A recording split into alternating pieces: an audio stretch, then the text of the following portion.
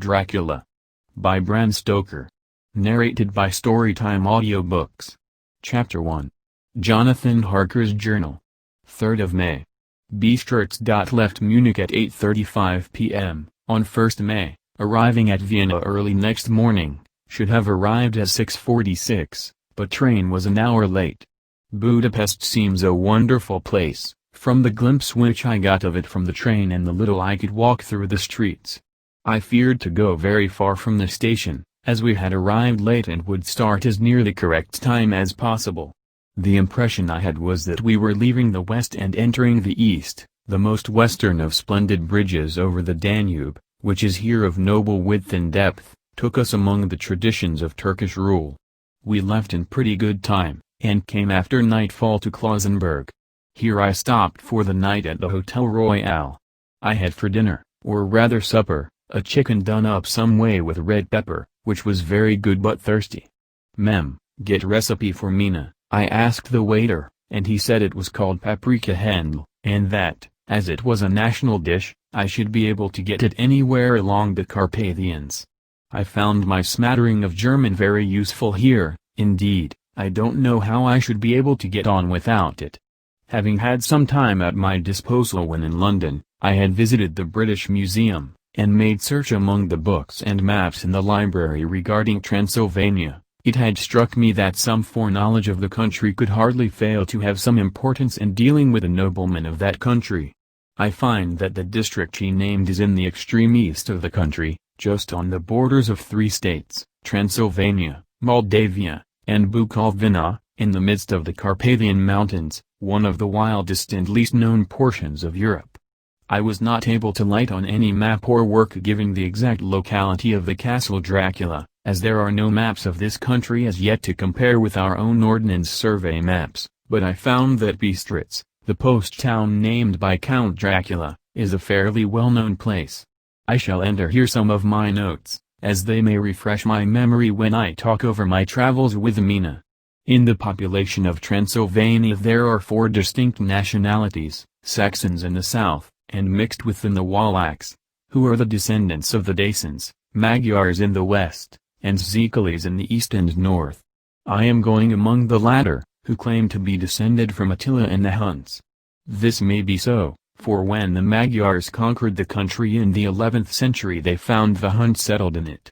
I read that every known superstition in the world is gathered into the horseshoe of the Carpathians, as if it were the center of some sort of imaginative whirlpool. If so, my stay may be very interesting. I must ask the Count all about them. I did not sleep well, though my bed was comfortable enough, for I had all sorts of queer dreams. There was a dog howling all night under my window, which may have had something to do with it, or it may have been the paprika, for I had to drink up all the water in my carafe, and was still thirsty.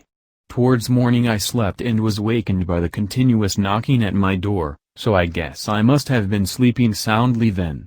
I had for breakfast more paprika, and a sort of porridge of maize flour which they said was mamaliga, and eggplant stuffed with forcemeat, a very excellent dish, which they call impalettata.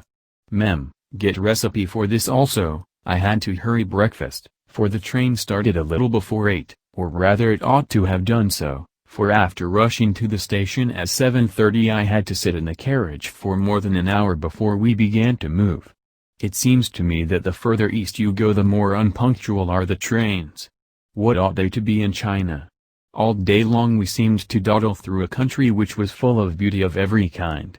Sometimes we saw little towns or castles on the top of steep hills such as we see in old missals. Sometimes we ran by rivers and streams which seemed from the wide stony margin on each side of them to be subject to great floods. It takes a lot of water, and running strong, to sweep the outside edge of a river clear. At every station there were groups of people, sometimes crowds, and in all sorts of attire. Some of them were just like the peasants at home or those I saw coming through France and Germany, with short jackets and round hats and homemade trousers, but others were very picturesque. The women looked pretty, except when you got near them, but they were very clumsy about the waist. They had all full white sleeves of some kind or other, and most of them had big belts with a lot of strips of something fluttering from them like the dresses in a ballet, but of course there were petticoats under them. The strangest figures we saw were the Slovaks, who were more barbarian than the rest, with their big cowboy hats, great baggy dirty white trousers, white linen shirts, and enormous heavy leather belts, nearly a foot wide, all studded over with brass nails. They wore high boots, with their trousers tucked into them, and had long black hair and heavy black mustaches. They are very picturesque, but do not look prepossessing. On the stage they would be set down at once as some old Oriental band of brigands. They are, however, I am told, very harmless and rather wanting in natural self-assertion. It was on the dark side of twilight when we got to Bistritz, which is a very interesting old place. Being practically on the frontier, for the Borgo Pass leads from it into Bukovina, it has had a very stormy existence, and it certainly shows marks of it. 50 years ago a series of great fires took place, which made terrible havoc on 5 separate occasions. At the very beginning of the 17th century it underwent a siege of 3 weeks and lost 13,000 people, the casualties of war proper being assisted by famine and disease. Count Dracula had directed me to go to the Golden Krone Hotel, which I found, to my great delight, to be thoroughly old-fashioned, for of course I wanted to see all I could of the ways of the country. I was evidently expected, for when I got near the door I faced a cheery-looking elderly woman in the usual peasant dress, white undergarment with long double apron, front, and back, of colored stuff fitting almost too tight for modesty. When I came close she bowed and said, "The Herr Englishman." "Yes," I said, "Jonathan Harker." She smiled, and gave some message to an elderly man in white shirt sleeves, who had followed her to the door. He went, but immediately returned with a letter. "My friend. Welcome to the Carpathians. I am anxiously expecting you. Sleep well tonight. At 3 tomorrow the diligence will start for Bukovina, a place on it is kept for you. At the Borgo Pass my carriage will await you and will bring you to me. I trust that your journey from London has been a happy one, and that you will enjoy your stay in my beautiful land. Your friend, Dracula." 4th of May. I found that my landlord had got a letter from the Count, directing him to secure the best place on the coach for me, but on making inquiries as to details he seemed somewhat reticent, and pretended that he could not understand my German. This could not be true, because up to then he had understood it perfectly. At least, he answered my questions exactly as if he did. He and his wife, the old lady who had received me, looked at each other in a frightened sort of way. He mumbled out that the money had been sent in a letter, and that was all he knew. When I asked him if he knew Count Dracula, and could tell me anything of his castle, both he and his wife crossed themselves, and, saying that they knew nothing at all, simply refused to speak further. It was so near the time of starting that I had no time to ask anyone else, for it was all very mysterious and not by any means comforting. Just before I was leaving, the old lady came up to my room and said in a very hysterical way, "Must you go? Oh, young Herr, must you go?" She was in such an excited state that she seemed to have lost her grip of what German she knew, and mixed it all up with some other language which I did not know at all. I was just able to follow her by asking many questions. When I told her that I must go at once, and that I was engaged on important business, she asked again, "Do you know what day it is?" I answered that it was the 4th of May. She shook her head as she said again, "Oh, yes. I know that. I know that, but do you know what day it is?" On my saying that I did not understand, she went on, "It is the eve of St. George's Day. Do you not know that tonight, when the clock strikes midnight, all the evil things in the world will have full sway? Do you know where you are going, and what you are going to?" She was in such evident distress that I tried to comfort her, but without effect. Finally she went down on her knees and implored me not to go, at least to wait a day or two before starting. It was all very ridiculous, but I did not feel comfortable. However, there was business to be done, and I could allow nothing to interfere with it. I therefore tried to raise her up, and said, as gravely as I could, that I thanked her, but my duty was imperative, and that I must go. She then rose and dried her eyes, and taking a crucifix from her neck offered it to me. I did not know what to do, for, As an English churchman, I have been taught to regard such things as in some measure idolatrous, and yet it seemed so ungracious to refuse an old lady meaning so well and in such a state of mind. She saw, I suppose, the doubt in my face, for she put the rosary round my neck, and said, "For your mother's sake," and went out of the room.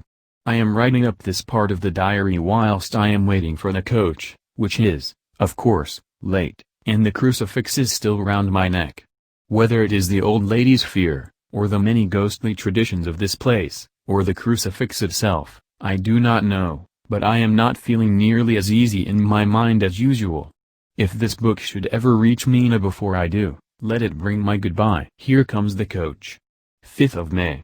The castle. The grey of the morning has passed, and the sun is high over the distant horizon, which seems jagged, whether with trees or hills I know not, for it is so far off that big things and little are mixed. I am not sleepy, and, as I am not to be called to lie awake, naturally I write till sleep comes. There are many odd things to put down, and, lest who reads them may fancy that I dined too well before I left Bistritz, let me put down my dinner exactly. I dined on what they call dropper-steak bits of bacon, onion, and beef, seasoned with red pepper, and strung on sticks and roasted over the fire, in the simple style of the London cat's meat. The wine was golden mead I ask, which produces a queer sting on the tongue, which is, however, not disagreeable. I had only a couple of glasses of this, and nothing else. When I got on the coach the driver had not taken his seat, and I saw him talking with the landlady. They were evidently talking of me, for every now and then they looked at me, and some of the people who were sitting on the bench outside the door, which they call by a name meaning word-bearer, came and listened, and then looked at me, most of them pityingly. I could hear a lot of words often repeated, queer words, for there were many nationalities in the crowd, so I quietly got my polyglot dictionary from my bag and looked them out. I must say they were not cheering to me, for amongst them were Ordog Satan, Pokal Hell, Stragorka Witch, Vralok and Vukoslok, both of which mean the same thing, one being Slovak and the other Servian for something that is either werewolf or vampire. I must ask the Count about these superstitions. When we started, the crowd round the inn door, which had by this time swelled to a considerable size, all made the sign of the cross and pointed 2 fingers towards me. With some difficulty I got a fellow passenger to tell me what they meant. He would not answer at first, but on learning that I was English, he explained that it was a charm or guard against the evil eye. This was not very pleasant for me, just starting for an unknown place to meet an unknown man, but every one seemed so kind-hearted, and so sorrowful, and so sympathetic that I could not but be touched. I shall never forget the last glimpse which I had of the inn-yard and its crowd of picturesque figures, all crossing themselves, as they stood round the wide archway, with its background of rich foliage of oleander and orange trees in green tubs clustered in the center of the yard. Then our driver, whose wide linen drawers covered the whole front of the box seat, Gothic they call them, cracked his big whip over his 4 small horses, which ran abreast, and we set off on our journey. I soon lost sight and recollection of ghostly fears and the beauty of the scene as we drove along, although had I known the language, or rather languages, which my fellow passengers were speaking, I might not have been able to throw them off so easily. Before us lay a green sloping land full of forests and woods, with here and there steep hills, crowned with clumps of trees or with farmhouses, the blank gable end to the road. There was everywhere bewildering mass of fruit blossom, apple, plum, pear, cherry, and as we drove by I could see the green grass under the trees spangled with the fallen petals. In and out amongst these green hills of what they call here the Mittelland ran the road, losing itself as it swept round the grassy curve, or was shut out by the straggling ends of pine woods, which here and there ran down the hillsides like tongues of flame. The road was rugged, but still we seemed to fly over it with a feverish haste. I could not understand then what the haste meant, but the driver was evidently bent on losing no time in reaching Borgoprund. I was told that this road is in summertime excellent, but that it had not yet been put in order after the winter snows. In this respect it is different from the general run of roads in the Carpathians, for it is an old tradition that they are not to be kept in too good order. Of old the hospodars would not repair them, lest the Turks should think that they were preparing to bring in foreign troops, and so hasten the war which was always really at loading point. Beyond the green swelling hills of the Mittelland rose mighty slopes of forest up to the lofty steeps of the Carpathians themselves. Right and left of us they towered, with the afternoon sun falling full upon them and bringing out all the glorious colors of this beautiful range, deep blue and purple in the shadows of the peaks, green and brown where grass and rock mingled, and an endless perspective of jagged rock and pointed crags, till these were themselves lost in the distance, where the snowy peaks rose grandly. Here and there seemed mighty rifts in the mountains, through which, as the sun began to sink, we saw now and again the white gleam of falling water. One of my companions touched my arm as we swept round the base of a hill and opened up the lofty, snow-covered peak of a mountain, which seemed, as we wound on our serpentine way, to be right before us. "Look! Istinsk, God's seat!" And he crossed himself relevantly. As we wound on our endless way, and the sun sank lower and lower behind us, the shadows of the evening began to creep round us. This was emphasized by the fact that the snowy mountaintop still held a sunset, and seemed to glow out with a delicate cool pink. Here and there we passed Czechs and Slovaks, all in picturesque attire, but I noticed that goiter was painfully prevalent. By the roadside were many crosses, and as we swept by, my companions all crossed themselves. Here and there was a peasant man or woman kneeling before a shrine, who did not even turn round as we approached, but seemed in the self-surrender of devotion to have neither eyes nor ears for the outer world. There were many things new to me, for instance, hayricks in the trees, and here and there very beautiful masses of weeping birch, their white stems shining like silver through the delicate green of the leaves. Now and again we passed a lighter wagon, the ordinary peasant's cart, with its long, snake-like vertebra, calculated to suit the inequalities of the road. On this were sure to be seated quite a group of homecoming peasants, the Czechs with their white, and the Slovaks with their colored, sheepskins, the latter carrying lance fashioned their long staves, with axe at end. As the evening fell it began to get very cold, and the growing twilight seemed to merge into one dark mistiness. The gloom of the trees, oak, beech, and pine, though in the valleys which ran deep between the spurs of the hills, as we ascended through the pass, the dark firs stood out here and there against the background of late-lying snow.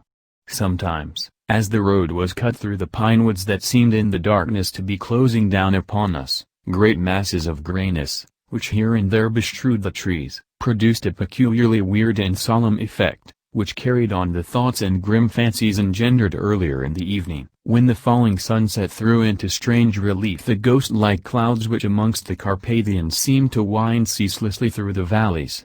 Sometimes the hills were so steep that, despite our driver's haste, the horses could only go slowly. I wished to get down and walk up them, as we do at home, but the driver would not hear of it. "No, no," he said, "you must not walk here, the dogs are too fierce," and then he added, with what he evidently meant for grim pleasantry, for he looked round to catch the approving smile of the rest, "and you may have enough of such matters before you go to sleep." The only stop he would make was a moment's pause to light his lamps. When it grew dark there seemed to be some excitement amongst the passengers, and they kept speaking to him, one after the other, as though urging him to further speed. He lashed the horses unmercifully with his long whip, and with wild cries of encouragement urged them on to further exertions. Then through the darkness I could see a sort of patch of grey light ahead of us, as though there were a cleft in the hills. The excitement of the passengers grew greater, the crazy coach rocked on its great leather springs, and swayed like a boat tossed on a stormy sea. I had to hold on. The road grew more level, and we appeared to fly along. Then the mountains seemed to come nearer to us on each side and to frown down upon us. We were entering on the Borgo Pass. One by one several of the passengers offered me gifts, which they pressed upon me with an earnestness which would take no denial. These were certainly of an odd and varied kind, but each was given in simple good faith, with a kindly word, and a blessing, and that strange mixture of fear-meaning movements which I had seen outside the hotel at Bistritz, the sign of the cross and the guard against the evil eye. Then, as we flew along, the driver leaned forward, and on each side the passengers, craning over the edge of the coach, peered eagerly into the darkness. It was evident that something very exciting was either happening or expected, but though I asked each passenger, no one would give me the slightest explanation. This state of excitement kept on for some little time, and at last we saw before us the pass opening out on the eastern side. There were dark, rolling clouds overhead, and in the air the heavy, oppressive sense of thunder.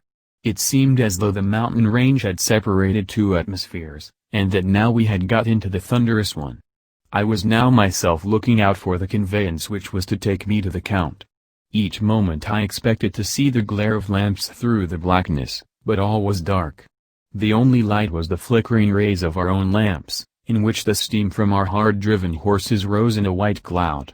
We could see now the sandy road lying white before us, but there was on it no sign of a vehicle. The passengers drew back with a sigh of gladness, which seemed to mock my own disappointment. I was already thinking what I had best do, when the driver, looking at his watch, said to the others something which I could hardly hear. It was spoken so quietly and in so low a tone, I thought it was an hour less than the time. Then turning to me, he said in German worse than my own, "There is no carriage here. The Herr is not expected after all. He will now come on to Bukovina, and return tomorrow or the next day, better the next day." Whilst he was speaking the horses began to neigh and snort and plunge wildly, so that the driver had to hold them up. Then, amongst a chorus of screams from the peasants and a universal crossing of themselves, a calash, with 4 horses, drove up behind us, overtook us, and drew up beside the coach. I could see from the flash of our lamps, as the rays fell on them, that the horses were coal-black and splendid animals. They were driven by a tall man, with a long brown beard and a great black hat, which seemed to hide his face from us. I could only see the gleam of a pair of very bright eyes, which seemed red in the lamplight, as he turned to us. He said to the driver, "You are early tonight, my friend." The man stammered in reply, the English Herr was in a hurry, to which the stranger replied, "That is why, I suppose, you wished him to go on to Bukovina. You cannot deceive me, my friend, I know too much, and my horses are swift." As he spoke he smiled, and the lamplight fell on a hard-looking mouth, with very red lips and sharp-looking teeth, as white as ivory. One of my companions whispered to another the line from Burger's Lenore, "Den die Toten reiten schnell, for the dead travel fast." The strange driver evidently heard the words, for he looked up with a gleaming smile. The passenger turned his face away, at the same time putting out his 2 fingers and crossing himself. "Give me the Herr's luggage," said the driver, and with exceeding alacrity my bags were handed out and put in the calash. Then I descended from the side of the coach, as the calash was close alongside, the driver helping me with a hand which caught my arm in a grip of steel. His strength must have been prodigious. Without a word he shook his reins, the horses turned, and we swept into the darkness of the pass. As I looked back I saw the steam from the horses of the coach by the light of the lamps, and projected against it the figures of my late companions crossing themselves. Then the driver cracked his whip and called to his horses, and off they swept on their way to Bukovina. As they sank into the darkness I felt a strange chill, and a lonely feeling came over me, but a cloak was thrown over my shoulders, and a rug across my knees, and the driver said in excellent German, "The night is chill, mein Herr, and my master the Count bade me take all care of you. There is a flask of Slivovitz, the plum brandy of the country, underneath the seat, if you should require it." I did not take any, but it was a comfort to know it was there all the same. I felt a little strangely, and not a little frightened. I think had there been any alternative I should have taken it, instead of prosecuting that unknown night journey. The carriage went at a hard pace straight along, then we made a complete turn and went along another straight road. It seemed to me that we were simply going over and over the same ground again, and so I took note of some salient point, and found that this was so. I would have liked to have asked the driver what this all meant, but I really feared to do so, for I thought that, placed as I was, any protest would have had no effect in case there had been an intention to delay. By and by, however, as I was curious to know how time was passing, I struck a match, and by its flame looked at my watch, It was within a few minutes of midnight. This gave me a sort of shock, for I suppose the general superstition about midnight was increased by my recent experiences. I waited with a sick feeling of suspense. Then a dog began to howl somewhere in the farmhouse far down the road, a long, agonized wailing, as if from fear. The sound was taken up by another dog, and then another and another, till, borne on the wind which now sighed softly through the pass, a wild howling began, which seemed to come from all over the country, as far as the imagination could grasp it through the gloom of the night. At the first howl the horses began to strain and rear, but the driver spoke to them soothingly, and they quieted down, but shivered and sweated as though after a runaway from sudden fright. Then, far off in the distance, from the mountains on each side of us began a louder and a sharper howling, that of wolves, which affected both the horses and myself in the same way, for I was minded to jump from the calash and run, whilst they reared again and plunged madly, so that the driver had to use all his great strength to keep them from bolting. In a few minutes, however, my own ears got accustomed to the sound, and the horses so far became quiet that the driver was able to descend and to stand before them. He petted and soothed them, and whispered something in their ears, as I have heard of horse tamers doing, and with extraordinary effect, for under his caresses they became quite manageable again, though they still trembled. The driver again took his seat, and shaking his reins, started off at a great pace. This time, after going to the far side of the pass, he suddenly turned down a narrow roadway which ran sharply to the right. Soon we were hemmed in with trees, which in places arched right over the roadway till we passed as through a tunnel, and again great frowning rocks scarred at us boldly on either side. Though we were in shelter, we could hear the rising wind, for it moaned and whistled through the rocks, and the branches of the trees crashed together as we swept along. It grew colder and colder still, and fine, powdery snow began to fall, so that soon we and all around us were covered with a white blanket. The keen wind still carried the howling of the dogs, though this grew fainter as we went on our way. The baying of the wolf sounded nearer and nearer, as though they were closing round on us from every side. I grew dreadfully afraid, and the horses shared my fear. The driver, however, was not in the least disturbed. He kept turning his head to left and right, but I could not see anything through the darkness. Suddenly, away on our left, I saw a faint flickering blue flame. The driver saw it at the same moment. He at once checked the horses, and, jumping to the ground, disappeared into the darkness. I did not know what to do, the less as the howling of the wolves grew closer. But while I wondered, the driver suddenly appeared again, and without a word took his seat, and we resumed our journey. I think I must have fallen asleep and kept dreaming of the incident, for it seemed to be repeated endlessly, and now looking back, it is like a sort of awful nightmare. Once the flame appeared so near the road, that even in the darkness around us I could watch the driver's motions. He went rapidly to where the blue flame arose. It must have been very faint, for it did not seem to illumine the place around it at all, and gathering a few stones, formed them into some device. Once there appeared a strange optical effect. When he stood between me and the flame he did not obstruct it, for I could see its ghostly flicker all the same. This startled me, but as the effect was only momentary, I took it that my eyes deceived me straining through the darkness. Then for a time there were no blue flames, and we sped onwards through the gloom, with the howling of the wolves around us, as though they were following in a moving circle. At last there came a time when the driver went further afield than he had yet gone, and during his absence, the horses began to tremble worse than ever and to snort and scream with fright. I could not see any cause for it, for the howling of the wolves had ceased altogether, but just then the moon, sailing through the black clouds, appeared behind the jagged crest of a beetling, pine-clad rock, and by its light I saw around us a ring of wolves, with white teeth and lolling red tongues, with long, sinewy limbs and shaggy hair. They were 100 times more terrible in the grim silence which held them than even when they howled. For myself, I felt a sort of paralysis of fear. It is only when a man feels himself face to face with such horrors that he can understand their true import. All at once the wolves began to howl as though the moonlight had had some peculiar effect on them. The horses jumped about and reared, and looked helplessly round with eyes that rolled in a way painful to see, but the living ring of terror encompassed them on every side, and they had perforce to remain within it.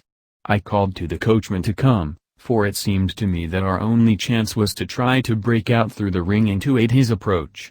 I shouted and beat the side of the calash, hoping by the noise to scare the wolves from that side, so as to give him a chance of reaching the trap. How he came there, I know not, but I heard his voice raised in a tone of imperious command, and looking towards the sound, saw him stand in the roadway. As he swept his long arms, as though brushing aside some impalpable obstacle, the wolves fell back and back further still. Just then a heavy cloud passed across the face of the moon, so that we were again in darkness. When I could see again, the driver was climbing into the calash, and the wolves had disappeared. This was also strange and uncanny that a dreadful fear came upon me, and I was afraid to speak or move. The time seemed interminable as we swept on our way, now in almost complete darkness, for the rolling clouds obscured the moon.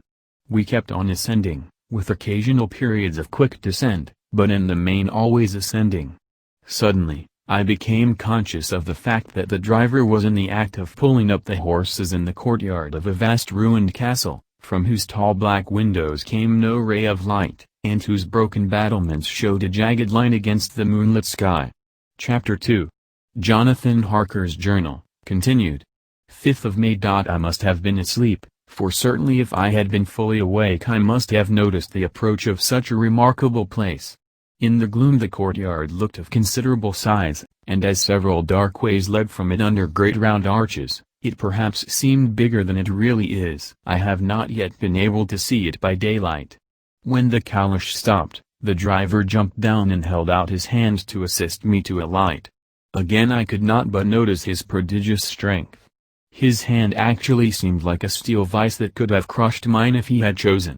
Then he took out my traps, and placed them on the ground beside me as I stood close to a great door, old and studded with large iron nails, and set in a projecting doorway of massive stone. I could see even in the dim light that the stone was massively carved, but that the carving had been much worn by time and weather. As I stood, the driver jumped again into his seat and shook the reins, the horses started forward, and trap and all disappeared down one of the dark openings. I stood in silence where I was, for I did not know what to do. Of bell or knocker there was no sign. Through these frowning walls and dark window openings it was not likely that my voice could penetrate. The time I waited seemed endless, and I felt doubts and fears crowding upon me. What sort of place had I come to, and among what kind of people? What sort of grim adventure was it on which I had embarked? Was this a customary incident in the life of a solicitor's clerk sent out to explain the purchase of a London estate to a foreigner? Solicitor's clerk. Mina would not like that. Solicitor, for just before leaving London I got word that my examination was successful, and I am now a full-blown solicitor. I began to rub my eyes and pinch myself to see if I were awake. It all seemed like a horrible nightmare to me, and I expected that I should suddenly awake, and find myself at home, with the dawn struggling in through the windows, as I had now and again felt in the morning after a day of overwork. But my flesh answered the pinching test, and my eyes were not to be deceived. I was indeed awake and among the Carpathians. All I could do now was to be patient, and to wait the coming of the morning. Just as I had come to this conclusion I heard a heavy step approaching behind the great door, and saw through the chinks the gleam of a coming light. Then there was the sound of rattling chains and the clanking of massive bolts drawn back. A key was turned with the loud grating noise of long disuse, and the great door swung back. Within, stood a tall old man, clean-shaven save for a long white mustache, and clad in black from head to foot, without a single speck of color about him anywhere. He held in his hand an antique silver lamp, in which the flame burned without chimney or globe of any kind, throwing long quivering shadows as it flickered in the draught of the open door. The old man motioned me in with his right hand with a courtly gesture, saying in excellent English, but with a strange intonation, "Welcome to my house. Enter freely and of your own will." He made no motion of stepping to meet me, but stood like a statue, as though his gesture of welcome had fixed him into stone.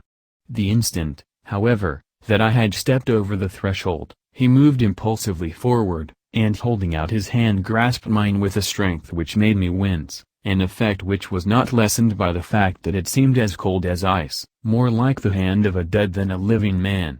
Again he said, "Welcome to my house. Come freely. Go safely, and leave something of the happiness you bring." The strength of the handshake was so much akin to that which I had noticed in the driver, whose face I had not seen, that for a moment I doubted if it were not the same person to whom I was speaking, so to make sure, I said interrogatively, "Count Dracula?"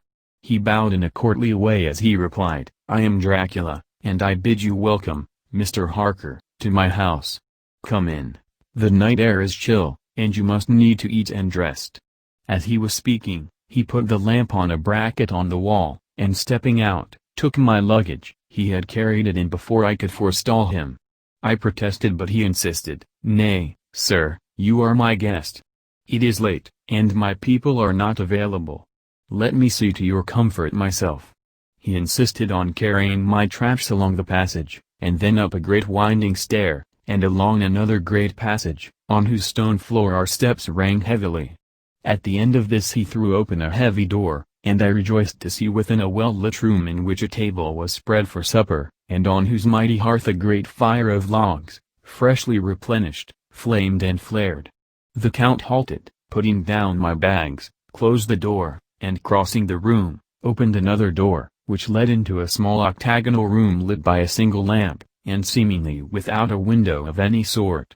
Passing through this, he opened another door, and motioned me to enter.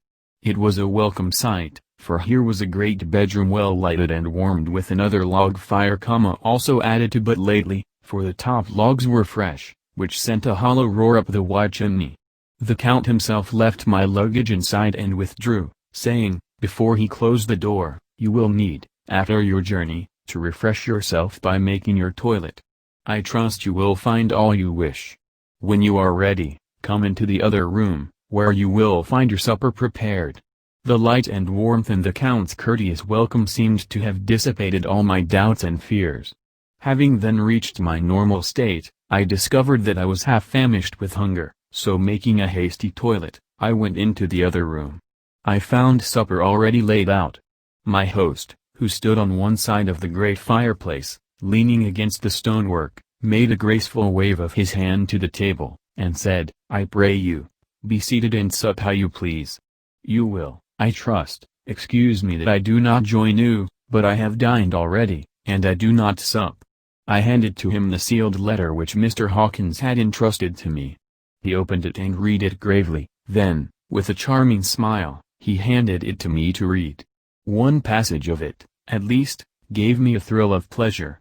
"I must regret that an attack of gout, from which malady I am a constant sufferer, forbids absolutely any traveling on my part for some time to come, but I am happy to say I can send a sufficient substitute, one in whom I have every possible confidence. He is a young man, full of energy and talent in his own way, and of a very faithful disposition. He is discreet and silent, and has grown into manhood in my service.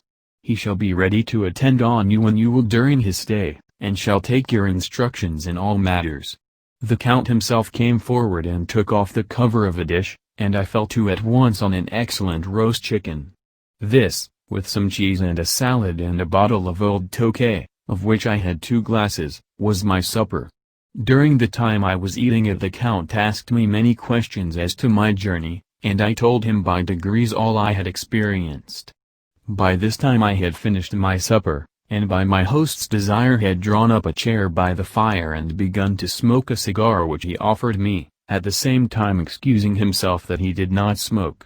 I had now an opportunity of observing him, and found him of a very marked physiognomy. His face was a very strong, aquiline, with high bridge of the thin nose and peculiarly arched nostrils, with lofty domed forehead, and hair growing scantily round the temples but profusely elsewhere. His eyebrows were very massive, almost meeting over the nose, and with bushy hair that seemed to curl in its own profusion. The mouth, so far as I could see it under the heavy mustache, was fixed and rather cruel-looking, with peculiarly sharp white teeth. These protruded over the lips, whose remarkable ruddiness showed astonishing vitality in a man of his years.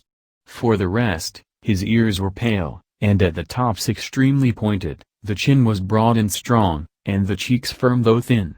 The general effect was one of extraordinary pallor. Hitherto I had noticed the backs of his hands as they lay on his knees in the firelight, and they had seemed rather white and fine, but seeing them now close to me, I could not but notice that they were rather coarse, broad, with squat fingers. Strange to say, there were hairs in the center of the palm. The nails were long and fine, and cut to a sharp point. As the Count leaned over me and his hands touched me, I could not repress a shudder. It may have been that his breath was rank, but a horrible feeling of nausea came over me, which, do what I would, I could not conceal. The Count, evidently noticing it, drew back, and with a grim sort of smile, which showed more than he had yet done his protuberant teeth, sat himself down again on his own side of the fireplace. We were both silent for a while, and as I looked towards the window I saw the first dim streak of the coming dawn. There seemed a strange stillness over everything, but as I listened I heard as if from down below in the valley the howling of many wolves. The Count's eyes gleamed, and he said, "Listen to them, the children of the night. What music they make! Scene, I suppose."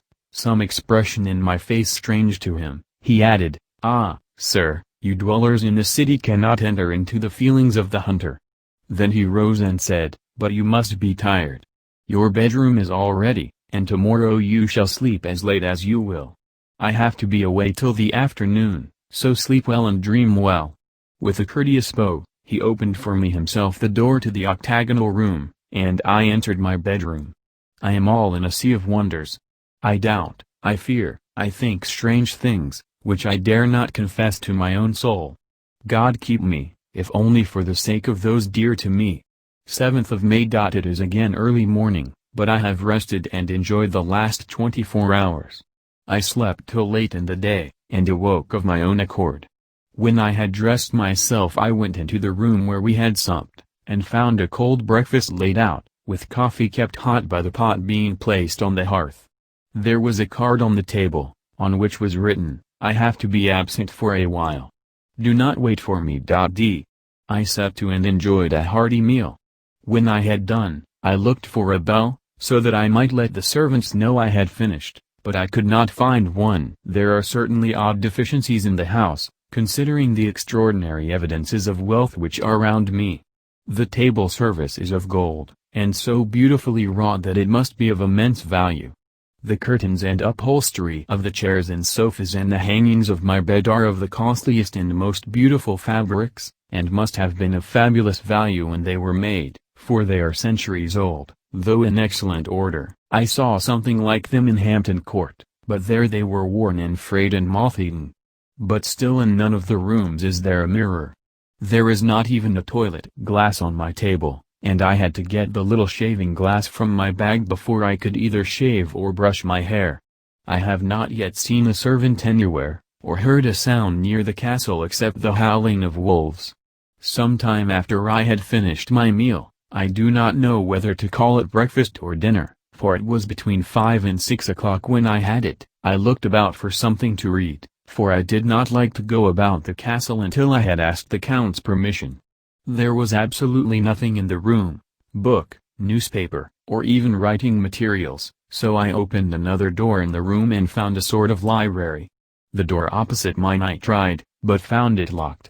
In the library I found, to my great delight, a vast number of English books, whole shelves full of them, and bound volumes of magazines and newspapers.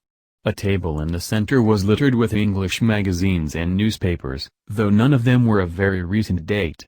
The books were of the most varied kind: history, geography, politics, political economy, botany, geology, law, all relating to England and English life and customs and manners. There were even such books of reference as the London Directory, the Red and Blue Books, Whitaker's Almanac, the Army and Navy Lists, and, it somehow gladdened my heart to see it, the Law List. Whilst I was looking at the books, the door opened, and the Count entered. He saluted me in a hearty way, and hoped that I had had a good night's rest. Then he went on, "I am glad you found your way in here, for I am sure there is much that will interest you. These companions, and he laid his hand on some of the books, have been good friends to me, and for some years past, ever since I had the idea of going to London, have given me many, many hours of pleasure. Through them I have come to know your great England, and to know her is to love her.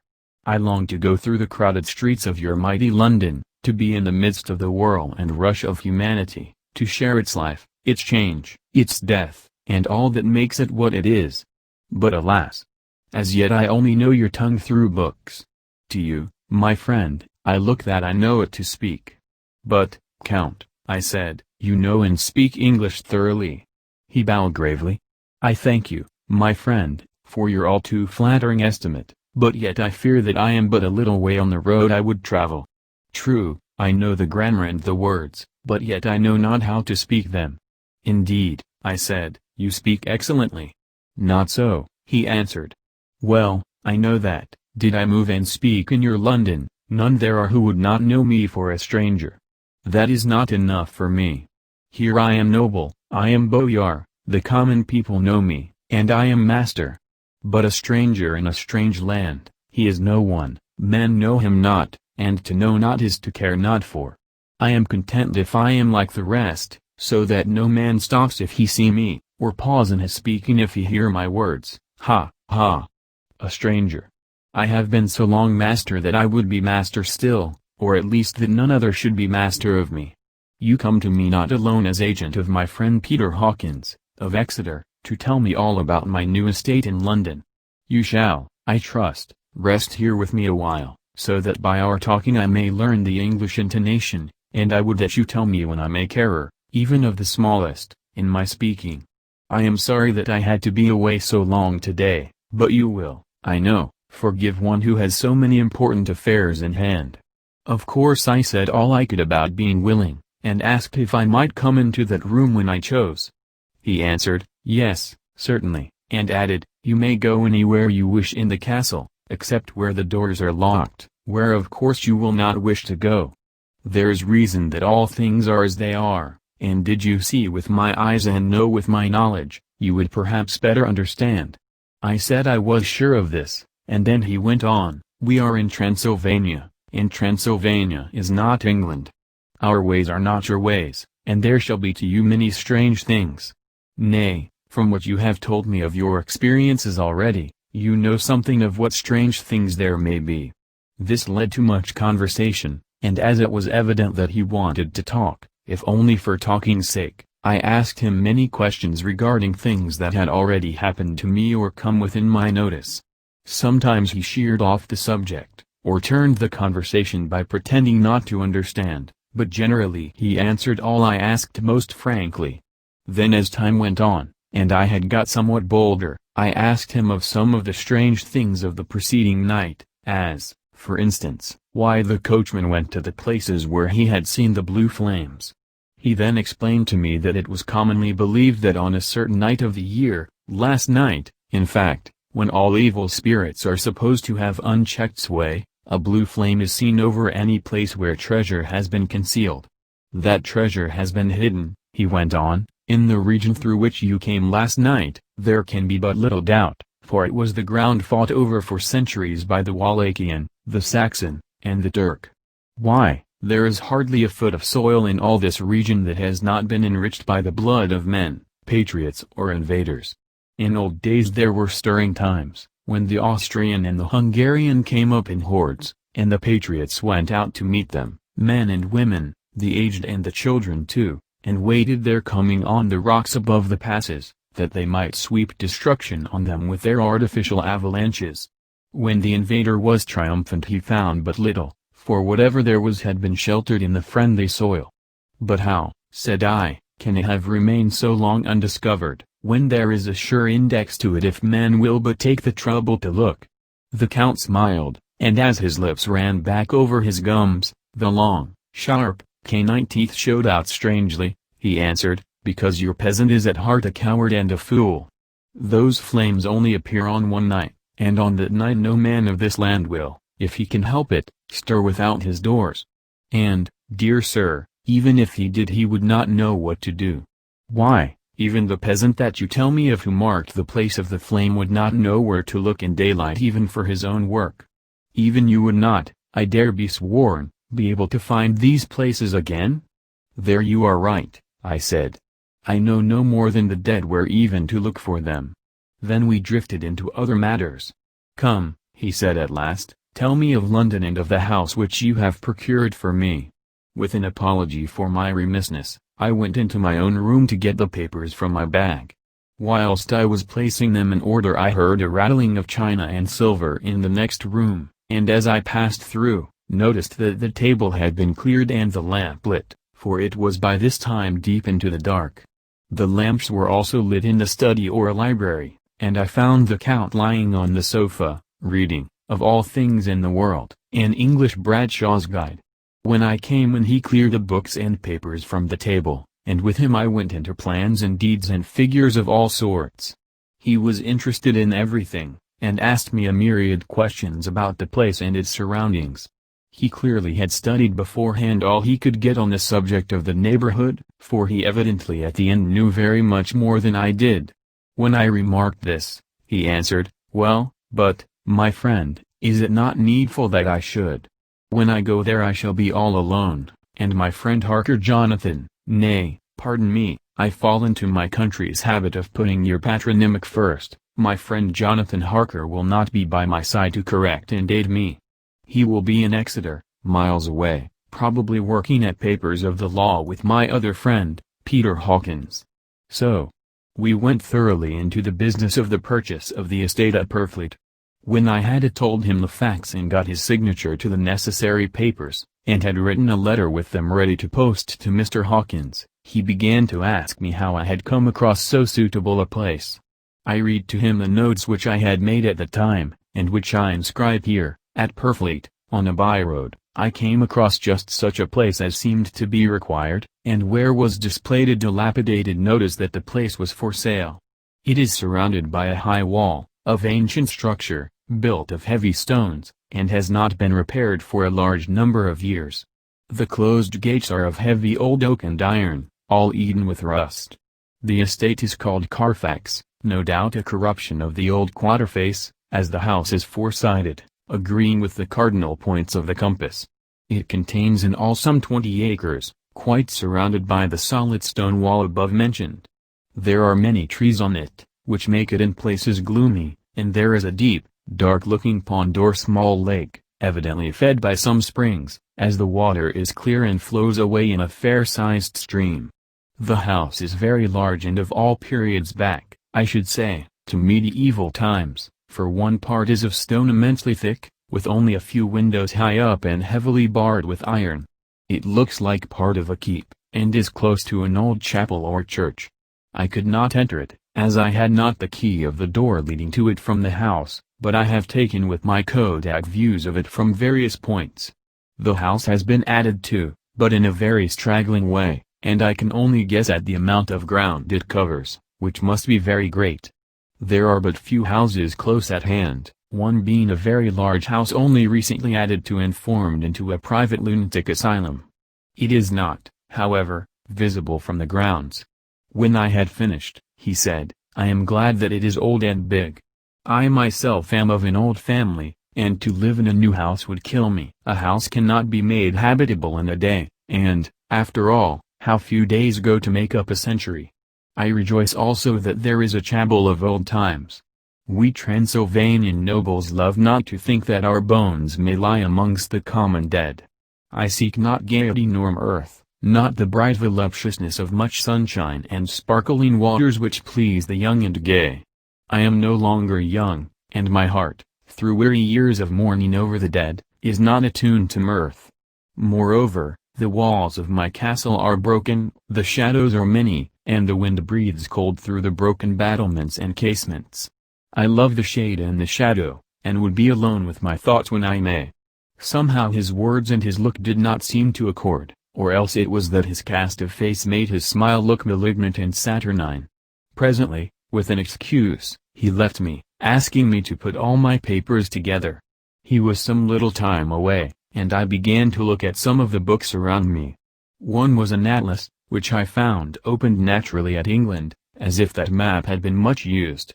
On looking at it I found in certain places little rings marked, and on examining these I noticed that one was near London on the east side, manifestly where his new estate was situated, the other two were Exeter, and Whitby on the Yorkshire coast.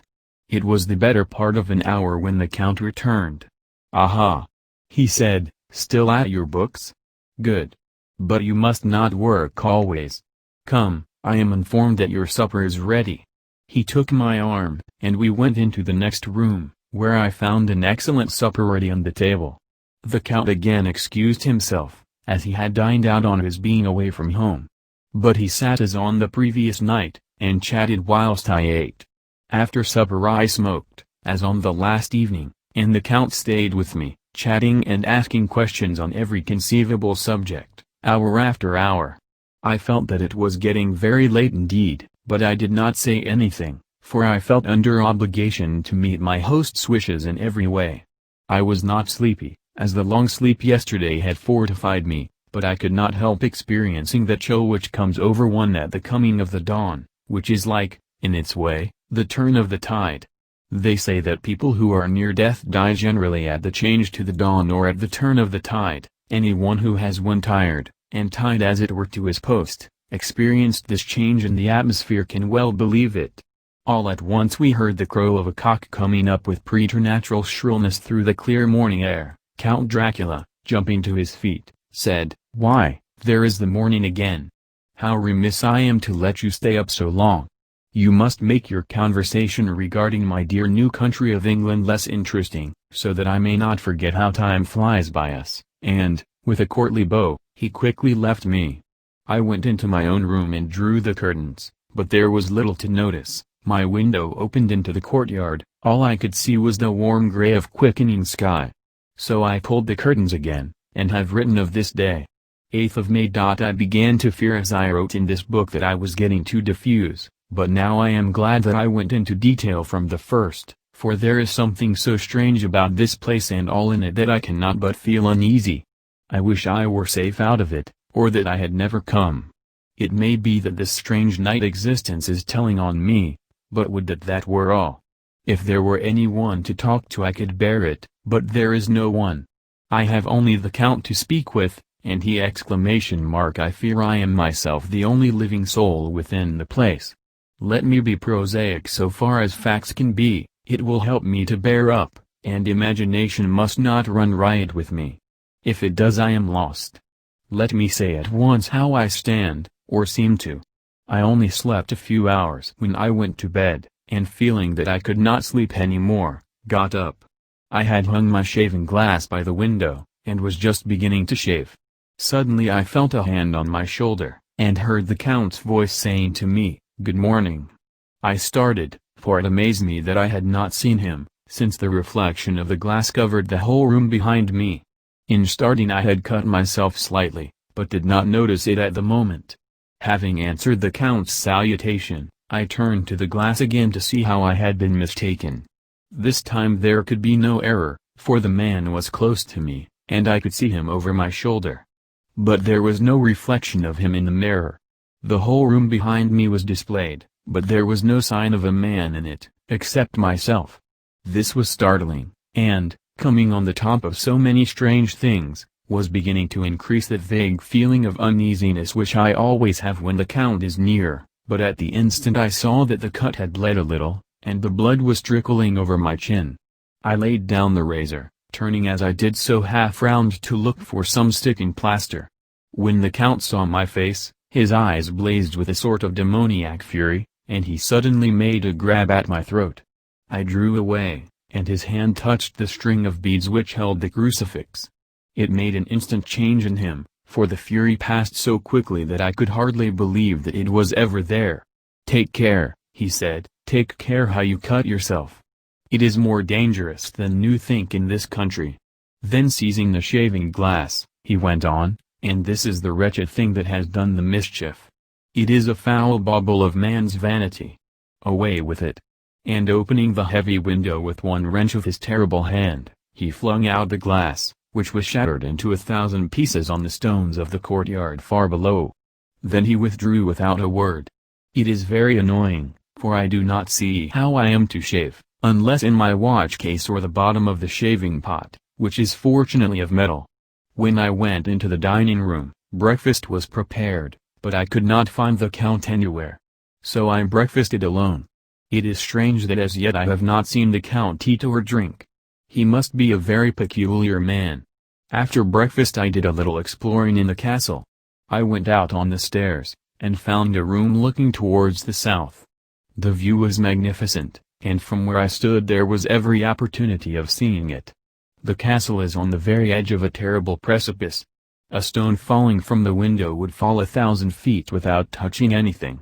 As far as the eye can reach is a sea of green treetops, with occasionally a deep rift where there is a chasm. Here and there are silver threads where the rivers wind in deep gorges through the forests. But I am not in heart to describe beauty, for when I had seen the view I explored further. Doors everywhere, and all locked and bolted. In no place save from the windows in the castle walls is there an available exit. The castle is a veritable prison, and I am a prisoner. Chapter 3. Jonathan Harker's Journal, continued. When I found that I was a prisoner, a sort of wild feeling came over me.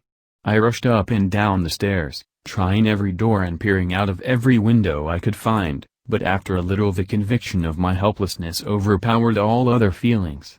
When I look back after a few hours I think I must have been mad for the time, for I behaved much as a rat does in a trap. When, however, the conviction had come to me that I was helpless, I sat down quietly, as quietly as I have ever done anything in my life, and began to think over what was best to be done.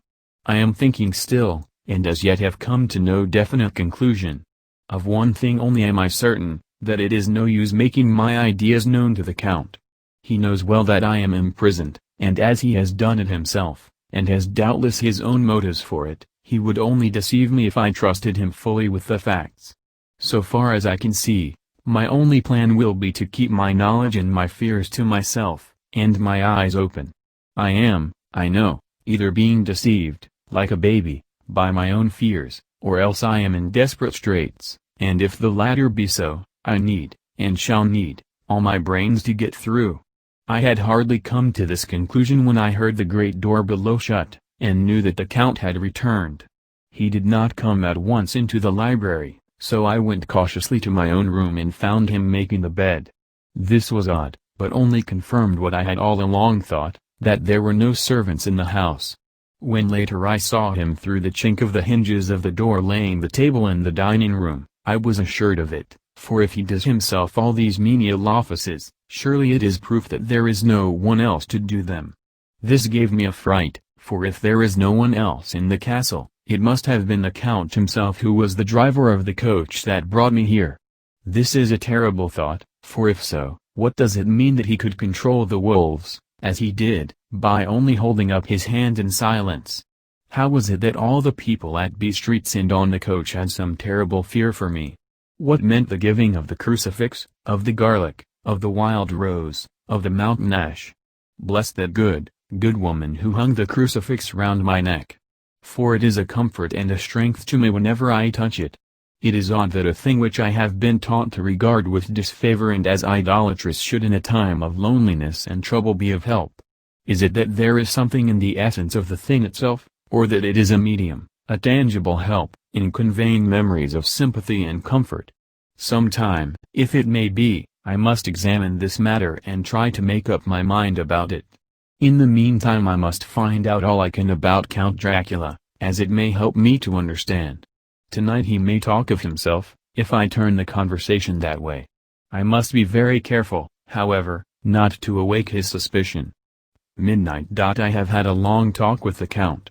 I asked him a few questions on Transylvania history, and he warmed up to the subject wonderfully. In his speaking of things and people, and especially of battles, he spoke as if he had been present at them all. This he afterwards explained by saying that to a boyar the pride of his house and name is his own pride, that their glory is his glory, that their fate is his fate. Whenever he spoke of his house he always said we, and spoke almost in the plural, like a king speaking. I wish I could put down all he said exactly as he said it, for to me it was most fascinating. It seemed to have in it a whole history of the country. He grew excited as he spoke, and walked about the room pulling his great white mustache and grasping anything on which he laid his hands as though he would crush it by main strength. One thing he said which I shall put down as nearly as I can, for it tells in its way the story of his race. We Szeklerys have a right to be proud, for in our veins flows the blood of many brave races who fought as the lion fights, for lordship. Here, in the whirlpool of European races, the Ugric tribe bore down from Iceland the fighting spirit which Thor and Woden gave them, which their berserkers displayed to such fell intent on the seaboards of Europe, and of Asia and Africa too, till the peoples thought that the werewolves themselves had come.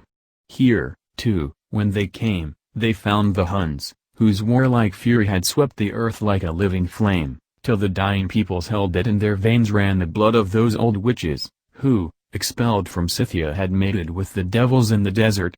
Fools, fools! What devil or what witch was ever so great as Attila, whose blood is in these veins? He held up his arms. Is it a wonder that we were a conquering race, that we were proud, that when the Magyar, the Lombard, the Avar, the Bulgar, or the Turk poured his thousands on our frontiers, we drove them back? Is it strange that when Arpad and his legions swept through the Hungarian fatherland he found us here when he reached the frontier, that the Han Foglalas was completed there? And when the Hungarian flood swept eastward, the Szeklerys were claimed as kindred by the victorious Magyars, and to us for centuries was trusted the guarding of the frontier of Turkeyland, and more than that, endless duty of the frontier guard, for, as the Turks say, water sleeps, and enemy is sleepless.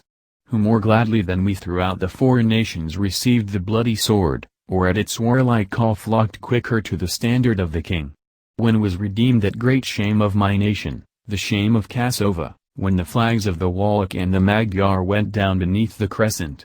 Who was it but one of my own race who as voivode crossed the Danube and beat the Turk on his own ground? This was a Dracula indeed. Woe was it that his own unworthy brother, when he had fallen, sold his people to the Turk and brought the shame of slavery on them. Was it not this Dracula, indeed, who inspired that other of his race who in a later rage again and again brought his forces over the great river into Turkeyland, who, when he was beaten back, came again, and again, and again, though he had to come alone from the bloody field where his troops were being slaughtered, since he knew that he alone could ultimately triumph? They said that he thought only of himself. Bah! What good are peasants without a leader? Where ends the war without a brain and heart to conduct it? Again, when, after the Battle of Mohacs, we threw off the Hungarian yoke, we of the Dracula blood were amongst their leaders, for our spirit would not brook that we were not free. Ah, young sir, the Szeklerys, and the Dracula as their heart's blood, their brains, and their swords, can boast a record that mushroom growths like the Habsburgs and the Roman offs can never reach. The warlike days are over. Blood is too precious a thing in these days of dishonorable peace, and the glories of the great races are as a tale that is told. It was by this time close on morning, and we went to bed. This diary seems horribly like the beginning of the Arabian Nights, for everything has to break off at cockcrow, or like the ghost of Hamlet's father. 12th of May. Let me begin with facts, bare, meager facts, verified by books and figures, and of which there can be no doubt. I must not confuse them with experiences which will have to rest on my own observation, or my memory of them. Last evening when the Count came from his room he began by asking me questions on legal matters and on the doing of certain kinds of business. I had spent the day wearily over books, and, simply to keep my mind occupied, went over some of the matters I had been examined in at Lincoln's Inn. There was a certain method in the Count's inquiries, so I shall try to put them down in sequence. The knowledge may somehow or sometime be useful to me. First, he asked if a man in England might have 2 solicitors or more. I told him he might have a dozen if he wished, but that it would not be wise to have more than one solicitor engaged in one transaction, as only one could act at a time, and that to change would be certain to militate against his interest. He seemed thoroughly to understand, and went on to ask if there would be any practical difficulty in having one man to attend, say, to banking, and another to look after shipping, in case local help were needed in a place far from the home of the banking solicitor. I asked him to explain more fully, so that I might not by any chance mislead him, so he said, "I shall illustrate. Your friend and mine, Mr. Peter Hawkins, from under the shadow of your beautiful cathedral at Exeter, which is far from London, buys for me through your good self my place at London. Good. Now here let me say frankly, lest you should think it strange that I have sought the services of one so far off from London instead of someone resident there, that my motive was that no local interest might be served save my wish only, and as one of London residents might, perhaps, have some purpose of himself or friend to serve, I went thus afield to seek my agent, whose labors should be only to my interest. Now, suppose I, who have much of affairs, wish to ship goods, say, to Newcastle, or Durham, or Harwich, or Dover, might it not be that it could with more ease be done by consigning to one in these ports? I answered that certainly it would be most easy, but that we solicitors had a system of agency one for the other, so that local work could be done locally on instruction from any solicitor, so that the client, simply placing himself in the hands of one man, could have his wishes carried out by him without further trouble. But, said he, I could be at liberty to direct myself. Is it not so? Of course, I replied, and such is often done by men of business, who do not like the whole of their affairs to be known by any one person. Good. He said, and then went on to ask about the means of making consignments and the forms to be gone through, and of all sorts of difficulties which might arise, but by forethought could be guarded against. I explained all these things to him to the best of my ability, and he certainly left me under the impression that he would have made a wonderful solicitor, for there was nothing that he did not think of or foresee. For a man who was never in the country, and who did not evidently do much in the way of business, his knowledge and acumen were wonderful. When he had satisfied himself on these points of which he had spoken, and I had verified all as well as I could by the books available, he suddenly stood up and said, "Have you written since your first letter to our friend Mr. Peter Hawkins, or to any other?" It was with some bitterness in my heart that I answered that I had not, that as yet I had not seen any opportunity of sending letters to anybody. "Then write now, my young friend," he said, laying a heavy hand on my shoulder, "write to our friend and to any other, and say, if it will please you, that you shall stay with me until a month from now." "Do you wish me to stay so long?" I asked, for my heart grew cold at the thought. "I desire it much, nay, I will take no refusal. When your master, employer, what you will, engaged that someone should come on his behalf, it was understood that my needs only were to be consulted. I have not stinted. Is it not so? What could I do but bow acceptance? It was Mr. Hawkins's interest, not mine, and I had to think of him, not myself, and besides, while Count Dracula was speaking, there was that in his eyes and in his bearing which made me remember that I was a prisoner, and that if I wished it I could have no choice. The Count saw his victory in my bow, and his mastery in the trouble of my face, for he began at once to use them, but in his own smooth, resistless way. "I pray you, my good young friend, that you will not discourse of things other than business in your letters. It will doubtless please your friends to know that you are well, and that you look forward to getting home to them. Is it not so?" As he spoke he handed me 3 sheets of notepaper and 3 envelopes. They were all of the thinnest foreign post, and looking at them, then at him, and noticing his quiet smile, with the sharp, canine teeth lying over the red underlip, I understood as well as if he had spoken that I should be careful what I wrote, for he would be able to read it. So I determined to write only formal notes now, but to write fully to Mr. Hawkins in secret, and also to Mina, for to her I could write in shorthand, which would puzzle the Count, if he did see it.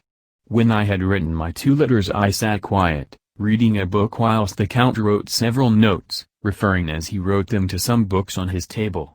Then he took up my 2 and placed them with his own, and put by his writing materials, after which, the instant the door had closed behind him, I leaned over and looked at the letters, which were face down on the table. I felt no compunction in doing so, for under the circumstances I felt that I should protect myself in every way I could. One of the letters was directed to Samuel F. Billington, No. 7, The Crescent, Whitby, another to Herr Leutner, Varna, the third was to Counts & Co., London, and the fourth to Heron Klopstock and Bilrith, bankers, Budapest. The second and fourth were unsealed. I was just about to look at them when I saw the door handle move. I sank back in my seat, having just had time to replace the letters as they had been in to resume my book before the Count, holding still another letter in his hand, entered the room. He took up the letters on the table and stamped them carefully, and then turning to me, said, "I trust you will forgive me, but I have much work to do in private this evening. You will, I hope, find all things as you wish." At the door he turned, and after a moment's pause said, "Let me advise you, my dear young friend, nay, let me warn you with all seriousness, that should you leave these rooms you will not by any chance go to sleep in any other part of the castle.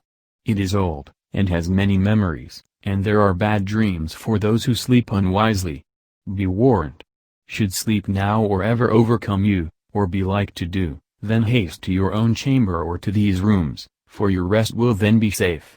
But if you be not careful in this respect," then he finished his speech in a gruesome way, for he motioned with his hands as if he were washing them.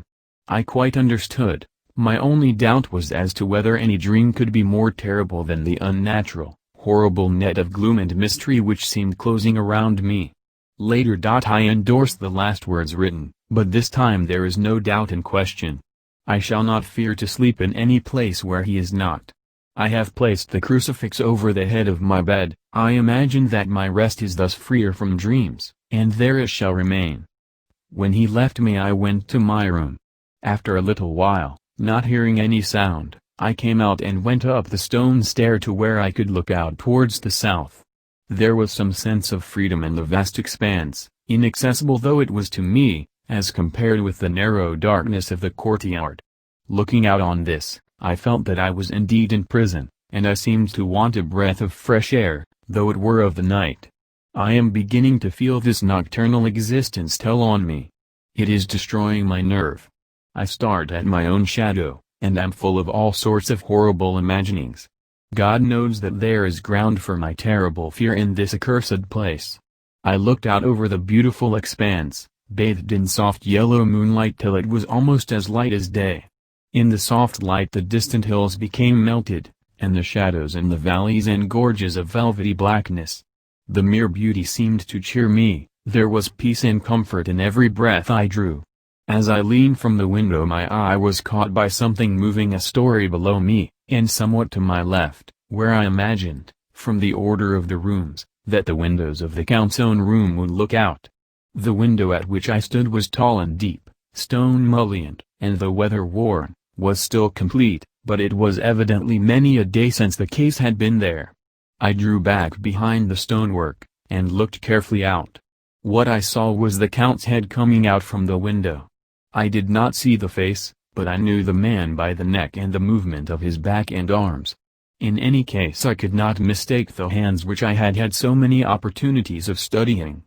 I was at first interested and somewhat amused, for it is wonderful how small a matter will interest and amuse a man when he is a prisoner.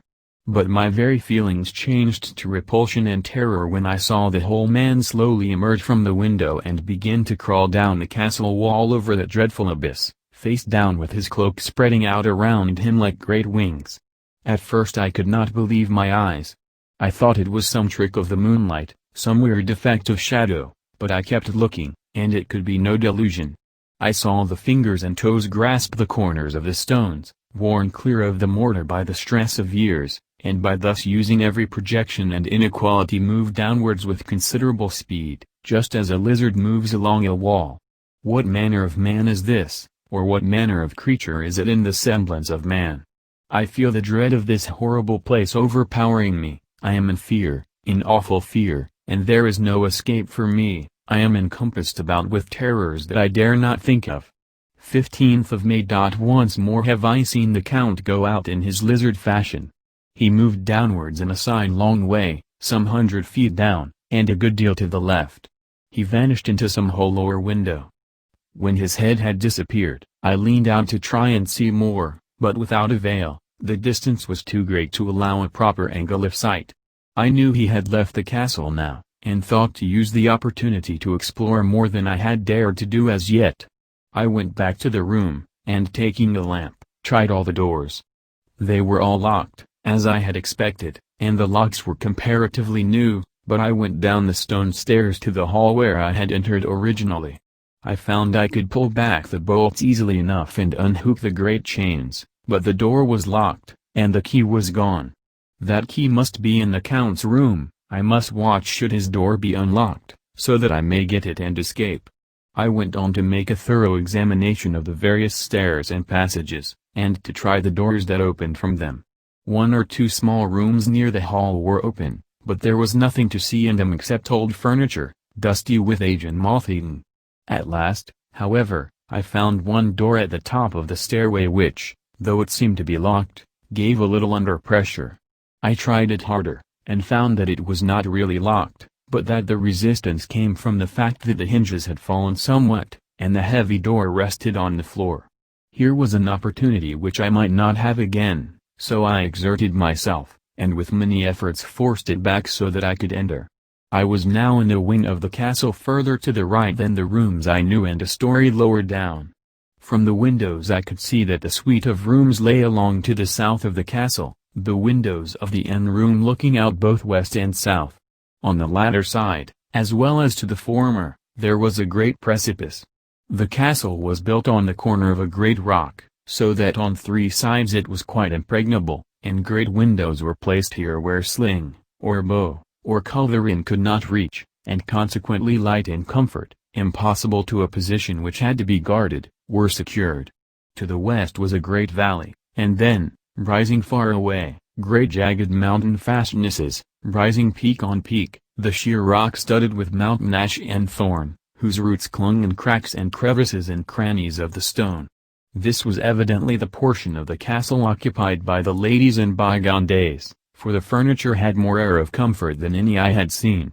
The windows were curtainless, and the yellow moonlight, flooding in through the diamond panes, enabled one to see even colors, whilst it softened the wealth of dust which lay over all and disguised in some measure the ravages of time and the moth.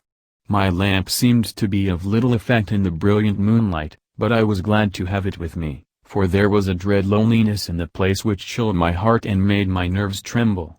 Still, it was better than living alone in the rooms which I had come to hate from the presence of the Count, and after trying a little to school my nerves, I found a soft quietude come over me. Here I am, sitting at a little oak table where in old times possibly some fair lady sat to pen, with much thought and many blushes, her ill-spelt love letter, and writing in my diary in shorthand all that has happened since I closed it last. It is 19th century up to date with a vengeance. And yet, unless my senses deceive me, the old centuries had, and have, powers of their own which mere modernity cannot kill. Later, the morning of 16th of May. God preserve my sanity, for to this I am reduced. Safety and the assurance of safety are things of the past. Whilst I live on here there is but one thing to hope for, that I may not go mad, if, indeed, I be not mad already. If I be sane, then surely it is maddening to think that of all the foul things that lurk in this hateful place the Count is the least dreadful to me, that to him alone I can look for safety, even though this be only whilst I can serve his purpose. Great God! Merciful God! Let me be calm, for out of that way lies madness indeed. I begin to get new lights on certain things which have puzzled me. Up to now I never quite knew what Shakespeare meant when he made Hamlet say, "My tablets. Quick, my tablets. 'Tis meet that I put it down," etc., for now, feeling as though my own brain were unhinged or as if the shock had come which must end in its undoing, I turn to my diary for repose. The habit of entering accurately must help to soothe me. The Count's mysterious warning frightened me at the time, it frightens me more now when I think of it, for in future he has a fearful hold upon me. I shall fear to doubt what he may say. When I had written in my diary and had fortunately replaced the book and pen in my pocket I felt sleepy. The Count's warning came into my mind, but I took a pleasure in disobeying it. The sense of sleep was upon me, and with it the obstinacy which sleep brings as outrider. The soft moonlight soothed, and the wide expanse without gave a sense of freedom which refreshed me. I determined not to return tonight to the gloom-haunted rooms, but to sleep here, where, of old, Ladies had sat and sung and lived sweet lives whilst their gentle breasts were sad for their menfolk away in the midst of remorseless wars. I drew a great couch out of its place near the corner, so that as I lay, I could look at the lovely view to east and south, and unthinking of and uncaring for the dust, composed myself for sleep. I suppose I must have fallen asleep, I hope so, but I fear, for all that followed was startlingly real, so real that now sitting here in the broad, full sunlight of the morning, I cannot in the least believe that it was all sleep. I was not alone. The room was the same, unchanged in any way since I came into it. I could see along the floor, in the brilliant moonlight, my own footsteps marked where I had disturbed the long accumulation of dust. In the moonlight opposite me were 3 young women, ladies by their dress and manner. I thought at the time that I must be dreaming when I saw them, for, though the moonlight was behind them, they threw no shadow on the floor. They came close to me, and looked at me for some time, and then whispered together. 2 were dark, and had high aquiline noses, like the Count, and great dark, piercing eyes that seemed to be almost red when contrasted with the pale yellow moon. The other was fair as can be, with great wavy masses of golden hair and eyes like pale sapphires. I seemed somehow to know her face, and to know it in connection with some dreamy fear, but I could not recollect at the moment how or where. All 3 had brilliant white teeth that shone like pearls against the ruby of their voluptuous lips. There was something about them that made me uneasy, some longing and at the same time some deadly fear. I felt in my heart a wicked, burning desire that they would kiss me with those red lips. It is not good to note this down, lest some day it should meet Mina's eyes and cause her pain, but it is the truth. They whispered together, and then they all 3 laughed, such a silvery, musical laugh, but as hard as though the sound never could have come through the softness of human lips. It was like the intolerable, tingling sweetness of water glasses when played on by a cunning hand. The fair girl shook her head coquettishly, and the other 2 urged her on. One said, "Go on. You are first, and we shall follow, yours is the right to begin." The other added, "He is young and strong, there are kisses for us all." I lay quiet, looking out under my eyelashes in an agony of delightful anticipation. The fair girl advanced and bent over me till I could feel the movement of her breath upon me. Sweet it was in one sense, honey sweet, and sent the same tingling through the nerves as her voice, but with a bitter underlying the sweet, a bitter offensiveness, as one smells in blood. I was afraid to raise my eyelids, but looked out and saw perfectly under the lashes. The girl went on her knees, and bent over me, simply gloating. There was a deliberate voluptuousness which was both thrilling and repulsive, and as she arched her neck she actually licked her lips like an animal, till I could see in the moonlight the moisture shining on the scarlet lips and on the red tongue as it lapped the white sharp teeth. Lower and lower went her head as the lips went below the range of my mouth and chin and seemed about to fasten on my throat. Then she paused, and I could hear the churning sound of her tongue as it licked her teeth and lips, and could feel the hot breath on my neck. Then the skin of my throat began to tingle as one's flesh does when the hand that is to tickle it approaches nearer, nearer. I could feel the soft, shivering touch of the lips on the supersensitive skin of my throat, and the hard dents of 2 sharp teeth, just touching and pausing there. I closed my eyes in a languorous ecstasy and waited with beating heart. But at that instant, another sensation swept through me as quick as lightning. I was conscious of the presence of the Count, and of his being as if lapped in a storm of fury. As my eyes opened involuntarily I saw his strong hand grasp the slender neck of the fair woman and with giant's power draw it back, the blue eyes transformed with fury, the white teeth champing with rage, and the fair cheeks blazing red with passion. But the Count. Never did I imagine such wrath and fury, even to the demons of the pit. His eyes were positively blazing. The red light in them was lurid, as if the flames of hellfire blazed behind them. His face was deathly pale, and the lines of it were hard like drawn wires. The thick eyebrows that met over the nose now seemed like a heaving bar of white-hot metal. With a fierce sweep of his arm, he hurled the woman from him, and then motioned to the others, as though he were beating them back. It was the same imperious gesture that I had seen used to the wolves. In a voice which, Low and almost in a whisper seemed to cut through the air and then ring round the room, he said, "How dare you touch him, any of you? How dare you cast eyes on him when I had forbidden it? Back, I tell you all. This man belongs to me. Beware how you meddle with him, or you'll have to deal with me." The fair girl, with a laugh of ribald coquetry, turned to answer him, "You yourself never loved, you never love." On this the other women joined, and such a mirthless, hard, soulless laughter rang through the room that it almost made me faint to hear. It seemed like the pleasure of fiends. Then the Count turned, after looking at my face attentively, and said in a soft whisper, "Yes, I too can love, you yourselves can tell it from the past. Is it not so? Well, now I promise you that when I am done with him you shall kiss him at your will. Now go. Go. I must awaken him, for there is work to be done." "Are we to have nothing tonight?" said one of them, with a low laugh, as she pointed to the bag which he had thrown upon the floor, and which moved as though there were some living thing within it. For answer he nodded his head. One of the women jumped forward and opened it. If my ears did not deceive me, there was a gasp and a low wail, as of a half-smothered child. The women closed round, whilst I was aghast with horror, but as I looked they disappeared, and with them the dreadful bag. There was no door near them, and they could not have passed me without my noticing. They simply seemed to fade into the rays of the moonlight and pass out through the window, for I could see outside the dim, shadowy forms for a moment before they entirely faded away. Then the horror overcame me, and I sank down unconscious. Chapter 4. Jonathan Harker's Journal, continued.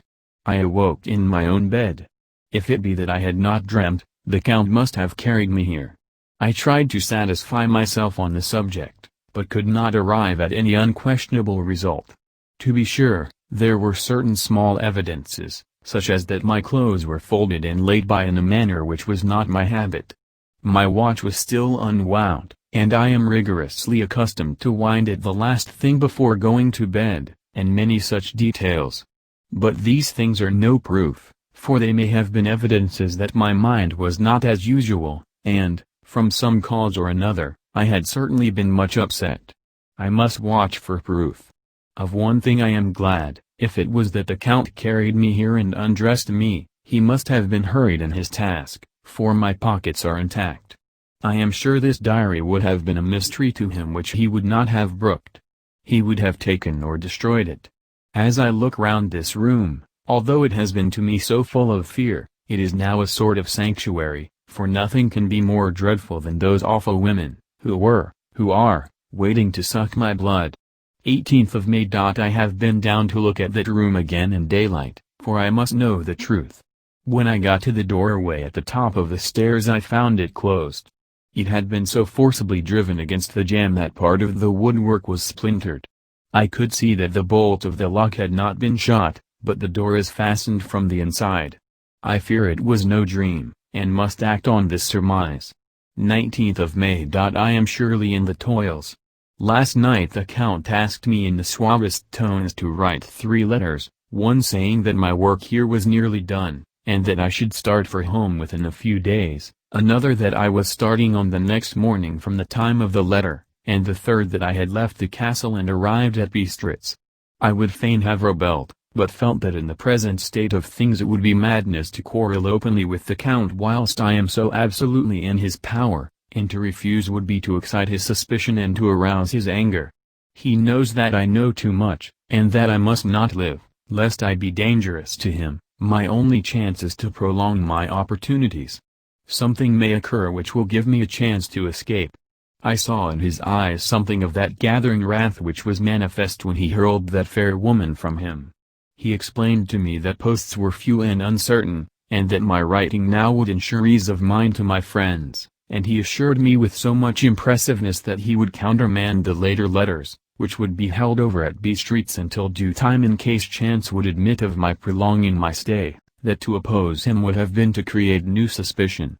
I therefore pretended to fall in with his views, and asked him what dates I should put on the letters. He calculated a minute, and then said, the first should be June 12th, the second June 19th, and the third June 29th. I know now the span of my life. God help me. 28th of May. There is a chance of escape, or at any rate of being able to send word home. A band of Szgany have come to the castle, and are encamped in the courtyard. These Szgany are gypsies. I have notes of them in my book. They are peculiar to this part of the world, though allied to the ordinary gypsies all the world over. There are thousands of them in Hungary and Transylvania, who are almost outside all law. They attach themselves as a rule to some great noble or boyar, and call themselves by his name. They are fearless and without religion, save superstition, and they talk only their own varieties of the Romany tongue. I shall write some letters home, and shall try to get them to have them posted. I have already spoken them through my window to begin acquaintanceship. They took their hats off and made obeisance and many signs, which, however, I could not understand any more than I could their spoken language. I have written the letters. Mina's is in shorthand, and I simply ask Mr. Hawkins to communicate with her. To her I have explained my situation, but without the horrors which I may only surmise. It would shock and frighten her to death were I to expose my heart to her. Should the letters not carry, then the Count shall not yet know my secret or the extent of my knowledge. I have given the letters, I threw them through the bars of my window with a gold piece, and made what signs I could to have them posted. The man who took them pressed them to his heart and bowed, and then put them in his cap. I could do no more. I stole back to the study, and began to read. As the Count did not come in, I have written here. The Count has come. He sat down beside me, and said in his smoothest voice as he opened two letters, "The Szgany has given me these, of which, though I know not whence they come, I shall, of course, take care. See. He must have looked at it. One is from you, and to my friend Peter Hawkins, the other." Here he caught sight of the strange symbols as he opened the envelope, and the dark look came into his face, and his eyes blazed wickedly. "The other is a vile thing, an outrage upon friendship and hospitality." "It is not signed." "Well. So it cannot matter to us." And he calmly held letter and envelope in the flame of the lamp till they were consumed. Then he went on, "The letter to Hawkins, that I shall, of course, send on, since it is yours. Your letters are sacred to me. Your pardon, my friend, that unknowingly I did break the seal. Will you not cover it again?" He held out the letter to me, and with a courteous bow handed me a clean envelope. I could only redirect it and hand it to him in silence. When he went out of the room I could hear the key turn softly. A minute later I went over and tried it, and the door was locked. When, an hour or two after, the Count came quietly into the room, his coming awakened me, for I had gone to sleep on the sofa. He was very courteous and very cheery in his manner, and seeing that I had been sleeping, he said, "So, my friend, you are tired? Get to bed. There is the surest rest. I may not have the pleasure to talk tonight, since there are many labors to me, but you will sleep, I pray." I passed to my room and went to bed, and, strange to say, slept without dreaming. Despair has its own calms. 31st of May. This morning when I woke I thought I would provide myself with some paper and envelopes from my bag and keep them in my pocket, so that I might write in case I should get an opportunity, but again a surprise, again a shock. Every scrap of paper was gone, and with it all my notes, my memoranda, relating to railways and travel, my letter of credit, in fact all that might be useful to me were I once outside the castle. I sat and pondered a while, and then some thought occurred to me, and I made search of my portmanteau and in the wardrobe where I had placed my clothes. The suit in which I had traveled was gone, and also my overcoat and rug. I could find no trace of them anywhere. This looked like some new scheme of villainy. 17th of June. This morning, as I was sitting on the edge of my bed cudgeling my brains, I heard without a cracking of whips and pounding and scraping of horses' feet up the rocky path beyond the courtyard. With joy I hurried to the window, and saw drive into the yard two great leiter wagons, each drawn by 8 sturdy horses, and at the head of each pair a Slovak, with his wide hat, great nail-studded belt, dirty sheepskin, and high boots. They had also their long staves in hand. I ran to the door, intending to descend and try and join them through the main hall, as I thought that way might be opened for them. Again a shock, my door was fastened on the outside. Then I ran to the window and cried to them. They looked up at me stupidly and pointed, but just then the headman of the Szgany came out, and seeing them pointing to my window, said something, at which they laughed. Henceforth no effort of mine, no piteous cry or agonized entreaty, would make them even look at me. They resolutely turned away. The lighter wagons contained great, square boxes, with handles of thick rope. These were evidently empty by the ease with which the Slovaks handled them, and by their resonance as they were roughly moved. When they were all unloaded and packed in a great heap in one corner of the yard, the Slovaks were given some money by the Szgany, and spitting on it for luck, lazily went each to his horse's head. Shortly afterwards, I heard the cracking of their whips die away in the distance. 24th of June, before morning. Last night the Count left me early, and locked himself into his own room. As soon as I dared I ran up the winding stair, and looked out of the window, which opened south. I thought I would watch for the Count, for there is something going on. The Szgany are quartered somewhere in the castle and are doing work of some kind. I know it, for now and then I hear a far-away muffled sound as of mattock and spade, and, whatever it is, it must be the end of some ruthless villainy. I had been at the window somewhat less than half an hour, when I saw something coming out of the Count's window. I drew back and watched carefully, and saw the whole man emerge. It was a new shock to me to find that he had on the suit of clothes which I had worn whilst travelling here, and slung over his shoulder the terrible bag which I had seen the women take away. There could be no doubt as to his quest, and in my garb, too. This, then, is his new scheme of evil, that he will allow others to see me, as they think, so that he may both leave evidence that I have been seen in the towns or villages posting my own letters, and that any wickedness which he may do shall by the local people be attributed to me. It makes me rage to think that this can go on, and whilst I am shut up here, a veritable prisoner, but without that protection of the law which is even a criminal's right and consolation. I thought I would watch for the Count's return, and for a long time sat doggedly at the window. Then I began to notice that there were some quaint little specks floating in the rays of the moonlight. They were like the tiniest grains of dust, and they whirled round and gathered in clusters in a nebulous sort of way. I watched them with a sense of soothing, and a sort of calm stole over me. I leaned back in the embrasure in a more comfortable position, so that I could enjoy more fully the aerial gambolling. Something made me start up, a low, piteous howling of dogs somewhere far below in the valley, which was hidden from my sight. Louder it seemed to ring in my ears, and the floating motes of dust to take new shapes to the sound as they danced in the moonlight.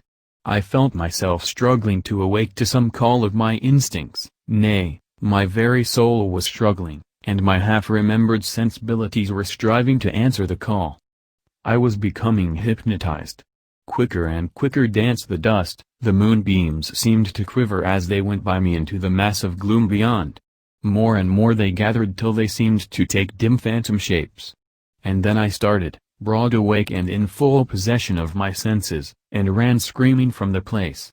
The phantom shapes, which were becoming gradually materialized from the moonbeams, were those of the three ghostly women to whom I was doomed.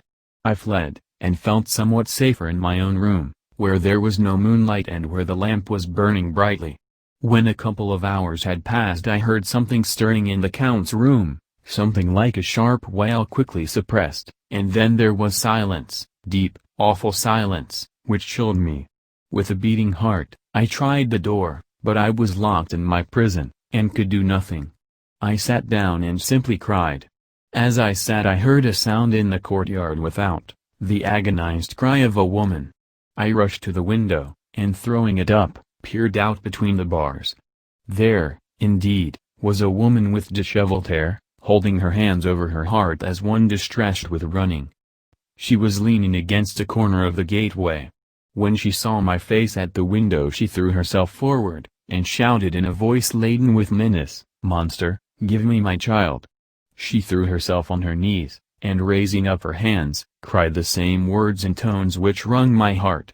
Then she tore her hair and beat her breast, and abandoned herself to all the violences of extravagant emotion. Finally, she threw herself forward, and, though I could not see her, I could hear the beating of her naked hands against the door. Somewhere high overhead, probably on the tower, I heard the voice of the Count calling in his harsh, metallic whisper. His call seemed to be answered from far and wide by the howling of wolves. Before many minutes had passed, a pack of them poured, like a pent-up dam when liberated, through the wide entrance into the courtyard. There was no cry from the woman, and the howling of the wolves was but short. Before long they streamed away singly, licking their lips. I could not pity her, for I knew now what had become of her child, and she was better dead. What shall I do? What can I do? How can I escape from this dreadful thing of night and gloom and fear? 25th of June, morning. No man knows till he has suffered from the night how sweet and how dear to his heart and eye the morning can be. When the sun grew so high this morning that it struck the top of the great gateway opposite my window, the high spot which it touched seemed to me as if the dove from the ark had lighted there. My fear fell from me as if it had been a vaporous garment which dissolved in the warmth. I must take action of some sort whilst the courage of the day is upon me. Last night one of my post-dated letters went to post, the first of that fatal series which is to blot out the very traces of my existence from the earth. Let me not think of it. Action. It has always been at night time that I have been molested or threatened, or in some way in danger or in fear. I have not yet seen the Count in the daylight. Can it be that he sleeps when others wake, that he may be awake whilst they sleep? If I could only get into his room. But there is no possible way. The door is always locked, no way for me. Yes, there is a way, if one dares to take it. Where his body has gone, why may not another body go? I have seen him myself crawl from his window. Why should not I imitate him, and go in by his window? The chances are desperate, but my need is more desperate still. I shall risk it. At the worst it can only be death, and a man's death is not a calf's, and the dreaded hereafter may still be open to me. God help me in my task. Goodbye, Mina, if I fail. Goodbye, my faithful friend and second father. Goodbye, all, and last of all Mina. Same day, later. I have made the effort, and God, helping me, have come safely back to this room. I must put down every detail in order. I went whilst my courage was fresh straight to the window on the south side, and at once got outside on the narrow ledge of stone which runs around the building on this side. The stones are big and roughly cut, and the mortar has by process of time been washed away between them. I took off my boots, and ventured out on the desperate way. I looked down once, so as to make sure that a sudden glimpse of the awful depth would not overcome me, but after that kept my eyes away from it. I knew pretty well the direction and distance of the Count's window, and made for it as well as I could, having regard to the opportunities available. I did not feel dizzy. I suppose I was too excited, and the time seemed ridiculously short till I found myself standing on the window-sill and trying to raise up the sash. I was filled with agitation, however, when I bent down and slid feet foremost in through the window. Then I looked around for the Count, but, with surprise and gladness, made a discovery. The room was empty. It was barely furnished with odd things, which seemed to have never been used. The furniture was something the same style as that in the south rooms, and was covered with dust. I looked for the key, but it was not in the lock, and I could not find it anywhere. The only thing I found was a great heap of gold in one corner, gold of all kinds, Roman, and British, and Austrian, and Hungarian, and Greek and Turkish money, covered with a film of dust, as though it had lain long in the ground. None of it that I noticed was less than 300 years old. There were also chains and ornaments, some jeweled, but all of them old and stained. At one corner of the room was a heavy door. I tried it, for, since I could not find the key of the room or the key of the outer door, which was the main object of my search, I must make further examination, or all my efforts would be in vain. It was open, and led through a stone passage to a circular stairway, which went steeply down. I descended, minding carefully where I went, for the stairs were dark, being only lit by loopholes in the heavy masonry. At the bottom there was a dark, tunnel-like passage, through which came a deathly, sickly odor, the odor of old earth newly turned. As I went through the passage the smell grew closer and heavier. At last I pulled open a heavy door which stood ajar, and found myself in an old, ruined chapel, which had evidently been used as a graveyard.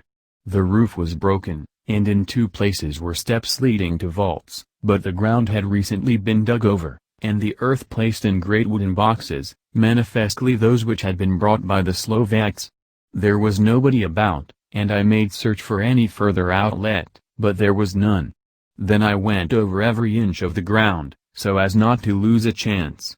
I went down even into the vaults, where the dim light struggled, although to do so was a dread to my very soul. Into 2 of these I went, but saw nothing except fragments of old coffins and piles of dust. In the 3rd, however, I made a discovery. There, in one of the great boxes, of which there were 50 in all, on a pile of newly dug earth, lay the Count.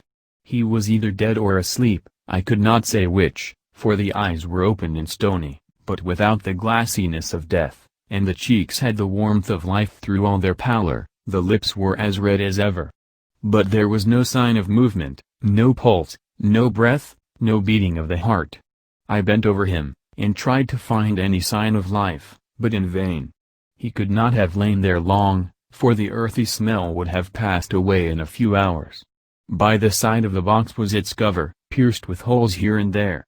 I thought he might have the keys on him, but when I went to search I saw the dead eyes, and in them, dead though they were, such a look of hate, though unconscious of me or my presence, that I fled from the place, and leaving the Count's room by the window, crawled again up the castle wall. Regaining my room, I threw myself panting upon the bed and tried to think. 29th of June. Today is the date of my last letter, and the Count has taken steps to prove that it was genuine, for again I saw him leave the castle by the same window, and in my clothes. As he went down the wall, lizard fashion, I wished I had a gun or some lethal weapon, that I might destroy him, but I fear that no weapon wrought alone by man's hand would have any effect on him. I dared not wait to see him return, for I feared to see those weird sisters. I came back to the library, and read there till I fell asleep. I was awakened by the Count, who looked at me as grimly as a man can look as he said, "Tomorrow, my friend, we must part. You return to your beautiful England, I to some work which may have such an end that we may never meet. Your letter home has been dispatched. Tomorrow I shall not be here, but all shall be ready for your journey. In the morning come the Czgni, who have some labors of their own here, and also come some Slovaks. When they have gone, my carriage shall come for you, and shall bear you to the Borgo Pass to meet the diligence from Bukovina to Bistritz. But I am in hopes that I shall see more of you at Castle Dracula." I suspected him, and determined to test his sincerity. Sincerity. It seems like a profanation of the word to write it in connection with such a monster, so asked him point blank, "Why may I not go tonight?" "Because, dear sir, my coachman and horses are away on a mission." "But I would walk with pleasure. I want to get away at once." He smiled, such a soft, smooth, diabolical smile that I knew there was some trick behind his smoothness. He said, "And your baggage?" "I do not care about it. I can send for it some other time." The Count stood up, and said, with a sweet courtesy which made me rub my eyes, it seemed so real, "You English have a saying which is close to my heart, for its spirit is that which rules our boyars, welcome the coming, speed the parting guest. Come with me, my dear young friend. Not an hour shall you wait in my house against your will, though sad am I at your going, and that you so suddenly desire it. Come." With a stately gravity, he, with the lamp, preceded me down the stairs and along the hall. Suddenly he stopped. Hark! Close at hand came the howling of many wolves. It was almost as if the sound sprang up at the rising of his hand, just as the music of a great orchestra seems to leap under the baton of the conductor. After a pause of a moment, he proceeded, in his stately way, to the door, drew back the ponderous bolts, unhooked the heavy chains, and began to draw it open. To my intense astonishment I saw that it was unlocked. Suspiciously, I looked all round, but could see no key of any kind. As the door began to open, the howling of the wolves without grew louder and angrier, their red jaws, with champing teeth, and their blunt-clawed feet as they leaped, came in through the opening door. I knew then that to struggle at the moment against the Count was useless. With such allies as these at his command, I could do nothing. But still the door continued slowly to open, and only the Count's body stood in the gap. Suddenly it struck me that this might be the moment and means of my doom. I was to be given to the wolves, and at my own instigation. There was a diabolical wickedness in the idea great enough for the Count, and as a last chance I cried out, "Shut the door, I shall wait till morning," and covered my face with my hands to hide my tears of bitter disappointment. With one sweep of his powerful arm, the Count threw the door shut, and the great bolts clanged and echoed through the hall as they shot back into their places. In silence we returned to the library, and after a minute or two I went to my own room.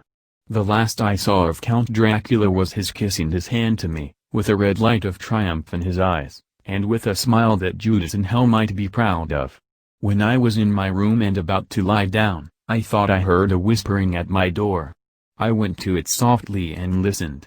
Unless my ears deceived me, I heard the voice of the Count, "Back, back, to your own place. Your time is not yet come. Wait. Have patience. Tonight is mine. Tomorrow night is yours."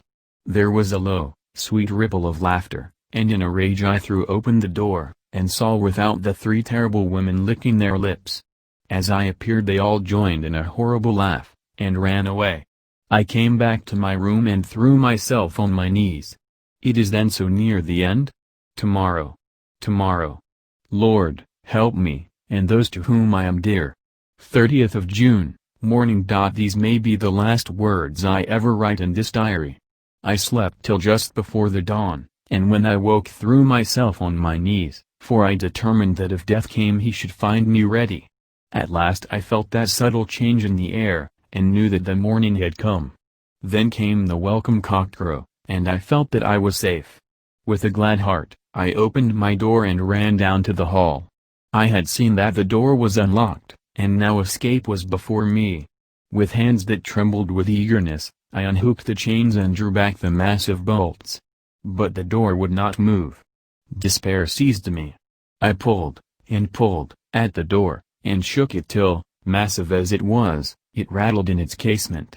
I could see the bolt shot. It had been locked after I left the Count. Then a wild desire took me to obtain that key at any risk, and I determined then and there to scale the wall again and gain the Count's room. He might kill me, but death now seemed the happier choice of evils. Without a pause I rushed up to the east window, and scrambled down the wall, as before, into the Count's room. It was empty, but that was as I expected. I could not see a key anywhere, but the heap of gold remained. I went through the door in the corner and down the winding stair and along the dark passage to the old chapel. I knew now well enough where to find the monster I sought.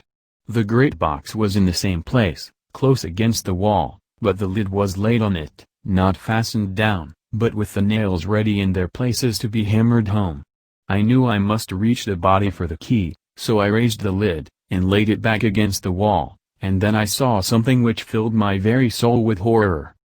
There lay the Count, but looking as if his youth had been half renewed, for the white hair and mustache were changed to dark iron gray, the cheeks were fuller, and the white skin seemed ruby red underneath. The mouth was redder than ever, for on the lips were gouts of fresh blood, which trickled from the corners of the mouth and ran over the chin and neck. Even the deep, burning eyes seemed set amongst swollen flesh, for the lids and pouches underneath were bloated. It seemed as if the whole awful creature were simply gorged with blood. He lay like a filthy leech, exhausted with his repletion. I shuddered as I bent over to touch him, and every sense in me revolted at the contact, but I had to search, or I was lost. The coming night might see my own body a banquet in a similar way to those horrid three. I felt all over the body, but no sign could I find of the key. Then I stopped and looked at the Count. There was a mocking smile on the bloated face which seemed to drive me mad. This was the being I was helping to transfer to London, where, perhaps, for centuries to come he might, amongst its teeming millions, satiate his lust for blood, and create a new and ever-widening circle of semi-demons to batten on the helpless. The very thought drove me mad. A terrible desire came upon me to rid the world of such a monster.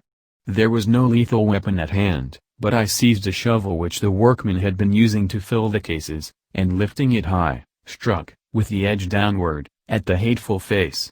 But as I did so the head turned, and the eyes fell full upon me, with all their blaze of basilisk horror. The sight seemed to paralyze me, and the shovel turned in my hand and glanced from the face, merely making a deep gash above the forehead.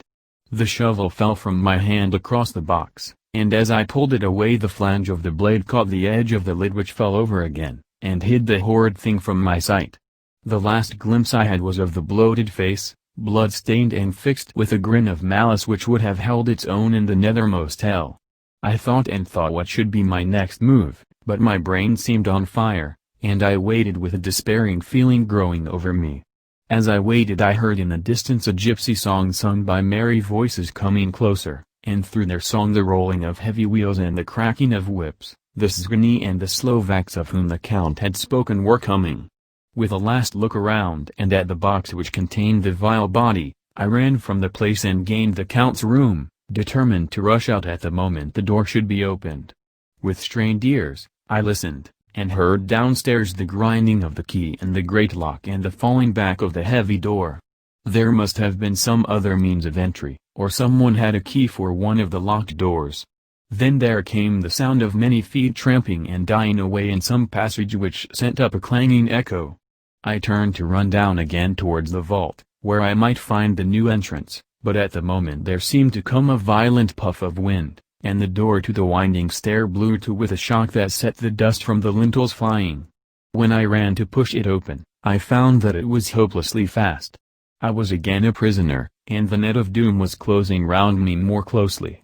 As I write there is in the passage below a sound of many tramping feet and the crash of weights being set down heavily, doubtless the boxes, with their freight of earth. There is a sound of hammering, it is the box being nailed down. Now I can hear the heavy feet tramping again along the hall, with many other idle feet coming behind them. The door is shut, and the chains rattle, there is a grinding of the key in the lock, I can hear the key withdraw, then another door opens and shuts, I hear the creaking of lock and bolt. Hark! In the courtyard and down the rocky way the roll of heavy wheels, the crack of whips, and the chorus of the Czigani as they pass into the distance. I am alone in a castle with those awful women. Mina is a woman, and there is naught in common. They are devils of the pit. I shall not remain alone with them, I shall try to scale the castle wall farther than I have yet attempted. I shall take some of the gold with me, lest I want it later. I may find a way from this dreadful place. And then away for home. Away to the quickest and nearest train. Away from this cursed spot, from this cursed land, where the devil and his children still walk with earthly feet. At least God's mercy is better than that of these monsters, and the precipice is steep and high. At its foot a man may sleep, as a man. Goodbye, all. Mina. Chapter 5. Letter from Miss Mina Murray to Miss Lucy Westenra. My dearest Lucy, forgive my long delay in writing, but I have been simply overwhelmed with work. The life of an assistant schoolmistress is sometimes trying. I am longing to be with you, and by the sea, where we can talk together freely and build our castles in the air. I have been working very hard lately, because I want to keep up with Jonathan's studies, and I have been practicing shorthand very assiduously. When we are married I shall be able to be useful to Jonathan, and if I can stenograph well enough I can take down what he wants to say in this way and write it out for him on the typewriter, at which also I am practicing very hard. He and I sometimes write letters in shorthand, and he is keeping a stenographic journal of his travels abroad. When I am with you I shall keep a diary in the same way. I don't mean one of those 2 pages to the week with Sunday squeezed in a corner diaries, but a sort of journal which I can write in whenever I feel inclined. I do not suppose there will be much of interest to other people, but it is not intended for them. I may show it to Jonathan some day if there is in it anything worth sharing, but it is really an exercise book. I shall try to do what I see lady journalists do, interviewing and writing descriptions and trying to remember conversations. I am told that, with a little practice, one can remember all that goes on or that one hears said during a day. However, we shall see. I will tell you of my little plans when we meet. I have just had a few hurried lines from Jonathan from Transylvania. He is well, and will be returning in about a week. I am longing to hear all his news. It must be so nice to see strange countries. I wonder if we, I mean Jonathan and I, shall ever see them together. There is the 10 o'clock bell ringing. Goodbye. Your loving Mina. Tell me all the news when you write. You have not told me anything for a long time. I hear rumors, and especially of a tall, handsome, curly-haired man. Letter, Lucy West Henry to Mina Murray. 17, Chatham Street, Wednesday. My dearest Mina, I must say you tax me very unfairly with being a bad correspondent. I wrote to you twice since we parted, and your last letter was only your second. Besides, I have nothing to tell you. There is really nothing to interest you. Town is very pleasant just now, and we go a good deal to picture galleries and for walks and rides in the park. As to the tall, curly-haired man, I suppose it was the one who was with me at the last pop. Someone has evidently been telling tales. That was Mr. Holmwood. He often comes to see us, and he and Mama get on very well together. They have so many things to talk about in common. We met some time ago a man that would just do for you, if you were not already engaged to Jonathan. He is an excellent party, being handsome, well off, and of good birth. He is a doctor and really clever. Just fancy. He is only 29, and he has an immense lunatic asylum all under his own care. Mr. Holmwood introduced him to me, and he called here to see us, and often comes now. I think he is one of the most resolute men I ever saw, and yet the most calm. He seems absolutely imperturbable. I can fancy what a wonderful power he must have over his patients. He has a curious habit of looking one straight in the face, as if trying to read one's thoughts. He tries this on very much with me, but I flatter myself he has got a tough nut to crack.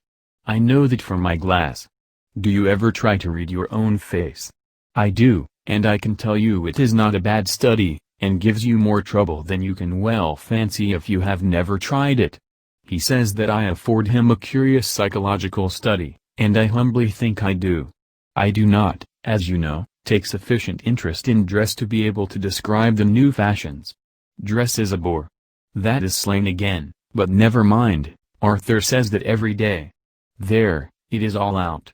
Mina, we have told all our secrets to each other since we were children, we have slept together and eaten together, and laughed and cried together, and now, though I have spoken, I would like to speak more. Oh, Mina, couldn't you guess? I love him. I am blushing as I write, for although I think he loves me, he has not told me so in words. But oh, Mina, I love him, I love him, I love him. There, that does me good. I wish I were with you, dear, sitting by the fire undressing, as we used to sit, and I would try to tell you what I feel. I do not know how I am writing this even to you.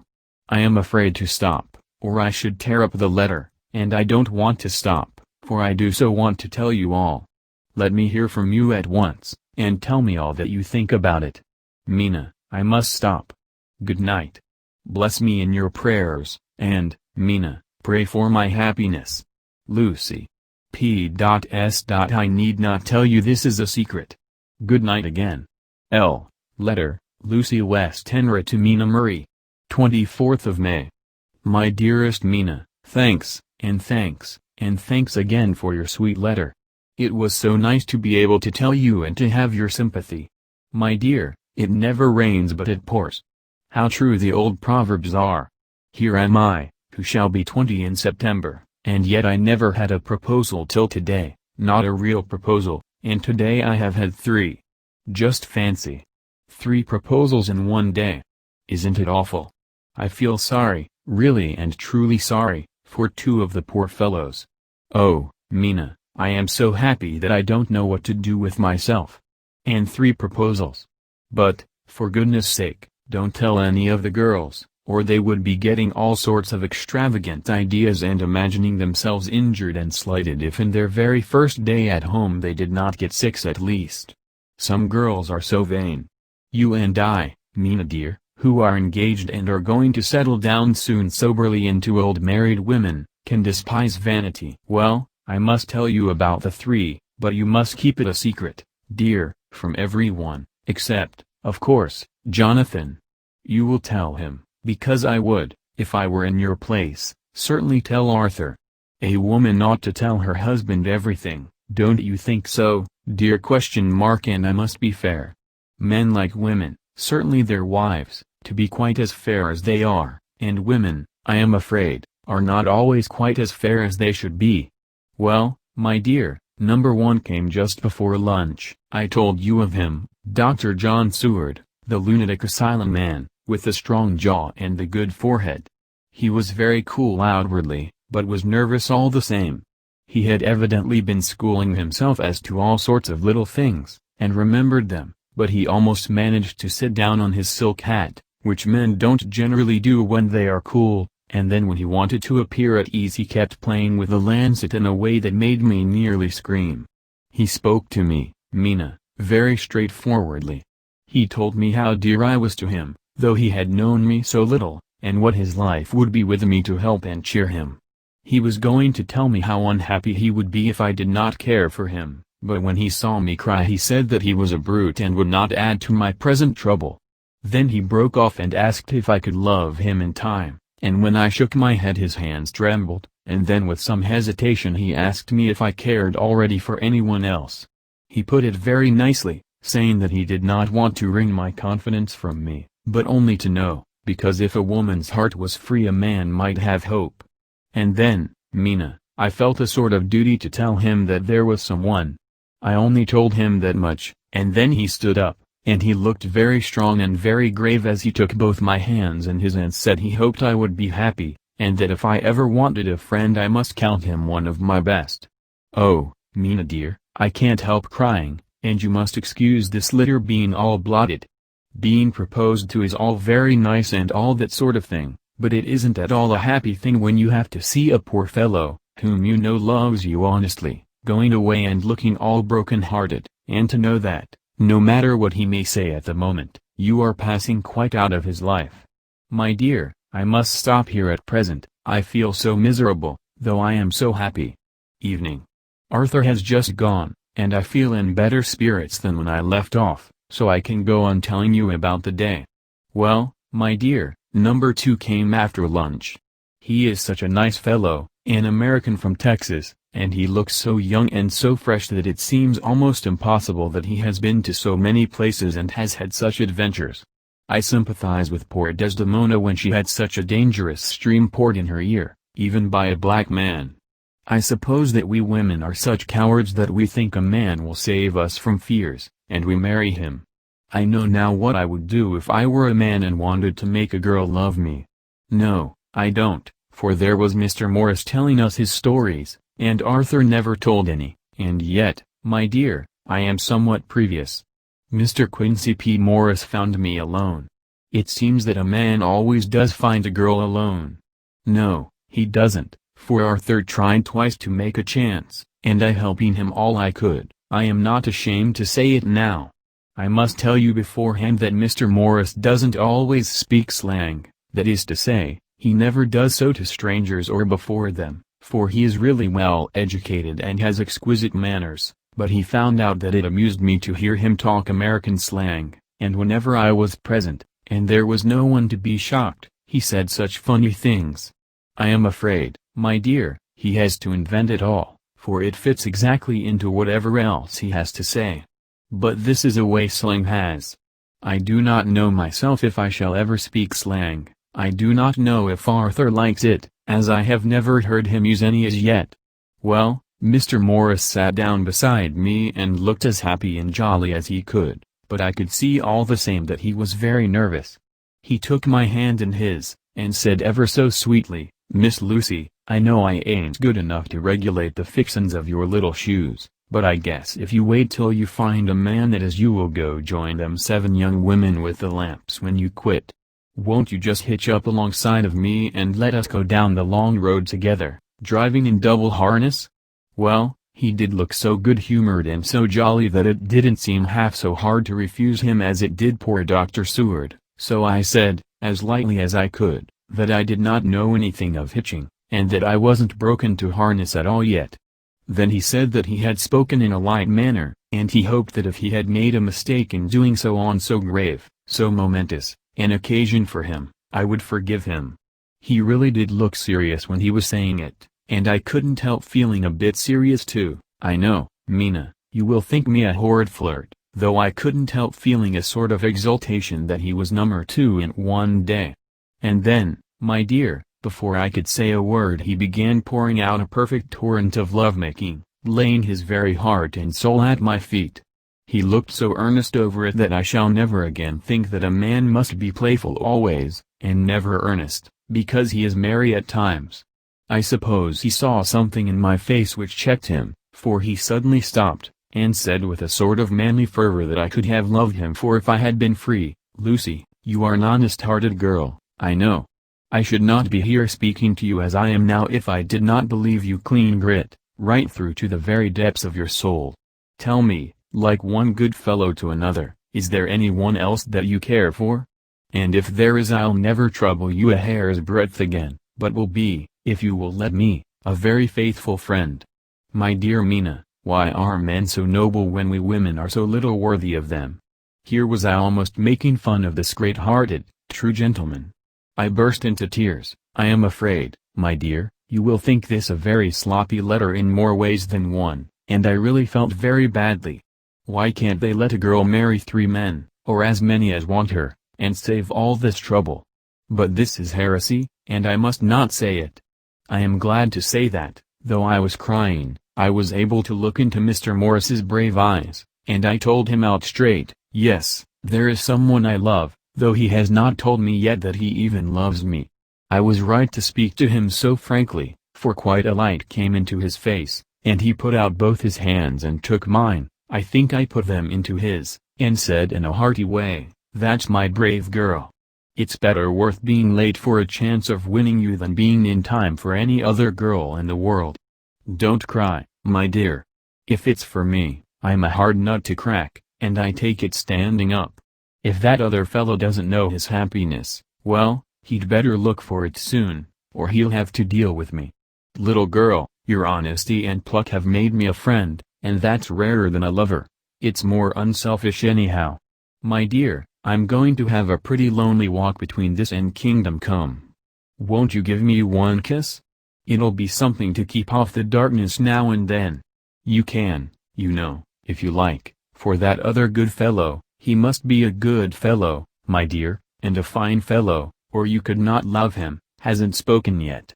That quite won me, Mina, for it was brave and sweet of him, and noble, too, to a rival, wasn't it ? And he's so sad, so I leant over and kissed him. He stood up with my 2 hands in his, and as he looked down into my face, I am afraid I was blushing very much. He said, "Little girl, I hold your hand, and you've kissed me. And if these things don't make us friends nothing ever will. Thank you for your sweet honesty to me, and goodbye." He wrung my hand, and taking up his hat, went straight out of the room without looking back, without a tear or a quiver or a pause, and I am crying like a baby. Oh, why must a man like that be made unhappy when there are lots of girls about who would worship the very ground he trod on? I know I would if I were free, only I don't want to be free. My dear, this quite upset me, and I feel I cannot write of happiness just at once, after telling you of it, and I don't wish to tell of the number 3 until it can be all happy. Ever your loving Lucy. P.S.O. About number 3, I needn't tell you of number 3, need I? Besides, it was all so confused, it seemed only a moment from his coming into the room till both his arms were round me, and he was kissing me. I am very, very happy, and I don't know what I have done to deserve it.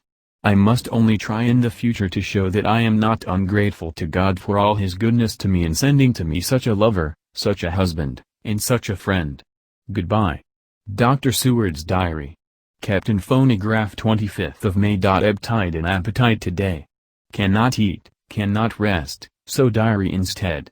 Since my rebuff of yesterday I have a sort of empty feeling. Nothing in the world seems of sufficient importance to be worth the doing. As I knew that the only cure for this sort of thing was work, I went down amongst the patients. I picked out one who has afforded me a study of much interest. He is so quaint that I am determined to understand him as well as I can. Today I seem to get nearer than ever before to the heart of his mystery. I questioned him more fully than I had ever done, with a view to making myself master of the facts of his hallucination. In my manner of doing it there was, I now see, something of cruelty. I seemed to wish to keep him to the point of his madness, a thing which I avoid with the patience as I would the mouth of hell. Under what circumstances would I not avoid the pit of hell? Omnia Rome venalia sunt. Hell has its price. Verb. Sap. If there be anything behind this instinct it will be valuable to trace it afterwards accurately, so I had better commence to do so, therefore, R. M. Renfield, 8-59. Sanguine temperament, great physical strength, morbidly excitable, periods of gloom, ending in some fixed idea which I cannot make out. I presume that the sanguine temperament itself and the disturbing influence end in a mentally accomplished finish, a possibly dangerous man, probably dangerous if unselfish. In selfish men caution is as secure an armor for their foes as for themselves. What I think of on this point is, when self is the fixed point the centripetal force is balanced with the centrifugal, when duty, a cause, etc., is the fixed point, the latter force is paramount, and only accident or a series of accidents can balance it. Letter, Quincy P. Morris to Honorable Arthur Holmwood. 25th of May. My dear Art, we've told yarns by the campfire in the prairies, and dressed one another's wounds after trying a landing at the Marquesas, and drunk healths on the shore of Titicaca. There are more yarns to be told, and other wounds to be healed, and another health to be drunk. Won't you let us be at my campfire tomorrow night? I have no hesitation in asking you, as I know a certain lady is engaged to a certain dinner party, and that you are free. There will only be one other, our old pal at the Korea, Jack Seward. He's coming, too, and we both want to mingle our weeps over the wine cup, and to drink a health with all our hearts to the happiest man in all the wide world, who has won the noblest heart that God has made and the best worth winning. We promise you a hearty welcome, and a loving greeting, and a health as true as your own right hand. We shall both swear to leave you at home if you drink too deep to a certain pair of eyes. Come. Yours, as ever and always, Quincy P. Morris. Telegram from Arthur Holmwood to Quincy P. Morris. 26th of May. Count me in every time. I bear messages which will make both your ears tingle. Art. Chapter 6. Mina Murray's Journal. 24th of July. Whitby. Lucy met me at the station, looking sweeter and lovelier than ever, and we drove up to the house at the Crescent in which they have rooms. This is a lovely place. The little river, the Esk, runs through a deep valley, which broadens out as it comes near the harbor. A great viaduct runs across, with high piers, through which the view seems somehow further away than it really is. The valley is beautifully green, and it is so steep that when you are on a high land on either side you look right across it, unless you are near enough to see down. The houses of the old town, the side away from us, are all red-roofed, and seem piled up one over the other anyhow, like the pictures we see of Nuremberg. Right over the town is the ruin of Whitby Abbey, which was sacked by the Danes, and which is the scene of part of Marmion, where the girl was built up in the wall. It is a most noble ruin, of immense size, and full of beautiful and romantic bits. There is a legend that a white lady is seen in one of the windows. Between it and the town there is another church, the parish one, round which is a big graveyard, all full of tombstones. This is to my mind the nicest spot in Whitby, for it lies right over the town, and has a full view of the harbor and all up the bay to where the headland called Kettleness stretches out into the sea. It descends so steeply over the harbor that part of the bank has fallen away, and some of the graves have been destroyed. In one place part of the stonework of the graves stretches out over the sandy pathway far below. There are walks, with seats beside them, through the churchyard, and people go and sit there all day long looking at the beautiful view and enjoying the breeze. I shall come and sit here very often myself and work. Indeed, I am writing now, with my book on my knee, and listening to the talk of three old men who are sitting beside me. They seem to do nothing all day but sit up here and talk. The harbor lies below me, with, on the far side, one long granite wall stretching out into the sea, with a curve outwards at the end of it, in the middle of which is a lighthouse. A heavy sea wall runs along outside of it. On the near side, the sea wall makes an elbow crooked inversely, and its end too has a lighthouse. Between the two piers there is a narrow opening into the harbor, which then suddenly widens. It is nice at high water, but when the tide is out it shoals away to nothing, and there is merely the stream of the Esk, running between banks of sand, with rocks here and there. Outside the harbor on this side there rises for about half a mile a great reef, the sharp edge of which runs straight out from behind the south lighthouse. At the end of it is a buoy with a bell, which swings in bad weather, and sends in the mournful sound on the wind. They have a legend here that when a ship is lost bells are heard out at sea. I must ask the old man about this, he is coming this way. He is a funny old man. He must be awfully old, for his face is all gnarled and twisted like the bark of a tree. He tells me that he is nearly 100, and that he was a sailor in the Greenland fishing fleet when Waterloo was fought.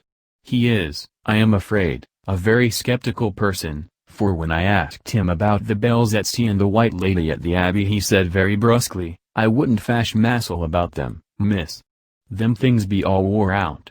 Mind, I don't say that they never was, but I do say that they wasn't in my time. They be all very well for cummers and trippers, and the like, but not for a nice young lady like you. Them feed folks from York and Leeds that be always eating cured herrings and drinking tea and looking out to buy cheap jet would creed aught. I wonder massel who'd be bothered tellin' lies to them, even the newspapers, which is full of fool talk. I thought he would be a good person to learn interesting things from, so I asked him if he would mind telling me something about the whale fishing in the old days. He was just settling himself to begin when the clock struck 6, whereupon he labored to get up, and said, I must gain Jeanwards home now, miss. My granddaughter doesn't like to be kept waiting when the tea is ready, for it takes me time to cram laboon the grease, for there be a many of 'em, and, miss, I lack belly timber sairly by the clock. He hobbled away, and I could see him hurrying, as well as he could, down the steps. The steps are a great feature on the place. They lead from the town up to the church, there are hundreds of them, I do not know how many, and they wind up in a delicate curve. The slope is so gentle that a horse could easily walk up and down them. I think they must originally have had something to do with the abbey. I shall go home too. Lucy went out visiting with her mother, and as they were only duty calls, I did not go. They will be home by this 1st of August. I came up here an hour ago with Lucy, and we had a most interesting talk with my old friend and the two others who always come and join him. He is evidently the Sir Workle of them, and I should think must have been in his time a most dictatorial person. He will not admit anything, and downfaces everybody. If he can't out-argue them he bullies them, and then takes their silence for agreement with his views. Lucy was looking sweetly pretty in her white lawn frock. She has got a beautiful color since she has been here. I noticed that the old men did not lose any time in coming up and sitting near her when we sat down. She is so sweet with old people, I think they all fell in love with her on the spot. Even my old man succumbed and did not contradict her, but gave me double share instead. I got him on the subject of the legends, and he went off at once into a sort of sermon. I must try to remember it and put it down. It be all full talk, lock, stock, and barrel, that's what it be, and nowt else. These bands and wafts and ball-ghosts and barguests and bogles and all anent of them is only fit to set bairns and dizzy women a belderin. They be nowt but air blebs. They, and all grims and signs and warnin's, be all invented by parsons and elsome buck bodies and railway towners to scare and scunner Hallands, to get folks to do something that they don't other incline to. It makes me ireful to think of them. Why, it's them that, not content with printing lies on paper and preaching them out of pulpits, does want to be cutting them on the tombstones. Look here all around you and whate'er ye will, all them's deans, holding up their heads as well as they can out of their pride, is a cant, simply tumbling down with the weight of the lies wrote on them. Here lies the body or sacred to the memory wrote on all of them, and yet in nigh half of them there bean't no bodies at all, and the memories of them bean't cared a pinch of snuff about, much less sacred. Lies all of them, nothing but lies of one kind or another. My Gog, but it'll be a queer scalderment at the day of judgment when they come tumbling up in their death sarks, all juped together and trying to drag their tombstones with them to prove how good they was, some of them trimlin' and ditherin', with their hands that dozened and slippy from layin' in the sea that they can't even keep their grup at them. I could see from the old fellow's self-satisfied air and the way in which he looked round for the approval of his cronies that he was showing off, so I put in a word to keep him going. "Oh, Mr. Swiles, you can't be serious. Surely these tombstones are not all wrong?" "Yablins. There may be a poorish few not wrong, savin' where they make out the people too good, for there be folk that do think a bomb'll be like the sea, if only it be their own. The whole thing be only lies. Now look you here, you come here a stranger, you see this Kirkgarth."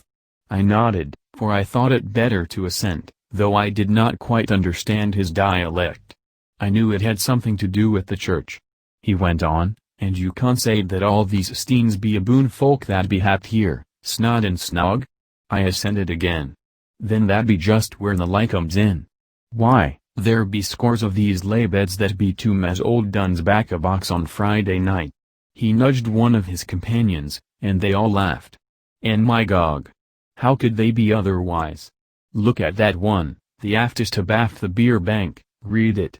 I went over and read, "Edward Spence Master Mariner, murdered by pirates off the coast of Andres, April, 1854, et. 30. When I came back Mr. Swales went on, who brought him home, a wonder, to hap him here. Murdered off the coast of Andres. You constated his body lay under. Why, I could name ye a dozen whose bones lie in the Greenland seas above." He pointed northwards, "or where the currents may have drifted them. There be the steens around ye. Ye can, with your young eyes, read the small print of the lies from here.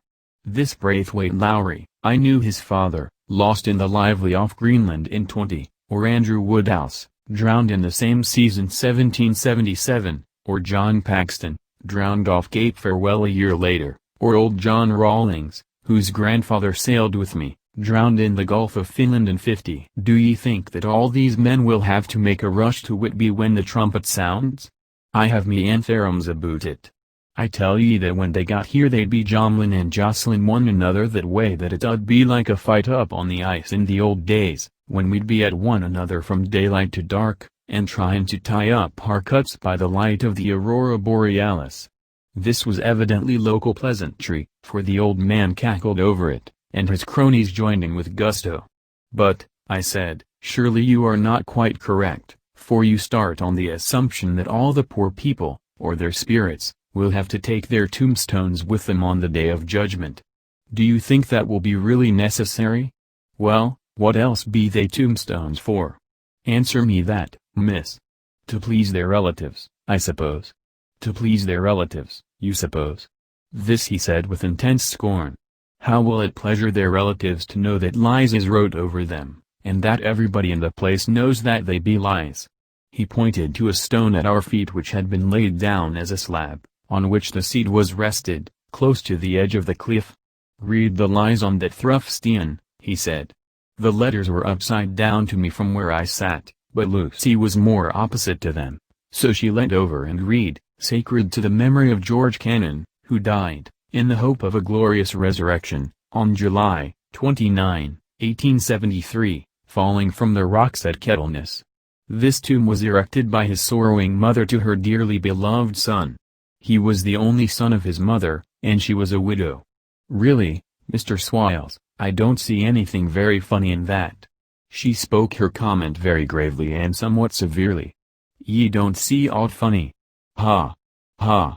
But that's because ye don't gom the sorrowin' mother was a hellcat that hated him because he was a crooked, a regular lamiter he was, and he hated her so that he committed suicide in order that she mightn't get an insurance she put on his life. He blew nigh the top of his head off with an old musket that they had for scaring the crows with. 'Twarn't for crows then, for it brought the clegs and the doups to him. That's the way he fell off the rocks. And, as to hopes of a glorious resurrection, I've often heard him say Massel that he hoped he'd go to hell, for his mother was so pious that she'd be sure to go to heaven, and he didn't want to addle where she was. Now isn't that Stian? At any rate he hammered it with his stick as he spoke, a pack of lies? And won't it make Gabriel cackle when Geordie comes panting up that agrees with the tombstone balanced on his hump, and asks it to be took as evidence? I did not know what to say, but Lucy turned the conversation as she said, rising up, "Oh, why did you tell us of this? It is my favorite seat, and I cannot leave it, and now I find I must go on sitting over the grave of a suicide. That won't harm ye, my pretty, and it may make poor Geordie gladsome to have so trim a lass sittin' on his lap. That won't hurt ye. Why, I've sat here off and on for nigh 20 years past, and it hasn't done me no harm. Don't ye fash about them as lies under ye, or that doesn't lie there either. It'll be time for ye to be getting scart when ye see the tombstones all run away with, and the place as bare as a stubble field. There's the clock, and I must gang. My service to ye, ladies." And off he hobbled.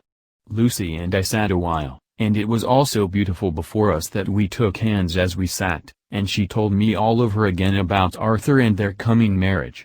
That made me just a little heartsick, for I haven't heard from Jonathan for a whole month. The same day I came up here alone, for I am very sad. There was no letter for me. I hope there cannot be anything the matter with Jonathan. The clock has just struck 9. I see the lights scattered all over the town, sometimes in rows where the streets are, and sometimes singly. They run right up the Esk and die away in the curve of the valley. To my left the view is cut off by a black line of roof of the old house next the abbey. The sheep and lambs are bleating in the fields away behind me, and there is a clatter of a donkey's hoofs up the paved road below. The band on the pier is playing a harsh waltz in good time. And further along the quay there is a Salvation Army meeting in a back street. Neither of the bands hears the other, but up here I hear and see them both. I wonder where Jonathan is and if he is thinking of me. I wish he were here. Dr. Seward's Diary. 5th of June. The case of Renfield grows more interesting the more I get to understand the man. He has certain qualities very largely developed: selfishness, secrecy, and purpose.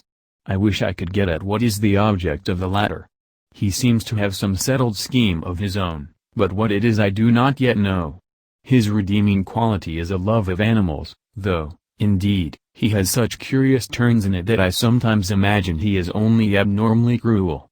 His pets are of odd sorts. Just now his hobby is catching flies. He has at present such a quantity that I have had myself to expostulate.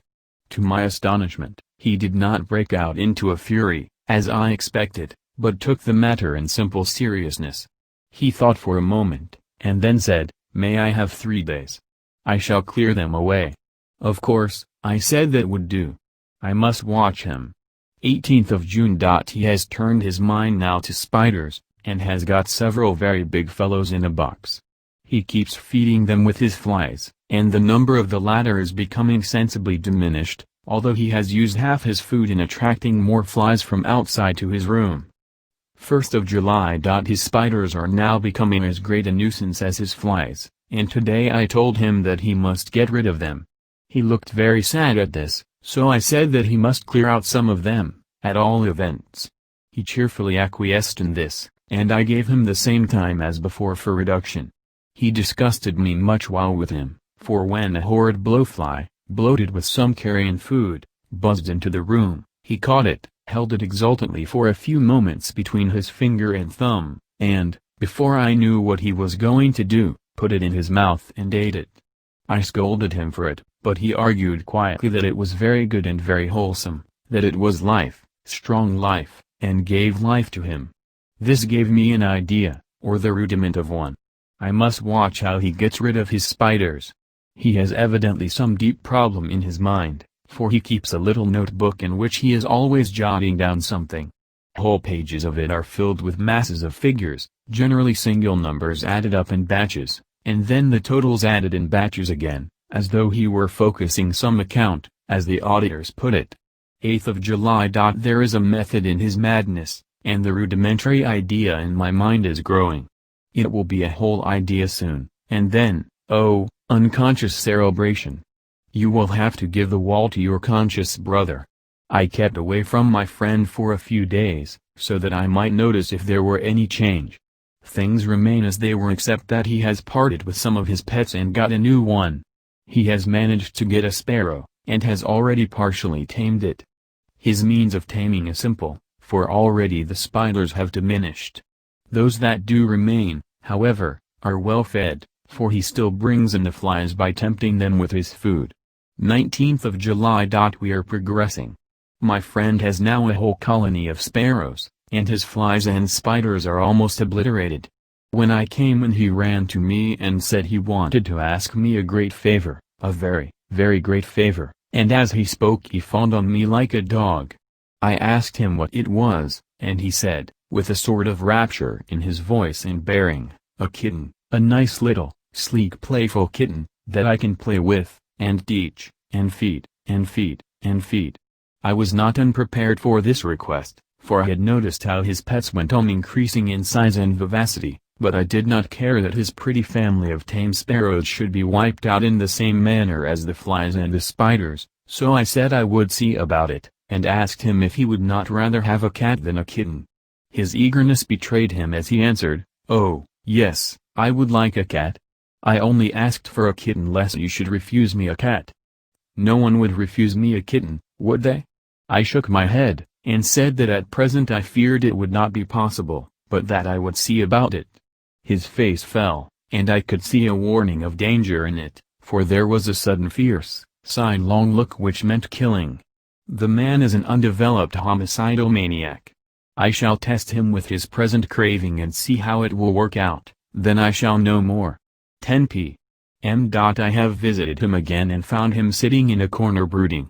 When I came in he threw himself on his knees before me and implored me to let him have a cat, that his salvation depended upon it. I was firm, however, and told him that he could not have it, whereupon he went without a word, and sat down, gnawing his fingers, in the corner where I had found him. I shall see him in the morning early. 20th of July. Visited Renfield very early, before the attendant went his rounds. Found him up and humming a tune. He was spreading out his sugar, which he had saved, in the window, and was manifestly beginning his fly-catching again, and beginning it cheerfully and with a good grace. I looked around for his birds, and not seeing them, asked him where they were. He replied, without turning round, that they had all flown away. There were a few feathers about the room and on his pillow a drop of blood. I said nothing, but went and told the keeper to report to me if there were anything odd about him during the day. 11 a.m. The attendant has just been to me to say that Renfield has been very sick and has disgorged a whole lot of feathers. My belief is, doctor, he said, that he has eaten his birds, and that he just took and ate them raw. 11 p.m. I gave Renfield a strong opiate tonight, enough to make even him sleep, and took away his pocketbook to look at it. The thought that has been buzzing about my brain lately is complete, and the theory proved. My homicidal maniac is of a peculiar kind. I shall have to invent a new classification for him, and call him a zoophagous, life-feeding, maniac. What he desires is to absorb as many lives as he can, and he has laid himself out to achieve it in a cumulative way. He gave many flies to one spider and many spiders to one bird, and then wanted a cat to eat the many birds. What would have been his later steps? It would almost be worthwhile to complete the experiment. It might be done if there were only a sufficient cause. Men sneered at vivisection, and yet look at its results today. Why not advance science in its most difficult and vital aspect, the knowledge of the brain?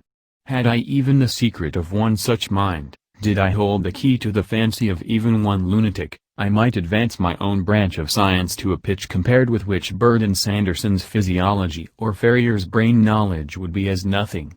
If only there were a sufficient cause. I must not think too much of this, or I may be tempted. A good cause might turn the scale with me, for may not I too be of an exceptional brain, congenitally? How well the man reasoned, lunatics always do within their own scope. I wonder at how many lives he values a man, or if at only one. He has closed the account most accurately, and today begun a new record. How many of us begin a new record with each day of our lives? To me it seems only yesterday that my whole life ended with my new hope, and that truly I began a new record. So it will be until the great recorder sums me up and closes my ledger account with a balance to profit or loss. Oh, Lucy, Lucy, I cannot be angry with you, nor can I be angry with my friend whose happiness is yours, but I must only wait on the hopeless and work. Work. Work. If I only could have as strong a cause as my poor mad friend there, a good, unselfish cause to make me work, that would be indeed happiness. Mina Murray's Journal. 26th of July. I am anxious, and it soothes me to express myself here. It is like whispering to oneself and listening at the same time. And there is also something about the shorthand symbols that makes it different from writing. I am unhappy about Lucy and about Jonathan. I had not heard from Jonathan for some time, and was very concerned, but yesterday dear Mr. Hawkins, who is always so kind, sent me a letter from him.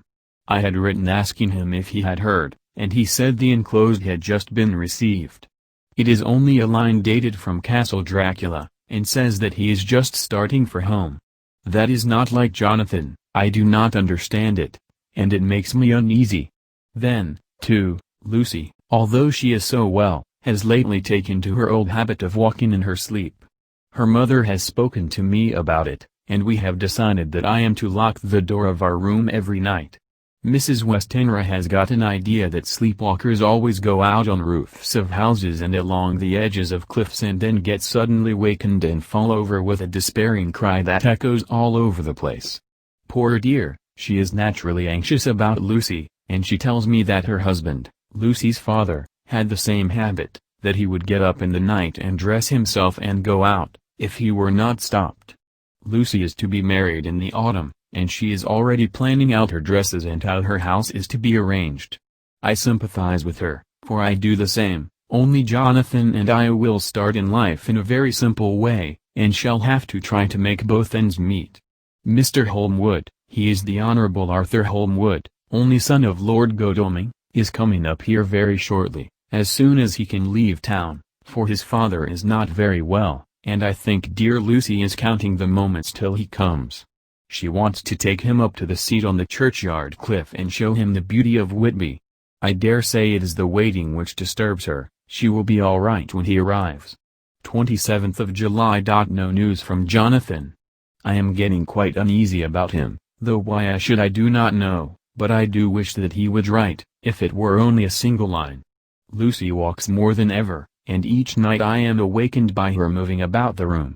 Fortunately, the weather is so hot that she cannot get cold, but still the anxiety in the perpetually being wakened is beginning to tell on me, and I am getting nervous and wakeful myself. Thank God, Lucy's health keeps up. Mr. Holmwood has been suddenly called to ring to see his father, who has been taken seriously ill. Lucy frets at the postponement of seeing him, but it does not touch her looks. She is a trifle stouter, and her cheeks are a lovely rose pink. She has lost that anemic look which she had. I pray it will all last. 3rd of August. Another week gone, and no news from Jonathan, not even to Mr. Hawkins, from whom I have heard. Oh, I do hope he is not ill. He surely would have written. I look at that last letter of his, but somehow it does not satisfy me. It does not read like him, and yet it is his writing. There is no mistake of that. Lucy has not walked much in her sleep the last week, but there is an odd concentration about her which I do not understand. Even in her sleep she seems to be watching me. She tries the door, and finding it locked, goes about the room searching for the key. 6th of August. Another 3 days, and no news. This suspense is getting dreadful. If I only knew where to write to or where to go to, I should feel easier, but no one has heard a word of Jonathan since that last letter. I must only pray to God for patience. Lucy is more excitable than ever, but is otherwise well. Last night was very threatening, and the fishermen say that we are in for a storm. I must try to watch it and learn the weather signs. Today is a grey day, and the sun as I write is hidden in thick clouds, high over Kettleness. Everything is grey, except the green grass, which seems like emerald amongst it, grey earthy rock, grey clouds, tinged with the sunburst at the far edge, hang over the grey sea, into which the sand points stretch like grey fingers.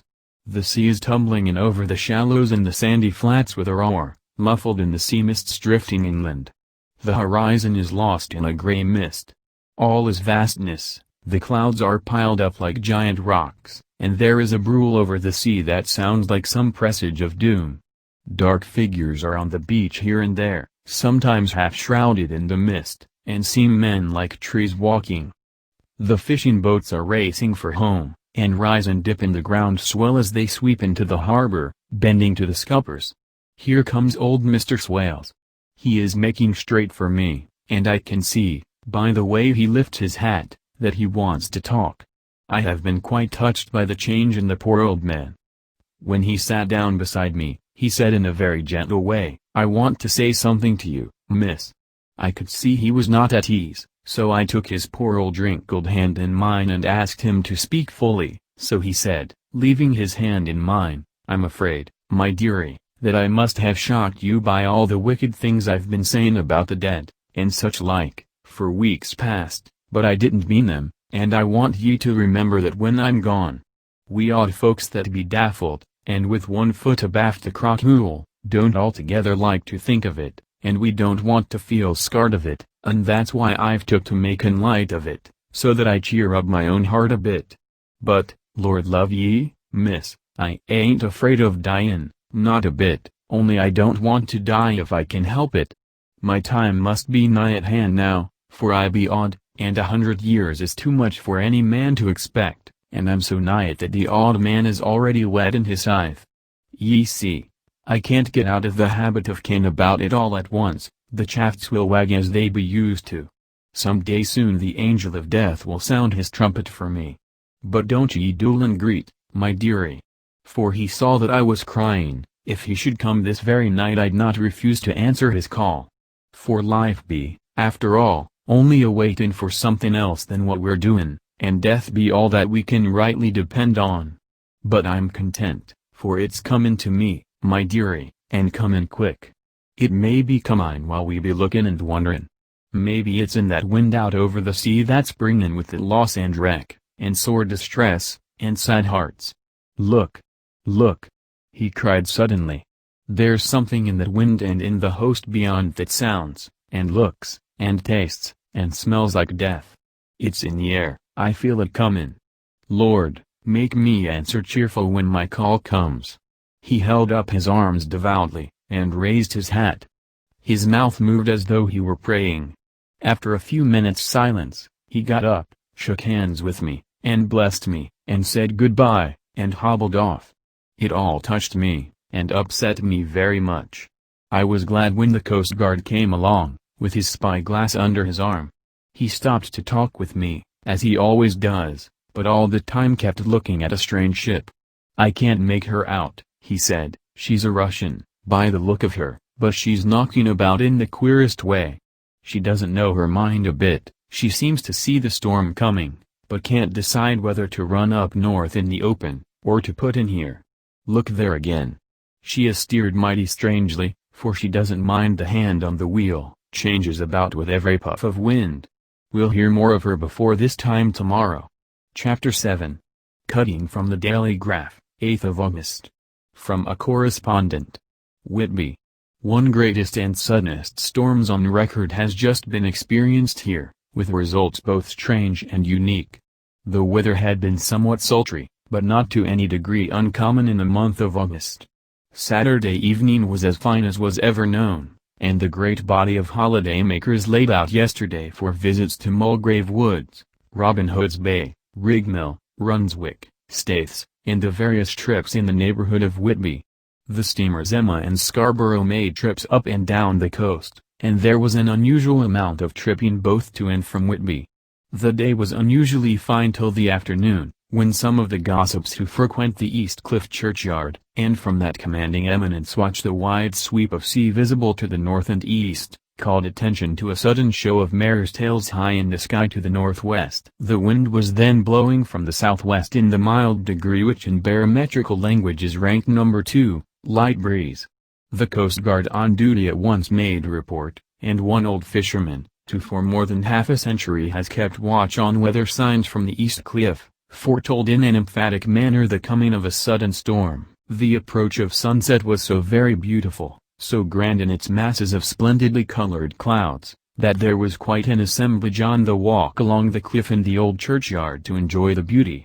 Before the sun dipped below the black mass of Kettleness, standing boldly athwart the western sky, its downward way was marked by myriad clouds of every sunset color, flame, purple, pink, green, violet, and all the tints of gold, with here and there masses not large, but of seemingly absolute blackness, in all sorts of shapes, as well outlined as colossal silhouettes.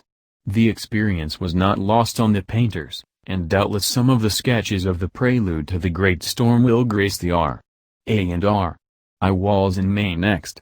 More than one captain made up his mind then and there that his cogwheel or his mule, as they termed the different classes of boats, would remain in the harbor till the storm had passed. The wind fell away entirely during the evening, and at midnight there was a dead calm, a sultry heat, and that prevailing intensity which, on the approach of thunder, affects persons of a sensitive nature.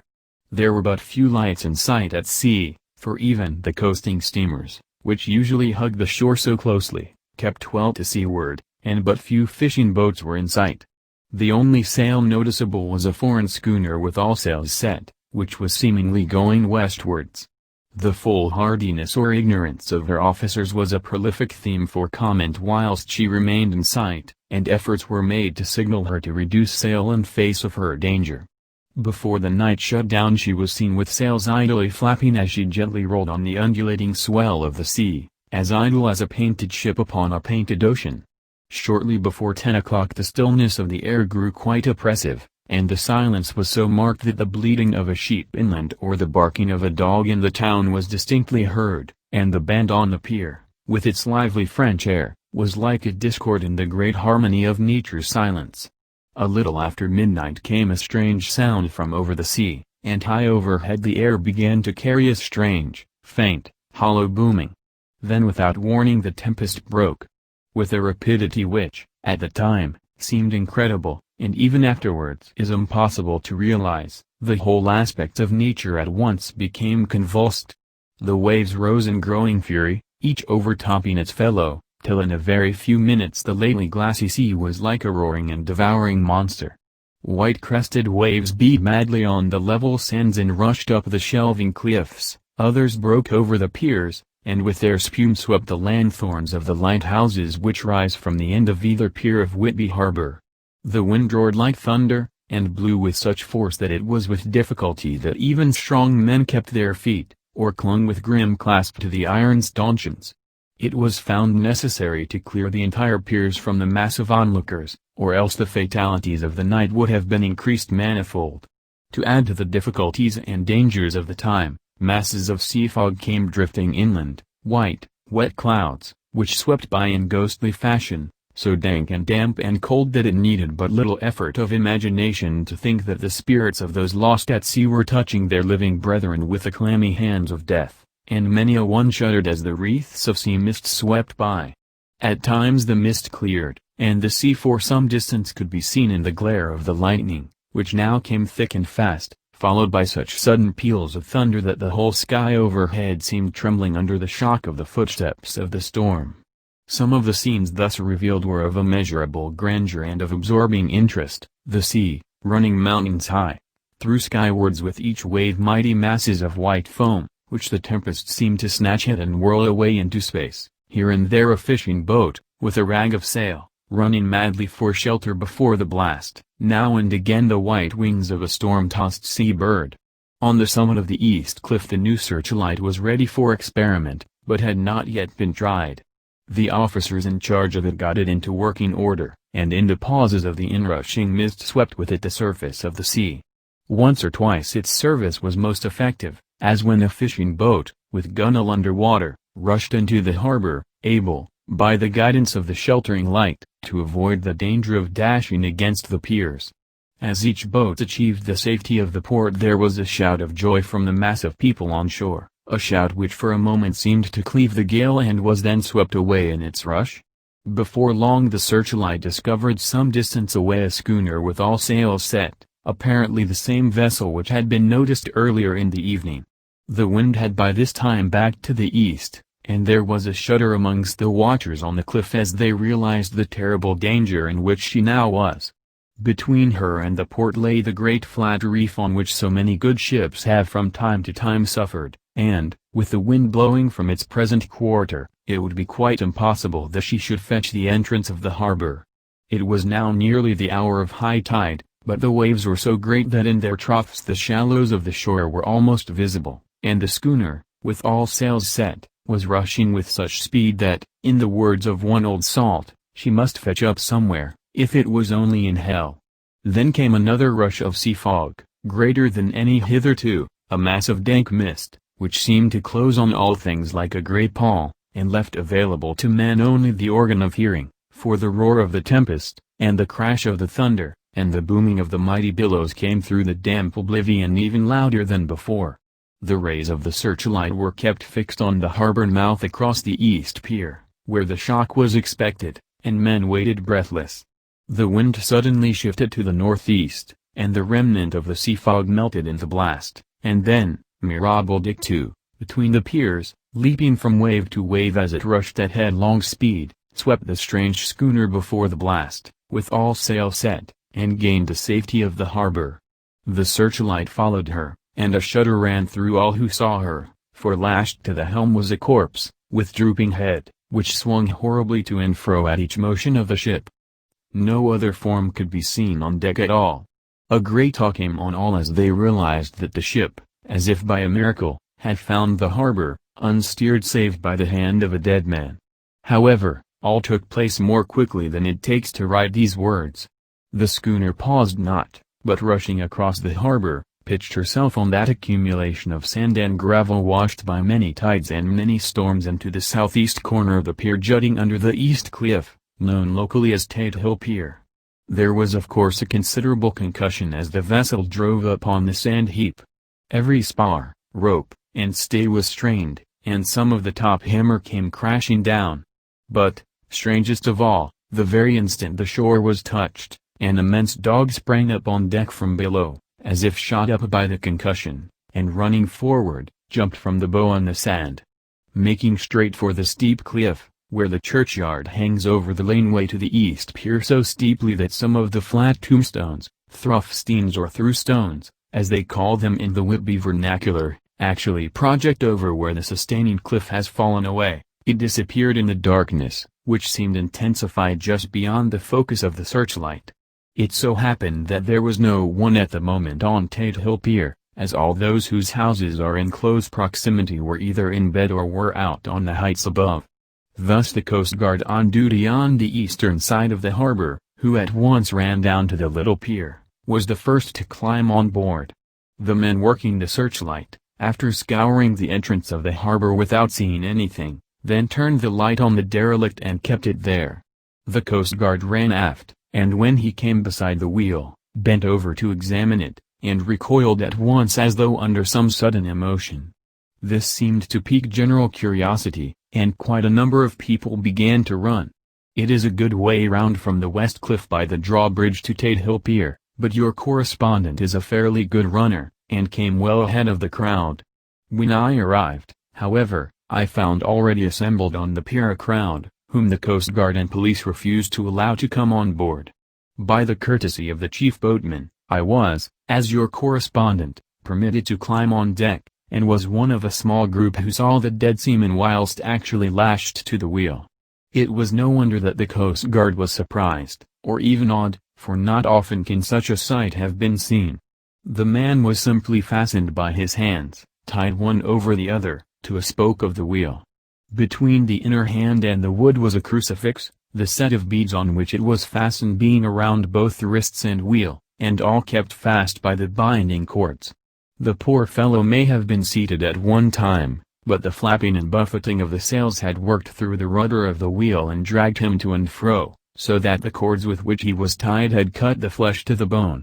Accurate note was made of the state of things, and a doctor, Surgeon J. M. Caffine, of 33, East Elliot Place, who came immediately after me, declared, after making examination, that the man must have been dead for quite 2 days. In his pocket was a bottle, carefully corked, empty save for a little roll of paper, which proved to be the addendum to the log. The Coast Guard said the man must have tied up his own hands, fastening the knots with his teeth. The fact that a Coast Guard was the first on board may save some complications, later on, in the Admiralty Court, for Coast Guards cannot claim the salvage, which is the right of the first civilian entering on a derelict. Already, however, the legal tongues are wagging, and one young law student is loudly asserting that the rights of the owner are already completely sacrificed, his property being held in contravention of the statutes of Maine, since the tiller, as emblemship, if not proof, of delegated possession, is held in a dead hand.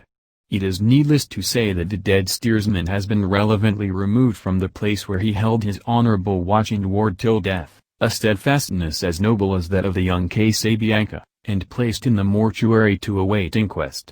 Already the sudden storm is passing, and its fierceness is abating, crowds are scattering homeward, and the sky is beginning to redden over the Yorkshire wolds.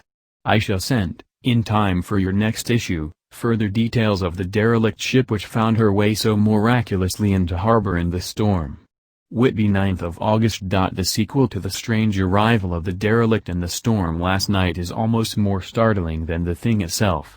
It turns out that the schooner is a Russian from Varna, and is called the Demeter. She is almost entirely in ballast of silver sand, with only a small amount of cargo, a number of great wooden boxes filled with mold.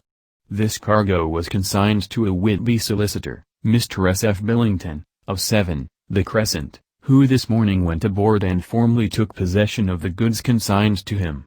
The Russian consul, too, acting for the charter party, took formal possession of the ship, and paid all harbor dues, etc. Nothing is talked about here today except the strange coincidence. The officials of the Board of Trade have been most exacting in seeing that every compliance has been made with existing regulations.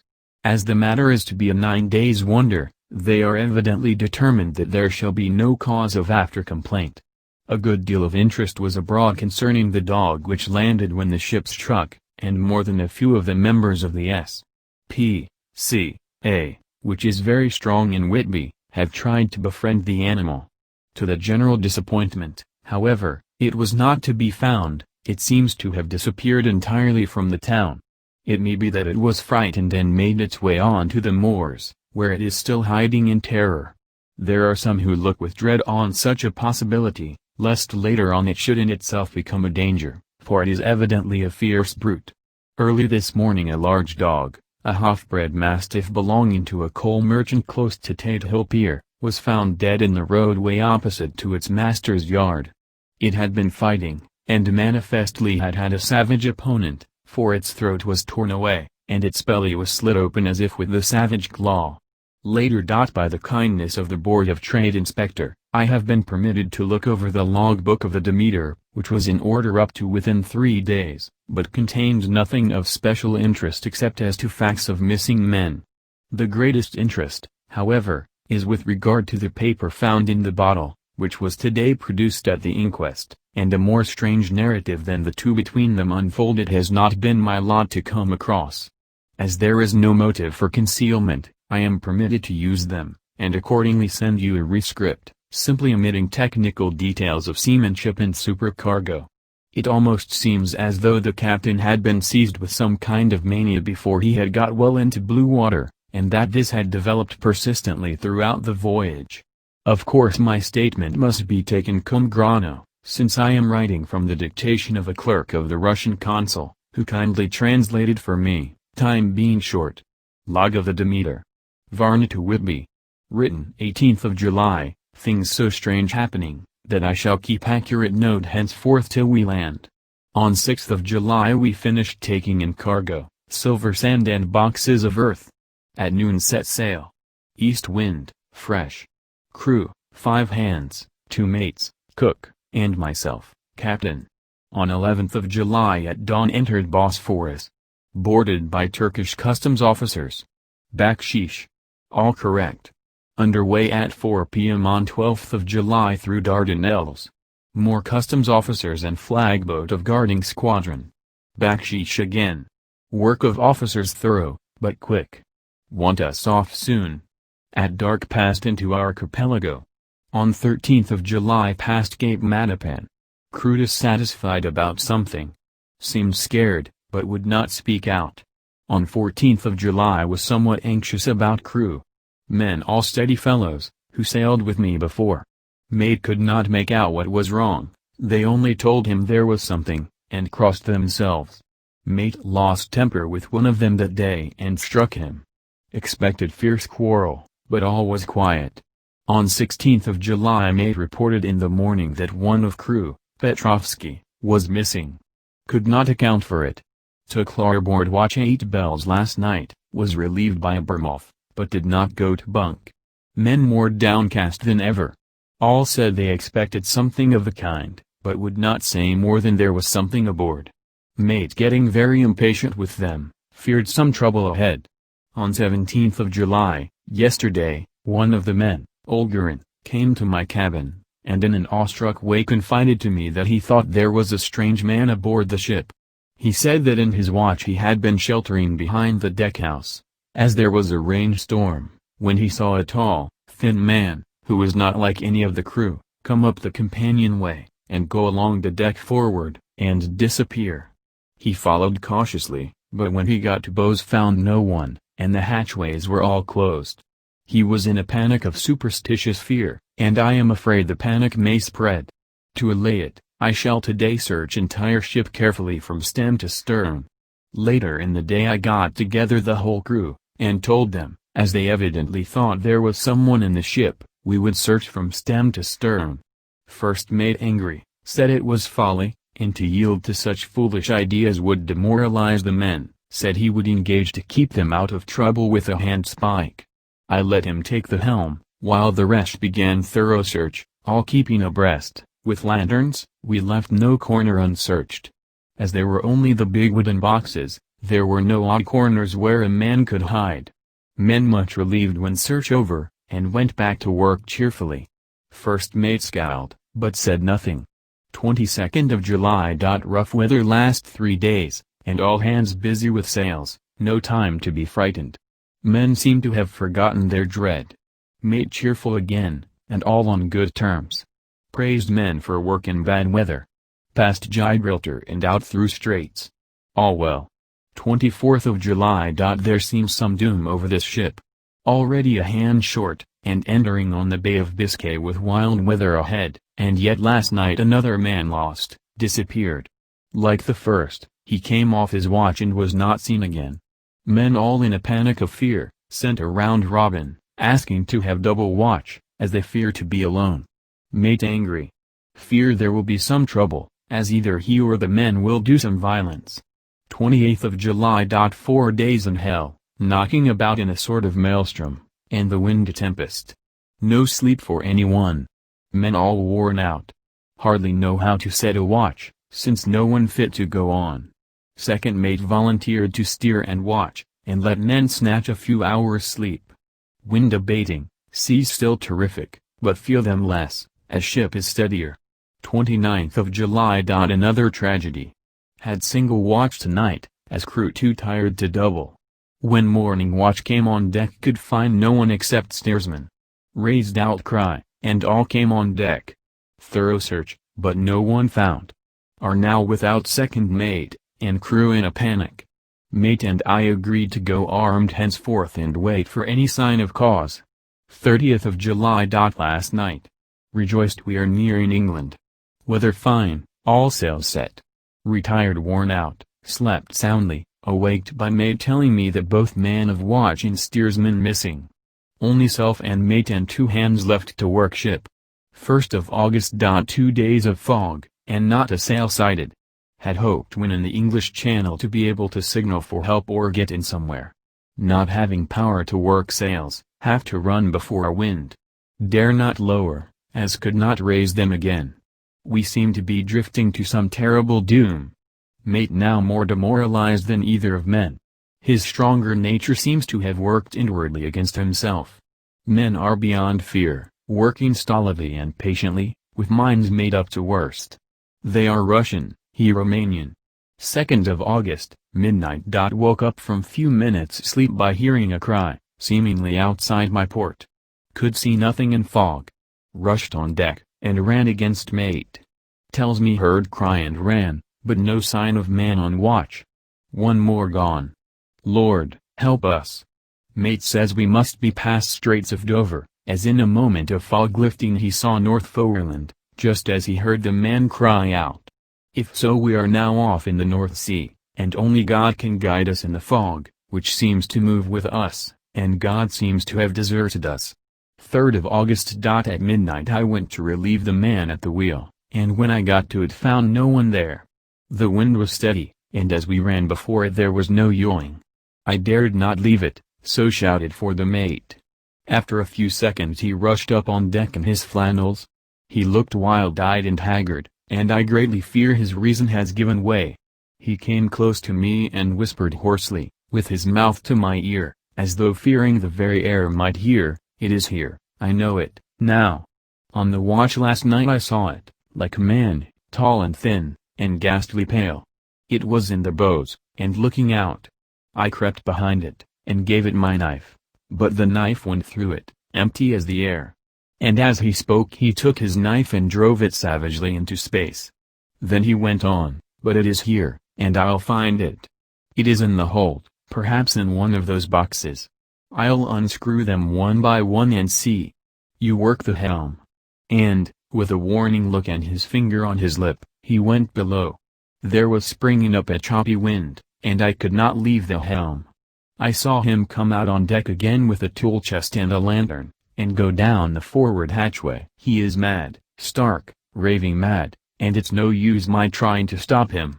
He can't hurt those big boxes, they are invoiced as clay, and to pull them about is as harmless a thing as he can do. So here I stay, and mind the helm, and write these notes. I can only trust in God and wait till the fog clears. Then, if I can't steer to any harbor with the wind that is, I shall cut down sails and lie by, and signal for help. It is nearly all over now.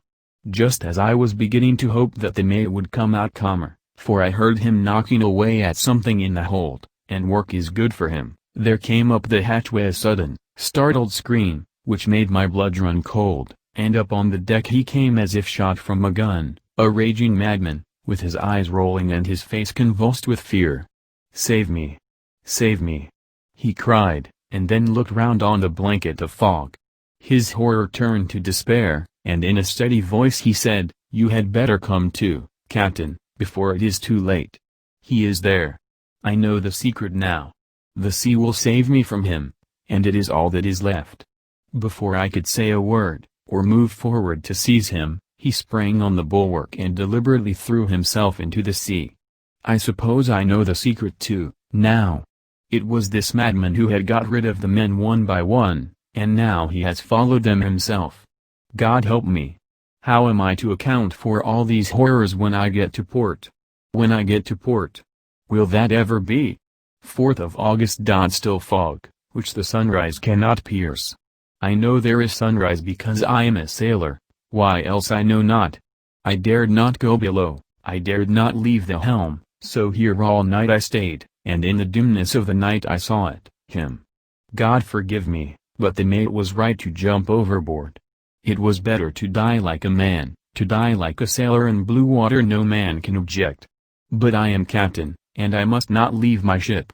But I shall baffle this fiend or monster, for I shall tie my hands to the wheel when my strength begins to fail, and along with them I shall tie that which it dare not touch, and then, come good wind or foul, I shall save my soul, and my honor as a captain.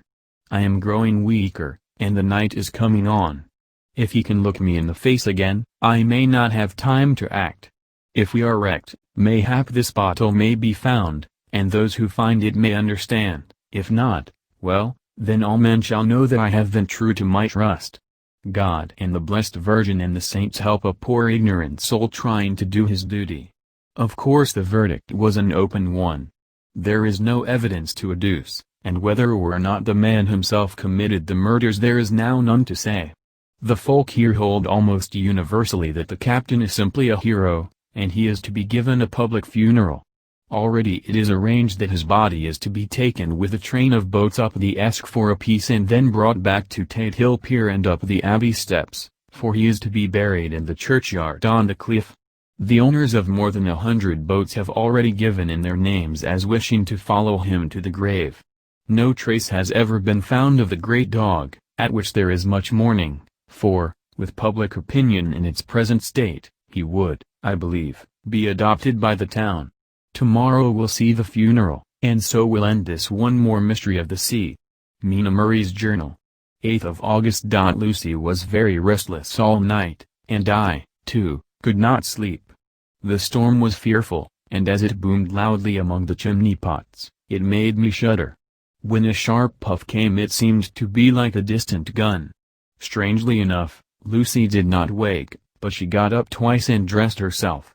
Fortunately, each time I awoke in time and managed to undress her without waking her, and got her back to bed. It is a very strange thing, this sleepwalking, for as soon as her will is thwarted in any physical way, her intention, if there be any, disappears, and she yields herself almost exactly to the routine of her life. Early in the morning we both got up and went down to the harbor to see if anything had happened in the night. There were very few people about, and though the sun was bright, and the air clear and fresh, the big, grim-looking waves, that seemed dark themselves because the foam that topped them was like snow, forced themselves in through the narrow mouth of the harbor, like a bullying man going through a crowd. Somehow I felt glad that Jonathan was not on the sea last night, but on land. But, oh, is he on land or sea? Where is he, and how? I am getting fearfully anxious about him. If I only knew what to do, and could do anything. 10th of August. The funeral of the poor sea captain today was most touching. Every boat in the harbor seemed to be there, and the coffin was carried by captains all the way from Tate Hill Pier up to the churchyard.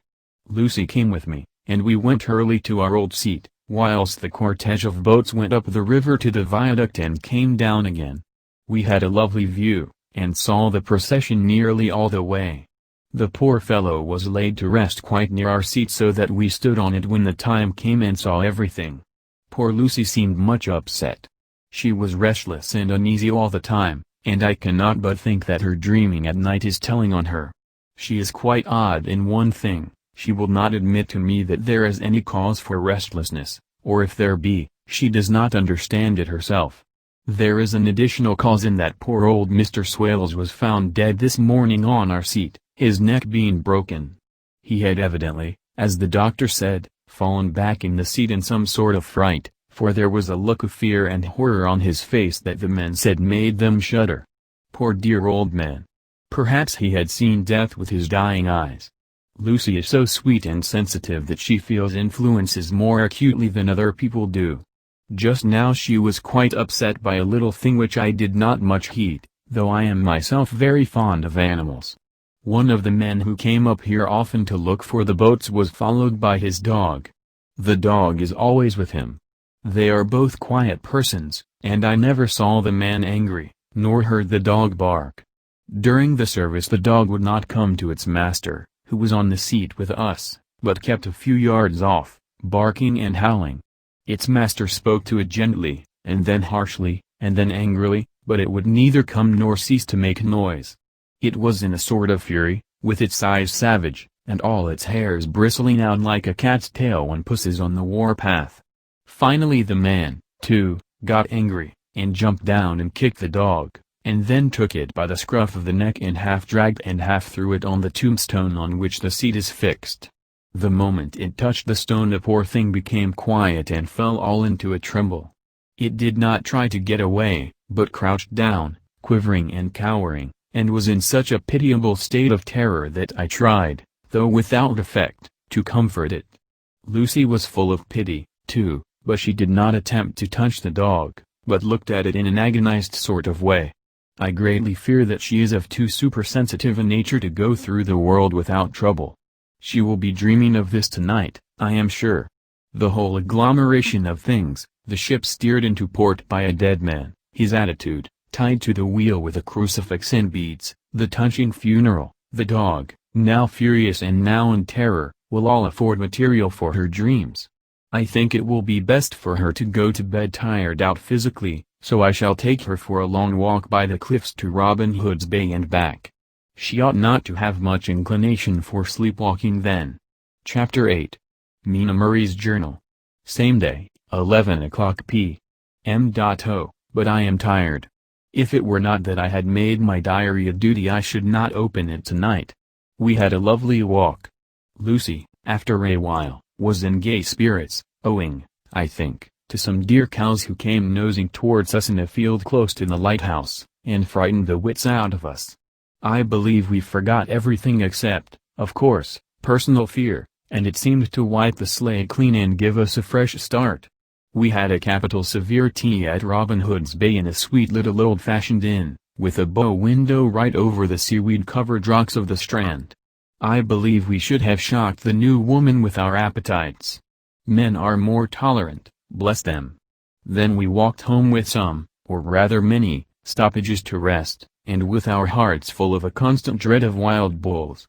Lucy was really tired, and we intended to creep off to bed as soon as we could. The young curate came in, however, and Mrs. Westenra asked him to stay for supper.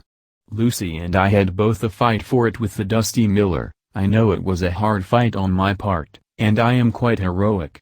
I think that some day the bishops must get together and see about breeding up a new class of curates, who don't take supper, no matter how they may be pressed to, and who will know when girls are tired. Lucy is asleep and breathing softly. She has more color in her cheeks than usual, and looks, oh, so sweet. If Mr. Holmwood fell in love with her seeing her only in the drawing-room, I wonder what he would say if he saw her now. Some of the new women writers will some day start an idea that men and women should be allowed to see each other asleep before proposing or accepting. But I suppose the new woman won't condescend in future to accept, she will do the proposing herself. And a nice job she will make of it, too. There's some consolation in that. I am so happy tonight, because dear Lucy seems better. I really believe she has turned the corner, and that we are over her troubles with dreaming. I should be quite happy if I only knew if Jonathan. God bless and keep him. 11th of August, 3 a.m. Diary again. No sleep now, so I may as well write. I am too agitated to sleep. We have had such an adventure, such an agonizing experience. I fell asleep as soon as I had closed my diary. Suddenly I became broad awake, and sat up, with a horrible sense of fear upon me, and of some feeling of emptiness around me. The room was dark, so I could not see Lucy's bed. I stole across and felt for her. The bed was empty. I lit a match and found that she was not in the room. The door was shut, but not locked, as I had left it. I feared to wake her mother, who has been more than usually ill lately, so threw on some clothes and got ready to look for her. As I was leaving the room it struck me that the clothes she wore might give me some clue to her dreaming intention. Dressing gown would mean house, dress, outside. Dressing gown and dress were both in their places. Thank God, I said to myself, she cannot be far, as she is only in her nightdress. I ran downstairs and looked in the sitting room. Not there. Then I looked in all the other open rooms of the house, with an ever-growing fear chilling my heart. Finally I came to the hall door and found it open. It was not wide open, but the catch of the lock had not caught. The people of the house are careful to lock the door every night, so I feared that Lucy must have gone out as she was. There was no time to think of what might happen. A vague, overmastering fear obscured all details. I took a big, heavy shawl and ran out. The clock was striking 1 as I was in the crescent, and there was not a soul in sight. I ran along the north terrace, but could see no sign of the white figure which I expected. At the edge of the west cliff above the pier I looked across the harbor to the east cliff, in the hope or fear, I don't know which, of seeing Lucy in our favorite seat. There was a bright full moon, with heavy black, driving clouds, which threw the whole scene into a fleeting diorama of light and shade as they sailed across. For a moment or two I could see nothing, as the shadow of a cloud obscured St. Mary's Church and all around it. Then as the cloud passed I could see the ruins of the abbey coming into view, and as the edge of a narrow band of light as sharp as a sword cut moved along, the church in the churchyard became gradually visible. Whatever my expectation was, it was not disappointed, for there, on our favorite seat, the silver light of the moon struck a half-reclining figure, snowy white. The coming of the cloud was too quick for me to see much, for shadow shut down on light almost immediately, but it seemed to me as though something dark stood behind the seat where the white figure shone, and bent over it. What it was, whether man or beast, I could not tell. I did not wait to catch another glance, but flew down the steep steps to the pier and along by the fish market to the bridge, which was the only way to reach the east cliff. The town seemed as dead, for not a soul did I see. I rejoiced that it was so, for I wanted no witness of poor Lucy's condition. The time and distance seemed endless, and my knees trembled and my breath came labored as I toiled up the endless steps to the abbey. I must have gone fast, and yet it seemed to me as if my feet were weighted with lead, and as though every joint in my body were rusty. When I got almost to the top I could see the seat and the white figure, for I was now close enough to distinguish it even through the spells of shadow. There was undoubtedly something, long and black, bending over the half-reclining white figure. I called in fright, "Lucy! Lucy!" And something raised a head, and from where I was I could see a white face and red, gleaming eyes. Lucy did not answer, and I ran on to the entrance of the churchyard. As I entered, the church was between me and the seat, and for a minute or so I lost sight of her. When I came in view again the cloud had passed, and the moonlight struck so brilliantly that I could see Lucy half reclining with her head lying over the back of the seat. She was quite alone, and there was not a sign of any living thing about. When I bent over her I could see that she was still asleep. Her lips were parted, and she was breathing, not softly as usual with her, but in long, heavy gasps, as though striving to get her lungs full at every breath. As I came close, she put up her hand in her sleep and pulled the collar of her night-dress close around her throat. Whilst she did so there came a little shudder through her, as though she felt the cold. I flung the warm shawl over her, and drew the edges tight round her neck, for I dreaded lest she should get some deadly chill from the night air, unclad as she was.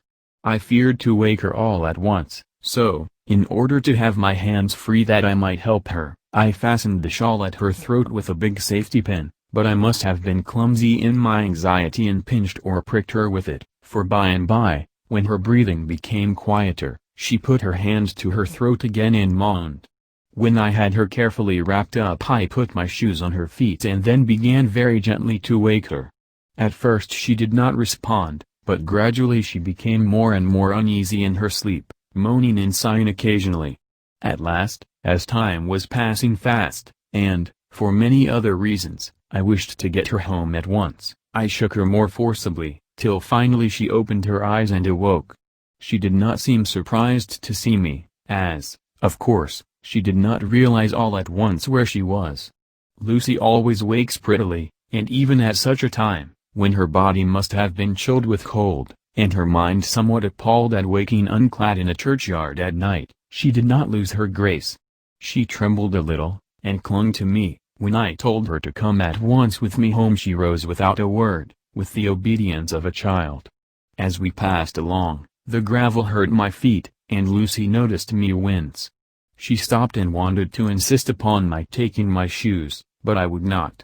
However, when we got to the pathway outside the churchyard, where there was a puddle of water, remaining from the storm, I daubed my feet with mud, using each foot in turn on the other, so that as we went home, no one, in case we should meet anyone, should notice my bare feet. Fortune favored us, and we got home without meeting a soul. Once we saw a man, who seemed not quite sober, passing along a street in front of us, but we hid in a door till he had disappeared up an opening such as there are here, steep little closes, or wynds, as they call them in Scotland. My heart beat so loud all the time that sometimes I thought I should faint. I was filled with anxiety about Lucy, not only for her health, lest she should suffer from the exposure, but for her reputation in case the story should get wind.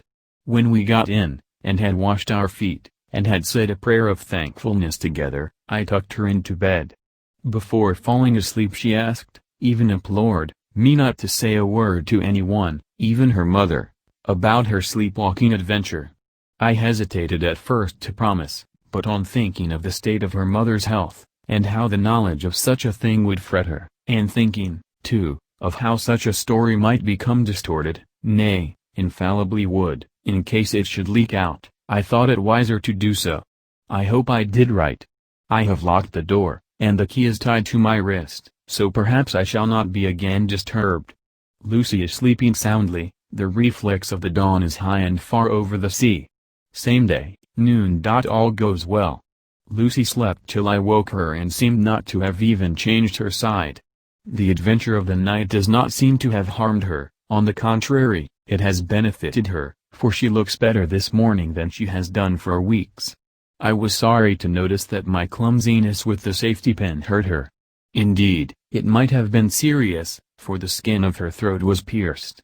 I must have pinched up a piece of loose skin and have transfixed it, for there are 2 little red points like pinpricks, and on the band of her nightdress was a drop of blood. When I apologized and was concerned about it, she laughed and petted me, and said she did not even feel it. Fortunately it cannot leave a scar, as it is so tiny. Same day, night. We passed a happy day. The air was clear, and the sun bright, and there was a cool breeze. We took our lunch to Mulgrave Woods, Mrs. Westenra driving by the road and Lucy and I walking by the cliff path and joining her at the gate. I felt a little sad myself, for I could not but feel how absolutely happy it would have been had Jonathan been with me. But there. I must only be patient. In the evening we strolled in the casino terrace, and heard some good music by Spar and Mackenzie, and went to bed early. Lucy seems more restful than she has been for some time, and fell asleep at once. I shall lock the door and secure the key the same as before, though I do not expect any trouble tonight. 12th of August. My expectations were wrong, for twice during the night I was wakened by Lucy trying to get out. She seemed, even in her sleep, to be a little impatient at finding the door shut, and went back to bed under a sort of protest. I woke with the dawn, and heard the birds chirping outside of the window. Lucy woke, too, and, I was glad to see, was even better than on the previous morning. All her old gaiety of manner seemed to have come back, and she came and snuggled in beside me and told me all about Arthur. I told her how anxious I was about Jonathan, and then she tried to comfort me. Well, she succeeded somewhat, for, though sympathy can't alter facts, it can help to make them more bearable. 13th of August. Another quiet day, and to bed with the key on my wrist as before. Again I awoke in the night, and found Lucy sitting up in bed, still asleep, pointing to the window. I got up quietly, and pulling aside the blind, looked out. It was brilliant moonlight, and the soft effect of the light over the sea and sky, merged together in one great, silent mystery, was beautiful beyond words. Between me and the moonlight flitted a great bat, coming and going in great whirling circles. Once or twice it came quite close, but was, I suppose, frightened at seeing me, and flitted away across the harbor towards the abbey. When I came back from the window Lucy had lain down again, and was sleeping peacefully. She did not stir again all night. 14th of August. On the East Cliff, reading and writing all day. Lucy seems to have become as much in love with the spot as I am, and it is hard to get her away from it when it is time to come home for lunch or tea or dinner. This afternoon she made a funny remark. We were coming home for dinner, and had come to the top of the steps up from the West Pier and stopped to look at the view, as we generally do. The setting sun, low down in the sky, was just dropping behind Kettleness. The red light was thrown over on the East Cliff and the old abbey, and seemed to bathe everything in a beautiful rosy glow. We were silent for a while, and suddenly Lucy murmured as if to herself, "His red eyes again. They are just the same." It was such an odd expression, coming apropos of nothing, that it quite startled me. I slewed round a little, so as to see Lucy well without seeming to stare at her, and saw that she was in a half-dreamy state, with an odd look on her face that I could not quite make out, so I said nothing, but followed her eyes. She appeared to be looking over at our own seat, whereon was a dark figure seated alone. I was a little startled myself, for it seemed for an instant as if the stranger had great eyes like burning flames, but a second look dispelled the illusion. The red sunlight was shining on the windows of St. Mary's Church behind our seat, and as the sun dipped there was just sufficient change in the refraction and reflection to make it appear as if the light moved. I called Lucy's attention to the peculiar effect, and she became herself with a start, But she looked sad all the same. It may have been that she was thinking of that terrible night up there. We never refer to it, so I said nothing, and we went home to dinner. Lucy had a headache and went early to bed. I saw her asleep, and went out for a little stroll myself. I walked along the cliffs to the westward, and was full of sweet sadness, for I was thinking of Jonathan. When coming home, it was then bright moonlight, so bright that, though the front of our part of the crescent was in shadow, everything could be well seen. I threw a glance up at our window, and saw Lucy's head leaning out. I thought that perhaps she was looking out for me, so I opened my handkerchief and waved it. She did not notice or make any movement whatever. Just then, the moonlight crept round an angle of the building, and the light fell on the window. There distinctly was Lucy with her head lying up against the side of the windowsill and her eyes shut. She was fast asleep, and by her, seated on the windowsill, was something that looked like a good-sized bird.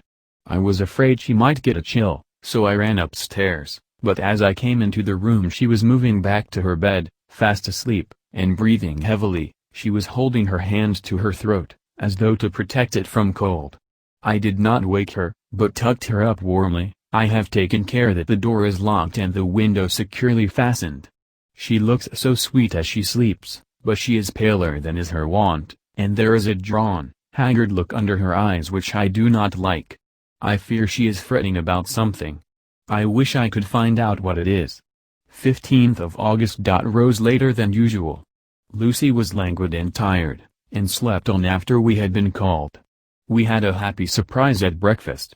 Arthur's father is better, and wants the marriage to come off soon. Lucy is full of quiet joy, and her mother is glad and sorry at once. Later on in the day she told me the cause. She is grieved to lose Lucy as her very own, but she is rejoiced that she is soon to have someone to protect her.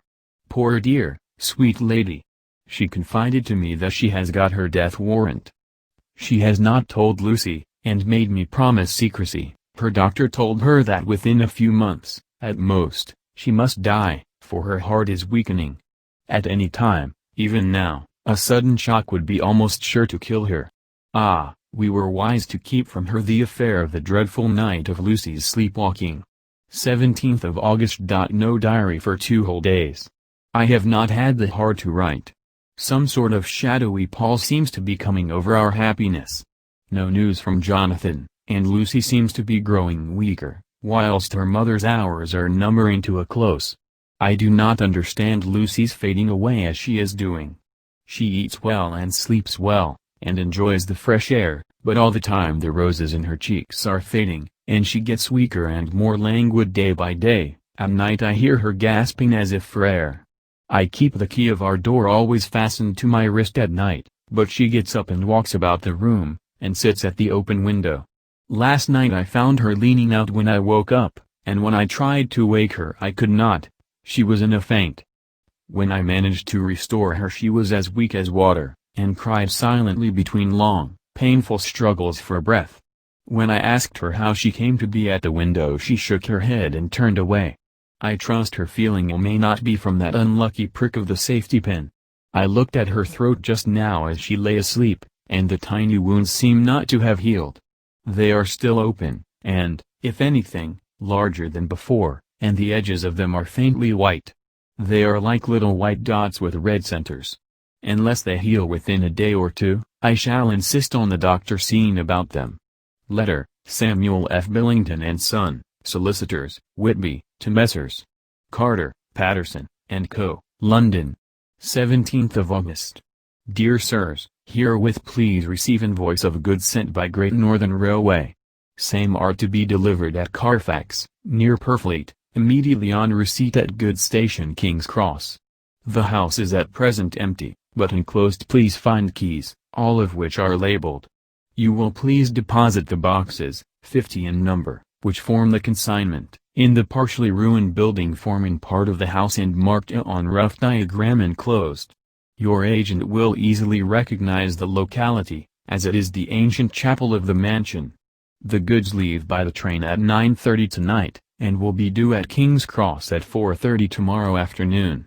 As our client wishes the delivery made as soon as possible, We shall be obliged by your having teams ready at King's Cross at the time named and forthwith conveying the goods to destination. In order to obviate any delays possible through any routine requirements as to payment in your departments, we enclose check herewith for £10, receipt of which please acknowledge. Should the charge be less than this amount, you can return balance. If greater, we shall at once send check for difference on hearing from you. You are to leave the keys on coming away in the main hall of the house, where the proprietor may get them on his entering the house by means of his duplicate key. Pray do not take us as exceeding the bounds of business courtesy in pressing you in all ways to use the utmost expedition. We are, dear sirs, faithfully yours, Samuel F. Billington and Son. Letter, Messrs. Carter, Patterson, and Co., London, to Messrs. Billington and Son, Whitby. 21st of August. Dear Sirs, we beg to acknowledge £10 received and to return check £1.17. 9d, amount of overplus, as shown in receipted account herewith. Goods are delivered in exact accordance with instructions, and keys left in parcel in main hall, as directed. We are, dear Sirs, yours respectfully. Pro Carter, Patterson, and Co. Mina Murray's Journal. 18th of August. I am happy today, and right sitting on the seat in the churchyard. Lucy is ever so much better. Last night she slept well all night, and did not disturb me once. The roses seem coming back already to her cheeks, though she is still sadly pale and wan-looking. If she were in any way anemic I could understand it, but she is not.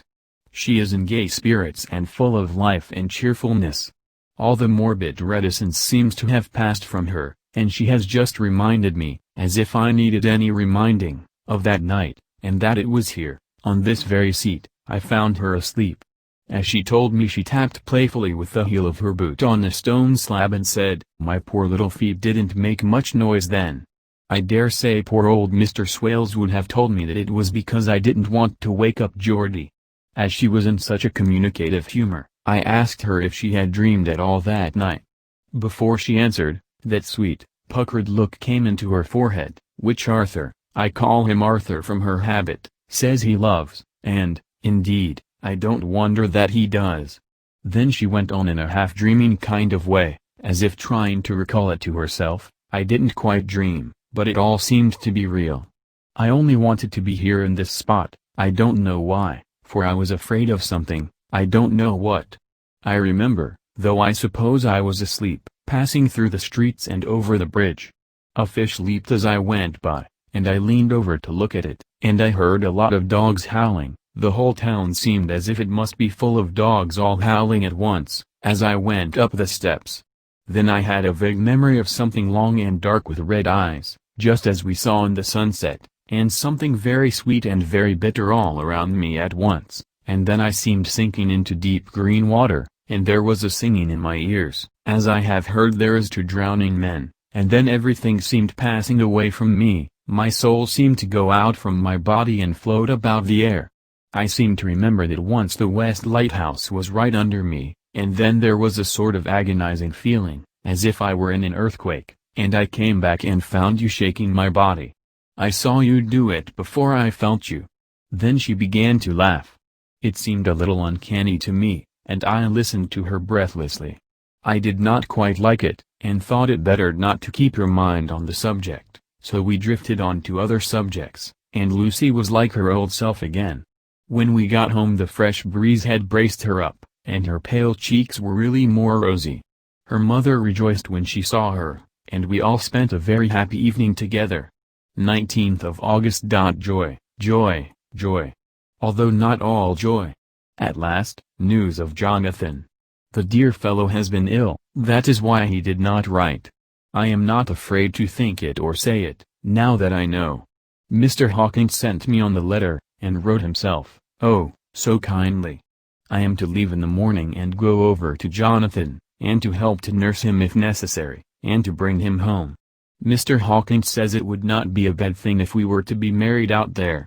I have cried over the good sister's letter till I can feel it wet against my bosom, where it lies. It is of Jonathan, and must be next my heart, for he is in my heart. My journey is all mapped out, and my luggage ready. I am only taking one change of dress. Lucy will bring my trunk to London and keep it till I send for it, for it may be that I must ride no more. I must keep it to say to Jonathan, my husband. The letter that he has seen and touched must comfort me till we meet. Letter, Sister Agatha, Hospital of St. Joseph and St. Mary, Budapest, to Miss Wilhelmina Murray. 12th of August. Dear Madam, I write by desire of Mr. Jonathan Harker, who is himself not strong enough to write, though progressing well, thanks to God and St. Joseph and St. Mary. He has been under our care for nearly 6 weeks, suffering from a violent brain fever. He wishes me to convey his love, and to say that by this post I write for him to Mr. Peter Hawkins, Exeter, to say, with his dutiful respects, that he is sorry for his delay, and that all of his work is completed.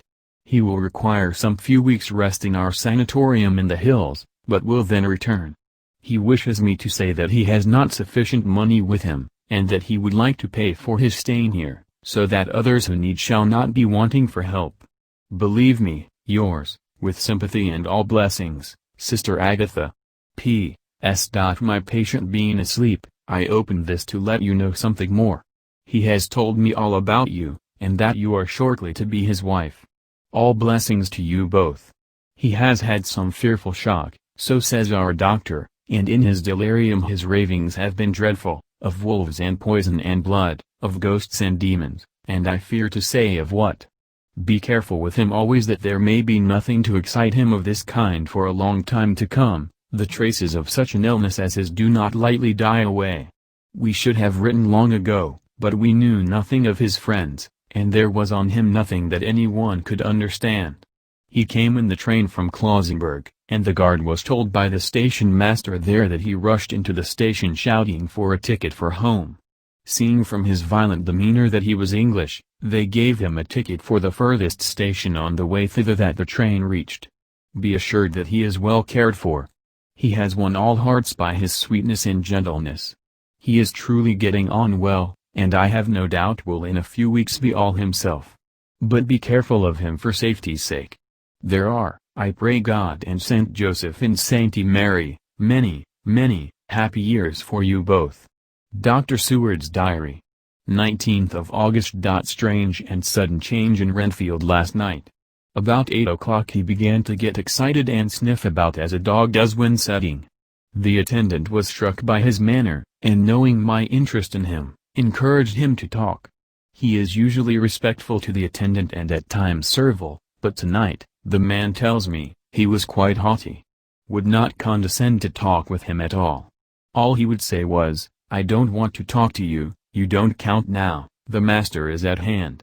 The attendant thinks it is some sudden form of religious mania which has seized him. If so, we must look out for squalls, for a strong man with homicidal and religious mania at once might be dangerous. The combination is a dreadful one. At 9 o'clock I visited him myself. His attitude to me was the same as that to the attendant. In his sublime self-feeling the difference between myself and attendant seemed to him as nothing.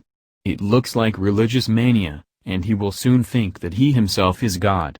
These infinitesimal distinctions between man and man are too paltry for an omnipotent being.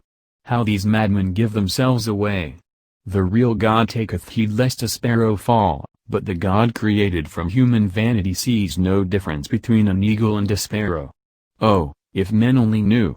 For half an hour or more Renfield kept getting excited in greater and greater degree.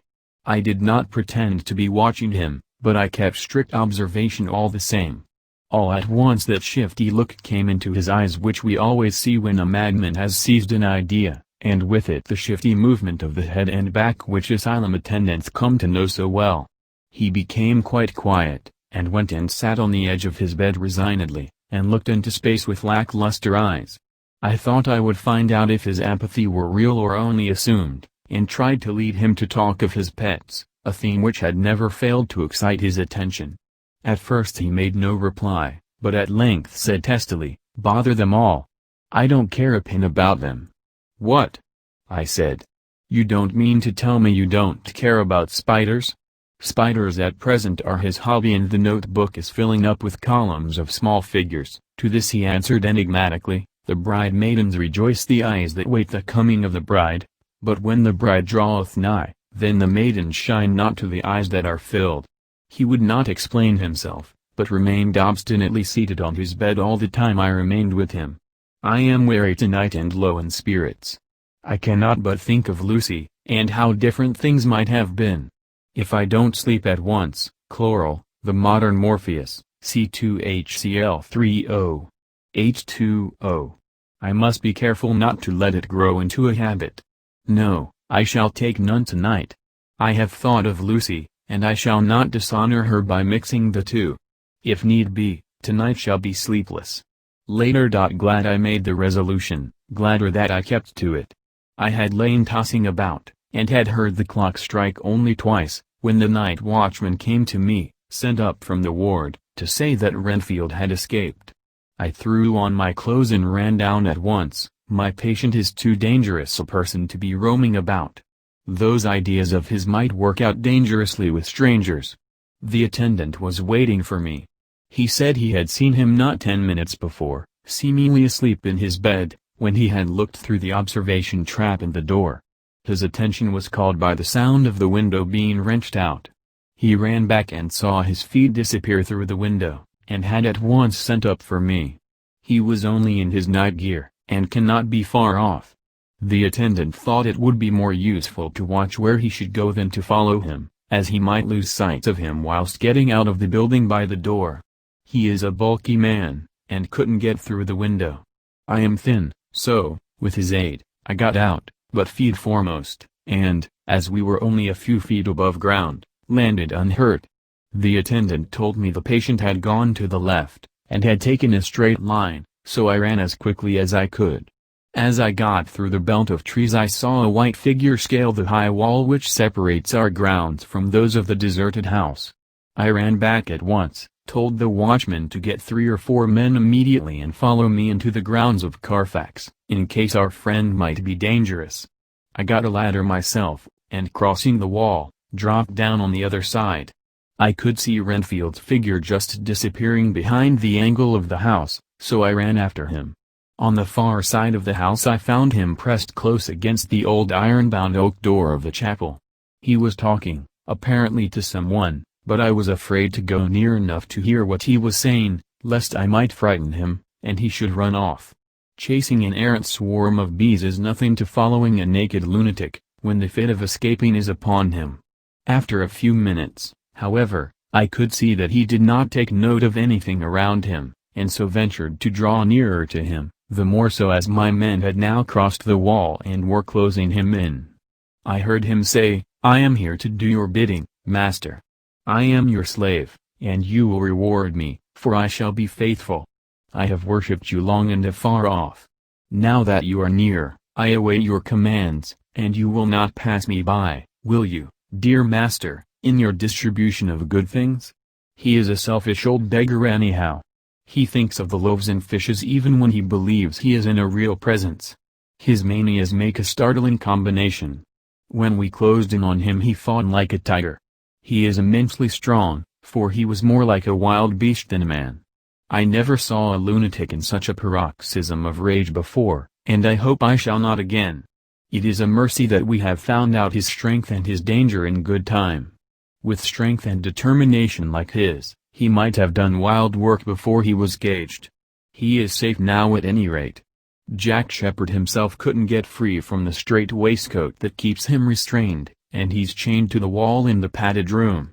His cries are at times awful, but the silences that follow are more deadly still, for he means murder in every turn and movement.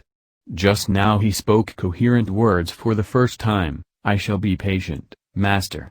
It is coming, coming, coming." So I took the hint, and came to.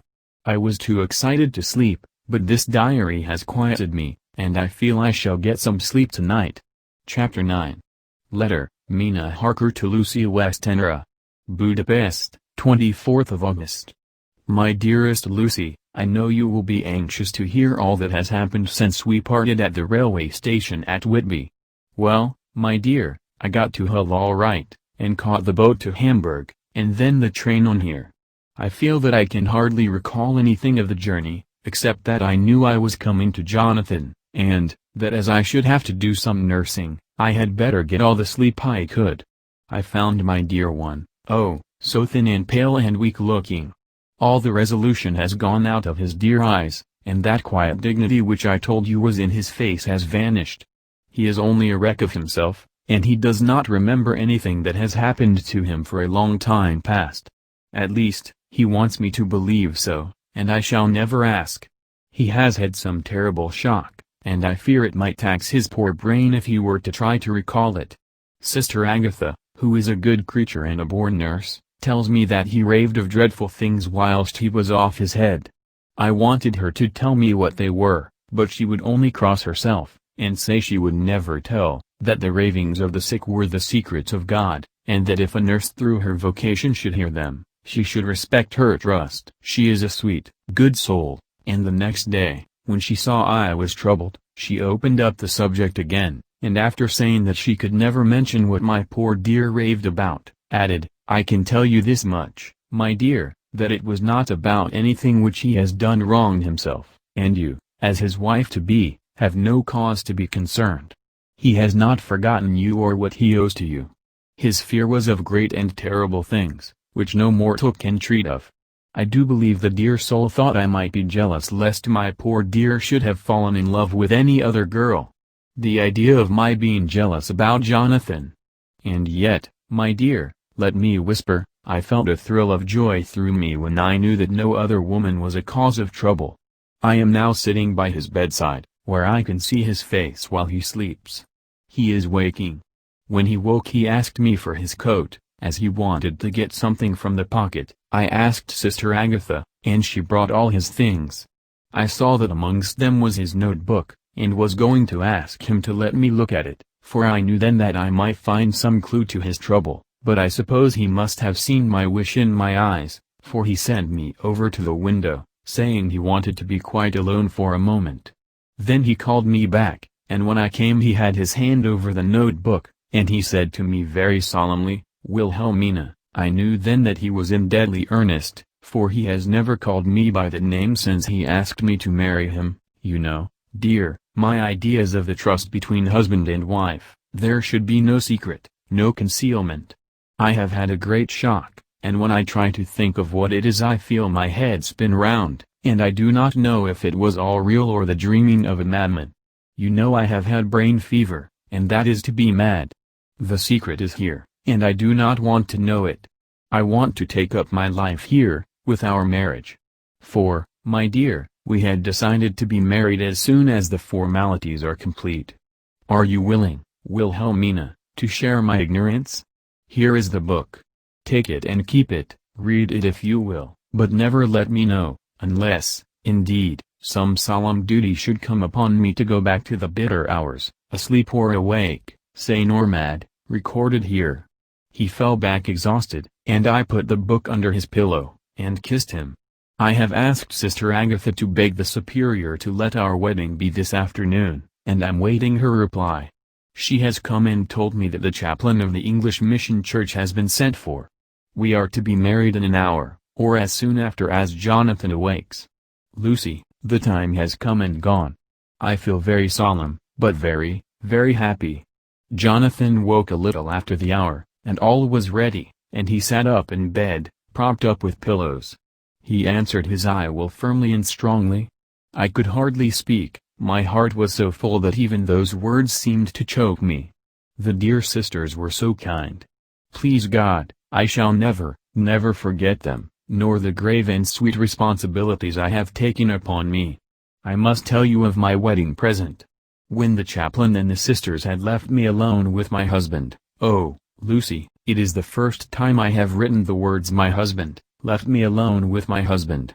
I took the book from under his pillow, and wrapped it up in white paper, and tied it with a little bit of pale blue ribbon which was round my neck, and sealed it over the knot with sealing wax, and for my seal I used my wedding ring.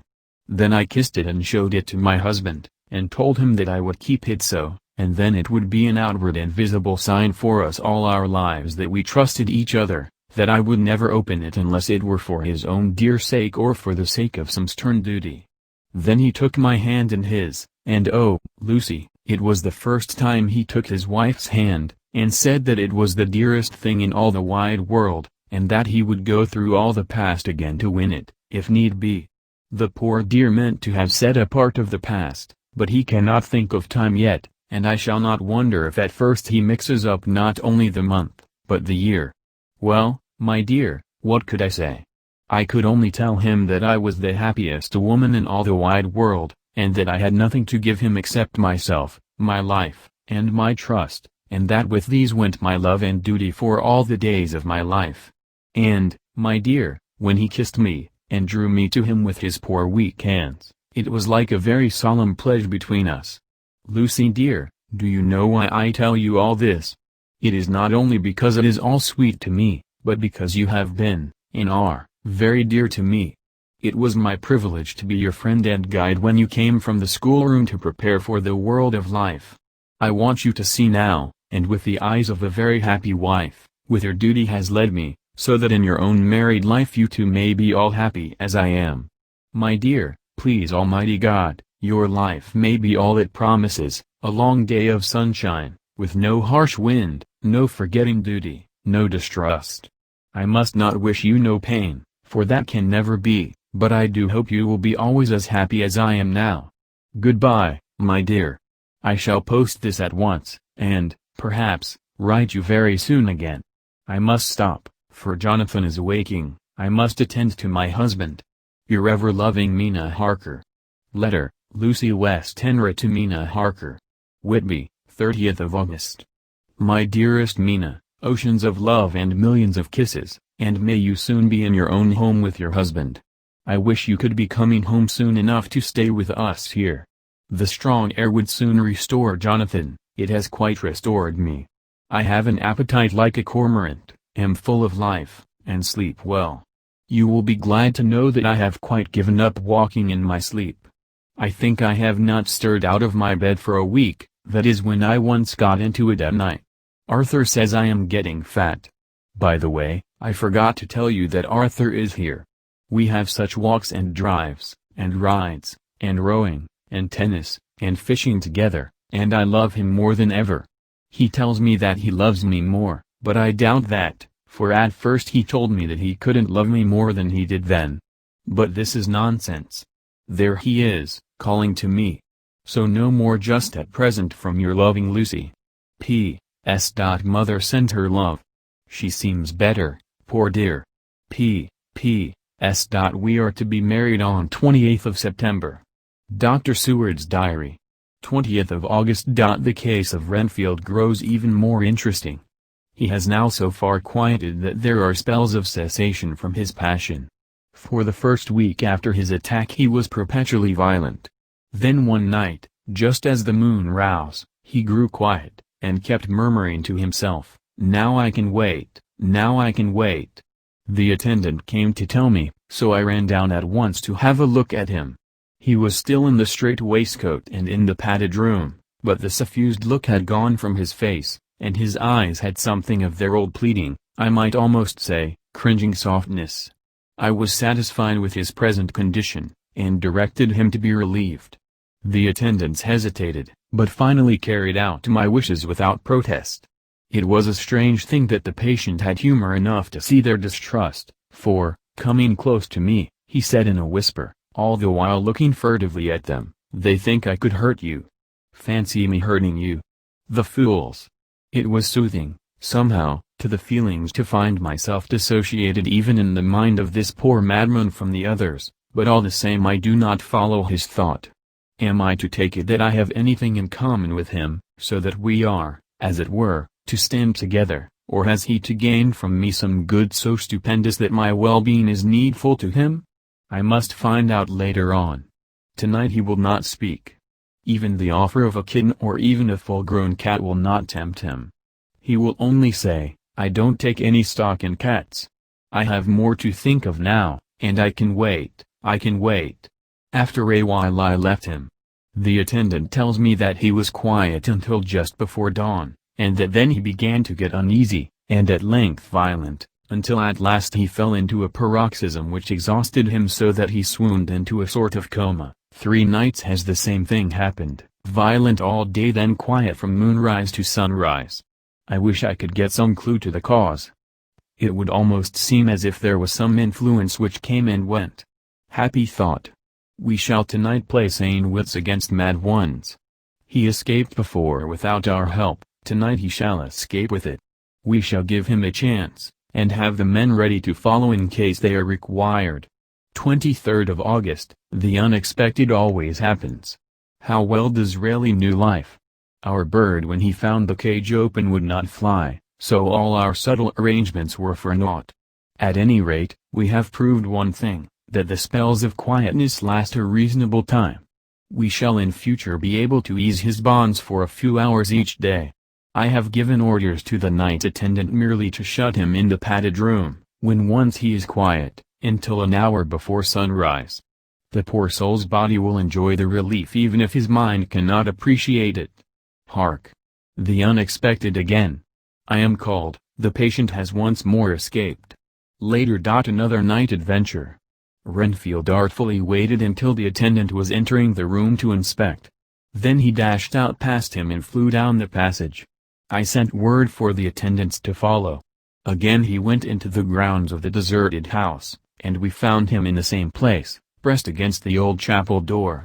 When he saw me he became furious, and had not the attendants seized him in time, he would have tried to kill me. As we were holding him a strange thing happened. He suddenly redoubled his efforts, and then as suddenly grew calm. I looked round instinctively, but could see nothing.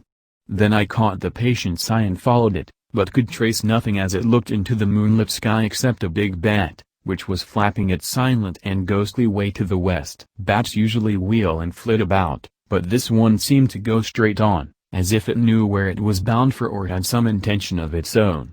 The patient grew calmer every instant, and presently said, "You needn't tie me, I shall go quietly." Without trouble we came back to the house.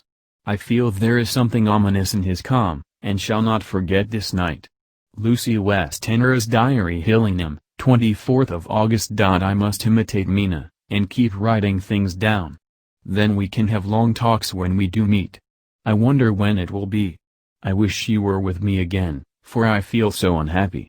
Last night I seemed to be dreaming again just as I was at Whitby. Perhaps it is the change of air, or getting home again. It is all dark and horrid to me, for I can remember nothing, but I am full of vague fear, and I feel so weak and worn out. When Arthur came to lunch he looked quite grieved when he saw me, and I hadn't the spirit to try to be cheerful. I wonder if I could sleep in Mother's room tonight. I shall make an excuse and try. 25th of August. Another bad night. Mother did not seem to take to my proposal. She seems not too well herself, and doubtless she fears to worry me. I tried to keep awake, and succeeded for a while, but when the clock struck 12 it waked me from a doze, so I must have been falling asleep. There was a sort of scratching or flapping at the window, but I did not mind it, and as I remember no more, I suppose I must then have fallen asleep. More bad dreams. I wish I could remember them. This morning I am horribly weak. My face is ghastly pale, and my throat pains me. It must be something wrong with my lungs, for I don't seem ever to get air enough. I shall try to cheer up when Arthur comes, or else I know he will be miserable to see me so. Letter, Arthur Holmwood to Dr. Seward. Albemarle Hotel, 31st of August. My dear Jack, I want you to do me a favor. Lucy is ill, that is, she has no special disease, but she looks awful, and is getting worse every day.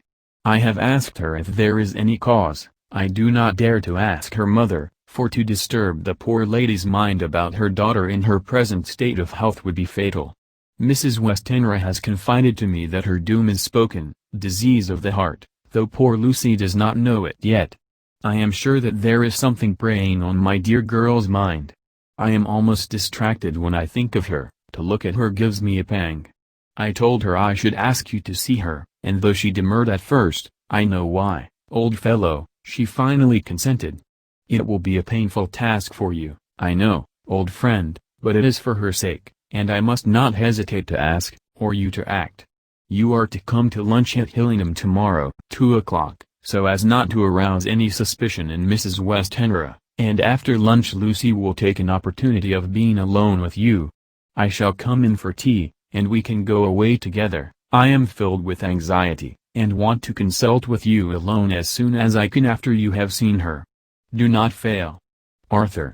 Telegram, Arthur Holmwood to Seward. 1st of September.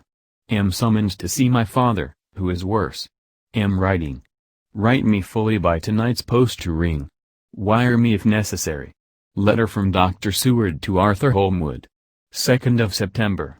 My dear old fellow, with regard to Miss Westenra's health I hasten to let you know at once that in my opinion there is not any functional disturbance or any malady that I know of. At the same time, I am not by any means satisfied with her appearance. She is woefully different from what she was when I saw her last.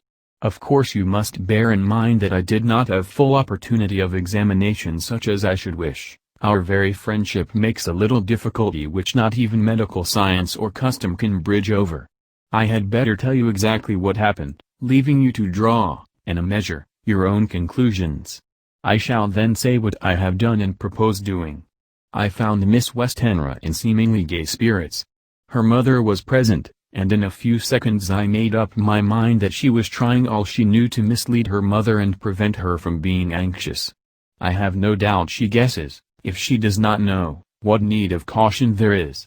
We lunched alone, and as we all exerted ourselves to be cheerful, we got, as some kind of reward for our labors, some real cheerfulness amongst us. Then Mrs. Westenra went to lie down, and Lucy was left with me. We went into her boudoir, and till we got there her gaiety remained, for the servants were coming and going. As soon as the door was closed, however, the mask fell from her face, and she sank down into a chair with a great sigh, and hid her eyes with her hand. When I saw that her high spirits had failed, I at once took advantage of her reaction to make a diagnosis. She said to me very sweetly, "I cannot tell you how I loathe talking about myself." I reminded her that a doctor's confidence was sacred, but that you were grievously anxious about her. She caught on to my meaning at once, and settled that matter in a word. "Tell Arthur everything you choose. I do not care for myself, but all for him. So I am quite free." I could easily see that she is somewhat bloodless, but I could not see the usual anemic signs, and by a chance I was actually able to test the quality of her blood, for in opening a window which was stiff a cord gave way, and she cut her hand slightly with broken glass. It was a slight matter in itself, but it gave me an evident chance, and I secured a few drops of the blood and have analyzed them. The qualitative analysis gives a quite normal condition, and shows, I should infer, in itself a vigorous state of health. In other physical matters I was quite satisfied that there is no need for anxiety, but as there must be a cause somewhere, I have come to the conclusion that it must be something mental.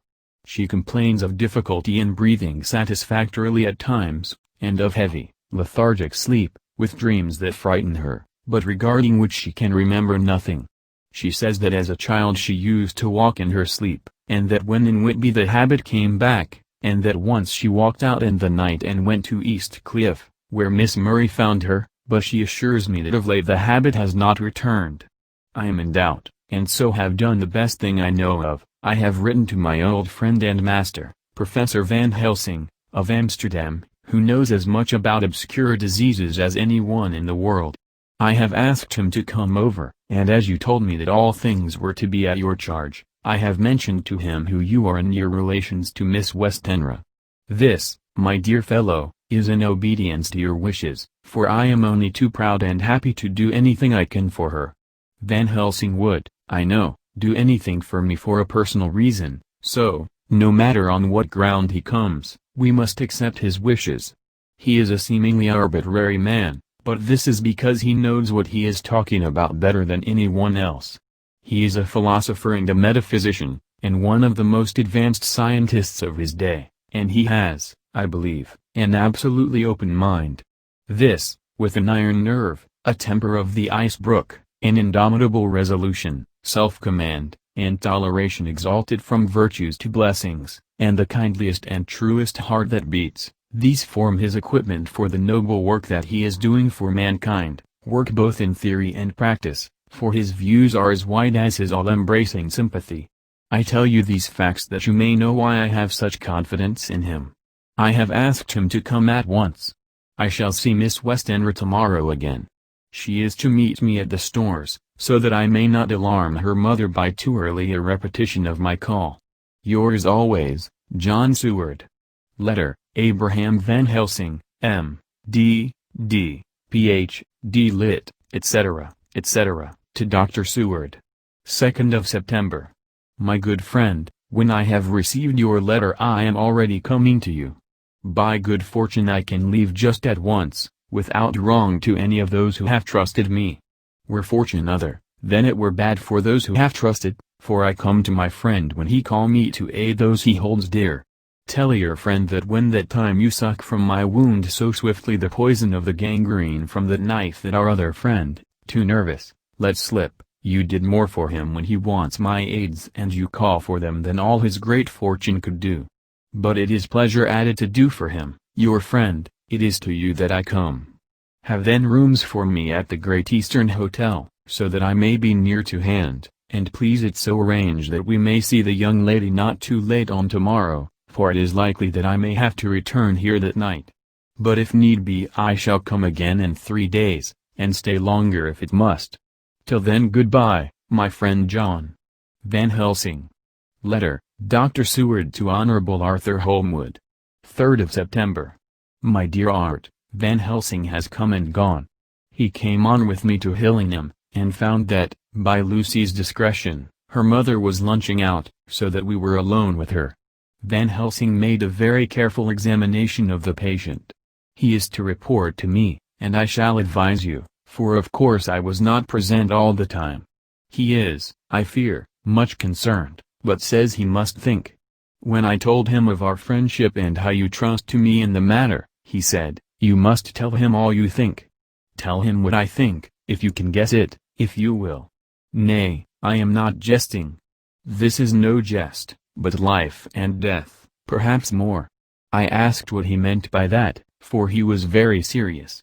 This was when we had come back to town, and he was having a cup of tea before starting on his return to Amsterdam. He would not give me any further clue.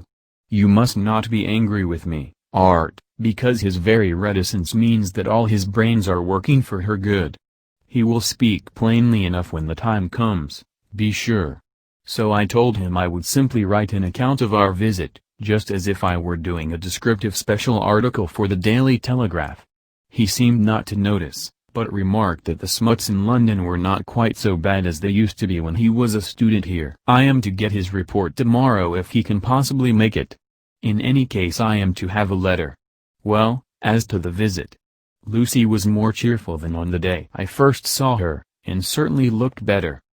She had lost something of the ghastly look that so upset you, and her breathing was normal. She was very sweet to the professor, as she always is, and tried to make him feel at ease, though I could see that the poor girl was making a hard struggle for it. I believe Van Helsing saw it, too, for I saw the quick look under his bushy brows that I knew of old. Then he began to chat of all things except ourselves and diseases, and with such an infinite geniality that I could see poor Lucy's pretensive animation merge into reality. Then, without any seeming change, he brought the conversation gently round to his visit, and suavely said, "My dear young miss, I have the so great pleasure because you are so much beloved. That is much, my dear, ever were there that which I do not see? They told me you were down in the spirit, and that you were of a ghastly pale. To them I say, poof!" And he snapped his fingers at me and went on, "But you and I shall show them how wrong they are. How can he?" And he pointed at me with the same look and gesture as that with which once he pointed me out to his class, on, or rather after, a particular occasion which he never fails to remind me of, know anything of a young lady's. He has his madams to play with, and to bring them back to happiness, and to those that love them. It is much to do, and, oh, but there are rewards, in that we can bestow such happiness. But the young ladies. He has no wife nor daughter, and the young do not tell themselves to the young, but to the old, like me, who have known so many sorrows and the causes of them. So, my dear, we will send him away to smoke the cigarette in the garden, whiles you and I have little talk all to ourselves." I took the hint, and strolled about, and presently the professor came to the window and called me in. He looked grave, but said, "I have made careful examination, but there is no functional cause. With you I agree that there has been much blood lost. It has been, but is not. But the conditions of her are in no way anemic. I have asked her to send me her maid, that I may ask just one or two questions, that so I may not chance to miss nothing. I know well what she will say. And yet there is cause, there is always cause for everything. I must go back home and think. You must send to me the telegram every day, and if there be cause I shall come again. The disease, for not to be all well is a disease, interest me, and the sweet young dear, she interest me too. She charm me, and for her, if not for your disease, I come. As I tell you, he would not say a word more, even when we were alone. And so now, Art, you know all I know. I shall keep stern watch. I trust your poor father is rallying. It must be a terrible thing to you, my dear old fellow, to be placed in such a position between two people who are both so dear to you. I know your idea of duty to your father, and you are right to stick to it, but, if need be, I shall send you word to come at once to Lucy, so do not be over-anxious unless you hear from me. Dr. Seward's Diary. 4th of September. Zoophagus patient still keeps up our interest in him. He had only one outburst, and that was yesterday at an unusual time. Just before the stroke of noon he began to grow restless. The attendant knew the symptoms, and at once summoned aid. Fortunately the men came at a run, and were just in time, for at the stroke of noon he became so violent that it took all their strength to hold him. In about 5 minutes, however, he began to get more and more quiet, and finally sank into a sort of melancholy, in which state he has remained up to now. The attendant tells me that his screams whilst in the paroxysm were really appalling. I found my hands full when I got in, attending to some of the other patients who were frightened by him. Indeed, I can quite understand the effect, for the sounds disturbed even me, though I was some distance away. It is now after the dinner hour of the asylum, and as yet my patient sits in a corner brooding, with a dull, sullen, woe-begone look in his face, which seems rather to indicate than to show something directly. I cannot quite understand it. Later. Another change in my patient. At 5 o'clock I looked in on him, and found him seemingly as happy and contented as he used to be. He was catching flies and eating them, and was keeping note of his capture by making nail marks on the edge of the door between the ridges of padding. When he saw me, he came over and apologized for his bad conduct, and asked me in a very humble, cringing way to be led back to his own room and to have his notebook again. I thought it well to humor him, so he is back in his room with the window open. He has the sugar of his tea spread out on the windowsill, and is reaping quite a harvest of flies. He is not now eating them, but putting them into a box, as of old, and is already examining the corners of his room to find a spider. I tried to get him to talk about the past few days, for any clue to his thoughts would be of immense help to me, but he would not rise. For a moment or two he looked very sad, and said in a sort of far-away voice, as though saying it rather to himself than to me, "All over. All over. He has deserted me. No hope for me now unless I do it for myself." Then suddenly turning to me in a resolute way, he said, "Doctor, won't you be very good to me and let me have a little more sugar? I think it would be good for me." "And the flies?" I said. "Yes. The flies like it, too, and I like the flies, therefore I like it. And there are people who know so little as to think that madmen do not argue." I procured him a double supply, and left him as happy a man as, I suppose, any in the world. I wish I could fathom his mind. Midnight. Another change in him. I had been to see Miss Westenra, whom I found much better, and had just returned, and was standing at our own gate looking at the sunset, when once more I heard him yelling. As his room is on this side of the house, I could hear it better than in the morning. It was a shock to me to turn from the wonderful smoky beauty of a sunset over London, with its lurid lights and inky shadows and all the marvelous tints that come on foul clouds even as on foul water, and to realize all the grim sternness of my own cold stone building, with its wealth of breathing misery, and my own desolate heart to endure it all. I reached him just as the sun was going down, and from his window saw the red disk sink. As it sank he became less and less frenzied, and just as it dipped he slid from the hands that held him, an inert mass, on the floor. It is wonderful, however, what intellectual recuperative power lunatics have, for within a few minutes he stood up quite calmly and looked around him. I signaled to the attendants not to hold him, for I was anxious to see what he would do.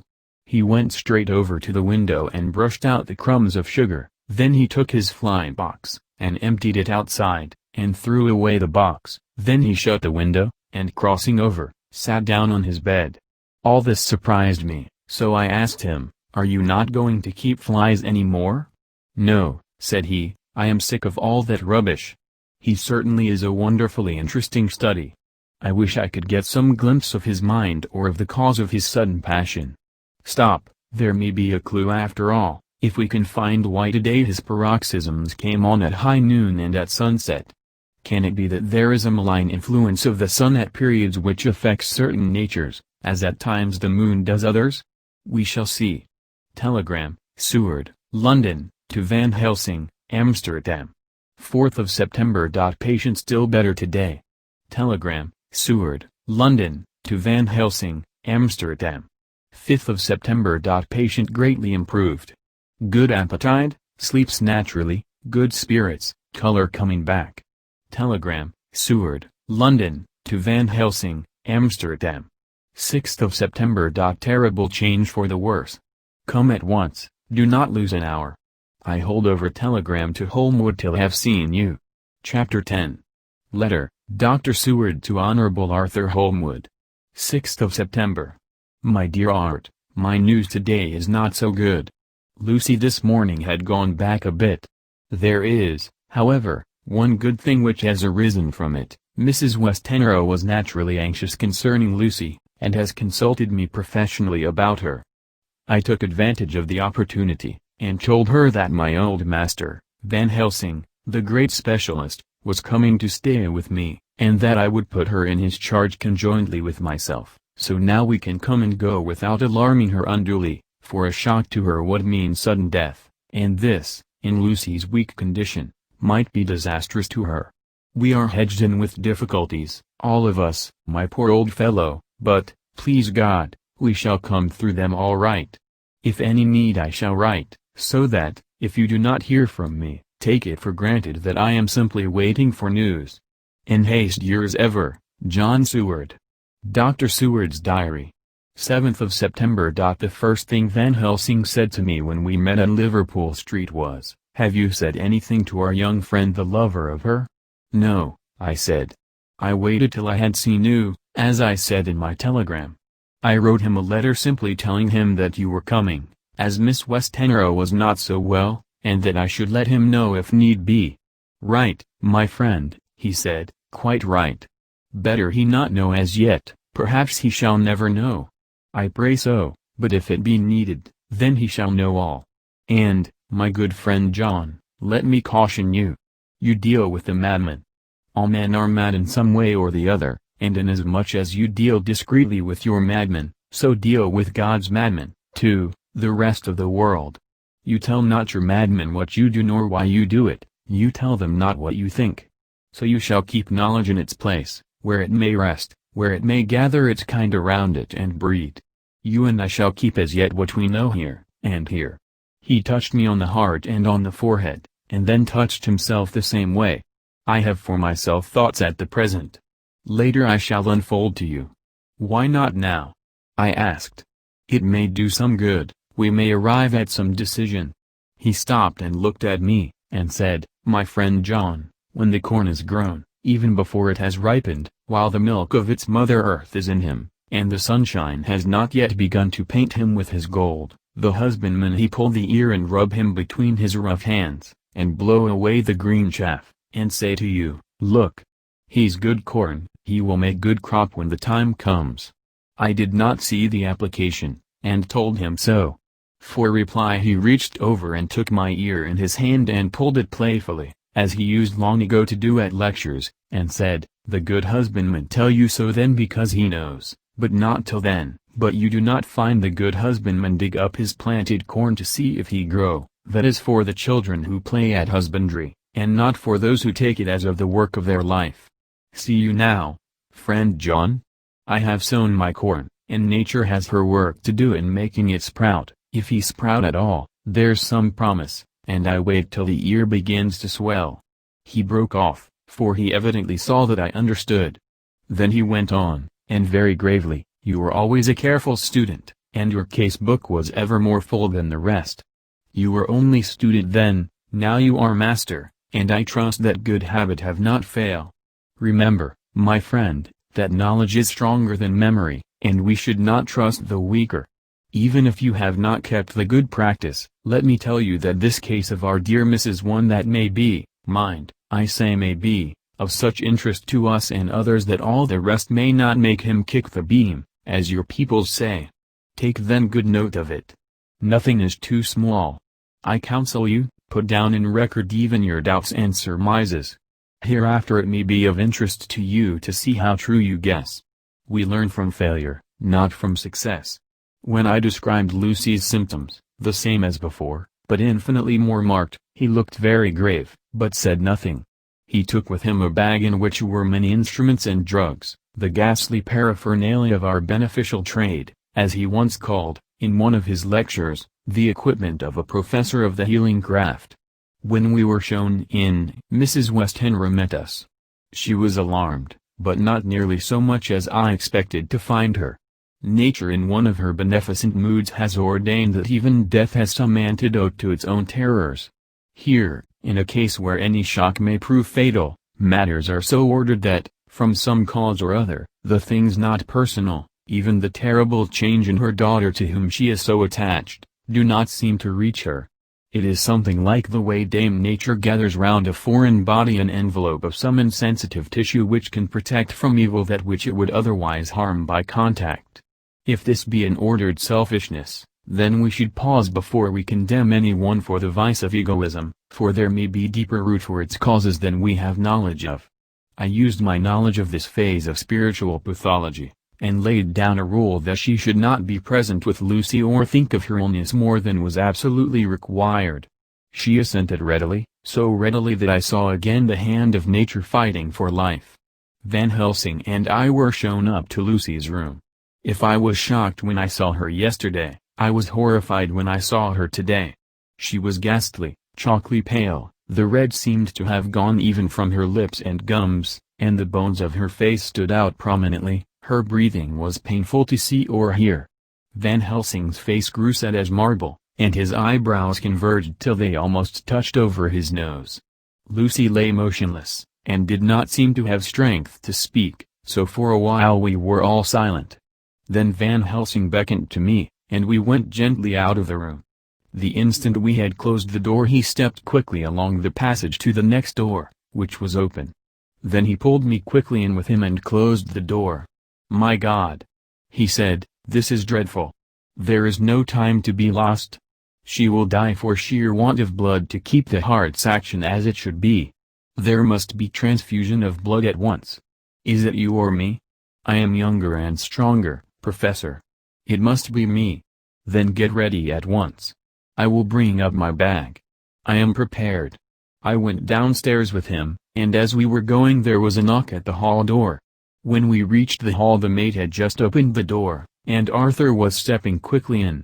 He rushed up to me, saying in an eager whisper, "Jack, I was so anxious.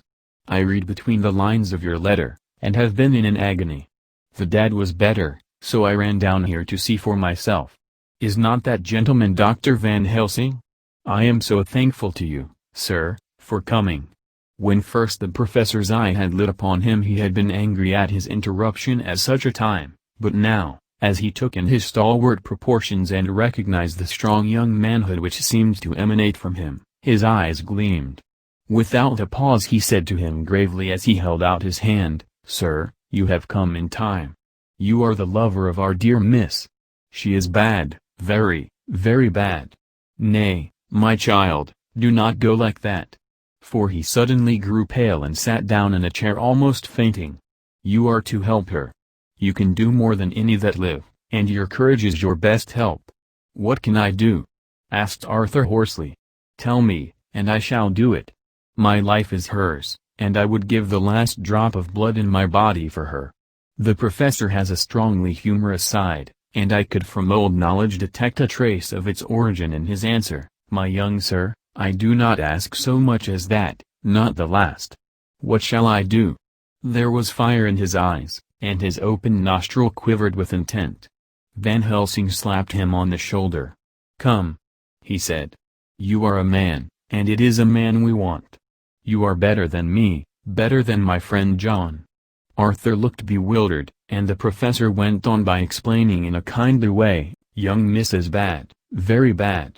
She wants blood, and blood she must have or die. My friend John and I have consulted, and we are about to perform what we call transfusion of blood, to transfer from full veins of one to the empty veins which pine for him. John was to give his blood, as he is the more young and strong than me." Here Arthur took my hand and wrung it hard in silence. "But, now you are here, you are more good than us, old or young, who toil much in the world of thought. Our nerves are not so calm and our blood not so bright than yours." Arthur turned to him and said, "If you only knew how gladly I would die for her you would understand." He stopped, with a sort of choke in his voice. "Good boy," said Van Helsing. "In the not so far off you will be happy that you have done all for her you love. Come now and be silent. You shall kiss her once before it is done, but then you must go, and you must leave at my sign. Say no word to Madame, you know how it is with her.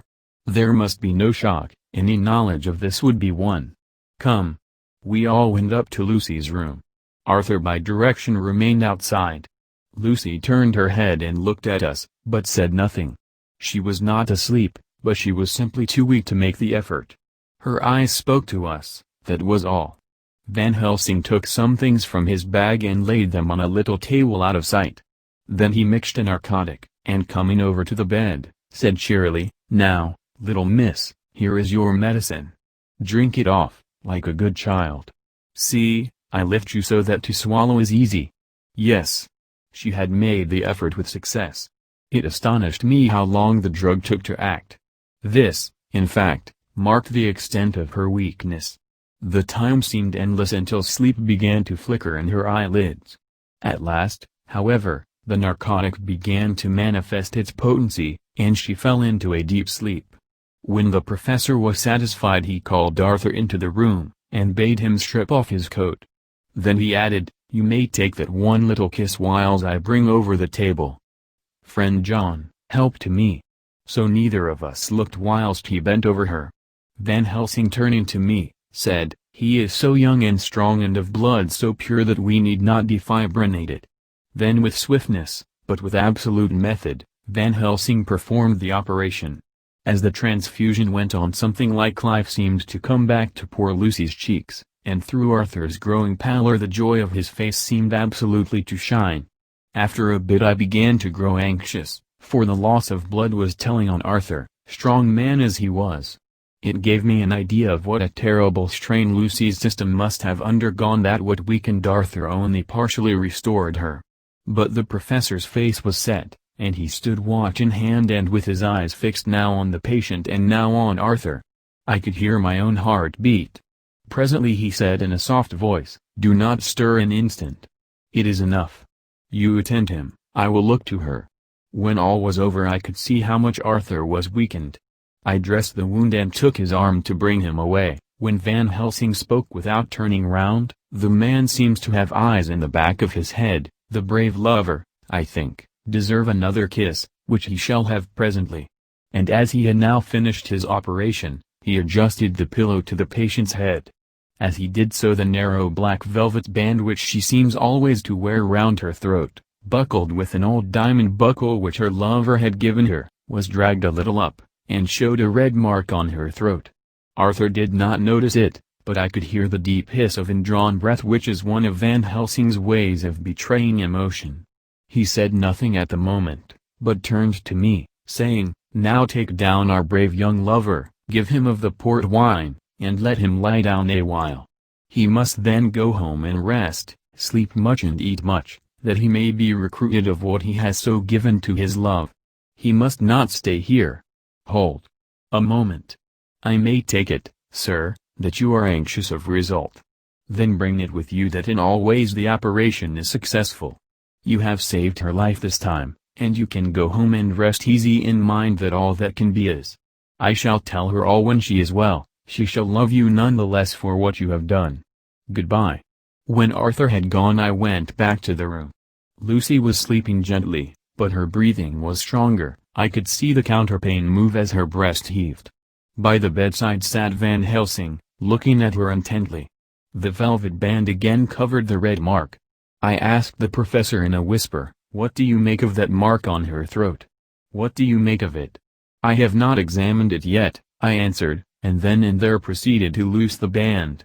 Just over the external jugular vein there were 2 punctures, not large, but not wholesome looking. There was no sign of disease, but the edges were white and worn looking, as if by some trituration.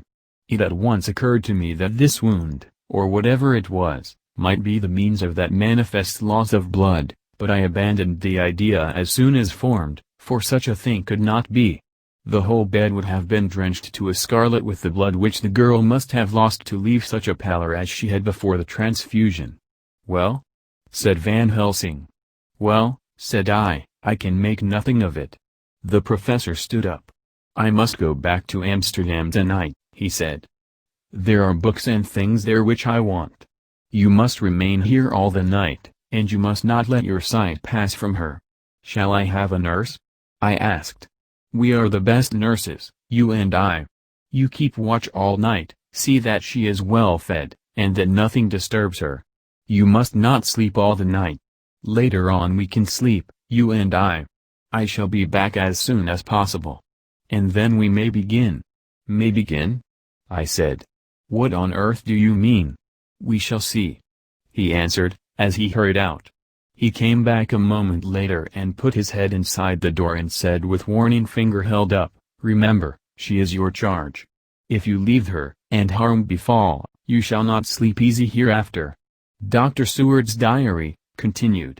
8th of September. I sat up all night with Lucy. The opiate worked itself off towards dusk, and she waked naturally. She looked a different being from what she had been before the operation. Her spirits even were good, and she was full of a happy vivacity, but I could see evidences of the absolute prostration which she had undergone. When I told Mrs. Westenra that Dr. Van Helsing had directed that I should sit up with her, she almost pooh-poohed the idea, pointing out her daughter's renewed strength and excellent spirits. I was firm, however, and made preparations for my long vigil. When her maid had prepared her for the night I came in, having in the meantime had supper, and took a seat by the bedside. She did not in any way make objection, but looked at me gratefully whenever I caught her eye. After a long spell she seemed sinking off to sleep, but with an effort seemed to pull herself together and shook it off. This was repeated several times, with greater effort and with shorter pauses as the time moved on. It was apparent that she did not want to sleep, so I tackled the subject at once. "You do not want to go to sleep?" "No, I am afraid." "Afraid to go to sleep? Why so?" "It is the boon we all crave for." "Ah, not if you were like me, if sleep was to you a presage of horror." "A presage of horror? What on earth do you mean?" "I don't know, oh, I don't know. And that is what is so terrible. All this weakness comes to me in sleep, until I dread the very thought. But, my dear girl, you may sleep tonight. I am here watching you, and I can promise that nothing will happen." "Ah, I can trust you." I seized the opportunity, and said, "I promise you that if I see any evidence of bad dreams I will wake you at once." "You will? Oh, will you really? How good you are to me. Then I will sleep." And almost at the word she gave a deep sigh of relief, and sank back, asleep. All night long I watched by her. She never stirred, but slept on in a deep, tranquil, life-giving, health-giving sleep. Her lips were slightly parted, and her breast rose and fell with the regularity of a pendulum.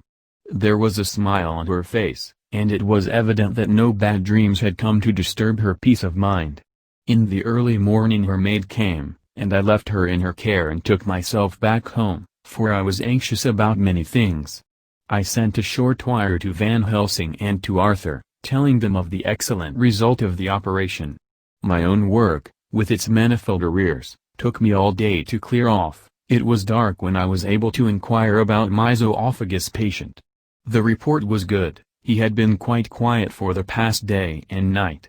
A telegram came from Van Helsing at Amsterdam whilst I was at dinner, suggesting that I should be at Hillingham tonight, as it might be well to be at hand, and stating that he was leaving by the night mail and would join me early in the morning. 9th of September. I was pretty tired and worn out when I got to Hillingham. For 2 nights I had hardly had a wink of sleep, and my brain was beginning to feel that numbness which marks cerebral exhaustion. Lucy was up and in cheerful spirits. When she shook hands with me she looked sharply in my face and said, "No sitting up tonight for you. You are worn out." "I am quite well again, indeed, I am, and if there is to be any sitting up, it is I who will sit up with you." I would not argue the point, but went and had my supper. Lucy came with me, and, enlivened by her charming presence, I made an excellent meal, and had a couple of glasses of the more than excellent port. Then Lucy took me upstairs, and showed me a room next her own, where a cozy fire was burning. "Now," she said, "you must stay here. I shall leave this door open and my door too. You can lie on the sofa for I know that nothing would induce any of you doctors to go to bed whilst there is a patient above the horizon. If I want anything I shall call out, and you can come to me at once." I could not but acquiesce, for I was dog-tired, and could not have sat up had I tried. So, on her renewing her promise to call me if she should want anything, I lay on the sofa, and forgot all about everything. Lucy Westenra's Diary. 9th of September. I feel so happy tonight. I have been so miserably weak, that to be able to think and move about is like feeling sunshine after a long spell of east wind out of a steel sky. Somehow Arthur feels very, very close to me. I seem to feel his presence warm about me. I suppose it is that sickness and weakness are selfish things and turn our inner eyes and sympathy on ourselves, whilst health and strength give love rein, and in thought and feeling he can wander where he wills. I know where my thoughts are. If Arthur only knew. My dear, your ears must tingle as you sleep, as mine do waking. Oh, the blissful rest of last night! How I slept, with that dear, good Dr. Seward watching me. And tonight I shall not fear to sleep, since he is close at hand and within call. Thank everybody for being so good to me. Thank God. Good night, Arthur. Dr. Seward's Diary. 10th of September. I was conscious of the professor's hand on my head, and started awake all in a second. That is one of the things that we learn in an asylum, at any rate. And how is our patient? Well, when I left her, or rather when she left me, I answered. "Come, let us see," he said. And together we went into the room. The blind was down, and I went over to raise it gently, whilst Van Helsing stepped, with his soft, cat-like tread, over to the bed. As I raised the blind, and the morning sunlight flooded the room, I heard the professor's low hiss of inspiration, and knowing its rarity, a deadly fear shot through my heart. As I passed over he moved back, and his exclamation of horror, "Gott in Himmel!" needed no enforcement from his agonized face. He raised his hand and pointed to the bed, and his iron face was drawn in ashen white. I felt my knees begin to tremble. There on the bed, seemingly in a swoon, lay poor Lucy, more horribly white and wan-looking than ever. Even the lips were white, and the gums seemed to have shrunken back from the teeth, as we sometimes see in a corpse after a prolonged illness. Van Helsing raised his foot to stamp in anger, but the instinct of his life and all the long years of habit stood to him, and he put it down again softly. "Quick!" he said. "Bring the brandy." I flew to the dining room, and returned with the decanter. He wetted the poor white lips with it, and together we rubbed palm and wrist and heart. He felt her heart, and after a few moments of agonizing suspense said, "It is not too late. It beats, though but feebly. All our work is undone, we must begin again. There is no young Arthur here now, I have to call on you yourself this time, friend John." As he spoke, he was dipping into his bag and producing the instruments for transfusion, I had taken off my coat and rolled up my shirt sleeve. There was no possibility of an opiate just at present, and no need of one, and so, without a moment's delay, we began the operation. After a time, it did not seem a short time either, for the draining away of one's blood, no matter how willingly it be given, is a terrible feeling. Van Helsing held up a warning finger. "Do not stir," he said, "but I fear that with growing strength she may wake, and that would make danger, oh, so much danger. But I shall precaution take. I shall give hypodermic injection of morphia." He proceeded then, swiftly and deftly, to carry out his intent. The effect on Lucy was not bad, for the faint seemed to merge subtly into the narcotic sleep. It was with a feeling of personal pride that I could see a faint tinge of color steal back into the pallid cheeks and lips. No man knows, till he experiences it, what it is to feel his own life-blood drawn away into the veins of the woman he loves. The professor watched me critically. "That will do," he said. "Already?" I remonstrated. "You took a great deal more from Art." To which he smiled a sad sort of smile as he replied, "He is her lover, her fiancé.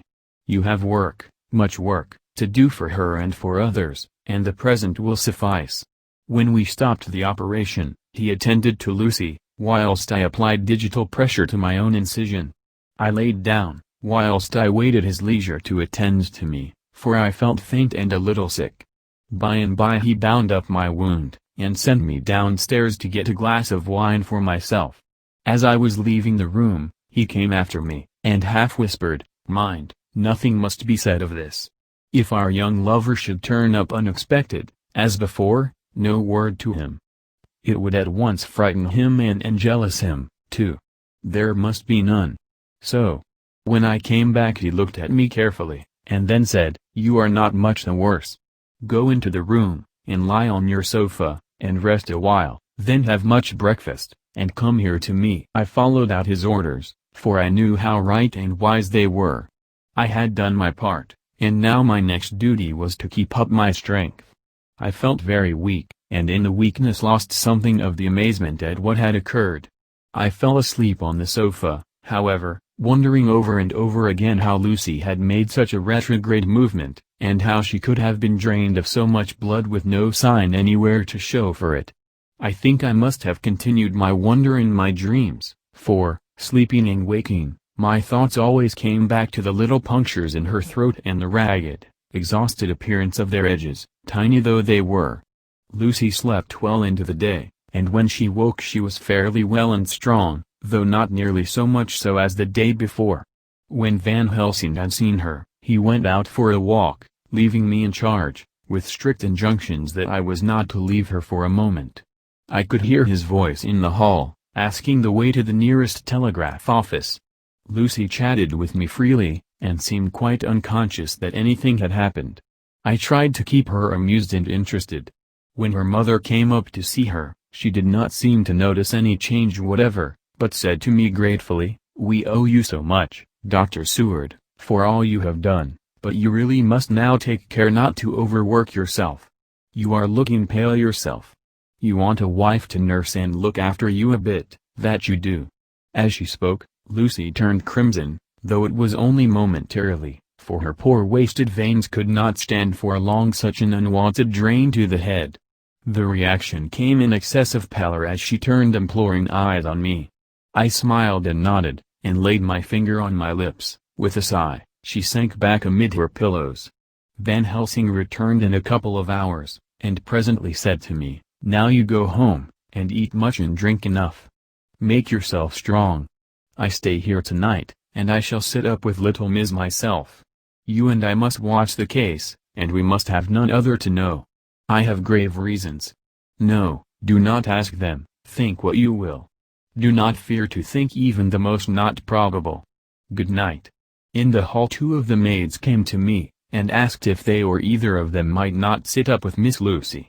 They implored me to let them, and when I said it was Dr. Van Helsing's wish that either he or I should sit up, they asked me quite piteously to intercede with the foreign gentleman. I was much touched by their kindness. Perhaps it is because I am weak at present, and perhaps because it was on Lucy's account, that their devotion was manifested, for over and over again have I seen similar instances of woman's kindness. I got back here in time for late dinner, went my rounds, all well, and set this down whilst waiting for sleep. It is coming. 11th of September. This afternoon I went over to Hillingham. Found Van Helsing in excellent spirits, and Lucy much better. Shortly after I had arrived, a big parcel from abroad came for the professor. He opened it with much impressment, assumed, of course, and showed a great bundle of white flowers. "These are for you, Miss Lucy," he said. "For me? Oh, Dr. Van Helsing." "Yes, my dear, but not for you to play with. These are medicines." Here Lucy made a wry face. "Nay, but they are not to take in a decoction or in nauseous form, so you need not snub that so charming nose, or I shall point out to my friend Arthur what woes he may have to endure in seeing so much beauty that he so loves so much distort. Aha, my pretty miss, that bring the so nice nose all straight again. This is medicinal, but you do not know how. I put him in your window, I make pretty wreath, and hang him round your neck, so that you sleep well. Oh yes. They, like the lotus flower, make your trouble forgotten. It smells so like the waters of Lethe, and of that fountain of youth that the conquistadors sought for in the Floridas, and find him all too late." Whilst he was speaking, Lucy had been examining the flowers and smelling them. Now she threw them down, saying, with half laughter, and half disgust, "Oh, Professor, I believe you are only putting up a joke on me. Why, these flowers are only common garlic." To my surprise, Van Helsing rose up and said with all his sternness, his iron jaw set and his bushy eyebrows meeting, "No trifling with me. I never jest. There is a grim purpose in all I do, and I warn you that you do not thwart me. Take care, for the sake of others if not for your own." Then seeing poor Lucy scared, as she might well be, he went on more gently, "Oh, little miss, my dear, do not fear me. I only do for your good, but there is much virtue to you in those so common flowers. See, I place them myself in your room. I make myself the wreath that you are to wear. But hush! No telling to others that make so inquisitive questions. We must obey, and silence is a part of obedience, and obedience is to bring you strong and well into loving arms that wait for you. Now sit still a while. Come with me, friend John, and you shall help me deck the room with my garlic, which is all the way from Haarlem, where my friend Vanderpoel raise herb in his glass houses all the year. I had to telegraph yesterday, or they would not have been here." We went into the room, taking the flowers with us. The professor's actions were certainly odd and not to be found in any pharmacopoeia that I ever heard of. First he fastened up the windows and latched them securely, next, taking a handful of the flowers, he rubbed them all over the sashes, as though to ensure that every whiff of air that might get in would be laden with the garlic smell. Then with a wisp he rubbed all over the jamb of the door, above, below, and at each side, and round the fireplace in the same way. It all seemed grotesque to me, and presently I said, "Well, Professor, I know you always have a reason for what you do, but this certainly puzzles me. It is well we have no skeptic here, or he would say that you were working some spell to keep out an evil spirit. Perhaps I am." He answered quietly as he began to make the wreath which Lucy was to wear round her neck. We then waited whilst Lucy made her toilet for the night, and when she was in bed he came and himself fixed the wreath of garlic round her neck. The last words he said to her were, "Take care you do not disturb it, and even if the room feel close, do not tonight open the window or the door." "I promise," said Lucy, "and thank you both 1,000 times for all your kindness to me. Oh, what have I done to be blessed with such friends?"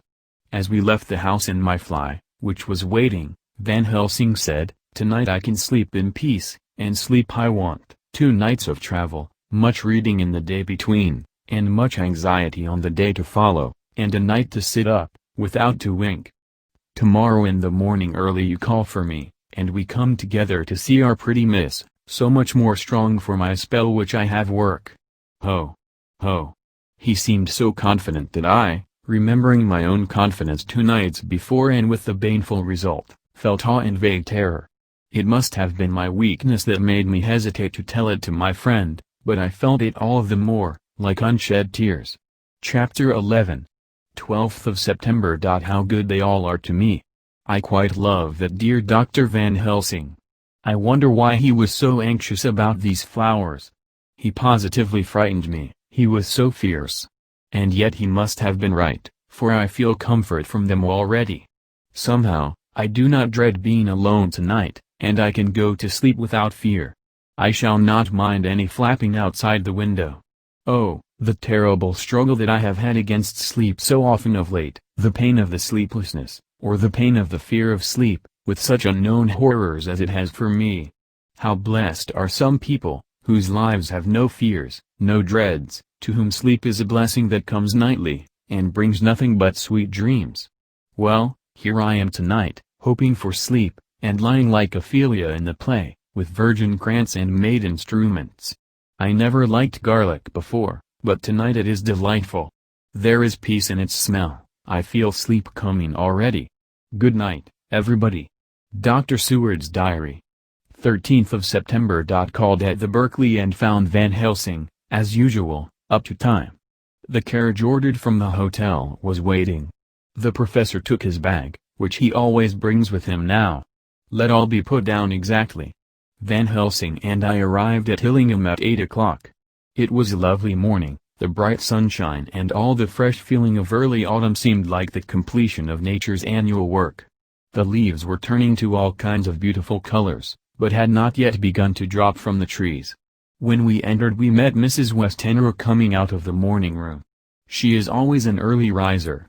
She greeted us warmly and said, "You will be glad to know that Lucy is better. The dear child is still asleep." I looked into her room and saw her, but did not go in, lest I should disturb her. The professor smiled, and looked quite jubilant. He rubbed his hands together, and said, "Aha! I thought I had diagnosed the case. My treatment is working," to which she answered, "You must not take all the credit to yourself, doctor. Lucy's state this morning is due in part to me." "How you do mean, ma'am?" asked the professor. "Well, I was anxious about the dear child in the night, and went into her room. She was sleeping soundly, so soundly that even my coming did not wake her. But the room was awfully stuffy. There were a lot of those horrible, strong-smelling flowers about everywhere, and she had actually a bunch of them round her neck. I feared that the heavy odor would be too much for the dear child in her weak state, so I took them all away and opened a bit of the window to let in a little fresh air. You will be pleased with her, I am sure." She moved off into her boudoir, where she usually breakfasted early. As she had spoken, I watched the professor's face, and saw it turn ashen gray.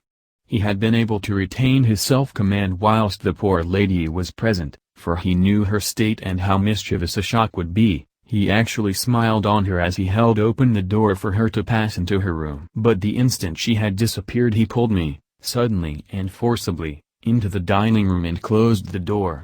Then, for the first time in my life, I saw Van Helsing break down.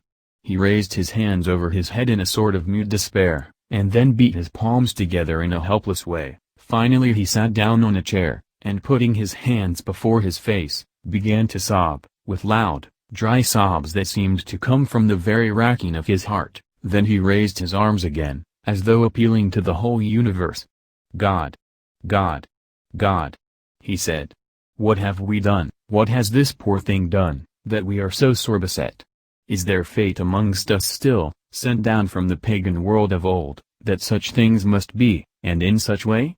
This poor mother, all unknowing, and all for the best as she think, does such thing as lose her daughter body and soul, and we must not tell her, we must not even warn her, or she die, and then both die.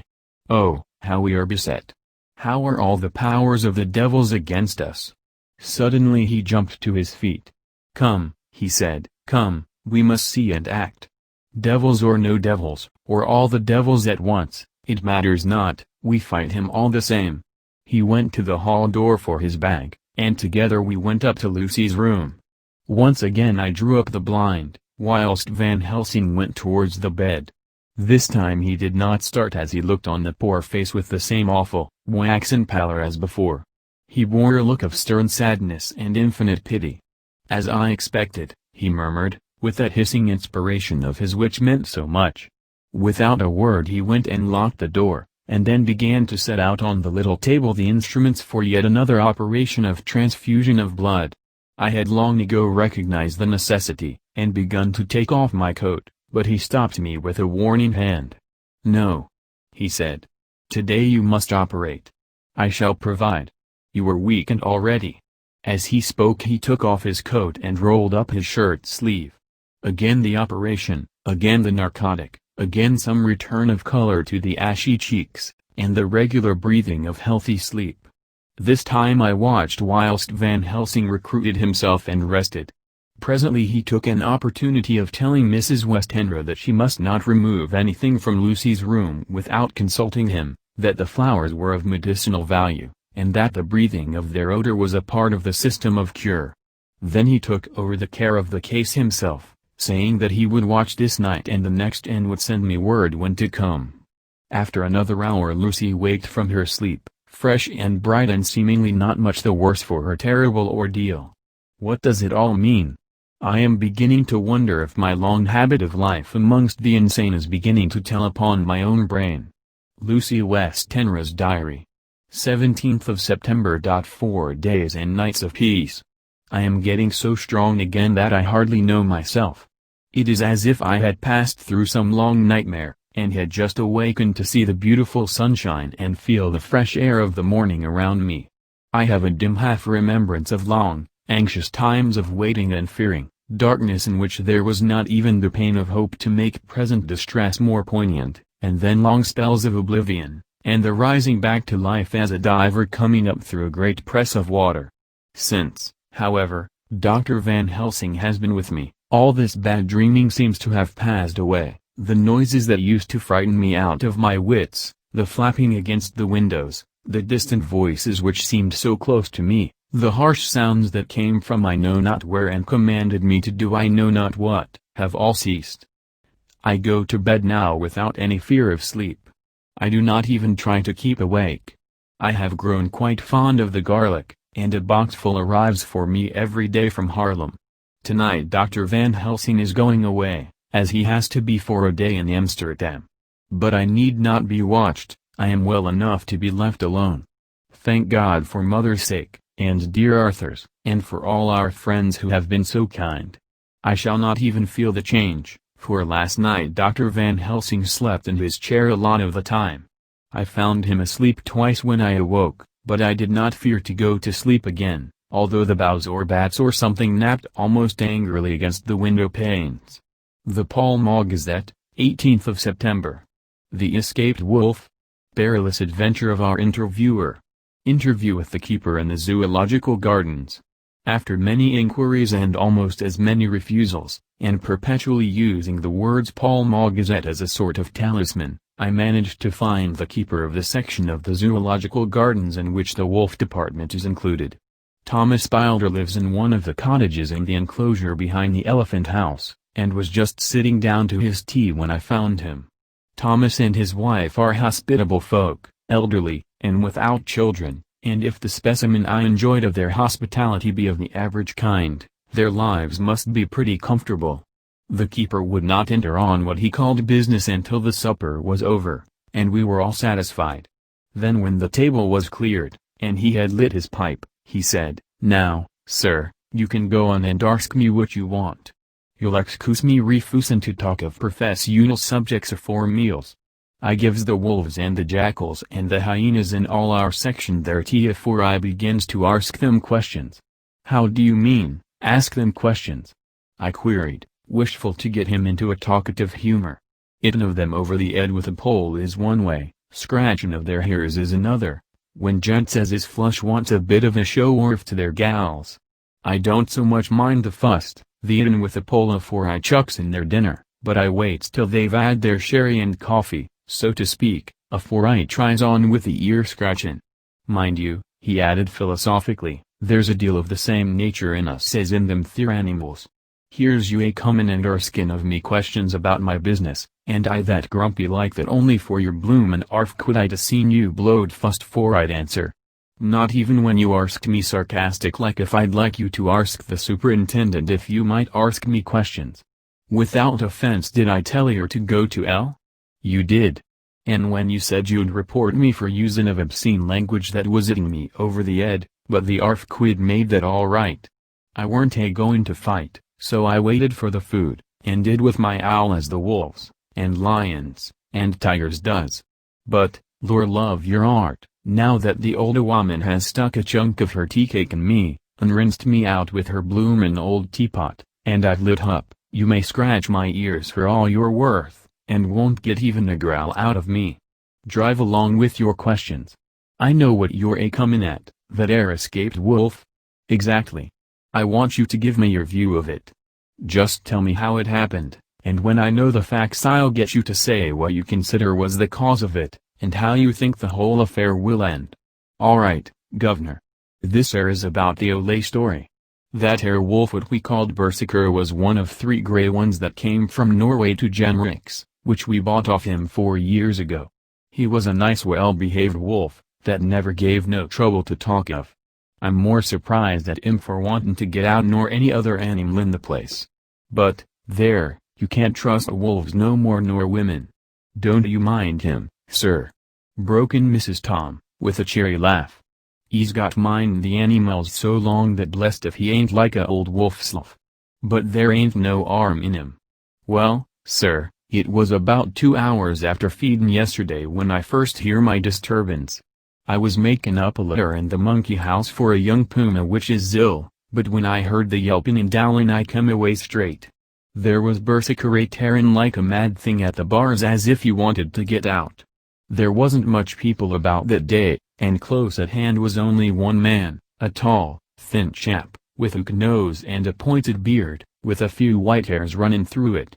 He had a hard, cold look and red eyes, and I took a sort of mislike to him, for it seemed as if it was him as they was irritated at. He had white kid gloves on his hands, and he pointed out the animals to me and says, "Keeper, these wolves seem upset at something." "Maybe it's you," says I, for I did not like the airs as he gives off. He didn't get angry, as I hoped he would, but he smiled a kind of insolent smile, with a mouth full of white, sharp teeth. "Oh no, they wouldn't like me," he says. "Oh yes, they would," says I, imitatin' of him. "They always likes a bone or two to clean their teeth on about tea time, which you has a bag full." Well, it was an odd thing, but when the animals see us talkin' they lay down, and when I went over to Berserker he let me stroke his ears same as ever.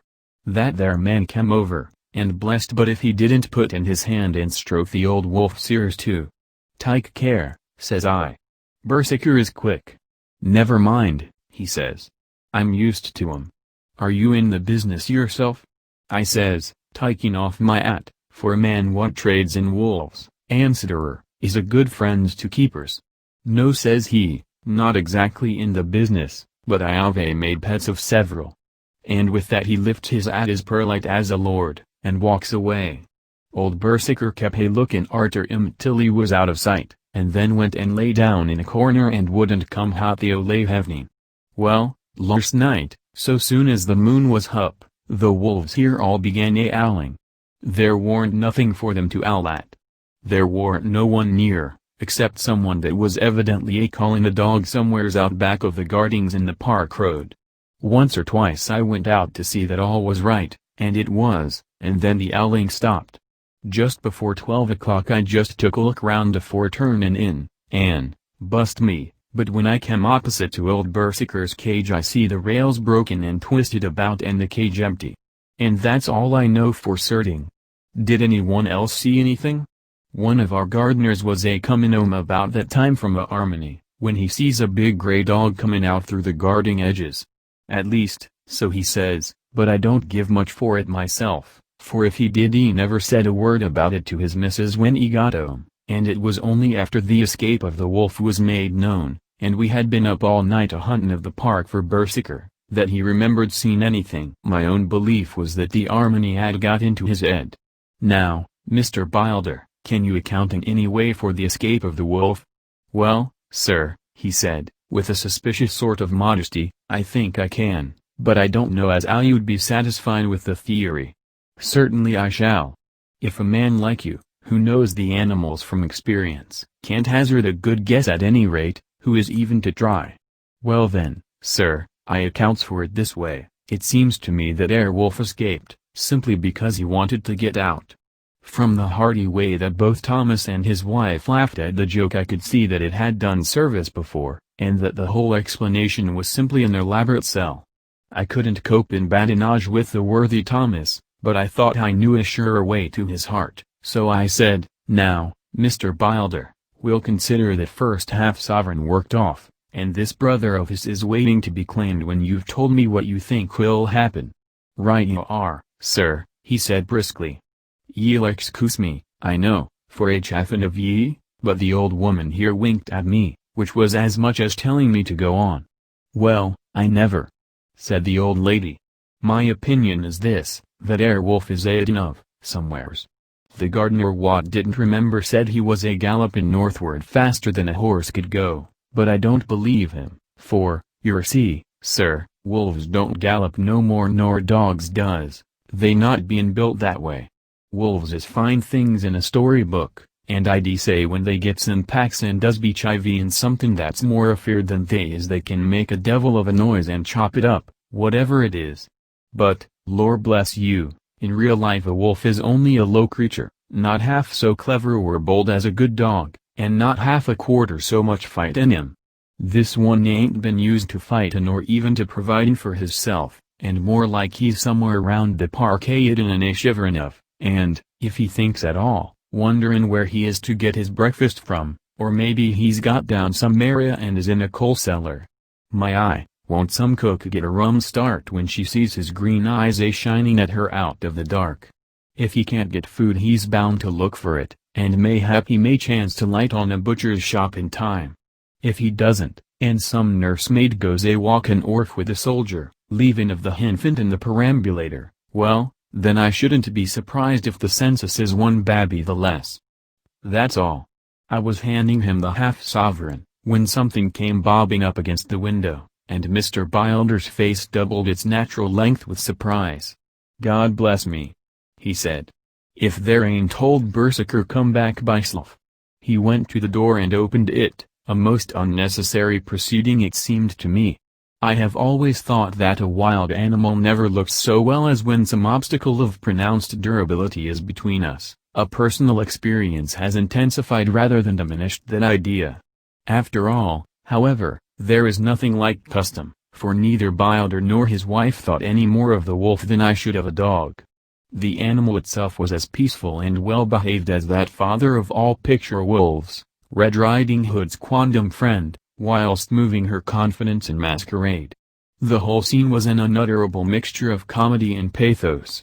The wicked wolf that for half a day had paralyzed London and set all the children in the town shivering in their shoes, was there in a sort of penitent mood, and was received and petted like a sort of vulpine prodigal son. Old Bilder examined him all over with most tender solicitude, and when he had finished with his penitent said, "There, I knew the poor old chap would get into some kind of trouble, didn't I say it all along? Here's his head all cut and full of broken glass.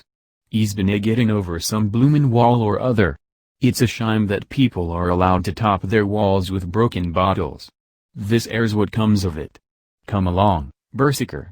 He took the wolf and locked him up in a cage, with a piece of meat that satisfied, in quantity at any rate, the elementary conditions of the fatted calf, and went off to report. I came off, too, to report the only exclusive information that is given today regarding the strange escapade at the zoo. Dr. Seward's Diary. 17th of September. I was engaged after dinner in my study posting up my books, which, through press of other work and the many visits to Lucy, had fallen sadly into arrear. Suddenly the door was burst open, and in rushed my patient, with his face distorted with passion. I was thunderstruck, for such a thing as a patient getting of his own accord into the superintendent's study is almost unknown. Without an instant's pause he made straight at me. He had a dinner knife in his hand, and, as I saw he was dangerous, I tried to keep the table between us. He was too quick and too strong for me, however, for before I could get my balance he had struck at me and cut my left wrist rather severely. Before he could strike again, however, I got in my right and he was sprawling on his back on the floor. My wrist bled freely, and quite a little pool trickled onto the carpet. I saw that my friend was not intent on further effort, and occupied myself binding up my wrist, keeping a wary eye on the prostrate figure all the time. When the attendants rushed in, and we turned our attention to him, his employment positively sickened me. He was lying on his belly on the floor licking up, like a dog, the blood which had fallen from my wounded wrist. He was easily secured, and, to my surprise, went with the attendants quite placidly, simply repeating over and over again, "The blood is the life. The blood is the life. I cannot afford to lose blood just at present. I have lost too much of late for my physical good," and then the prolonged strain of Lucy's illness and its horrible phases is telling on me. I am overexcited and weary, and I need rest, rest, rest. Happily Van Helsing has not summoned me, so I need not forego my sleep. Tonight I could not well do without it. Telegram, Van Helsing, Antwerp, to Seward, Carfax. Sent to Carfax, Sussex, as no county given, delivered late by 22 hours. 17th of September. Do not fail to be at Hillingham tonight. If not watching all the time frequently, visit and see that flowers are as placed, very important, do not fail. Shall be with you as soon as possible after arrival. Dr. Seward's Diary. 18th of September. Just off for train to London. The arrival of Van Helsing's telegram filled me with dismay. A whole night lost, and I know by bitter experience what may happen in a night. Of course it is possible that all may be well, but what may have happened? Surely there is some horrible doom hanging over us that every possible accident should thwart us in all we try to do. I shall take this cylinder with me, and then I can complete my entry on Lucy's phonograph. Memorandum left by Lucy Westenra. 17th of September. Night. I write this and leave it to be seen, so that no one may by any chance get into trouble through me. This is an exact record of what took place tonight. I feel I am dying of weakness, and have barely strength to write, but it must be done if I die in the doing. I went to bed as usual, taking care that the flowers were placed as Dr. Van Helsing directed, and soon fell asleep. I was waked by the flapping at the window, which had begun after that sleepwalking on the cliff at Whitby when Mina saved me, and which now I know so well. I was not afraid, but I did wish that Dr. Seward was in the next room, as Dr. Van Helsing said he would be, so that I might have called him. I tried to go to sleep, but could not. Then there came to me the old fear of sleep, and I determined to keep awake. Perversely sleep would try to come then when I did not want it, so, as I feared to be alone, I opened my door and called out, "Is there anybody there?" There was no answer. I was afraid to wake Mother, and so closed my door again. Then outside in the shrubbery I heard a sort of howl like a dog's, but more fierce and deeper. I went to the window and looked out, but could see nothing, except a big bat, which had evidently been buffeting its wings against the window. So I went back to bed again, but determined not to go to sleep. Presently the door opened, and Mother looked in, seeing by my moving that I was not asleep, came in, and sat by me.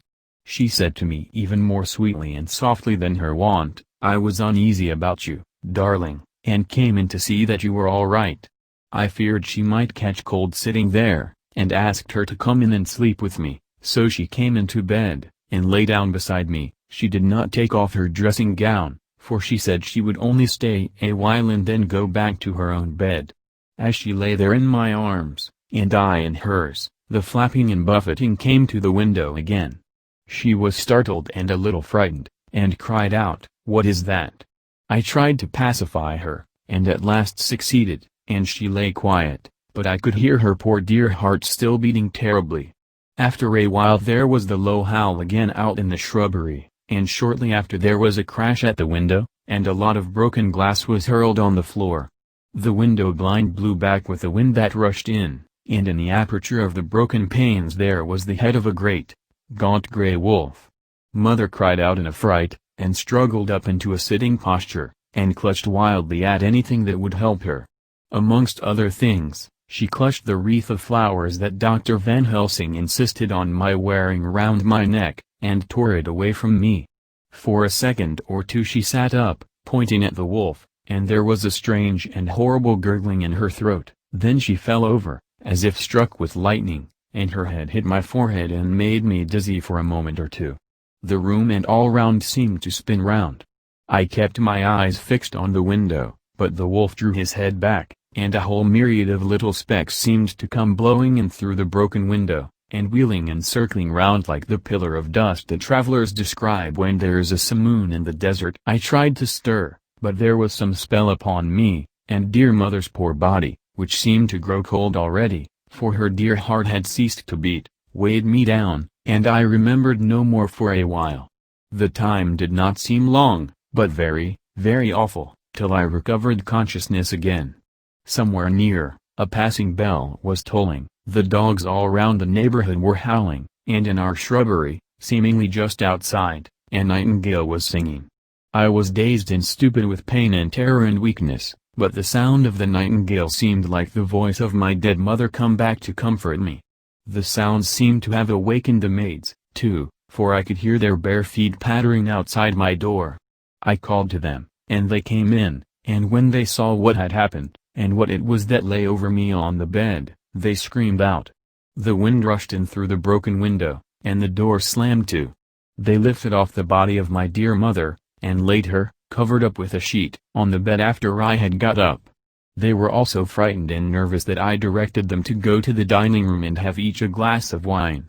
The door flew open for an instant and closed again. The maid shrieked, and then went in a body to the dining room, and I laid what flowers I had on my dear mother's breast. When they were there I remembered what Dr. Van Helsing had told me, but I didn't like to remove them, and, besides, I would have some of the servants to sit up with me now. I was surprised that the maids did not come back. I called them, but got no answer, so I went to the dining room to look for them. My heart sank when I saw what had happened. They all four lay helpless on the floor, breathing heavily. The decanter of sherry was on the table half full, but there was a queer, acrid smell about.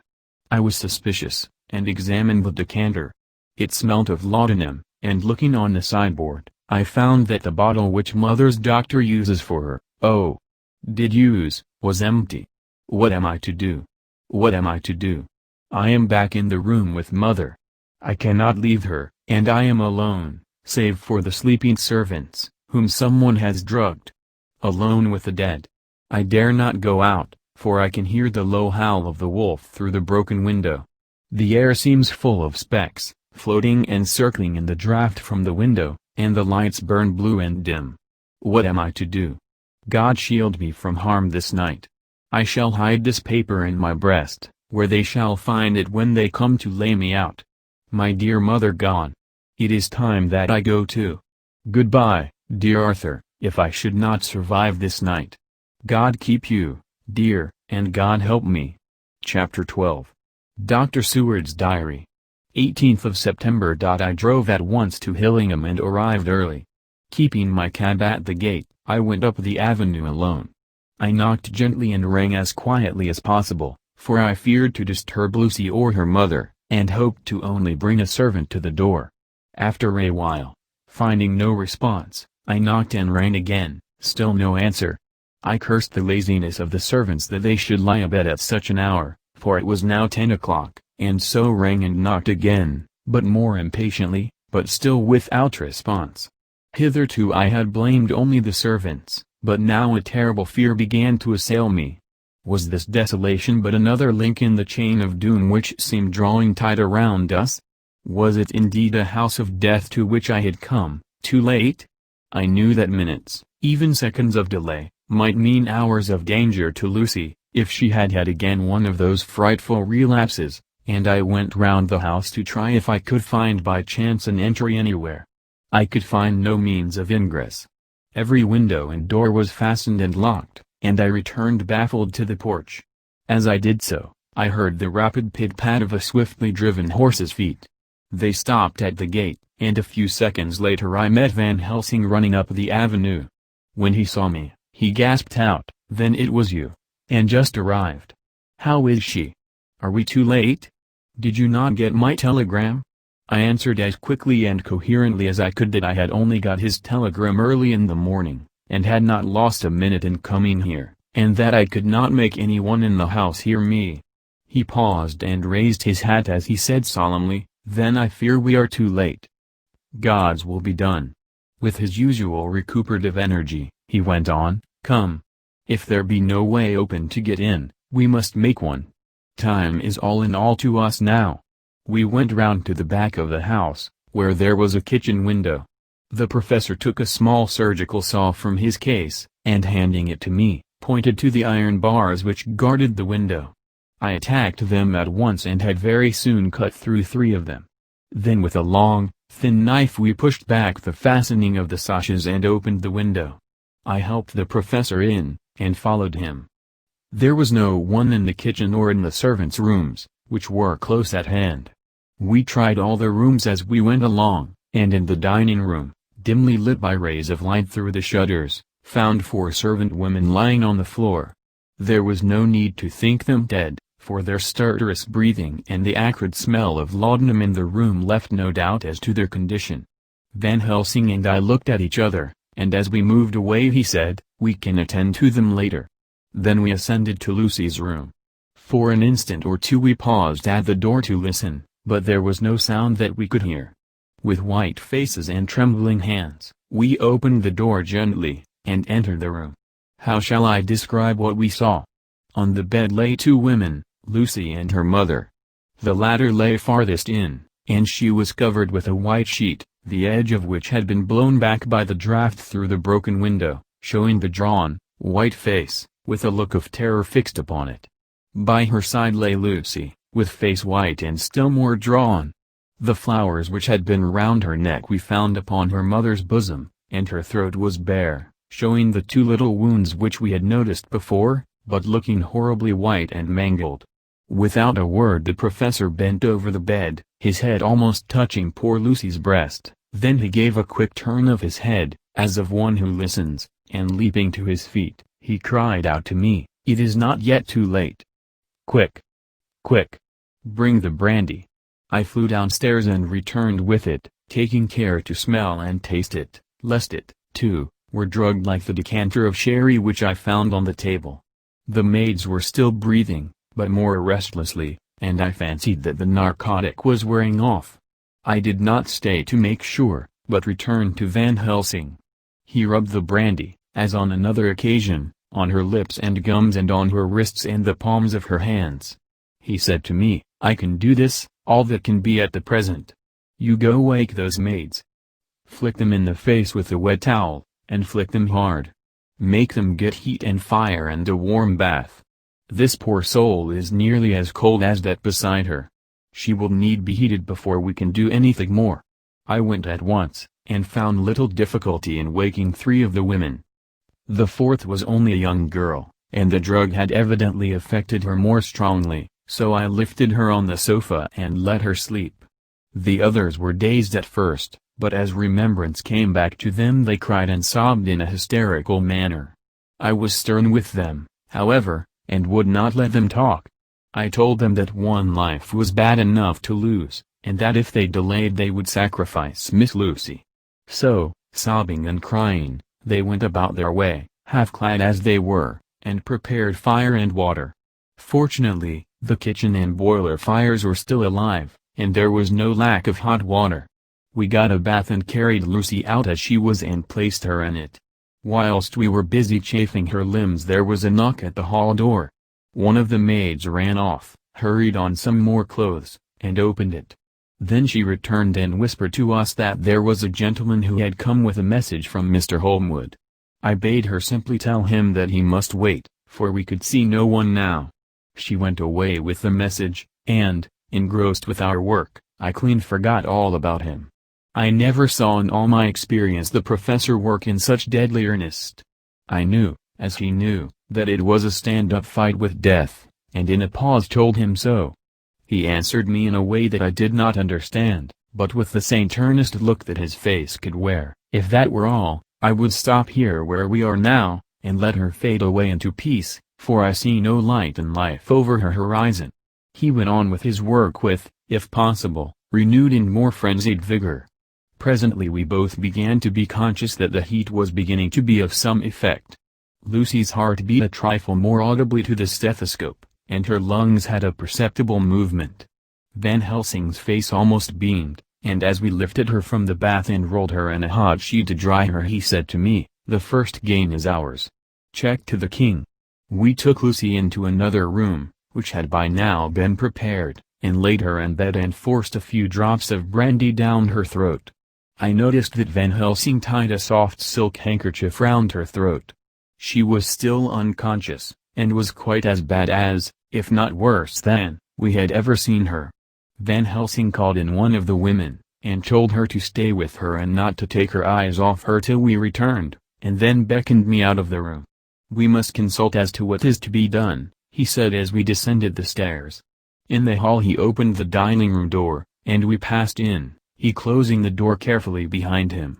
The shutters had been opened, but the blinds were already down, with that obedience to the etiquette of death which the British woman of the lower classes always rigidly observes.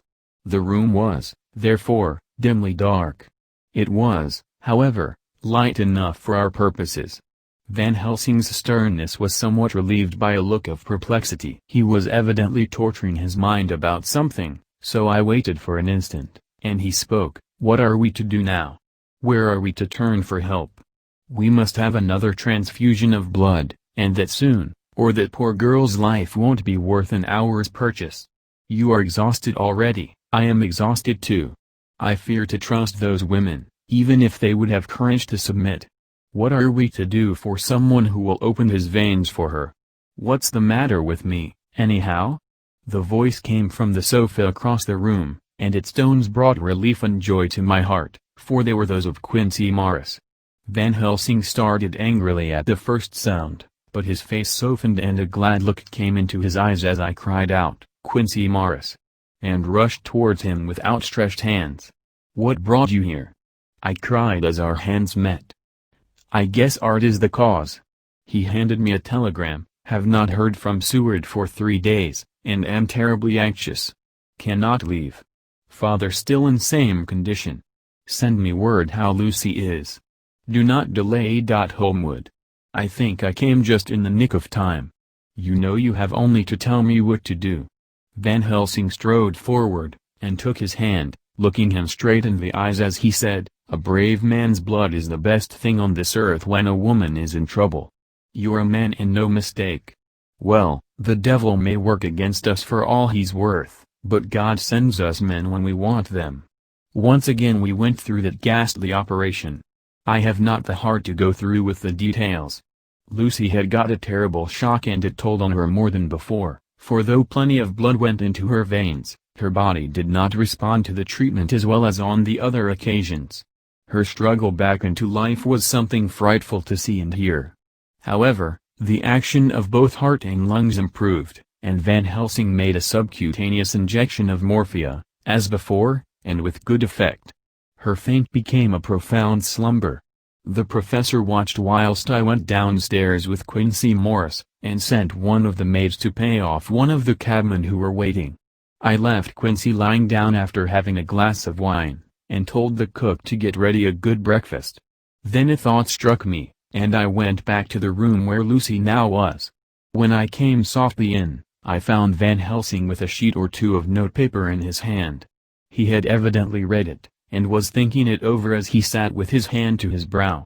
There was a look of grim satisfaction in his face, as of one who has had a doubt solved. He handed me the paper saying only, "It dropped from Lucy's breast when we carried her to the bath."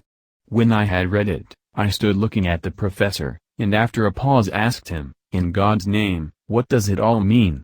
Was she, or is she, mad, or what sort of horrible danger is it?" I was so bewildered that I did not know what to say more. Van Helsing put out his hand and took the paper, saying, "Do not trouble about it now. Forget it for the present. You shall know and understand it all in good time, but it will be later. And now what is it that you came to me to say?" This brought me back to fact, and I was all myself again. "I came to speak about the certificate of death. If we do not act properly and wisely, there may be an inquest, and that paper would have to be produced. I am in hopes that we need have no inquest, for if we had it would surely kill poor Lucy, if nothing else did.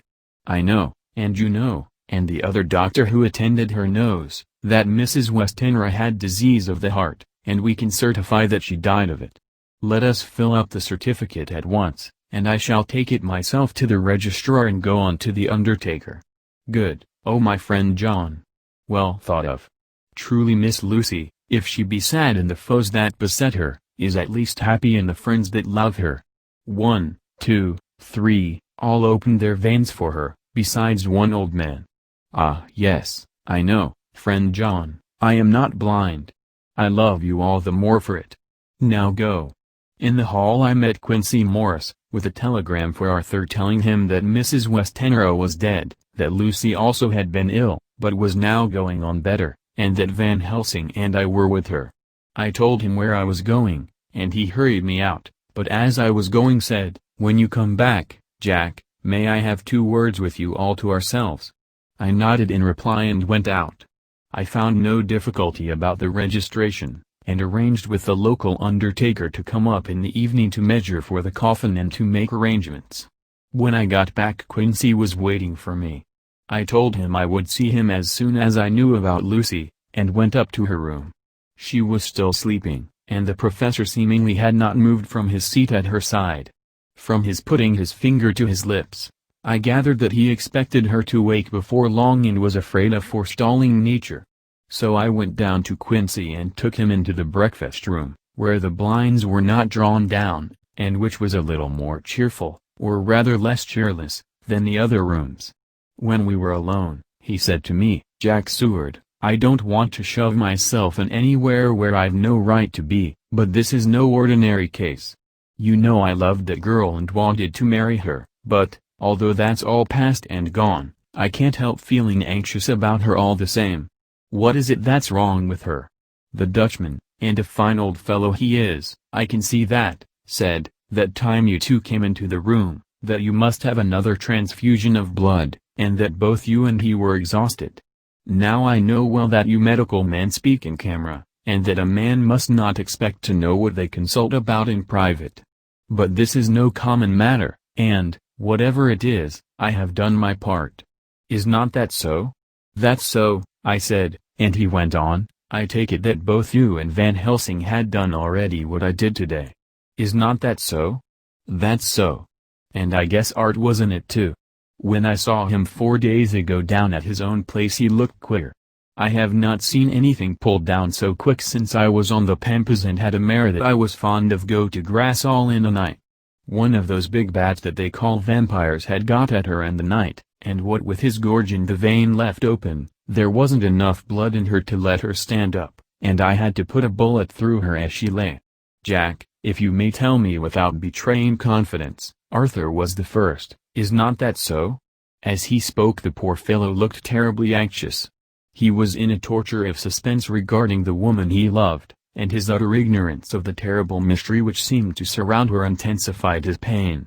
His very heart was bleeding, and it took all the manhood of him, and there was a royal lot of it, too, to keep him from breaking down. I paused before answering, for I felt that I must not betray anything which the professor wished kept secret, but already he knew so much, and guessed so much, that there could be no reason for not answering, so I answered in the same phrase, "That's so." "And how long has this been going on?" "About 10 days. 10 days. Then I guess, Jack Seward, that poor pretty creature that we all love has had put into her veins within that time the blood of 4 strong men. Man alive, her whole body wouldn't hold it." Then, coming close to me, he spoke in a fierce half-whisper, "What took it out?" I shook my head. "That," I said, "is the crux. Van Helsing is simply frantic about it, and I am at my wit's end. I can't even hazard a guess. There has been a series of little circumstances which have thrown out all our calculations as to Lucy being properly watched. But these shall not occur again. Here we stay until all be well, or ill." Quincy held out his hand. "Count me in," he said. "You and the Dutchman will tell me what to do, and I'll do it." When she woke late in the afternoon, Lucy's first movement was to feel in her breast, and, to my surprise, produced the paper which Van Helsing had given me to read. The careful professor had replaced it where it had come from, lest on waking she should be alarmed. Her eye then lit on Van Helsing and on me too, and gladdened. Then she looked around the room, and seeing where she was, shuddered. She gave a loud cry, and put her poor thin hands before her pale face. We both understood what that meant, that she had realized to the full her mother's death, so we tried what we could to comfort her. Doubtless sympathy eased her somewhat, but she was very low in thought and spirit, and wept silently and weakly for a long time. We told her that either or both of us would now remain with her all the time, and that seemed to comfort her. Towards dusk she fell into a doze. Here a very odd thing occurred. Whilst still asleep she took the paper from her breast and tore it in two. Van Helsing stepped over and took the pieces from her. All the same, however, she went on with the action of tearing, as though the material were still in her hands. Finally she lifted her hands and opened them as though scattering the fragments. Van Helsing seemed surprised, and his brows gathered as if in thought, but he said nothing. 19th of September. All last night she slept fitfully, being always afraid to sleep, and something weaker when she woke from it. The professor and I took it in turns to watch, and we never left her for a moment unattended. Quincy Morris said nothing about his intention, but I knew that all night long he patrolled round and round the house. When the day came, its searching light showed the ravages in poor Lucy's strength. She was hardly able to turn her head, and the little nourishment which she could take seemed to do her no good. At times she slept, and both Van Helsing and I noticed the difference in her, between sleeping and waking. Whilst asleep she looked stronger, although more haggard, and her breathing was softer. Her open mouth showed the pale gums drawn back from the teeth, which thus looked positively longer and sharper than usual. When she woke the softness of her eyes evidently changed the expression, for she looked her own self, although a dying one. In the afternoon she asked for Arthur, and we telegraphed for him. Quincy went off to meet him at the station. When he arrived it was nearly 6 o'clock, and the sun was setting full and warm, and the red light streamed in through the window and gave more color to the pale cheeks. When he saw her, Arthur was simply choking with emotion, and none of us could speak. In the hours that had passed, the fits of sleep, or the comatose condition that passed for it, had grown more frequent, so that the pauses when conversation was possible were shortened. Arthur's presence, however, seemed to act as a stimulant. She rallied a little, and spoke to him more brightly than she had done since we arrived. He too pulled himself together, and spoke as cheerily as he could, so that the best was made of everything. It was now nearly 1 o'clock, and he and Van Helsing are sitting with her. I am to relieve them in a quarter of an hour, and I am entering this on Lucy's phonograph. Until 6 o'clock they are to try to rest. I fear that tomorrow will end our watching, for the shock has been too great. The poor child cannot rally. God help us all. Letter, Mina Harker to Lucy Westenra. Unopened by her. 17th of September. My dearest Lucy, it seems an age since I heard from you, or indeed since I wrote. You will pardon me, I know, for all my faults when you have read all my budget of news. Well, I got my husband back all right. When we arrived at Exeter there was a carriage waiting for us, and in it, though he had an attack of gout, Mr. Hawkins. He took us to his house, where there were rooms for us all nice and comfortable, and we dined together. After dinner Mr. Hawkins said, "My dears, I want to drink your health and prosperity, and may every blessing attend you both. I know you both from children, and have, with love and pride, seen you grow up. Now I want you to make your home here with me. I have left to me neither chick nor child, all are gone, and in my will I have left you everything." I cried, "Lucy dear," as Jonathan and the old man clasped hands. Our evening was a very, very happy one. So here we are, installed in this beautiful old house, and from both my bedroom and the drawing room I can see the great elms of the cathedral close, with their great black stems standing out against the old yellow stone of the cathedral, and I can hear the rooks overhead cawing and chattering and gossiping all day, after the manner of rooks and humans. I am busy, I need not tell you, arranging things and housekeeping. Jonathan and Mr. Hawkins are busy all day, for, now that Jonathan is a partner, Mr. Hawkins wants to tell him all about the clients. How is your dear mother getting on? I wish I could run up to town for a day or two to see you, dear, but I dare not go yet, with so much on my shoulders, and Jonathan wants looking after still. He is beginning to put some flesh on his bones again, but he was terribly weakened by the long illness. Even now he sometimes starts out of his sleep in a sudden way and awakes all trembling until I can coax him back to his usual placidity. However, thank God, these occasions grow less frequent as the days go on, and they will in time pass away altogether, I trust. And now I have told you my news, let me ask yours. When are you to be married, and where, and who is to perform the ceremony, and what are you to wear, and is it to be a public or a private wedding? Tell me all about it, dear, tell me all about everything, for there is nothing which interests you which will not be dear to me.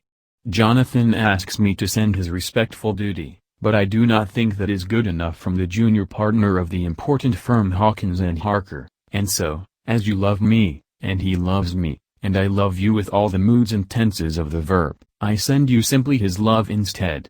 Goodbye, my dearest Lucy, and all blessings on you. Yours, Mina Harker. Report from Patrick Hennessy, M.D., M.R., C, S, L, K, Q, C, P, I, etc., etc., to John Seward, M.D. 20th of September. My dear Sir, in accordance with your wishes, I enclose report of the conditions of everything left in my charge. With regard to patient, Renfield, there is more to say. He has had another outbreak, which might have had a dreadful ending, but which, as it fortunately happened, was unattended with any unhappy results.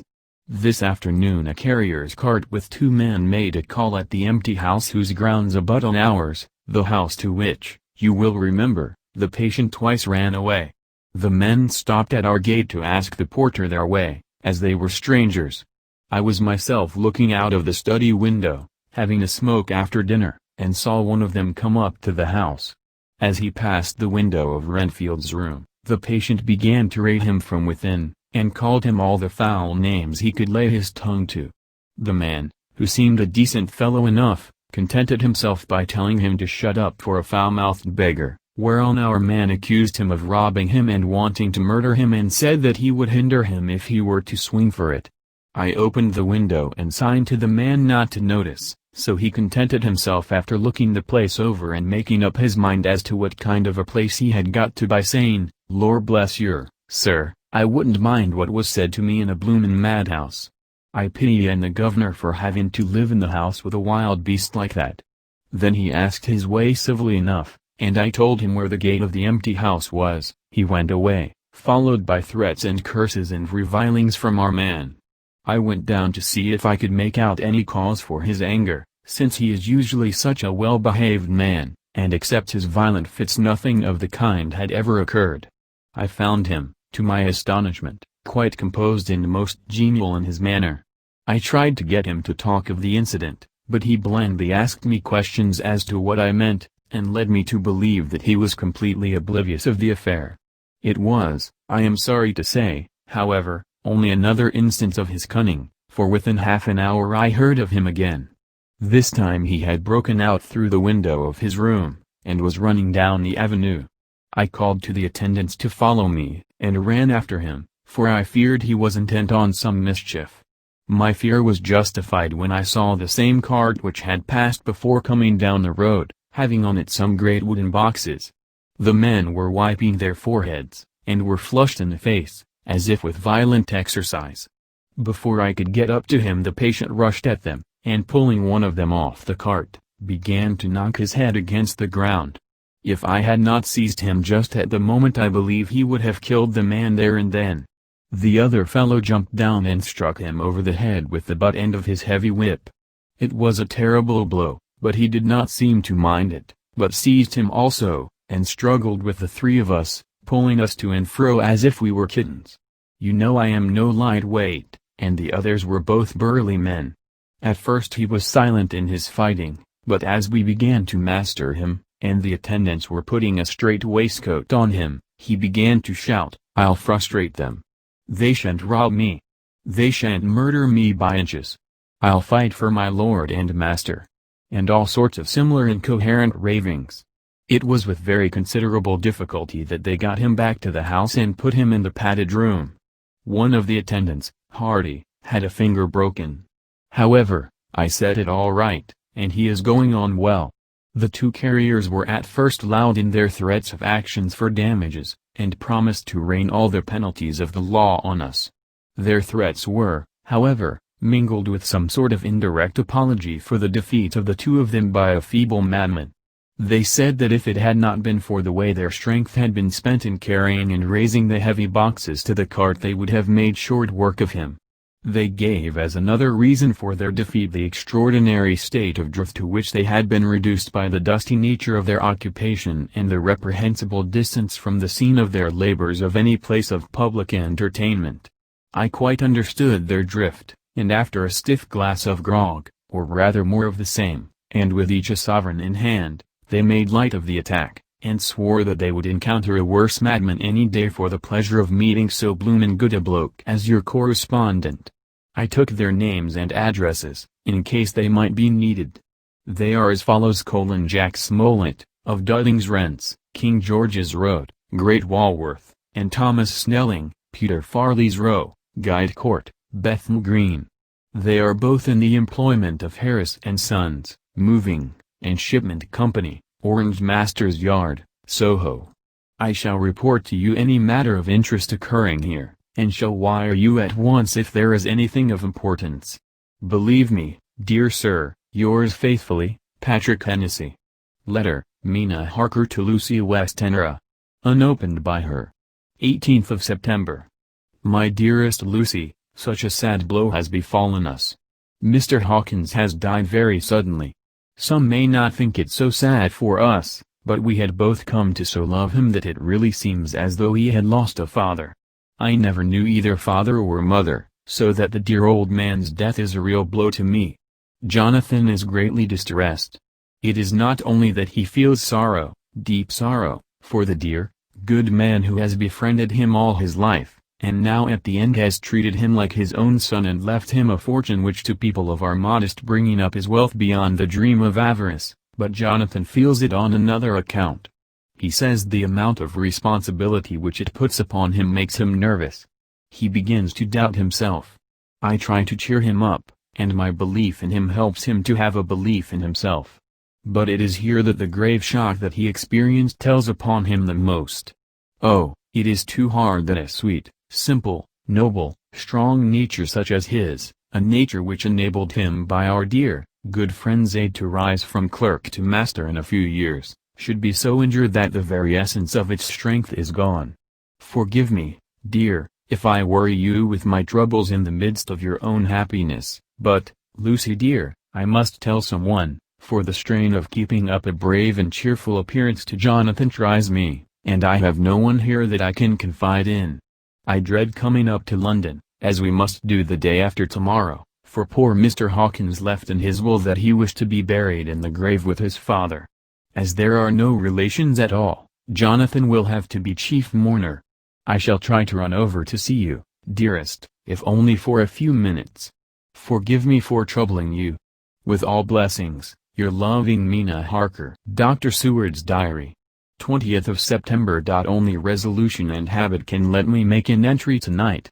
I am too miserable, too low-spirited, too sick of the world and all in it, including life itself, that I would not care if I heard this moment the flapping of the wings of the angel of death. And he has been flapping those grim wings to some purpose of late, Lucy's mother and Arthur's father, and now. Let me get on with my work. I duly relieved Van Helsing in his watch over Lucy. We wanted Arthur to go to rest also, but he refused at first. It was only when I told him that we should want him to help us during the day, and that we must not all break down for want of rest, lest Lucy should suffer, that he agreed to go. Van Helsing was very kind to him. "Come, my child," he said, "come with me. You are sick and weak, and have had much sorrow and much mental pain, as well as that tax on your strength that we know of. You must not be alone, for to be alone is to be full of fears and alarms. Come to the drawing-room, where there is a big fire, and there are 2 sofas. You shall lie on one, and I on the other, and our sympathy will be comfort to each other, even though we do not speak, and even if we sleep." Arthur went off with him, casting back a longing look on Lucy's face, which lay in her pillow, almost wider than the lawn. She lay quite still, and I looked round the room to see that all was as it should be. I could see that the professor had carried out in this room, as in the other, his purpose of using the garlic. The whole of the window sashes reeked with it, and round Lucy's neck, over the silk handkerchief which Van Helsing made her keep on, was a rough chaplet of the same odorous flowers. Lucy was breathing somewhat stertorously, and her face was at its worst, for the open mouth showed the pale gums. Her teeth, in the dim, uncertain light, seemed longer and sharper than they had been in the morning. In particular, by some trick of the light, the canine teeth looked longer and sharper than the rest. I sat down by her, and presently she moved uneasily. At the same moment there came a sort of dull flapping or buffeting at the window. I went over to it softly, and peeped out by the corner of the blind. There was a full moonlight, and I could see that the noise was made by a great bat, which wheeled round, doubtless attracted by the light, although so dim, and every now and again struck the window with its wings. When I came back to my seat, I found that Lucy had moved slightly, and had torn away the garlic flowers from her throat. I replaced them as well as I could, and sat watching her. Presently she woke, and I gave her food, as Van Helsing had prescribed. She took but a little, and that languidly. There did not seem to be with her now the unconscious struggle for life and strength that had hitherto so marked her illness.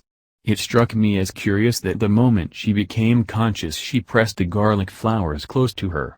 It was certainly odd that whenever she got into that lethargic state, with the stertorous breathing, she put the flowers from her, but that when she waked she clutched them close.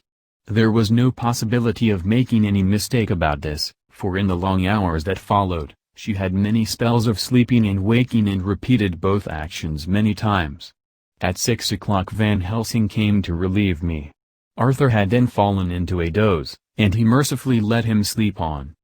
When he saw Lucy's face I could hear the hissing and draw of his breath, and he said to me in a sharp whisper, "Draw up the blind, I want light." Then he bent down, and, with his face almost touching Lucy's, examined her carefully. He removed the flowers and lifted the silk handkerchief from her throat. As he did so he started back, and I could hear his ejaculation, "Mein Gott!" as it was smothered in his throat. I bent over and looked, too, and as I noticed some queer chill came over me. The wounds on the throat had absolutely disappeared. For fully 5 minutes Van Helsing stood looking at her, with his face at its Saint earnest. Then he turned to me and said calmly, "She is dying. It will not be long now. It will be much difference, mark me, whether she dies conscious or in her sleep. Wake that poor boy, and let him come and see the last. He trusts us, and we have promised him." I went to the dining room and waked him. He was dazed for a moment, but when he saw the sunlight streaming in through the edges of the shutters he thought he was late, and expressed his fear. I assured him that Lucy was still asleep, but told him as gently as I could that both Van Helsing and I feared that the end was near. He covered his face with his hands, and slid down on his knees by the sofa, where he remained, perhaps a minute, with his head buried, praying, whilst his shoulders shook with grief. I took him by the hand and raised him up. "Come," I said, "my dear old fellow, summon all your fortitude, it will be best and easiest for her." When we came into Lucy's room I could see that Van Helsing had, with his usual forethought, been putting matters straight and making everything look as pleasing as possible. He had even brushed Lucy's hair, so that it lay on the pillow in its usual sunny ripples. When we came into the room she opened her eyes, and seeing him, whispered softly, "Arthur. Oh, my love, I am so glad you have come." He was stooping to kiss her, when Van Helsing motioned him back. "No," he whispered, "not yet. Hold her hand, it will comfort her more." So Arthur took her hand and knelt beside her, and she looked her best, with all the soft lines matching the angelic beauty of her eyes. Then gradually her eyes closed, and she sank to sleep. For a little bit her breast heaved softly, and her breath came and went like a tired child's. And then insensibly there came the strange change which I had noticed in the night.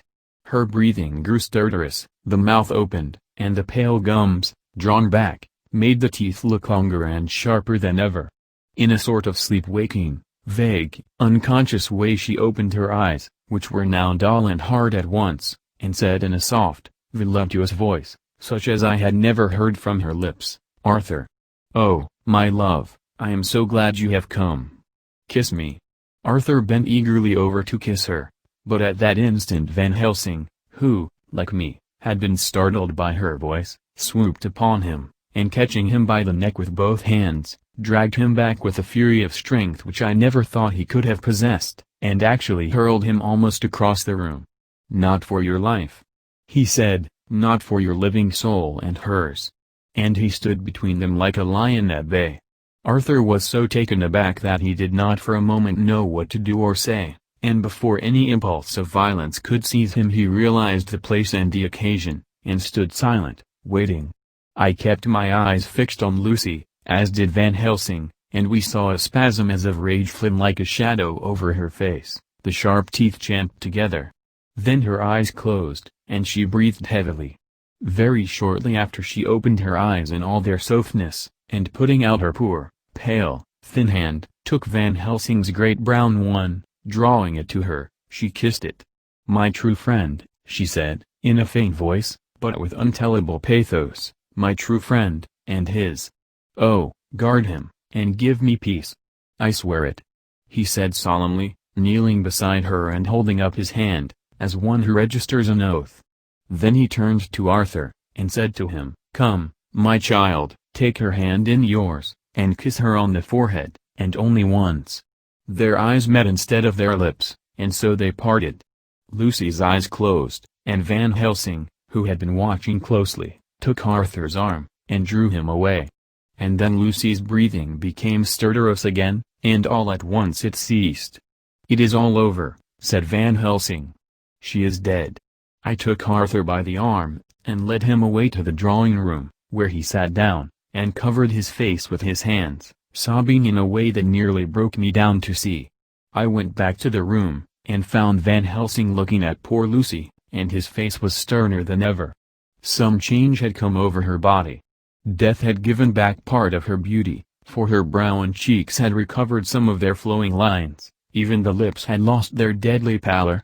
It was as if the blood, no longer needed for the working of the heart, had gone to make the harshness of death as little rude as might be.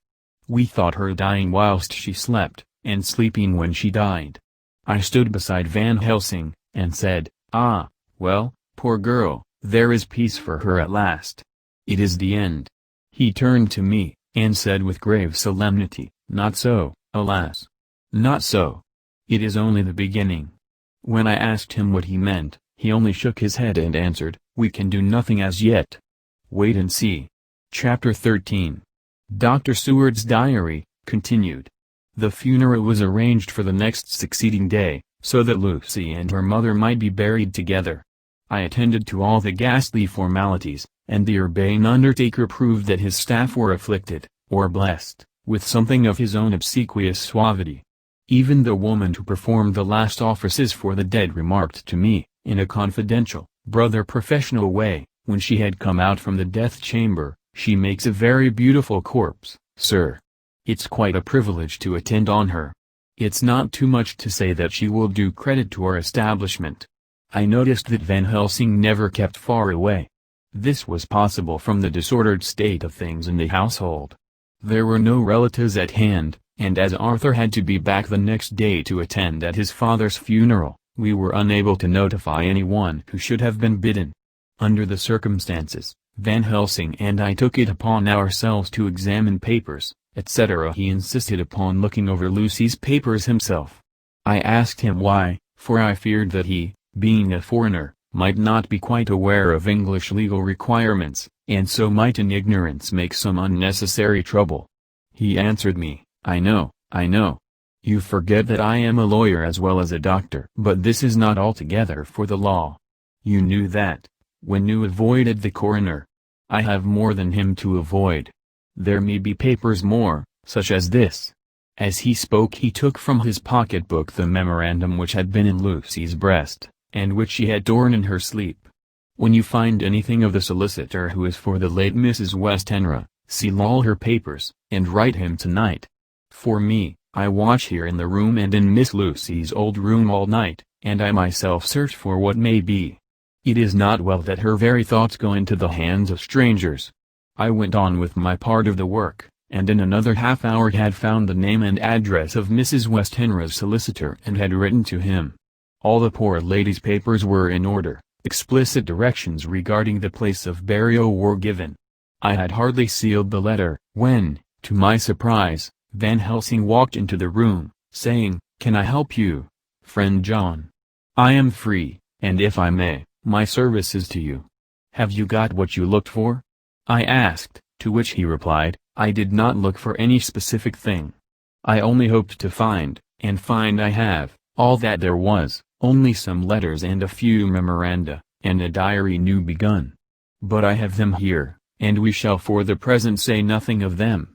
I shall see that poor lad tomorrow evening, and, with his sanction, I shall use some." When we had finished the work in hand, he said to me, "And now, friend John, I think we may to bed. We want sleep, both you and I, and rest to recuperate. Tomorrow we shall have much to do, but for the tonight there is no need of us." Alas! Before turning in we went to look at poor Lucy. The undertaker had certainly done his work well, for the room was turned into a small chapelle ardente. There was a wilderness of beautiful white flowers, and death was made as little repulsive as might be. The end of the winding sheet was laid over the face. When the professor bent over and turned it gently back, we both started at the beauty before us, the tall wax candles showing a sufficient light to note it well. All Lucy's loveliness had come back to her in death, and the hours that had passed, instead of leaving traces of decay's effacing fingers, had buttressed toward the beauty of life, till positively I could not believe my eyes that I was looking at a corpse. The professor looked sternly grave. He had not loved her as I had, and there was no need for tears in his eyes. He said to me, "Remain till I return," and left the room. He came back with a handful of wild garlic from the box waiting in the hall, but which had not been opened, and placed the flowers amongst the others on and around the bed. Then he took from his neck, inside his collar, a little gold crucifix, and placed it over the mouth. He restored the sheet to its place, and we came away. I was undressing in my own room, when, with a premonitory tap at the door, he entered, and at once began to speak. "Tomorrow I want you to bring me, before night, a set of post-mortem knives." "Must we make an autopsy?" I asked. "Yes and no. I want to operate, but not as you think. Let me tell you now, but not a word to another. I want to cut off her head and take out her heart." "Ah! You a surgeon, and so shocked? You, whom I have seen with no tremble of hand or heart, do operations of life and death that make the rest shudder. Oh, but I must not forget, my dear friend John, that you loved her, and I have not forgotten it, for it is I that shall operate, and you must only help. I would like to do it tonight, but for Arthur I must not. He will be free after his father's funeral tomorrow, and he will want to see her, to see it. Then, when she is coffined ready for the next day, you and I shall come when all sleep. We shall unscrew the coffin lid, and shall do our operation, and then replace all, so that none know, save we alone. But why do it at all? The girl is dead. Why mutilate her poor body without need? And if there is no necessity for a post-mortem and nothing to gain by it, no good to her, to us, to science, to human knowledge, why do it? Without such it is monstrous." For answer he put his hand on my shoulder, and said, with infinite tenderness, "Friend John, I pity your poor bleeding heart, and I love you the more because it does so bleed. If I could, I would take on myself the burden that you do bear. But there are things that you know not, but that you shall know, and bless me for knowing, though they are not pleasant things. John, my child, you have been my friend now many years, and yet did you ever know me to do any without good cause? I may err, I am but man, but I believe in all I do. Was it not for these causes that you sent for me when the great trouble came? Yes. Were you not amazed, nay horrified, when I would not let Arthur kiss his love, though she was dying, and snatched him away by all my strength? Yes. And yet you saw how she thanked me, with her so beautiful dying eyes, her voice, too, so weak, and she kissed my rough old hand and blessed me? Yes. And did you not hear me swear a promise to her, that so she closed her eyes grateful? Yes. Well, I have good reason now for all I want to do. You have for many years trust me, you have believed me weeks past, when there be things so strange that you might have well doubt. Believe me yet a little, friend John. If you trust me not, then I must tell what I think, and that is not perhaps well. And if I work, as work I shall, no matter trust or no trust, without my friends' trust in me, I work with heavy heart and feel, oh, so lonely when I want all help and courage that may be. He paused a moment and went on solemnly, Friend John, there are strange and terrible days before us. Let us not be two, but one, that so we work to a good end. Will you not have faith in me? I took his hand, and promised him. I held my door open as he went away, and watched him go into his room and close the door. As I stood without moving, I saw one of the maids pass silently along the passage. She had her back towards me, so did not see me, and go into the room where Lucy lay.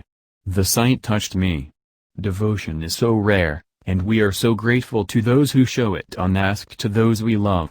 Here was a poor girl putting aside the terrors which she naturally had of death to go watch alone by the bier of the mistress whom she loved, so that the poor clay might not be lonely till laid to eternal rest.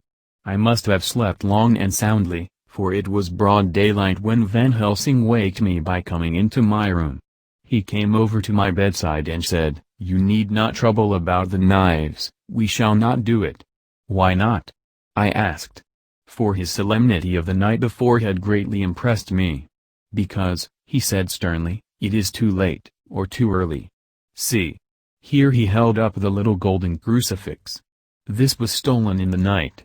How, stolen? I asked in wonder, since you have it now. Because I get it back from the worthless wretch who stole it, from the woman who robbed the dead and the living. Her punishment will surely come, but not through me. She knew not altogether what she did and thus unknowing, she only stole. Now we must wait. He went away on the word, leaving me with a new mystery to think of, a new puzzle to grapple with. The forenoon was a dreary time, but at noon the solicitor came, Mr. Marquent, of Holdeman, Sons, Marquent, and Litterdale. He was very genial and very appreciative of what we had done, and took off our hands all cares as to details. During lunch he told us that Mrs. Westenra had for some time expected sudden death from her heart, and had put her affairs in absolute order. He informed us that, with the exception of a certain entailed property of Lucy's father's which now, in default of direct issue, went back to a distant branch of the family, the whole estate, real and personal, was left absolutely to Arthur Holmwood. When he had told us so much he went on, frankly we did our best to prevent such a testamentary disposition, and pointed out certain contingencies that might leave her daughter either penniless or not so free as she should be to act regarding a matrimonial alliance. Indeed, we pressed the matter so far that we almost came into collision, for she asked us if we were or were not prepared to carry out her wishes. Of course, we had then no alternative but to accept. We were right in principle, and 99 times out of 100 we should have proved, by the logic of events, the accuracy of our judgment. Frankly, however, I must admit that in this case any other form of disposition would have rendered impossible the carrying out of her wishes. For by her predeceasing her daughter the latter would have come into possession of the property, and, even had she only survived her mother by 5 minutes, her property would, in case there were no will, and a will was a practical impossibility in such a case, have been treated at her decease as under intestacy. In which case Lord Godalming, though so dear a friend, would have had no claim in the world, and the inheritors, being remote, would not be likely to abandon their just rights, for sentimental reasons regarding an entire stranger. I assure you, my dear sirs, I am rejoiced at the result, perfectly rejoiced. He was a good fellow, but his rejoicing at the one little part, in which he was officially interested, of so great a tragedy, was an object lesson in the limitations of sympathetic understanding. He did not remain long, but said he would look in later in the day and see Lord Godalming. His coming, however, had been a certain comfort to us, since it assured us that we should not have to dread hostile criticism as to any of our acts. Arthur was expected at 5 o'clock, so a little before that time we visited the death chamber. It was so in very truth, for now both mother and daughter lay in it. The undertaker, true to his craft, had made the best display he could of his goods, and there was a mortuary air about the place that lowered our spirits at once. Van Helsing ordered the former arrangement to be adhered to, explaining that, as Lord Godalming was coming very soon, it would be less harrowing to his feelings to see all that was left of his fiancée quite alone. The undertaker seemed shocked at his own stupidity and exerted himself to restore things to the condition in which we left them the night before, so that when Arthur came such shocks to his feelings as we could avoid were saved. Poor fellow! He looked desperately sad and broken, even his stalwart manhood seemed to have shrunk somewhat under the strain of his much-tried emotions. He had, I knew, been very genuinely and devotedly attached to his father, and to lose him, and at such a time, was a bitter blow to him.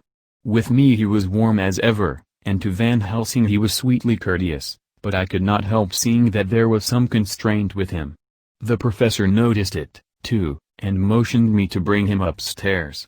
I did so, and left him at the door of the room, as I felt he would like to be quite alone with her, but he took my arm and led me in, saying huskily, "You loved her too, old fellow, she told me all about it, and there was no friend had a closer place in her heart than you. I don't know how to thank you for all you have done for her. I can't think yet." Here he suddenly broke down, and threw his arms round my shoulders and laid his head on my breast, crying, "Oh, Jack! Jack! What shall I do? The whole of life seems gone from me all at once, and there is nothing in the wide world for me to live for." I comforted him as well as I could. In such cases men do not need much expression. A grip of the hand, the tightening of an arm over the shoulder, a sob in unison, are expressions of sympathy dear to a man's heart. I stood still and silent till his sobs died away, and then I said softly to him, "Come and look at her." Together we moved over to the bed, and I lifted the lawn from her face. God! How beautiful she was! Every hour seemed to be enhancing her loveliness. It frightened and amazed me somewhat, and as for Arthur, he fell a trembling, and finally was shaken with doubt as with an ague. At last, after a long pause, he said to me in a faint whisper, "Jack, is she really dead?" I assured him sadly that it was so, and went on to suggest, for I felt that such a horrible doubt should not have life for a moment longer than I could help, that it often happened that after death faces became softened and even resolved into their youthful beauty, that this was especially so when death had been preceded by any acute or prolonged suffering. It seemed to quite do away with any doubt, and, after kneeling beside the couch for a while and looking at her lovingly and long, he turned aside. I told him that that must be goodbye, as the coffin had to be prepared, so he went back and took her dead hand in his and kissed it, and bent over and kissed her forehead. He came away, fondly looking back over his shoulder at her as he came. I left him in the drawing-room, and told Van Helsing that he had said goodbye, so the latter went to the kitchen to tell the undertaker's men to proceed with the preparations and to screw up the coffin. When he came out of the room again I told him of Arthur's question, and he replied, "I am not surprised. Just now I doubted for a moment myself." We all dined together, and I could see that poor Art was trying to make the best of things. Van Helsing had been silent all dinner time, but when we had lit our cigars he said, "Lord," but Arthur interrupted him, "No, no, not that, for God's sake. Not yet at any rate. Forgive me, sir, I did not mean to speak offensively, it is only because my loss is so recent." The professor answered very sweetly, "I only used that name because I was in doubt. I must not call you Mister, and I have grown to love you, yes, my dear boy, to love you, as Arthur." Arthur held out his hand, and took the old man's warmly. "Call me what you will," he said. "I hope I may always have the title of a friend. And let me say that I am at a loss for words to thank you for your goodness to my poor dear." He paused a moment, and went on, "I know that she understood your goodness even better than I do, and if I was rude or in any way wanting at that time you acted so." You remember the professor nodded. You must forgive me." He answered with a grave kindness, "I know it was hard for you to quite trust me then, for to trust such violence needs to understand, and I take it that you do not, that you cannot, trust me now, for you do not yet understand. And there may be more times when I shall want you to trust when you cannot, and may not, and must not yet understand. But the time will come when your trust shall be whole and complete in me, and when you shall understand as though the sunlight himself shone through. Then you shall bless me from first to last for your own sake, and for the sake of others and for her dear sake to whom I swore to protect. And, indeed, sir," said Arthur warmly, "I shall in all ways trust you. I know and believe you have a very noble heart, and you are Jack's friend, and you are hers. You shall do what you like." The professor cleared his throat a couple of times, as though about to speak, and finally said, "May I ask you something now?" "Certainly." "You know that Mrs. Westenra left you all her property?" "No, poor dear, I never thought of it." "And as it is all yours, you have a right to deal with it as you will. I want you to give me permission to read all Miss Lucy's papers and letters. Believe me, it is no idle curiosity. I have a motive of which, be sure, she would have approved. I have them all here. I took them before we knew that all was yours, so that no strange hand might touch them, no strange eye look through words into her soul. I shall keep them, if I may, even you may not see them yet, but I shall keep them safe. No word shall be lost, and in the good time I shall give them back to you. It's a hard thing I ask, but you will do it, will you not, for Lucy's sake?" Arthur spoke out heartily, like his old self. "Dr. Van Helsing, you may do what you will. I feel that in saying this I am doing what my dear one would have approved. I shall not trouble you with questions till the time comes." The old professor stood up as he said solemnly, "And you are right. There will be pain for us all, but it will not be all pain, nor will this pain be the last. We and you too, you most of all, my dear boy, will have to pass through the bitter water before we reach the sweet. But we must be brave of heart and unselfish, and do our duty, and all will be well." I slept on a sofa in Arthur's room that night. Van Helsing did not go to bed at all. He went to and fro, as if patrolling the house, and was never out of sight of the room where Lucy lay in her coffin, strewn with the wild garlic flowers, which sent, through the odor of Lillian Rouse, a heavy, overpowering smell into the night. Mina Harker's Journal. 22nd of September. In the train to Exeter. Jonathan sleeping. It seems only yesterday that the last entry was made, and yet how much between then, in Whitby and all the world before me, Jonathan away and no news of him, and now, married to Jonathan, Jonathan a solicitor, a partner, rich, master of his business, Mr. Hawkins dead and buried, and Jonathan with another attack that may harm him. Some day he may ask me about it. Down it all goes. I am rusty in my shorthand, see what unexpected prosperity does for us, so it may be as well to freshen it up again with an exercise anyhow. The service was very simple and very solemn. There were only ourselves and the servants there, one or two old friends of his from Exeter, his London agent, and a gentleman representing Sir John Paxton, the president of the Incorporated Law Society. Jonathan and I stood hand in hand, and we felt that our best and dearest friend was gone from us.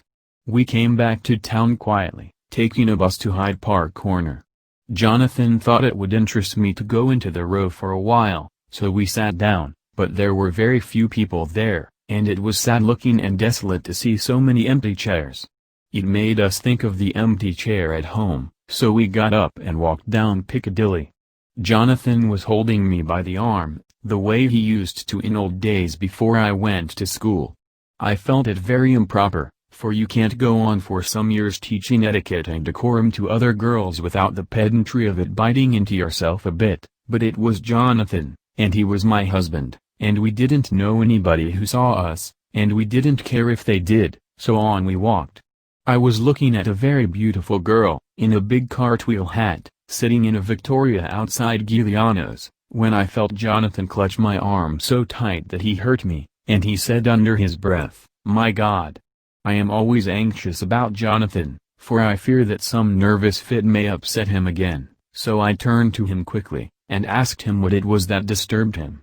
He was very pale, and his eyes seemed bulging out as, half in terror and half in amazement, he gazed at a tall, thin man, with a beaky nose and black mustache and pointed beard, who was also observing the pretty girl. He was looking at her so hard that he did not see either of us, and so I had a good view of him. His face was not a good face, it was hard, and cruel, and sensual, and his big white teeth, that looked all the whiter because his lips were so red, were pointed like an animal's. Jonathan kept staring at him, till I was afraid he would notice. I feared he might take it ill, he looked so fierce and nasty. I asked Jonathan why he was disturbed, and he answered, evidently thinking that I knew as much about it as he did, "Do you see who it is?" "No, dear," I said, "I don't know him. Who is it?" His answer seemed to shock and thrill me, for it was said as if he did not know that it was to me, Mina, to whom he was speaking. "It is the man himself." The poor dear was evidently terrified at something, very greatly terrified. I do believe that if he had not had me to lean on and to support him he would have sunk down. He kept staring. A man came out of the shop with a small parcel, and gave it to the lady, who then drove off. The dark man kept his eyes fixed on her, and when the carriage moved up Piccadilly he followed in the same direction, and hailed a hansom. Jonathan kept looking after him, and said, as if to himself, "I believe it is the Count, but he has grown young." My God, if this be so! Oh, my God! My God! If I only knew! If I only knew! He was distressing himself so much that I feared to keep his mind on the subject by asking him any questions, so I remained silent. I drew him away quietly, and he, holding my arm, came easily. We walked a little further, and then went in and sat for a while in the Green Park. It was a hot day for autumn, and there was a comfortable seat in a shady place. After a few minutes staring at nothing, Jonathan's eyes closed, and he went quietly into a sleep, with his head on my shoulder. I thought it was the best thing for him, so did not disturb him. In about 20 minutes he woke up, and said to me quite cheerfully, "Why, Mina, have I been asleep? Oh, do forgive me for being so rude. Come, and we'll have a cup of tea somewhere." He had evidently forgotten all about the dark stranger, as in his illness he had forgotten all that this episode had reminded him of. I don't like this lapsing into forgetfulness, it may make or continue some injury to the brain. I must not ask him, for fear I shall do more harm than good, but I must somehow learn the facts of his journey abroad. The time has come, I fear, when I must open that parcel, and know what is written. Oh, Jonathan, you will, I know, forgive me if I do wrong, but it is for your own dear sake. Later. A sad homecoming in every way, the house empty of the dear soul who was so good to us, Jonathan still pale and dizzy under a slight relapse of his malady, and now a telegram from Van Helsing, whoever he may be. "You will be grieved to hear that Mrs. Westenra died 5 days ago, and that Lucy died the day before yesterday. They were both buried today." Oh, what a wealth of sorrow in a few words! Poor Mrs. Westenra! Poor Lucy! Gone, gone, never to return to us. And poor Arthur, to have lost such sweetness out of his life. God help us all to bear our troubles. Dr. Seward's Diary. 22nd of September. It is all over. Arthur has gone back to Ring, and has taken Quincy Morris with him. What a fine fellow is Quincy! I believe in my heart of hearts that he suffered as much about Lucy's death as any of us, but he bore himself through it like a moral Viking. If America can go on breeding men like that, she will be a power in the world indeed. Van Helsing is lying down, having a rest preparatory to his journey. He goes over to Amsterdam tonight, but says he returns tomorrow night, that he only wants to make some arrangements which can only be made personally. He is to stop with me then, if he can. He says he has work to do in London which may take him some time. Poor old fellow! I fear that the strain of the past week has broken down even his iron strength. All the time of the burial he was, I could see, putting some terrible restraint on himself. When it was all over, we were standing beside Arthur, who, poor fellow, was speaking of his part in the operation where his blood had been transfused to his Lucy's veins, I could see Van Helsing's face grow white and purple by turns. Arthur was saying that he felt since then as if they two had been really married and that she was his wife in the sight of God. None of us said a word of the other operations, and none of us ever shall. Arthur and Quincy went away together to the station, and Van Helsing and I came on here. The moment we were alone in the carriage he gave way to a regular fit of hysterics.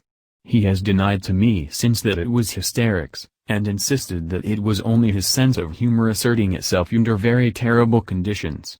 He laughed till he cried, and I had to draw down the blinds lest anyone should see us and misjudge, and then he cried, till he laughed again, and laughed and cried together, just as a woman does. I tried to be stern with him, as one is to a woman under the circumstances, but it had no effect. Men and women are so different in manifestations of nervous strength or weakness. Then when his face grew grave and stern again I asked him why his mirth, and why at such a time. His reply was in a way characteristic of him, for it was logical and forceful and mysterious. He said, "Ah, you don't comprehend, friend John. Do not think that I am not sad, though I laugh. See, I have cried even when the laugh did choke me. But no more think that I am all sorry when I cry, for the laugh he come just the same. Keep it always with you that laughter who knock at your door and say, 'May I come in?' is not the true laughter. No. He is a king, and he come when and how he like. He ask no person, he choose no time of suitability. He say, 'I am here. Behold, an example I grieve my heart out for that so sweet young girl, I give my blood for her, though I am old and worn, I give my time, my skill, my sleep, I let my other sufferers want that so she may have all. And yet I can laugh at her very grave, laugh when the clay from the spade of the sexton drop upon her coffin and say thud, thud, to my heart, till it send back the blood from my cheek.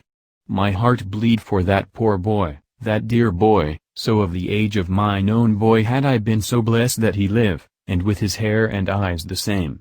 There, you know now why I love him so. And yet when he say things that touch my husband hard to the quick, and make my father heart yearn to him as to no other man, not even to you, friend John, for we are more level in experiences than father and son, yet even at such moment King laugh he come to me and shout and bellow in my ear, here I am. Here I am. Till the blood come dance back and bring some of the sunshine that he carry with him to my cheek. Oh, friend John, it is a strange world. A sad world, a world full of miseries, and woes, and troubles, and yet when King laugh come he make them all dance to the tune he play. Bleeding hearts, and dry bones of the churchyard, and tears that burn as they fall, all dance together to the music that he make with that smallest mouth of him. And believe me, friend John, that he is good to come, and kind. Ah, we men and women are like ropes drawn tight with string that pull us different ways. Then tears come, and, like the rain on the ropes, they brace us up, until perhaps the strain become too great, and we break. But King laugh he come like the sunshine, and he ease off the strain again, and we bear to go on with our labor, what it may be. I did not like to wound him by pretending not to see his idea, but, as I did not yet understand the cause of his laughter, I asked him. As he answered me his face grew stern, and he said in quite a different tone, "Oh, it was the grim irony of it all, this so lovely lady garlanded with flowers, that looked so fair as life, till one by one we wondered if she were truly dead. She laid in that so fine marble house in that lonely churchyard, where rest so many of her kin, laid there with the mother who loved her, and whom she loved, and that sacred bell going toll, toll, toll, so sad and slow, and those holy men, with the white garments of the angel, pretending to read books, and yet all the time their eyes never on the page, and all of us with the bowed head. And all for what? She is dead, so. Is it not? Well, for the life of me, Professor, I said, I can't see anything to laugh at in all that. Why, your explanation makes it a harder puzzle than before. But even if the burial service was comic, what about poor Art and his trouble? Why, his heart was simply breaking. Just so. Said he not that the transfusion of his blood to her veins had made her truly his bride? Yes, and it was a sweet and comforting idea for him. Quite so. But there was a difficulty, friend John. If so that, then what about the others? Ho, ho. Then this so sweet maid is a polyandrist, and me, with my poor wife dead to me, but alive by church's law, though no wits, all gone, even I, who am faithful husband to this now no wife, am bigamist. I don't see where the joke comes in there either. I said, and I did not feel particularly pleased with him for saying such things. He laid his hand on my arm, and said, Friend John, forgive me if I pain. I showed not my feeling to others when it would wound, but only to you, my old friend, whom I can trust. If you could have looked into my very heart then when I want to laugh, if you could have done so when the laugh arrived, if you could do so now, when King Laugh have pack up his crown, and all that is to him, for he go far, far away from me, and for a long, long time, maybe you would perhaps pity me the most of all. I was touched by the tenderness of his tone, and asked why. Because I know. And now we are all scattered, and for many a long day loneliness will sit over our roofs with brooding wings. Lucy lies in the tomb of her kin, a lordly death house in a lonely churchyard, away from teeming London, where the air is fresh, and the sun rises over Hampstead Hill, and where wild flowers grow of their own accord. So I can finish this diary, and God only knows if I shall ever begin another. If I do, or if I even open this again, it will be to deal with different people and different themes, for here at the end, where the romance of my life is told, ere I go back to take up the thread of my life work, I say sadly and without hope, finis. The Westminster Gazette, 25th of September. A Hampstead Mystery. The neighborhood of Hampstead is just at present exercised with a series of events which seem to run on lines parallel to those of what was known to the writers of headlines as the Kensington Horror, or the Stabbing Woman, or the Woman in Black. During the past 2 or 3 days several cases have occurred of young children straying from home or neglecting to return from their playing on the heath. In all these cases the children were too young to give any properly intelligible account of themselves, but the consensus of their excuses is that they had been with a bloofer lady. It has always been late in the evening when they have been missed, and on 2 occasions the children have not been found until early in the following morning. It is generally supposed in the neighborhood that, as the first child missed gave as his reason for being away that a bloofer lady had asked him to come for a walk, the others had picked up the phrase and used it as occasion served. This is the more natural as the favorite game of the little ones at present is luring each other away by wiles. A correspondent writes us that to see some of the tiny tots pretending to be the bloofer lady is supremely funny. Some of our caricaturists might, he says, take a lesson in the irony of grotesque by comparing the reality and the picture. It is only in accordance with general principles of human nature that the bloofer lady should be the popular role at these alfresco performances. Our correspondent naively says that even Ellen Terry could not be so winningly attractive as some of these grubby-faced little children pretend, and even imagine themselves, to be. There is, however, possibly a serious side to the question, for some of the children, indeed all who have been missed at night, have been slightly torn or wounded in the throat. The wounds seem such as might be made by a rat or a small dog, and although of not much importance individually, would tend to show that whatever animal inflicts them has a system or a method of its own. The police of the division have been instructed to keep a sharp lookout for straying children, especially when very young, in and around Hampstead Heath, and for any stray dog which may be about. The Westminster Gazette, 25th of September. Extra Special. The Hampstead Horror. Another child injured. The bloofer lady. We have just received intelligence that another child, missed last night, was only discovered late in the morning under a furze bush at the Shooter's Hill side of Hampstead Heath, which is, perhaps, less frequented than the other parts. It has the same tiny wound in the throat as has been noticed in other cases. It was terribly weak, and looked quite emaciated. It too, when partially restored, had the common story to tell of being lured away by the bloofer lady. Chapter 14. Mina Harker's Journal. 23rd of September. Jonathan is better after a bad night. I am so glad that he has plenty of work to do, for that keeps his mind off the terrible things, And oh, I am rejoiced that he is not now weighed down with the responsibility of his new position. I knew he would be true to himself, and now how proud I am to see my Jonathan rising to the height of his advancement and keeping pace in all ways with the duties that come upon him. He will be away all day till late, for he said he could not lunch at home. My household work is done, so I shall take his foreign journal, and lock myself up in my room and read it. 24th of September. I hadn't the heart to write last night, that terrible record of Jonathan's upset me so. Poor dear! How he must have suffered, whether it be true or only imagination. I wonder if there is any truth in it at all.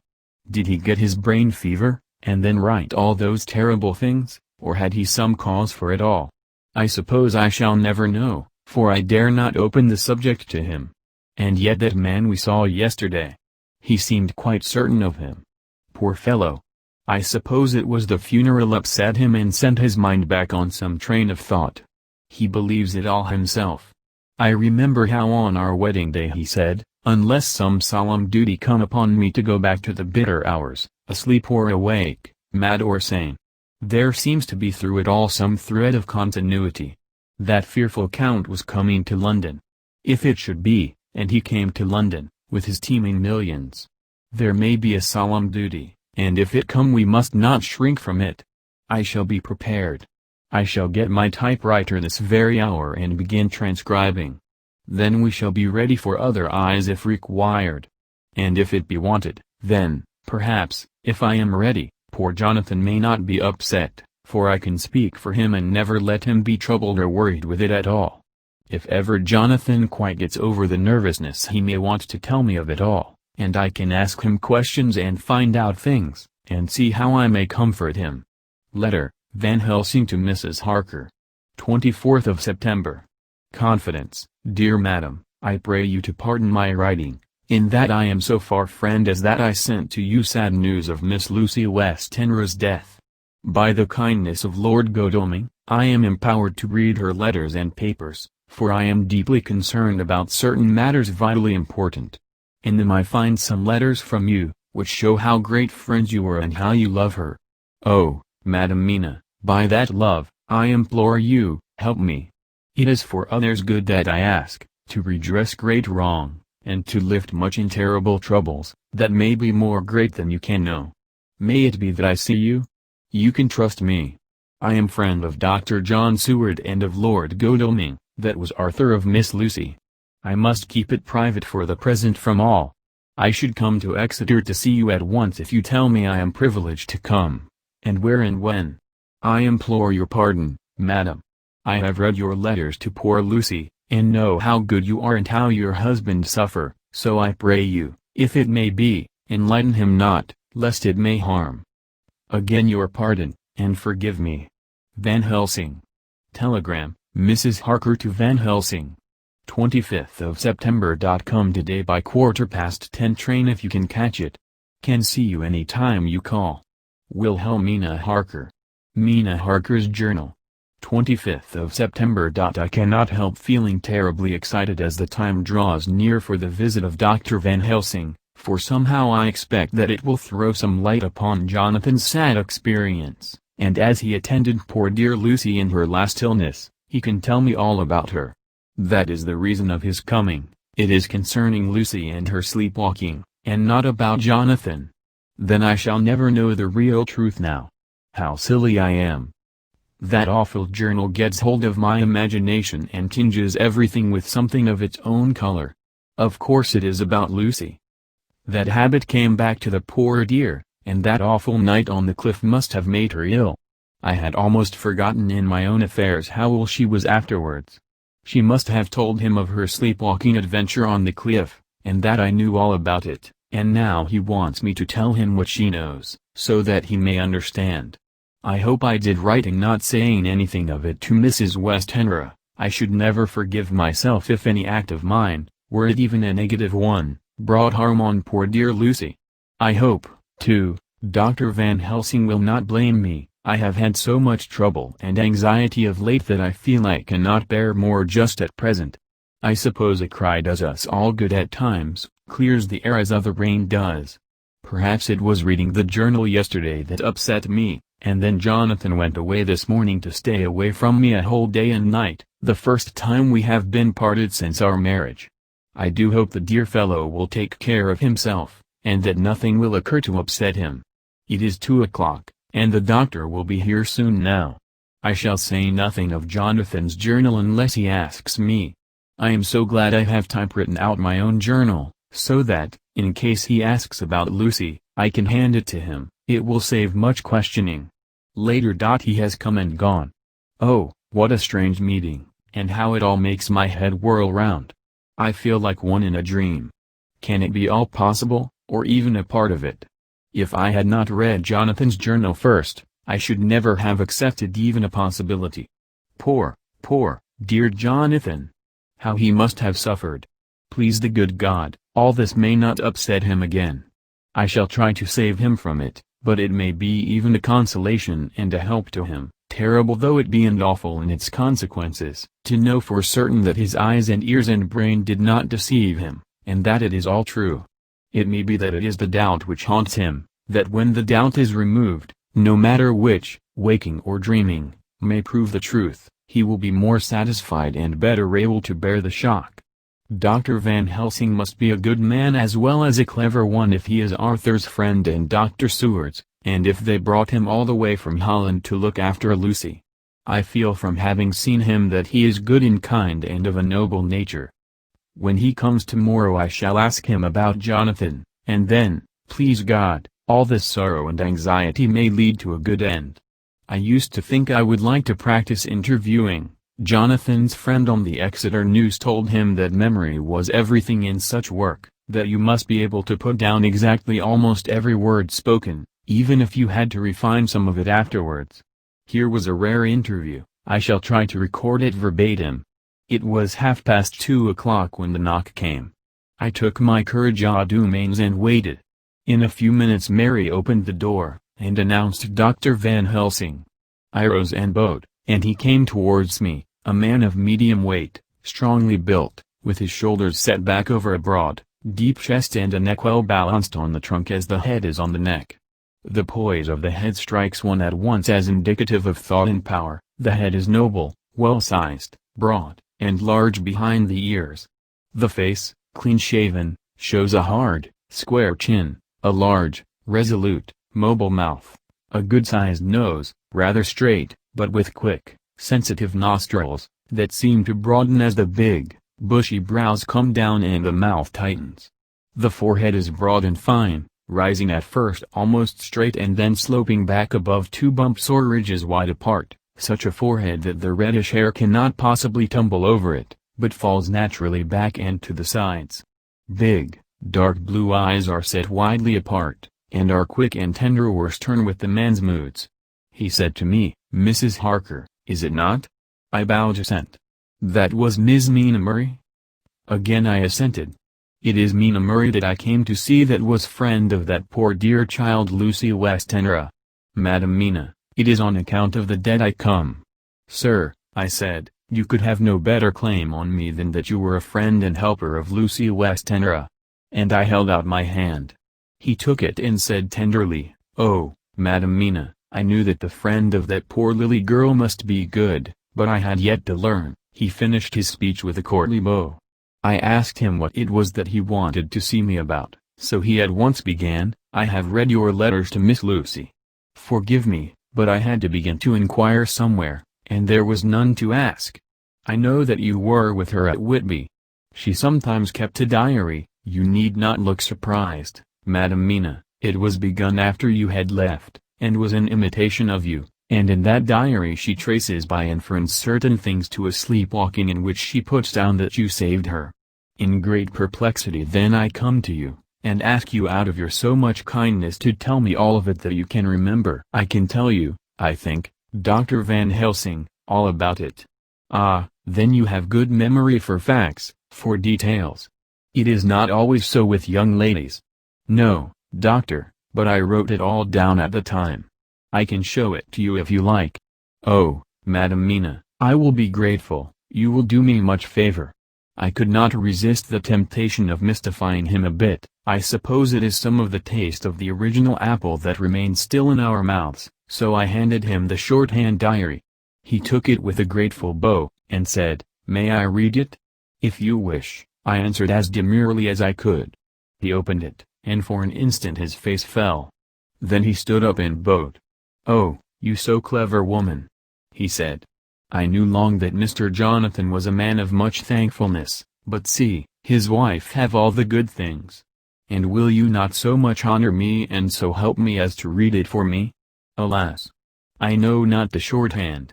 By this time my little joke was over, and I was almost ashamed, so I took the typewritten copy from my work-basket and handed it to him. "Forgive me," I said, "I could not help it, but I had been thinking that it was of dear Lucy that you wished to ask, and so that you might not have time to wait, not on my account, but because I know your time must be precious, I have written it out on the typewriter for you." He took it and his eyes glistened. "You are so good," he said. "And may I read it now? I may want to ask you some things when I have read." "By all means," I said, "read it over whilst I order lunch, and then you can ask me questions whilst we eat." He bowed and settled himself in a chair with his back to the light, and became absorbed in the papers, whilst I went to see after lunch chiefly in order that he might not be disturbed. When I came back, I found him walking hurriedly up and down the room, his face all ablaze with excitement. He rushed up to me and took me by both hands. "Oh, Madam Mina," he said, "how can I say what I owe to you? This paper is as sunshine. It opens the gate to me. I am dazed, I am dazzled, with so much light, and yet clouds roll on behind the light every time. But that you do not, cannot, comprehend. Oh, but I am grateful to you, you so clever woman. Madam," he said this very solemnly, "if ever Abraham Van Helsing can do anything for you or yours, I trust you will let me know. It will be pleasure and delight if I may serve you as a friend, but all I have ever learned, all I can ever do, shall be for you and those you love. There are darknesses in life, and there are lights, you are one of the lights. You will have happy life and good life, and your husband will be blessed in you. But, doctor, you praise me too much, and you do not know me. Not know you, I, who am old, and who have studied all my life men and women, I, who have made my specialty the brain and all that belongs to him and all that follow from him. And I have read your diary that you have so goodly written for me, and which breathes out truth in every line. I, who have read your so sweet letter to poor Lucy of your marriage and your trust, not know you. Oh, Madam Mina, good women tell all their lives, and by day and by hour and by minute, such things that angels can read, and we men who wish to know have in us something of angels' eyes. Your husband is noble nature, and you are noble too, for you trust, and trust cannot be where there is mean nature. And your husband, tell me of him. Is he quite well? Is all that fever gone, and is he strong and hearty? I saw here an opening to ask him about Jonathan, so I said, he was almost recovered, but he has been greatly upset by Mr. Hawkins's death. He interrupted, "Oh, yes, I know. I have read your last 2 letters." I went on, "I suppose this upset him, for when we were in town on Thursday last he had a sort of shock. A shock, and after brain fever so soon. That was not good." "What kind of a shock was it?" "He thought he saw someone who recalled something terrible, something which led to his brain fever. And here the whole thing seemed to overwhelm me in a rush. The pity for Jonathan, the horror which he experienced, the whole fearful mystery of his diary, and the fear that has been brooding over me ever since, all came in a tumult. I suppose I was hysterical, for I threw myself on my knees and held up my hands to him, and implored him to make my husband well again.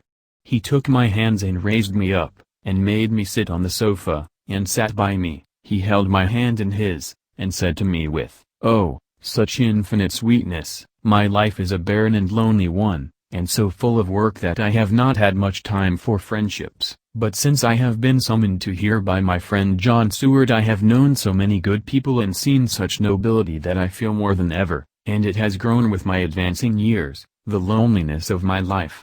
Believe me, then, that I come here full of respect for you, and you have given me hope, not in what I am seeking of, but that there are good women still left to make life happy, good women, whose lives and whose truths may make a good lesson for the children that are to be. I am glad that I may here be of some use to you, for if your husband suffer, he suffer within the range of my study and experience. I promise you that I will gladly do all for him that I can, all to make his life strong and manly, and your life a happy one. Now you must eat. You are overwrought and perhaps over-anxious. Husband Jonathan would not like to see you so pale, and what he like not where he love, is not to his good. Therefore for his sake you must eat and smile. You have told me all about Lucy, and so now we shall not speak of it, lest it distress. I shall stay in Exeter tonight, for I want to think much over what you have told me, and when I have thought I will ask you questions, if I may. And then, too, you will tell me of husband Jonathan's trouble so far as you can, but not yet. You must eat now, afterwards you shall tell me all. After lunch, when we went back to the drawing-room, he said to me, and now tell me all about him. When it came to speaking to this great learned man, I began to fear that he would think me a weak fool, and Jonathan a madman. That journal is all so strange, and I hesitated to go on. But he was so sweet and kind, and he had promised to help, and I trusted him, so I said, Dr. Van Helsing, what I have to tell you is so queer that you must not laugh at me or at my husband. I have been since yesterday in a sort of fever of doubt. You must be kind to me, and not think me foolish that I have even half believed some very strange things. He reassured me by his manner as well as his words when he said, Oh, my dear, if you only know how strange is the matter regarding which I am here, it is you who would laugh. I have learned not to think little of anyone's belief, no matter how strange it be. I have tried to keep an open mind, and it is not the ordinary things of life that could close it, but the strange things, the extraordinary things, the things that make one doubt if they be mad or sane. Thank you, 1,000 times. You have taken a weight off my mind. If you will let me, I shall give you a paper to read. It is long, but I have typewritten it out. It will tell you my trouble and Jonathan's. It is the copy of his journal when abroad, and all that happened. I dare not say anything of it, you will read for yourself and judge. And then when I see you, perhaps, you will be very kind and tell me what you think. I promise, he said as I gave him the papers, I shall in the morning, so soon as I can, come to see you and your husband, if I may. Jonathan will be here at 11:30, and you must come to lunch with us and see him then. You could catch the quick 3:34 train, which will leave you at Paddington before 8. He was surprised at my knowledge of the trains offhand, but he does not know that I have made up all the trains to and from Exeter, so that I may help Jonathan in case he is in a hurry. So he took the papers with him and went away, and I sit here thinking I don't know what. Letter, by hand, Van Helsing to Mrs. Harker.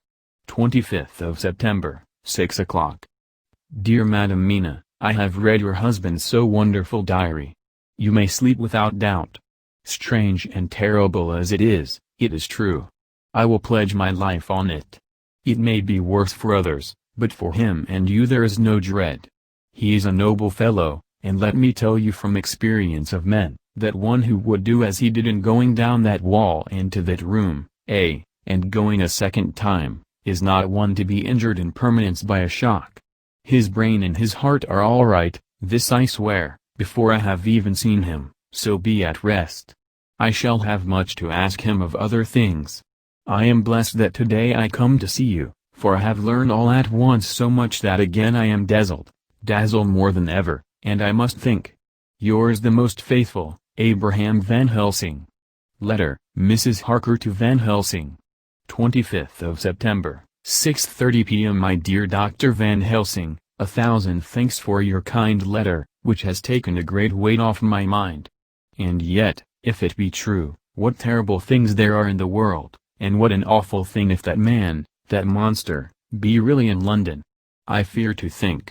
I have this moment, whilst writing, had a wire from Jonathan, saying that he leaves by the 6:25 tonight from Launceston and will be here at 10:18, so that I shall have no fear tonight. Will you, therefore, instead of lunching with us, please come to breakfast at 8 o'clock, if this be not too early for you? You can get away, if you are in a hurry, by the 10:30 train, which will bring you to Paddington by 2:35. Do not answer this, as I shall take it that, if I do not hear, you will come to breakfast. Believe me, your faithful and grateful friend, Mina Harker. Jonathan Harker's Journal. 26th of September. I thought never to write in this diary again, but the time has come.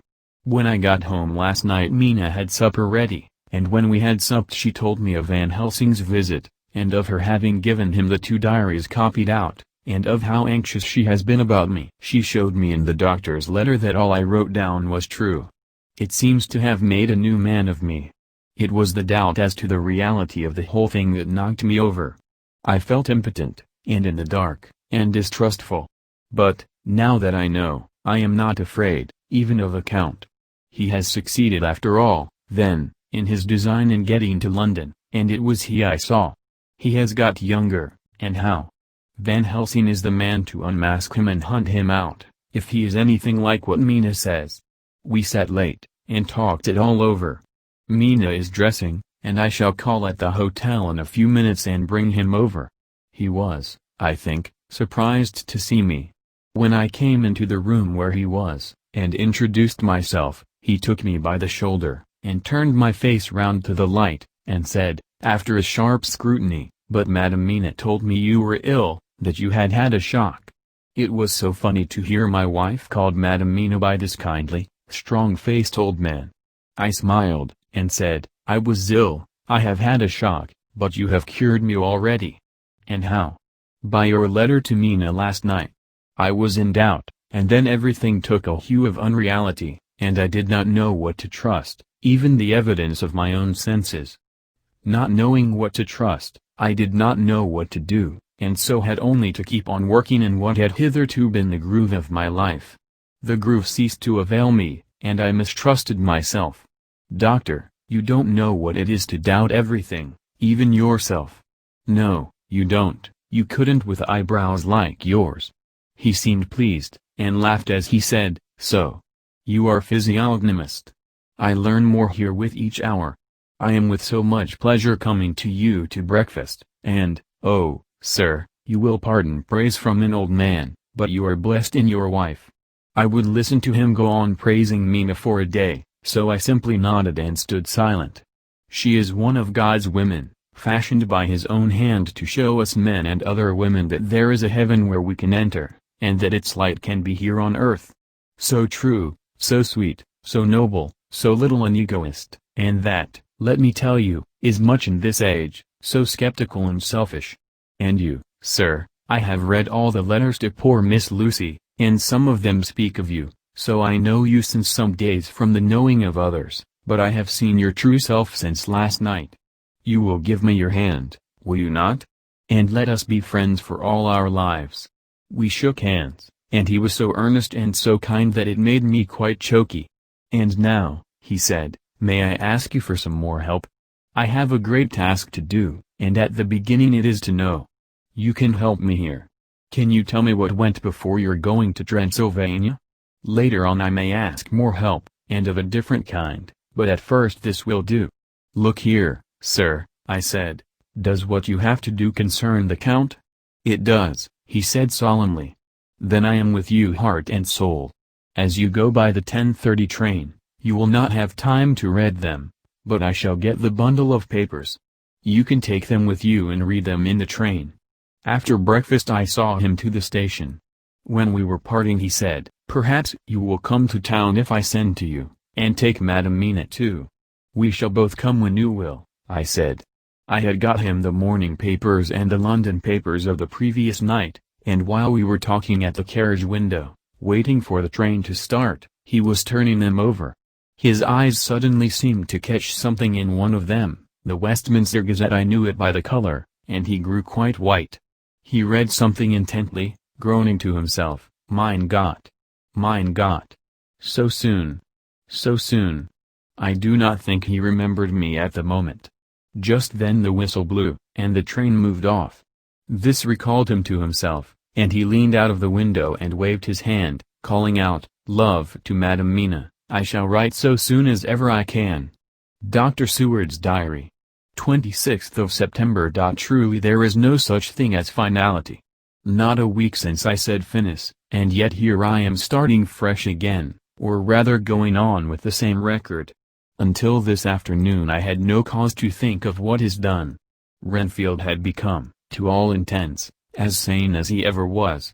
He was already well ahead with his fly business, and he had just started in the spider line also, so he had not been of any trouble to me. I had a letter from Arthur, written on Sunday, and from it I gather that he is bearing up wonderfully well.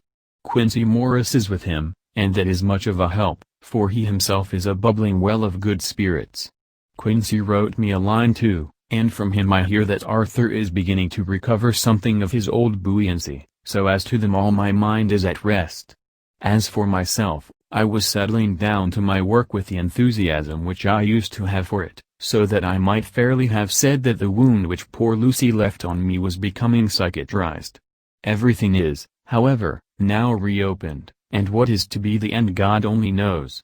I have an idea that Van Helsing thinks he knows, too, but he will only let out enough at a time to whet curiosity. He went to Exeter yesterday, and stayed there all night. Today he came back, and almost bounded into the room at about 5:30, and thrust last night's Westminster Gazette into my hand. "What do you think of that?" he asked as he stood back and folded his arms. I looked over the paper, for I really did not know what he meant, but he took it from me and pointed out a paragraph about children being decoyed away at Hampstead. It did not convey much to me, until I reached a passage where it described small punctured wounds on their throats. An idea struck me, and I looked up. "Well?" he said. "It is like poor Lucy's." "And what do you make of it?" "Simply that there is some cause in common. Whatever it was that injured her has injured them." I did not quite understand his answer. "That is true indirectly, but not directly." "How do you mean, Professor?" I asked. I was a little inclined to take his seriousness lightly, for, after all, 4 days of rest and freedom from burning, harrowing anxiety does help to restore one's spirits, but when I saw his face, it sobered me. Never, even in the midst of our despair about poor Lucy, had he looked more stern. "Tell me," I said. "I can hazard no opinion. I do not know what to think, and I have no data on which to found a conjecture." "Do you mean to tell me, friend John, that you have no suspicion as to what poor Lucy died of, not after all the hints given, not only by events, but by me?" "Of nervous prostration following on great loss or waste of blood."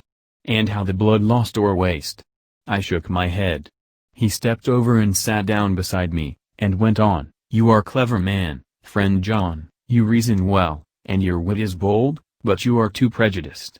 You do not let your eyes see nor your ears hear, and that which is outside your daily life is not of account to you. Do you not think that there are things which you cannot understand, and yet which are, that some people see things that others cannot? But there are things old and new which must not be contemplated by men's eyes, because they know, or think they know, some things which other men have told them. Ah! It is the fault of our science that it wants to explain all, and if it explain not, then it says there is nothing to explain. But yet we see around us every day the growth of new beliefs, which think themselves new, and which are yet but the old, which pretend to be young, like the fine ladies at the opera. I suppose now you do not believe in corporeal transference? No? Nor in materialization? No? Nor in astral bodies? No? Nor in the reading of thought? No? Nor in hypnotism? Yes, I said. Charcot has proved that pretty well. He smiled as he went on. Then you are satisfied as to it? Yes. And of course then you understand how it acted, and can follow the mind of the great Charcot. Alas that he is no more! Into the very soul of the patient that he influence. No? Then, friend John, am I to take it that you simply accept fact, and are satisfied to let from premise to conclusion be a blank? No? Then tell me, for I am student of the brain, how you accept the hypnotism and reject the thought reading. Let me tell you, my friend, that there are things done today in electrical science which would have been deemed unholy by the very men who discovered electricity, who would themselves not so long before have been burned as wizards. There are always mysteries in life. Why was it that Methuselah lived 900 years, and old Parr 169, and yet that poor Lucy, with 4 men's blood in her poor veins, could not live even 1 day? For, had she lived 1 more day, we could have saved her. Do you know all the mystery of life and death? Do you know the altogether of comparative anatomy and can say wherefore the qualities of brutes are in some men, and not in others? Can you tell me why, when other spiders die small and soon, that one great spider lived for centuries in the tower of the old Spanish church and grew, till, on descending, he could drink the oil of all the church lamps? Can you tell me why in the pampas, and elsewhere, there are bats that come at night and open the veins of cattle and horses and suck dry their veins? How in some islands of the western seas there are bats which hang on the trees all day, and those who have seen describe as like giant nuts or pods, and that when the sailors sleep on the deck, because that it is hot, flit down on them, and then in the morning are found dead men, white as even Miss Lucy was. Good God, Professor! I said, starting up. Do you mean to tell me that Lucy was bitten by such a bat, and that such a thing is here in London in the 19th century? He waved his hand for silence, and went on. Can you tell me why the tortoise lives more long than generations of men, why the elephant goes on and on till he has seen dynasties, and why the parrot never die only of bite of cat or dog or other complaint? Can you tell me why men believe in all ages and places that there are some few who live on always if they be permit, that there are men and women who cannot die? We all know, because science has vouched for the fact, that there have been toads shut up in rocks for thousands of years, shutting one so small hole that only hold him since the youth of the world. Can you tell me how the Indian fakir can make himself to die and have been buried, and his grave sealed and corn sowed on it, and the corn reaped and be cut and sown and reaped and cut again, and then men come and take away the unbroken seal and that there lie the Indian fakir, not dead, but that rise up and walk amongst them as before? Here I interrupted him. I was getting bewildered, he so crowded on my mind his list of nature's eccentricities and possible impossibilities that my imagination was getting fired. I had a dim idea that he was teaching me some lesson, as long ago he used to do in his study at Amsterdam, but he used then to tell me the thing, so that I could have the object of thought in mind all the time. But now I was without this help, yet I wanted to follow him, so I said, Professor, let me be your pet student again. Tell me the thesis, so that I may apply your knowledge as you go on. At present I am going in my mind from point to point as a madman, and not a sane one, follows an idea. I feel like a novice lumbering through a bog in a mist, jumping from one tussock to another in the mere blind effort to move on without knowing where I am going. That is good image, he said. Well, I shall tell you. My thesis is this: I want you to believe. To believe what? To believe in things that you cannot. Let me illustrate. I heard once of an American who so defined faith, that faculty which enables us to believe things which we know to be untrue. For one, I follow that man. He meant that we shall have an open mind, and not let a little bit of truth check the rush of a big truth, like a small rock does a railway truck. We get the small truth first. Good. We keep him, and we value him, but all the same we must not let him think himself all the truth in the universe. Then you want me not to let some previous conviction enter the receptivity of my mind with regard to some strange matter. Do I read your lesson aright? Ah, you are my favorite pupil still. It is worth to teach you. Now that you are willing to understand, you have taken the first step to understand. You think then that those so small holes in the children's throats were made by the same that made the hole in Miss Lucy? I suppose so. He stood up and said solemnly, Then you are wrong. Oh, would it were so. But alas! No. It is worse, far, far worse. In God's name, Professor Van Helsing, what do you mean? I cried. He threw himself with a despairing gesture into a chair, and placed his elbows on the table, covering his face with his hands as he spoke. They were made by Miss Lucy. Chapter 15. Dr. Seward's Diary, continued. For a while sheer anger mastered me. It was as if he had during her life struck Lucy on the face. I smote the table hard and rose up as I said to him, "Dr. Van Helsing, are you mad?" He raised his head and looked at me, and somehow the tenderness of his face calmed me at once. "Would I were," he said. "Madness were easy to bear compared with truth like this. Oh, my friend, why, think you, did I go so far around? Why take so long to tell you so simple a thing? Was it because I hate you and have hated you all my life? Was it because I wished to give you pain? Was it that I wanted, now so late, revenge for that time when you saved my life, and from a fearful death? Oh no. Forgive me," said I. He went on, "My friend, it was because I wished to be gentle in the breaking to you, for I know you have loved that so sweet lady. But even yet I do not expect you to believe. It is so hard to accept at once any abstract truth, that we may doubt such to be possible when we have always believed the know of it. It is more hard still to accept so sad a concrete truth, and of such a one as Miss Lucy. Tonight I go to prove it. Dare you come with me?" This staggered me.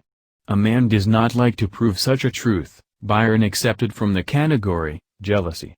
And prove the very truth he most abhorred. He saw my hesitation, and spoke. "The logic is simple, no madman's logic this time, jumping from tussock to tussock in a misty bog. If it be not true, then proof will be relief, at worst it will not harm. If it be true, ah, there is the dread, yet very dread should help my cause, for in it is some need of belief. Come, I tell you what I propose, first, that we go off now and see that child in the hospital. Dr. Vincent, of the North Hospital, where the papers say the child is friend of mine, and I think of yours since you were in class at Amsterdam. He will let 2 scientists see his case, if he will not let 2 friends. We shall tell him nothing, but only that we wish to learn. And then, he took a key from his pocket and held it up. And then we spend the night, you and I, in the churchyard where Lucy lies. This is the key that locked the tomb. I had it from the coffin man to give to Arthur. My heart sank within me, for I felt that there was some fearful ordeal before us. I could do nothing, however, so I plucked up what heart I could and said that we had better hasten, as the afternoon was passing. We found the child awake. It had had a sleep and taken some food, and altogether was going on well. Dr. Vincent took the bandage from its throat, and showed us the punctures. There was no mistaking the similarity to those which had been on Lucy's throat. They were smaller, and the edges looked fresher, that was all. We asked Vincent to what he attributed them, and he replied that it must have been a bite of some animal, perhaps a rat, but, for his own part, he was inclined to think that it was one of the bats which are so numerous on the northern heights of London. Out of so many harmless ones, he said, there may be some wild specimen from the south of a more malignant species. Some sailor may have brought one home, and it managed to escape, or even from the zoological gardens a young one may have got loose, or one be bred there from a vampire. These things do occur, you know. Only 10 days ago a wolf got out, and was, I believe, traced up in this direction. For a week after, the children were playing nothing but Red Riding Hood on the heath and in every alley in the place until this Bloofer lady scare came along, since when it has been quite a gala time with them. Even this poor little mite, when he woke up today, asked the nurse if he might go away. When she asked him why he wanted to go, he said he wanted to play with the Bloofer lady. "I hope," said Van Helsing, "that when you are sending the child home you will caution its parents to keep strict watch over it. These fancies to stray are most dangerous, and if the child were to remain out another night, it would probably be fatal. But in any case I suppose you will not let it away for some days?" "Certainly not, not for a week at least, longer if the wound is not healed." Our visit to the hospital took more time than we had reckoned on, and the sun had dipped before we came out. When Van Helsing saw how dark it was, he said, "There is no hurry. It is more late than I thought.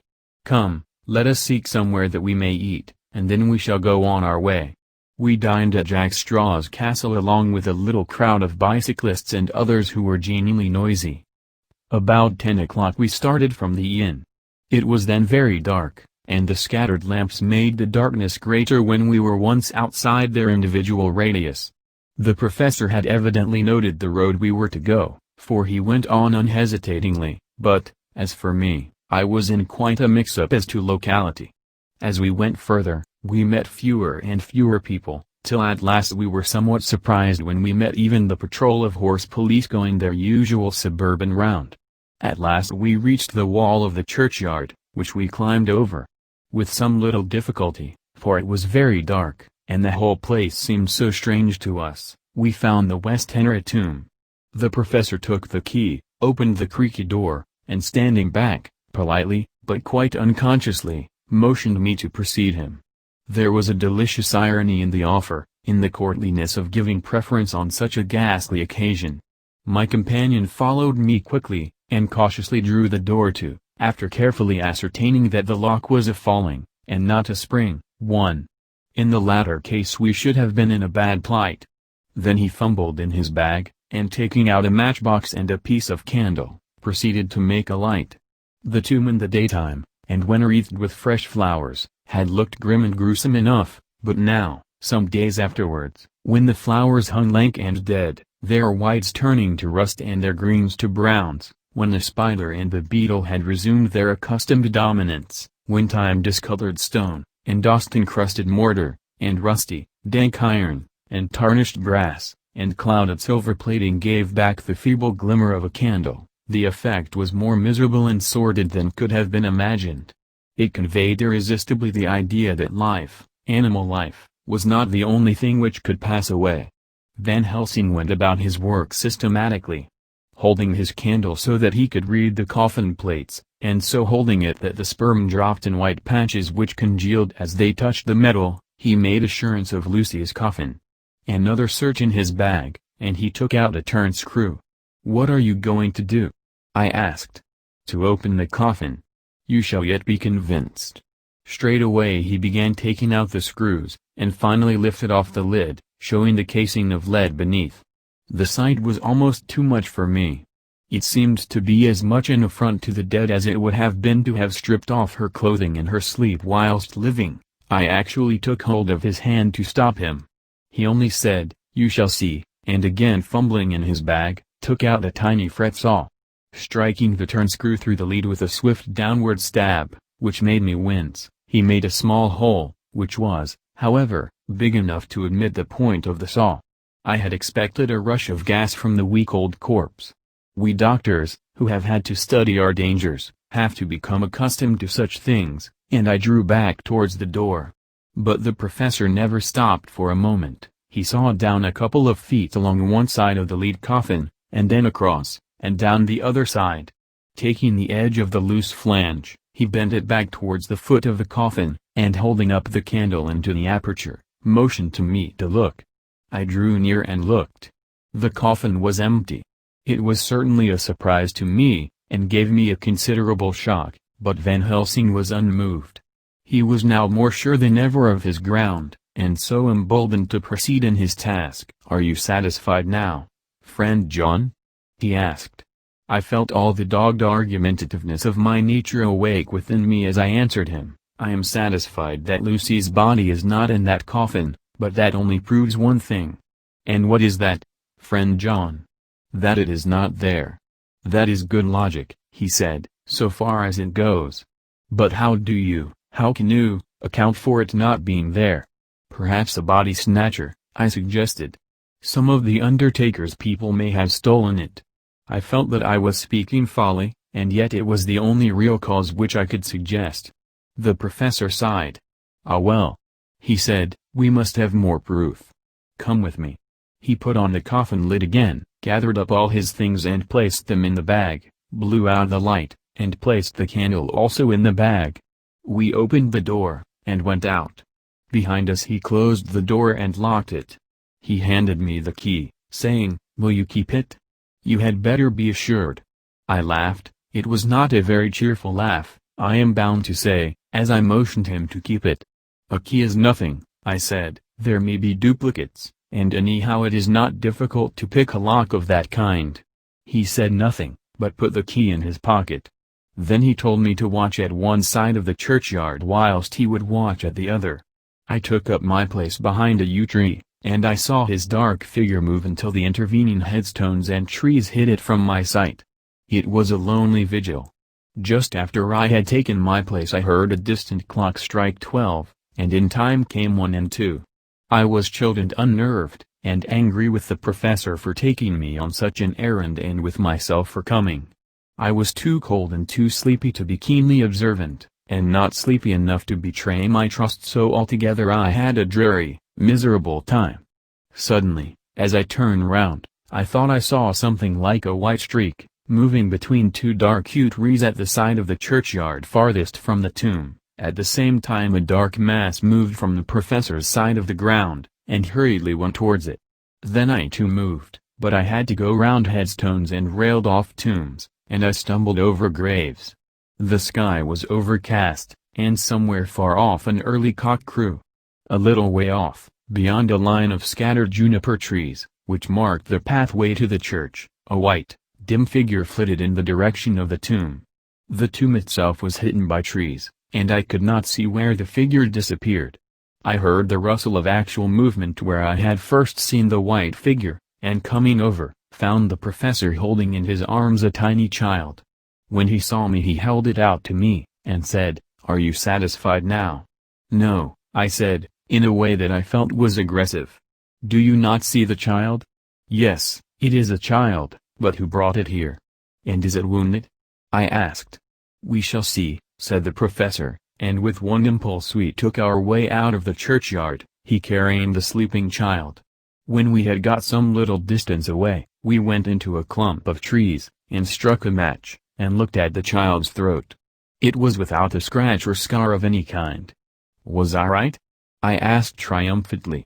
"We were just in time," said the professor thankfully. We had now to decide what we were to do with the child, and so consulted about it. If we were to take it to a police station we should have to give some account of our movements during the night. At least, we should have had to make some statement as to how we had come to find the child.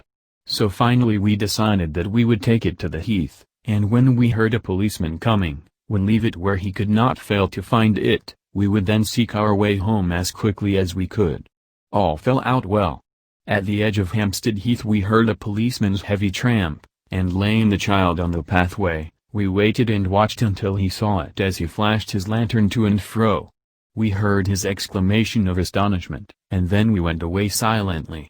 By good chance we got a cab near the Spaniards, and drove to town. I cannot sleep, so I make this entry. But I must try to get a few hours' sleep, as Van Helsing is to call for me at noon. He insists that I shall go with him on another expedition. 27th of September. It was 2 o'clock before we found a suitable opportunity for our attempt. The funeral held at noon was all completed, and the last stragglers of the mourners had taken themselves lazily away, when, looking carefully from behind a clump of alder trees, we saw the sexton lock the gate after him.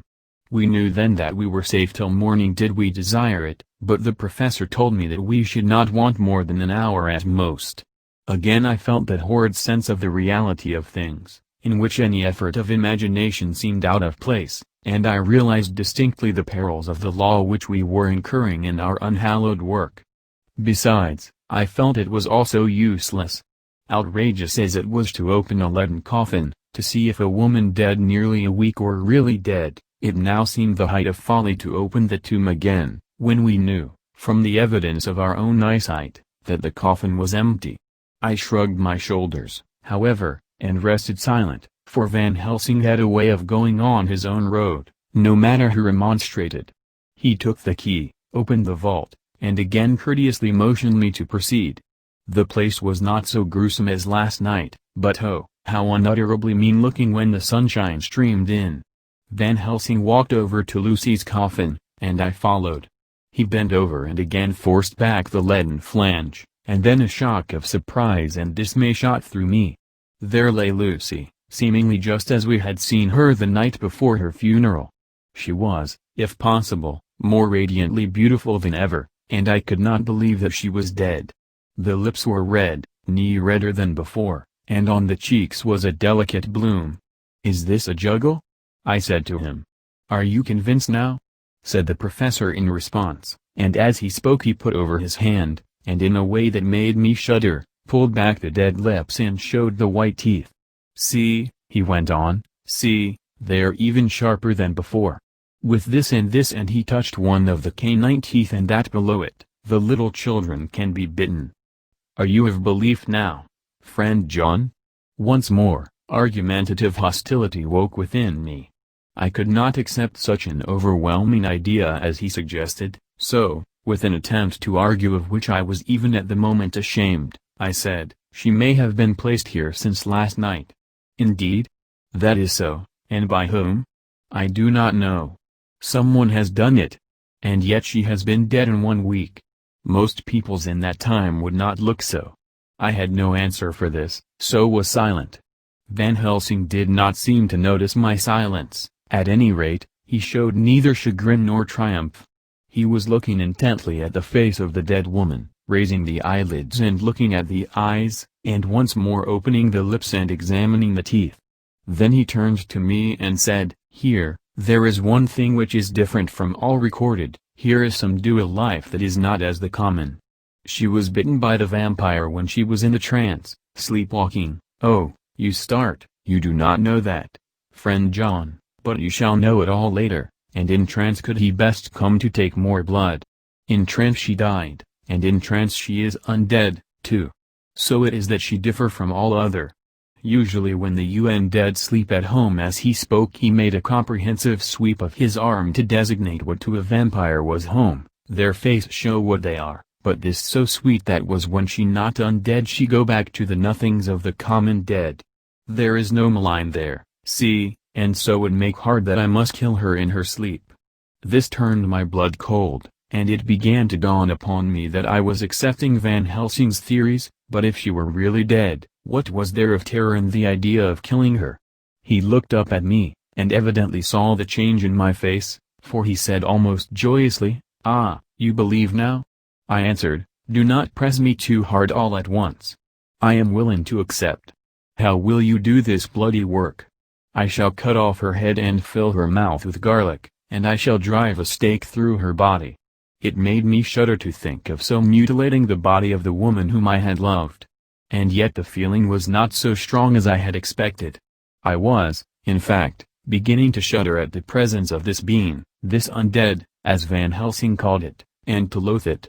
Is it possible that love is all subjective, or all objective? I waited a considerable time for Van Helsing to begin, but he stood as if wrapped in thought. Presently he closed the catch of his bag with a snap, and said, "I have been thinking, and have made up my mind as to what is best. If I did simply follow my inclining I would do now, at this moment, what is to be done, but there are other things to follow, and things that are 1,000 times more difficult in that them we do not know. This is simple. She have yet no life taken, though that is of time, and to act now would be to take danger from her forever. But then we may have to want Arthur, and how shall we tell him of this? If you, who saw the wounds on Lucy's throat, and saw the wounds so similar on the child's at the hospital, if you, who saw the coffin empty last night and full today with a woman who have not changed only to be more rose and more beautiful in a whole week, after she die, if you know of this and know of the white figure last night that brought the child to the churchyard, and yet of your own senses you did not believe, how, then, can I expect Arthur, who know none of those things, to believe? He doubted me when I took him from her kiss when she was dying. I know he has forgiven me because in some mistaken idea I have done things that prevent him say goodbye as he ought, and he may think that in some more mistaken idea this woman was buried alive, and that in most mistake of all we have killed her. He will then argue back that it is we, mistaken ones, that have killed her by our ideas, and so he will be much unhappy always. Yet he never can be sure, and that is the worst of all. And he will sometimes think that she he loved was buried alive, and that will paint his dreams with horrors of what she must have suffered, and again, he will think that we may be right, and that his so beloved was, after all, an undead. No. I told him once, and since then I learned much. Now, since I know it is all true, 100,000 times more do I know that he must pass through the bitter waters to reach the sweet. He, poor fellow, must have 1 hour that will make the very face of heaven grow black to him, then we can act for good all round and send him peace.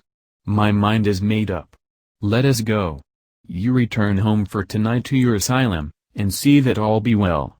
As for me, I shall spend the night here in this churchyard in my own way. Tomorrow night you will come to me to the Berkeley Hotel at 10 of the clock. I shall send for Arthur to come too, and also that so fine young man of America that gave his blood. Later we shall all have work to do.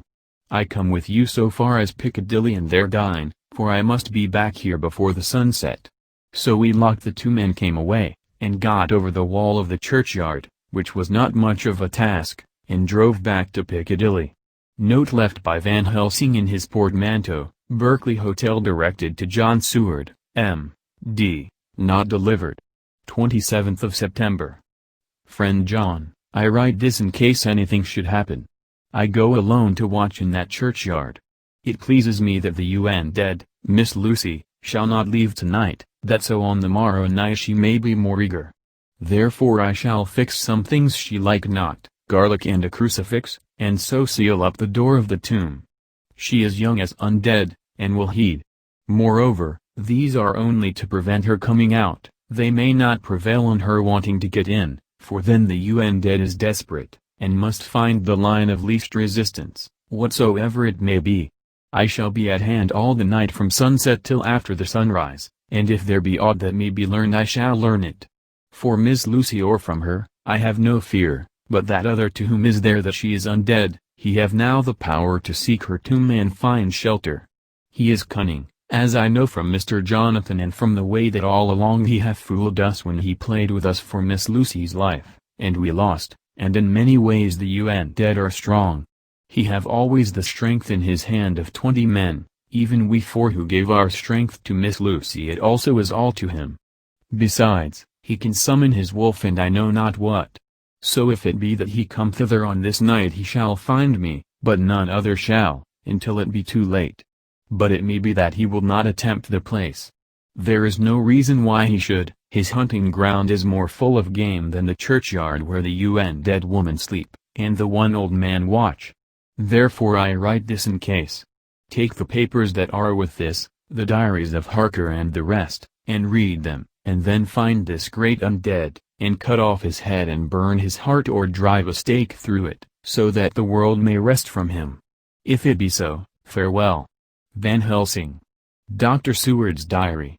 28th of September. It is wonderful what a good night's sleep will do for one.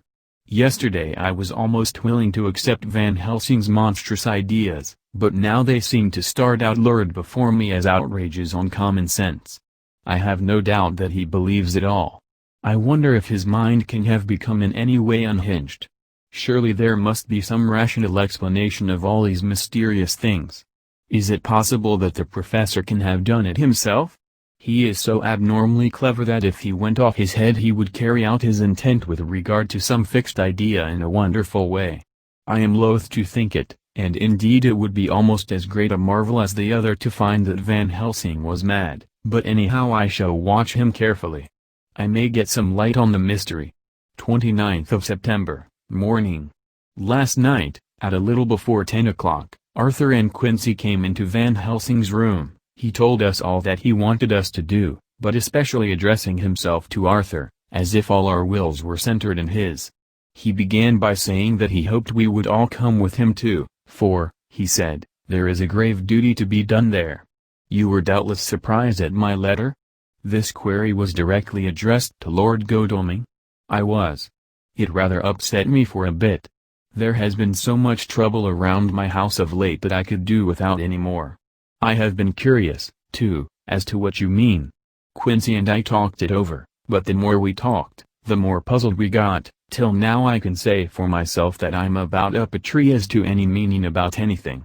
Me too, said Quincy Morris laconically.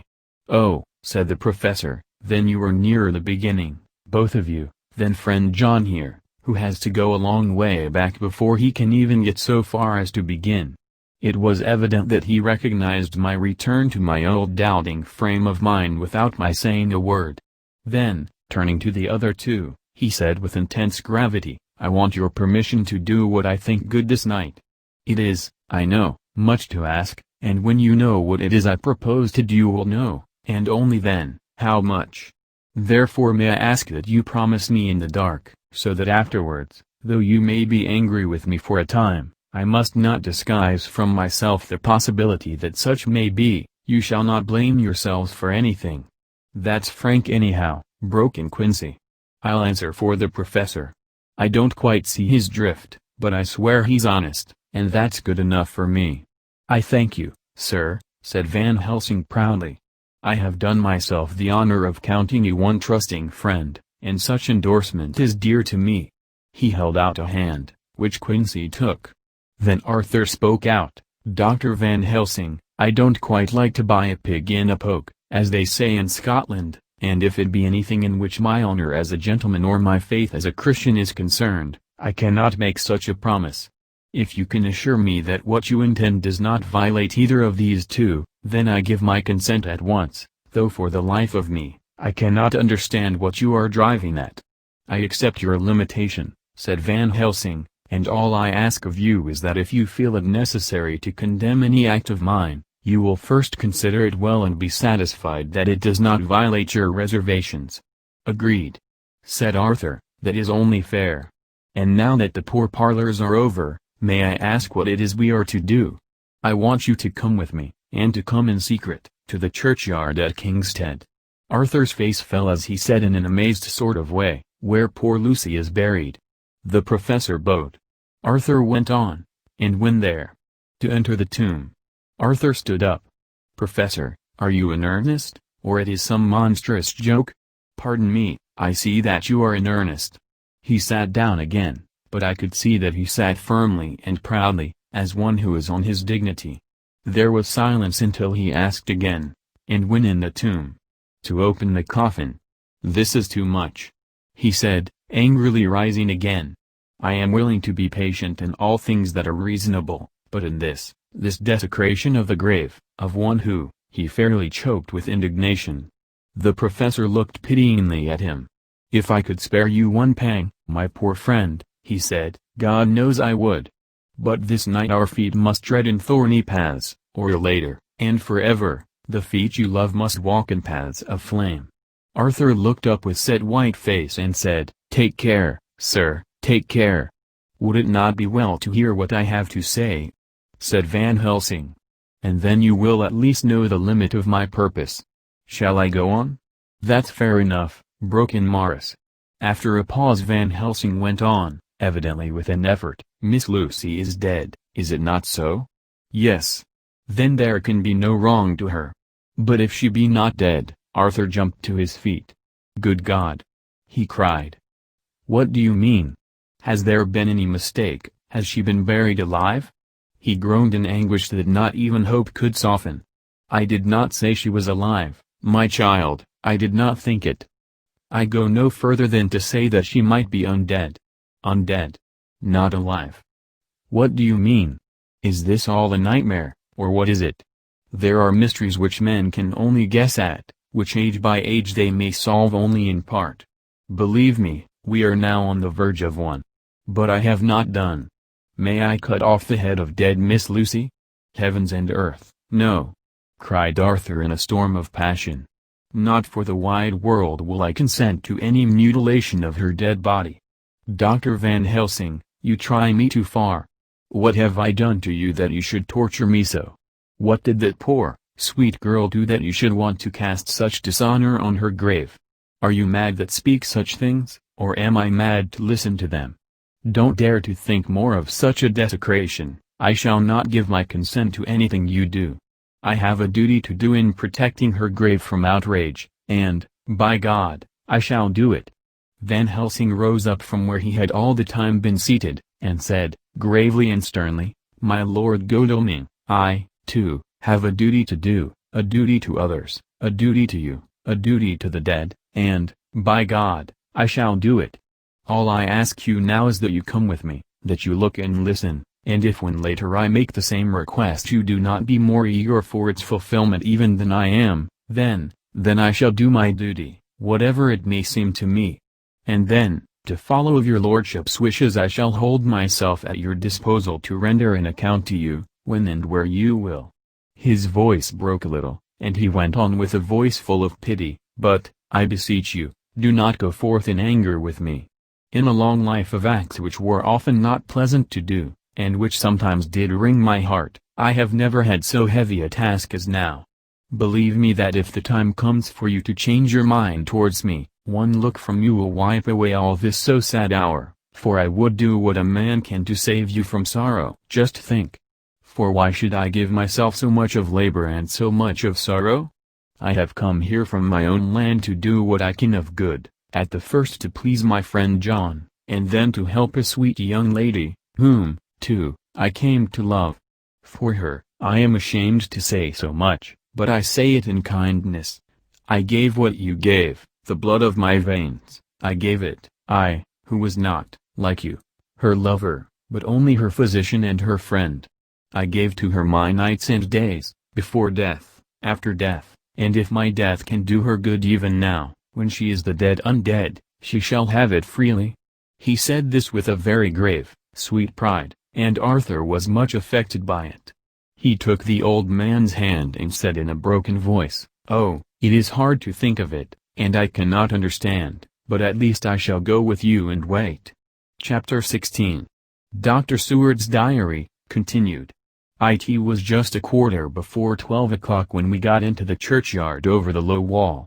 The night was dark with occasional gleams of moonlight between the rents of the heavy clouds that scudded across the sky. We all kept somehow close together, with Van Helsing slightly in front as he led the way. When we had come close to the tomb I looked well at Arthur, for I feared that the proximity to a place laden with so sorrowful a memory would upset him, but he bore himself well. I took it that the very mystery of the proceeding was in some way a counteractant to his grief.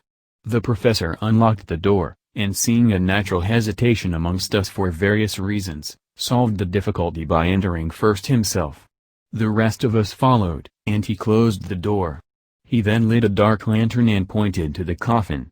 Arthur stepped forward hesitatingly. Van Helsing said to me, "You were with me here yesterday. Was the body of Miss Lucy in that coffin?" It was. The professor turned to the rest saying, "You hear, and yet there is no one who does not believe with me." He took his screwdriver and again took off the lid of the coffin. Arthur looked on, very pale but silent. When the lid was removed he stepped forward. He evidently did not know that there was a leaden coffin, or, at any rate, had not thought of it.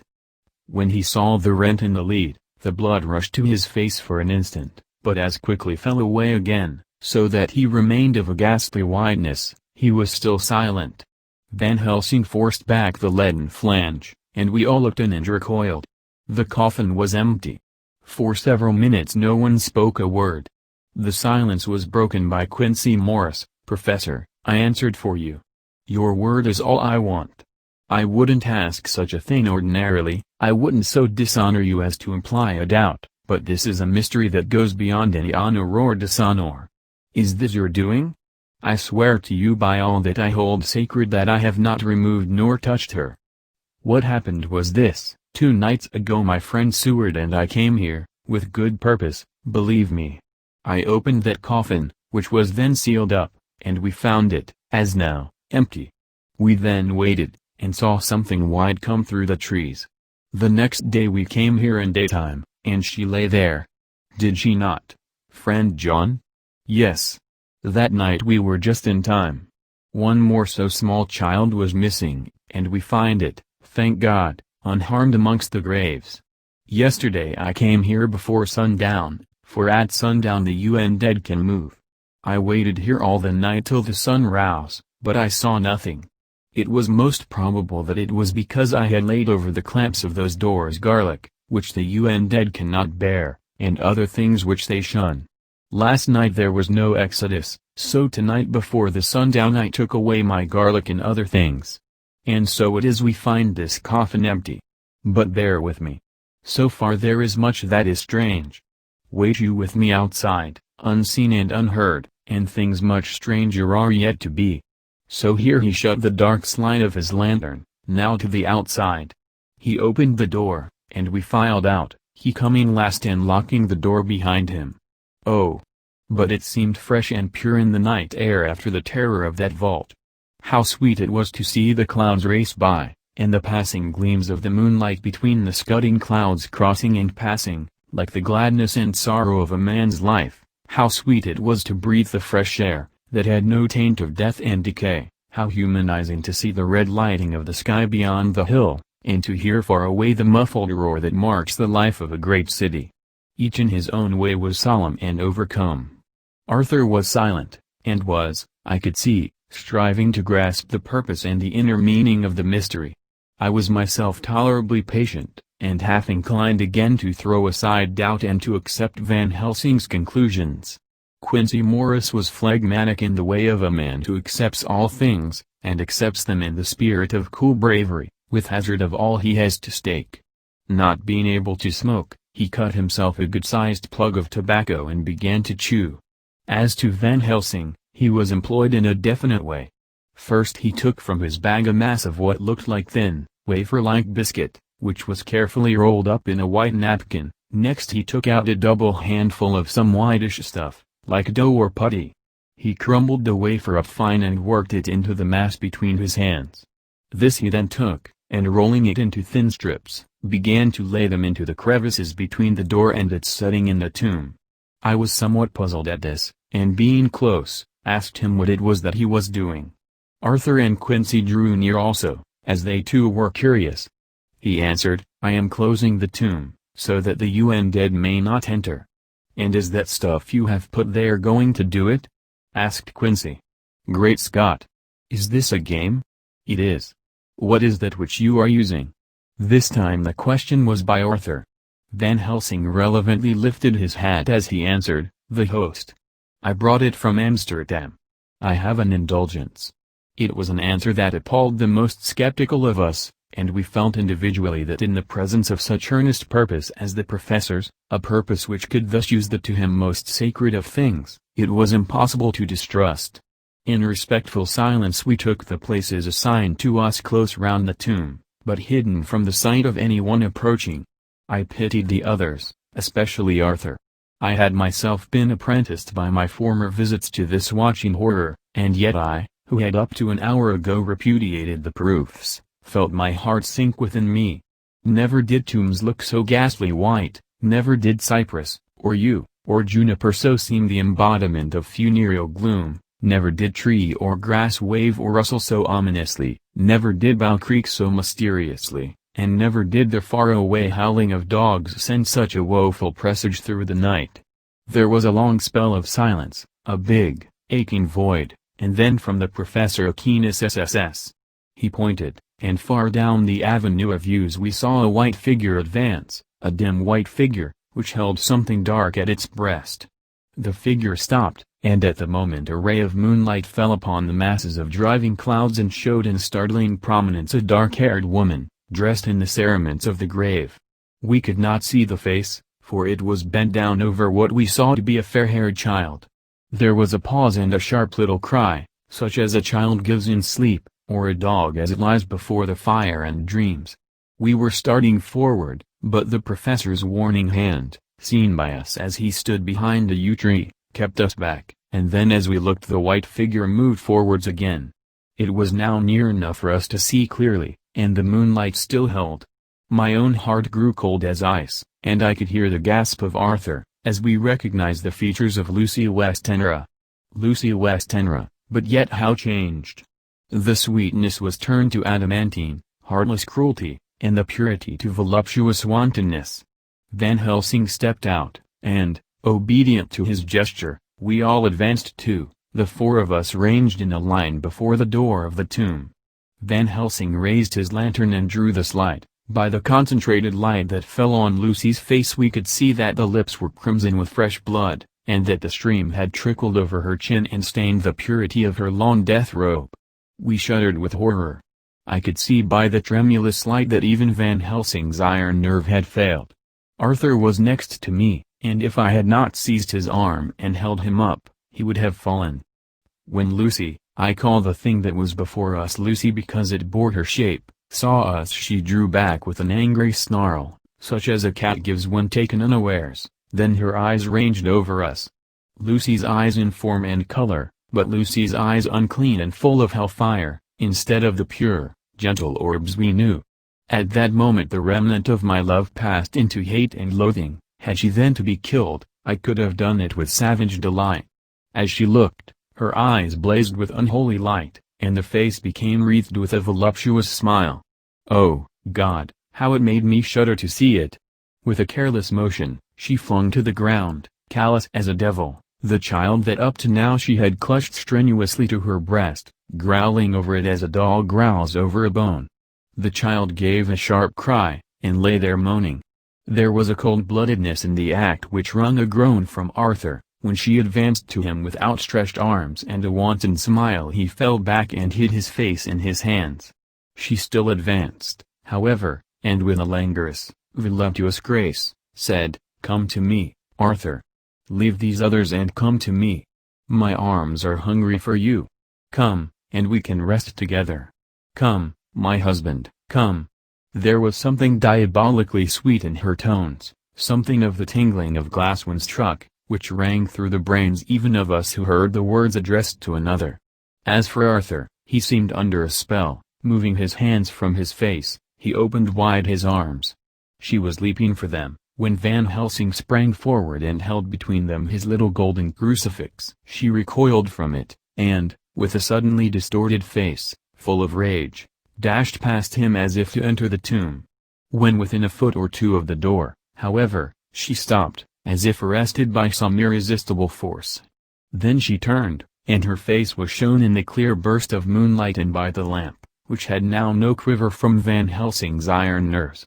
Never did I see such baffled malice on a face, and never, I trust, shall such ever be seen again by mortal eyes. The beautiful color became livid, the eyes seemed to throw out sparks of hellfire, the brows were wrinkled as though the folds of the flesh were the coils of Medusa's snakes, and the lovely, blood-stained mouth grew to an open square, as in the passion masks of the Greeks and Japanese.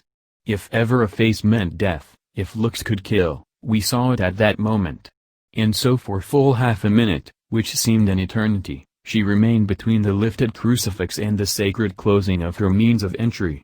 Van Helsing broke the silence by asking Arthur, "Answer me, O my friend.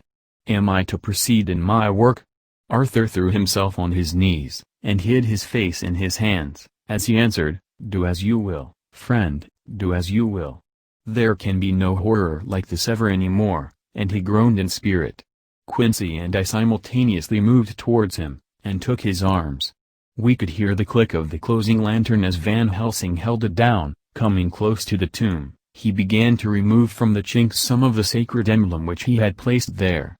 We all looked on in horrified amazement as we saw, when he stood back, the woman, with a corporeal body as real at that moment as our own, passing through the interstice where scarce a knife blade could have gone. We all felt a glad sense of relief when we saw the professor calmly restoring the strings of putty to the edges of the door. When this was done, he lifted the child and said, "Come now, my friends, we can do no more till tomorrow. There is a funeral at noon, so here we shall all come before long after that. The friends of the dead will all be gone by 2, and when the sexton lock the gate we shall remain. Then there is more to do, but none like this of tonight. As for this little one, he is not much harm, and by tomorrow night he shall be well. We shall leave him where the police will find him, as on the other night, and then to home." Coming close to Arthur, he said, "My friend Arthur, you have had a sore trial, but after, when you look back, you will see how it was necessary. You are now in the bitter waters, my child. By this time tomorrow you will, please God, have passed them, and have drunk of the sweet waters, so do not mourn overmuch. Till then I shall not ask you to forgive me." Arthur and Quincy came home with me, and we tried to cheer each other on the way. We had left the child in safety, and were tired, so we all slept with more or less reality of sleep. 29th of September, night. A little before 12 o'clock we three, Arthur, Quincy Morris, and myself, called for the professor.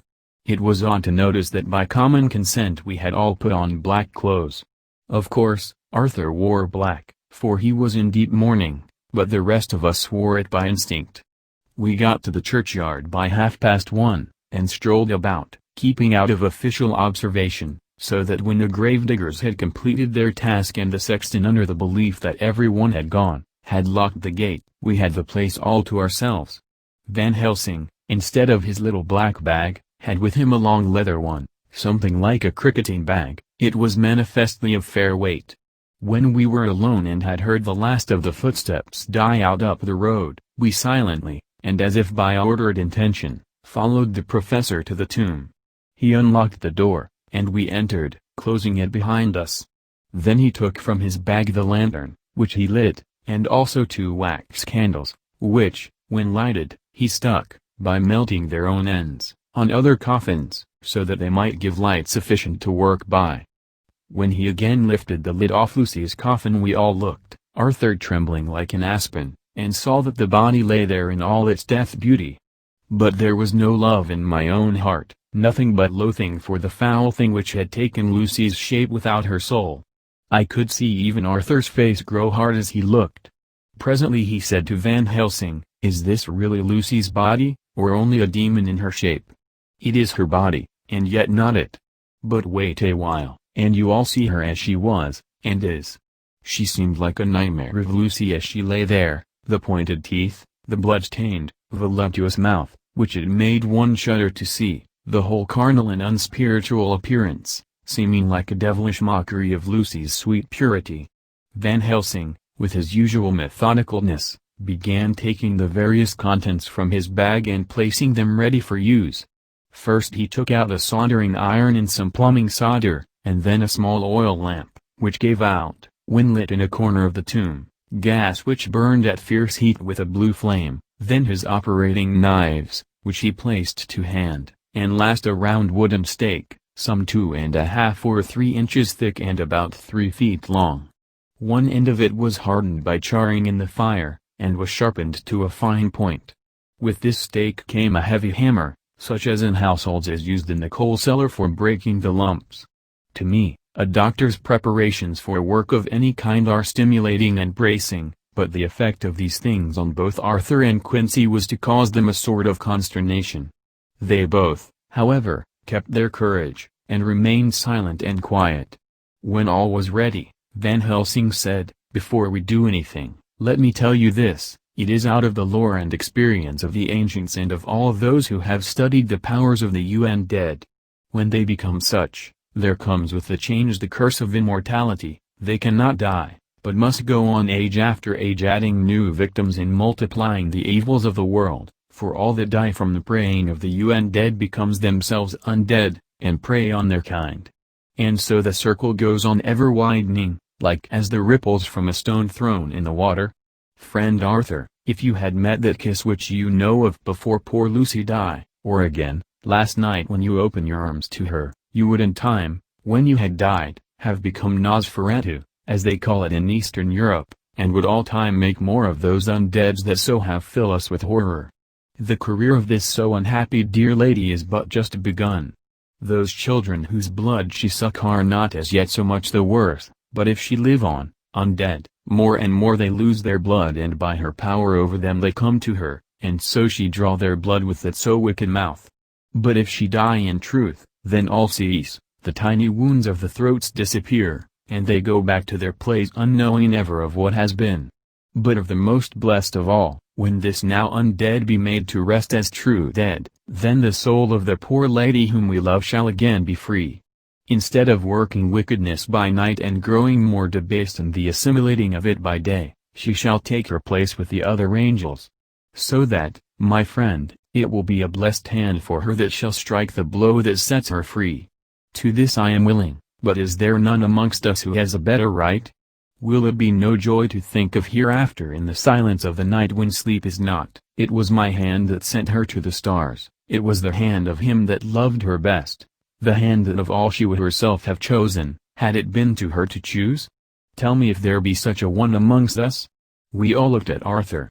He saw, too, what we all did, the infinite kindness which suggested that his should be the hand which would restore Lucy to us as a holy, and not an unholy, memory, he stepped forward and said bravely, though his hands trembled, and his face was as pale as snow, "My true friend, from the bottom of my broken heart I thank you. Tell me what I am to do, and I shall not falter." Van Helsing laid a hand on his shoulder, and said, "Brave lad! A moment's courage, and it is done. This stake must be driven through her. It will be a fearful ordeal, be not deceived in that, but it will be only a short time, and you will then rejoice more than your pain was great. From this grim tomb you will emerge as though you tread on air. But you must not falter when once you have begun. Only think that we, your true friends, are around you, and that we pray for you all the time." "Go on," said Arthur hoarsely. "Tell me what I am to do. Take this stake in your left hand, ready to place the point over the heart, and the hammer in your right. Then when we begin our prayer for the dead, I shall read him, I have here the book, and the others shall follow. Strike in God's name, that so all may be well with the dead that we love and that the undead pass away."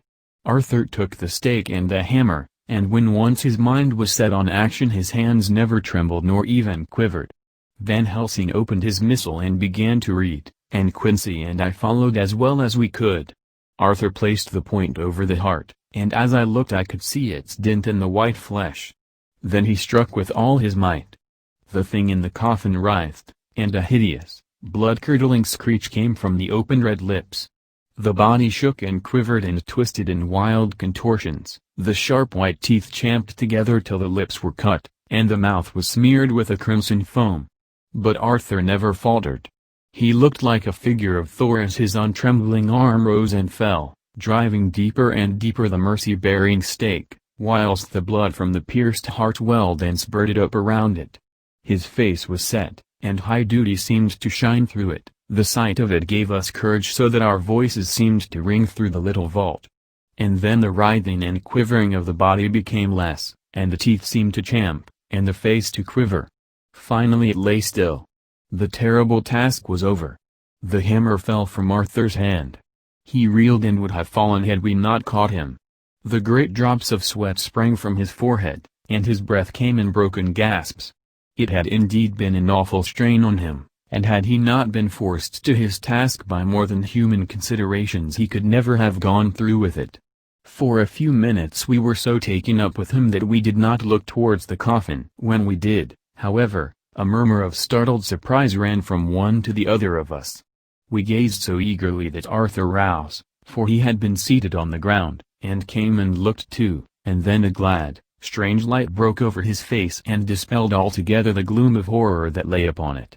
There, in the coffin lay no longer the foul thing that we had so dreaded and grown to hate, that the work of her destruction was yielded as a privilege to the one best entitled to it, but Lucy as we had seen her in her life, with her face of unequaled sweetness and purity. True that there were there, as we had seen them in life, the traces of care and pain and waste, but these were all dear to us, for they marked her truth to what we knew. One and all we felt that the holy calm that lay like sunshine over the wasted face and form was only an earthly token and symbol of the calm that was to reign forever. Van Helsing came and laid his hand on Arthur's shoulder, and said to him, "And now, Arthur my friend, dear lad, am I not forgiven?"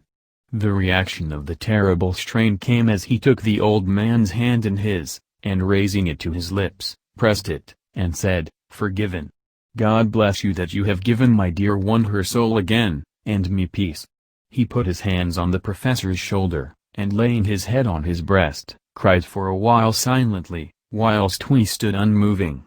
When he raised his head Van Helsing said to him, "And now, my child, you may kiss her.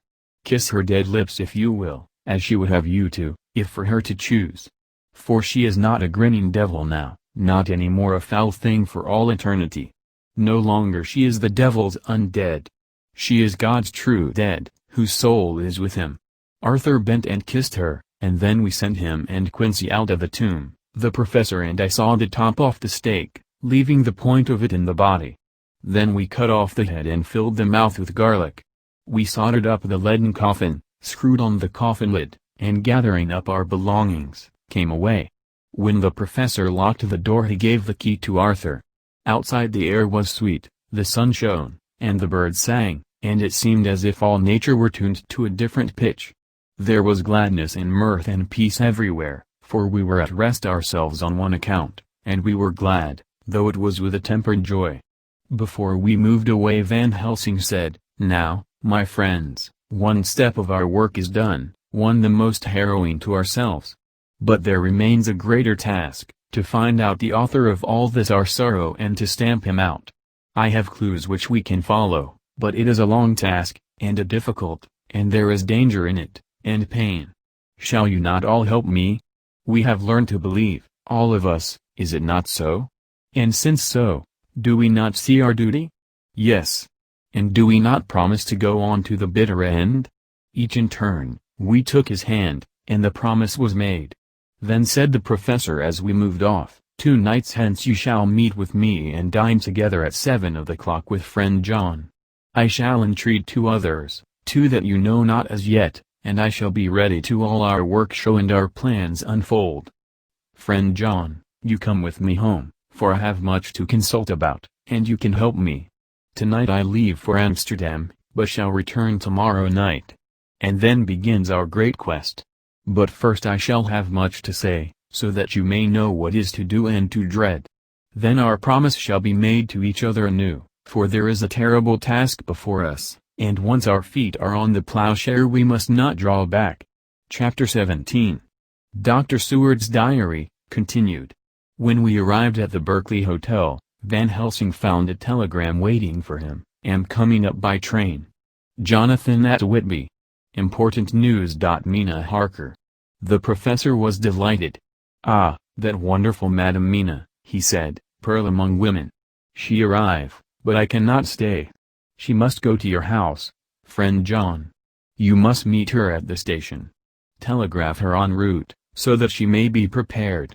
When the wire was dispatched he had a cup of tea. Over it he told me of a diary kept by Jonathan Harker when abroad, and gave me a typewritten copy of it, as also of Mrs. Harker's diary at Whitby. "Take these," he said, "and study them well. When I have returned you will be master of all the facts, and we can then better enter on our inquisition. Keep them safe, for there is in them much of treasure. You will need all your faith, even you who have had such an experience as that of today. What is here told," he laid his hand heavily and gravely on the packet of papers as he spoke, "may be the beginning of the end to you and me and many another, or it may sound the knell of the UN dead who walk the earth. Read all, I pray you, with the open mind, and if you can add in any way to the story here told do so, for it is all important. You have kept diary of all these so strange things, is it not so? Yes. Then we shall go through all these together when we meet." He then made ready for his departure, and shortly after drove off to Liverpool Street. I took my way to Paddington, where I arrived about 15 minutes before the train came in. The crowd melted away, after the bustling fashion common to arrival platforms, and I was beginning to feel uneasy, lest I might miss my guest, when a sweet-faced, dainty-looking girl stepped up to me, and, after a quick glance, said, "Dr. Seward, is it not? And you are Mrs. Harker." I answered at once, whereupon she held out her hand. "I knew you from the description of poor dear Lucy," but, she stopped suddenly, and a quick blush overspread her face.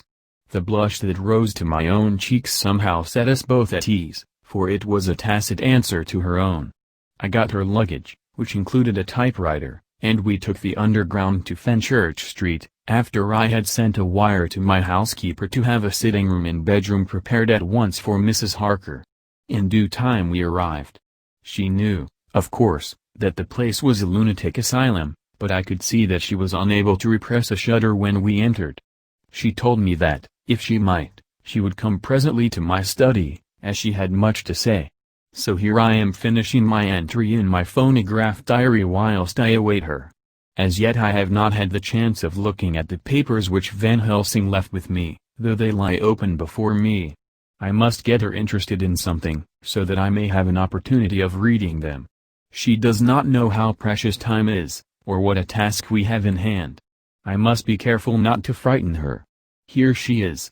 Mina Harker's Journal. 29th of September. After I had tidied myself, I went down to Dr. Seward's study. At the door I paused a moment, for I thought I heard him talking with someone.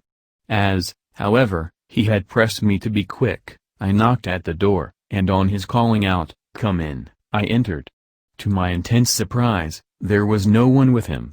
He was quite alone, and on the table opposite him was what I knew at once from the description to be a phonograph. I had never seen one, and was much interested. "I hope I did not keep you waiting," I said, "but I stayed at the door as I heard you talking, and thought there was someone with you." "Oh," he replied with a smile, "I was only entering my diary." "Your diary?" I asked him in surprise. "Yes," he answered. "I keep it in this." As he spoke he laid his hand on the phonograph. I felt quite excited over it, and blurted out, "Why, this beats even shorthand. May I hear it say something?" "Certainly," he replied with alacrity, and stood up to put it in train for speaking.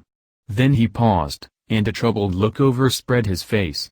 "The fact is," he began awkwardly, "I only keep my diary in it, and as it is entirely, almost entirely, about my cases, it may be awkward, that is, I mean—" He stopped, and I tried to help him out of his embarrassment. "You helped to attend dear Lucy at the end. Let me hear how she died. For all that I know of her, I shall be very grateful. She was very, very dear to me." To my surprise, he answered, with a horror-struck look in his face, "Tell you of her death? Not for the wide world." "Why not?" I asked, for some grave, terrible feeling was coming over me. Again he paused, and I could see that he was trying to invent an excuse. At length he stammered out, "You see, I do not know how to pick out any particular part of the diary." Even while he was speaking an idea dawned upon him, and he said with unconscious simplicity, in a different voice, and with the naivete of a child, "That's quite true, upon my honor. Honest Indian." I could not but smile, at which he grimaced. "I gave myself away that time," he said. "But do you know that, although I have kept the diary for months past, it never once struck me how I was going to find any particular part of it in case I wanted to look it up? By this time my mind was made up that the diary of a doctor who attended Lucy might have something to add to the sum of our knowledge of that terrible being, and I said boldly, "Then, Dr. Seward, you had better let me copy it out for you on my typewriter." He grew to a positively deathly pallor as he said, "No. No. No. For all the world, I wouldn't let you know that terrible story." Then it was terrible, my intuition was right. For a moment I thought, and as my eyes ranged the room, unconsciously looking for something or some opportunity to aid me, they lit on a great batch of typewriting on the table. His eyes caught the look in mine, and, without his thinking, followed their direction. As they saw the parcel he realized my meaning. "You do not know me," I said. "When you have read those papers, my own diary and my husband's also, which I have typed, you will know me better.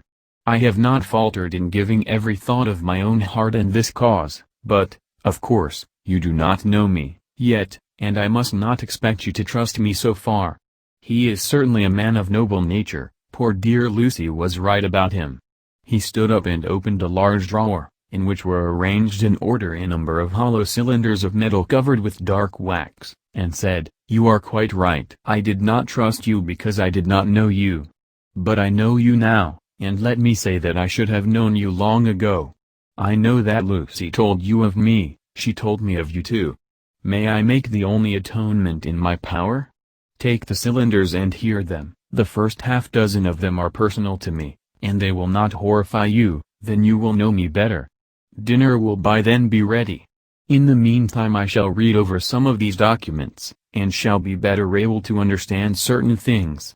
He carried the phonograph himself up to my sitting room and adjusted it for me. "Now I shall learn something pleasant, I am sure, for it will tell me the other side of a true love episode of which I know one side already." Dr. Seward's Diary. 29th of September. I was so absorbed in that wonderful diary of Jonathan Harker and that other of his wife that I let the time run on without thinking. Mrs. Harker was not down when the maid came to announce dinner, so I said, "She is possibly tired, let dinner wait an hour," and I went on with my work.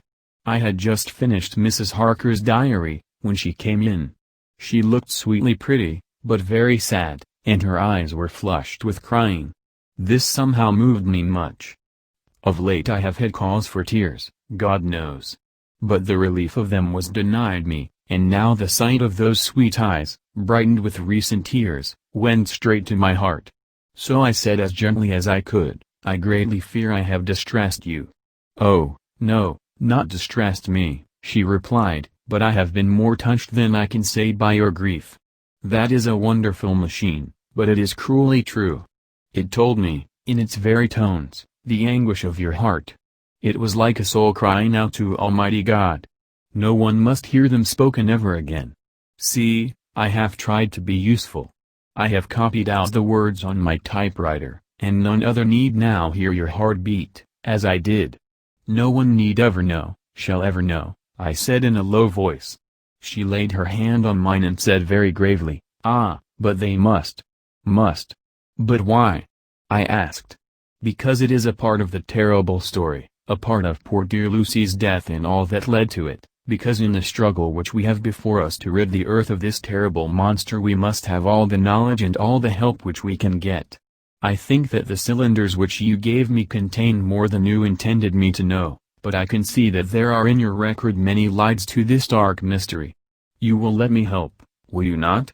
I know all up to a certain point, and I see already, though your diary only took me to 7th of September, how poor Lucy was beset, and how her terrible doom was being wrought out. Jonathan and I have been working day and night since Professor Van Helsing saw us.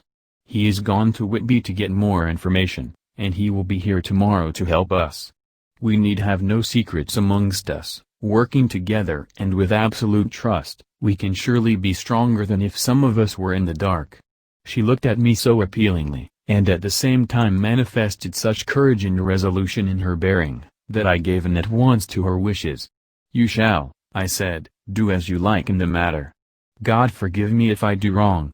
There are terrible things yet to learn of, but if you have so far traveled on the road to poor Lucy's death, you will not be content, I know, to remain in the dark.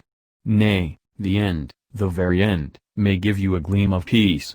Come, there is dinner. We must keep one another strong for what is before us. We have a cruel and dreadful task. When you have eaten you shall learn the rest, and I shall answer any questions you ask, if there be anything which you do not understand, though it was apparent to us who were present." Mina Harker's Journal. 29th of September. After dinner I came with Dr. Seward to his study.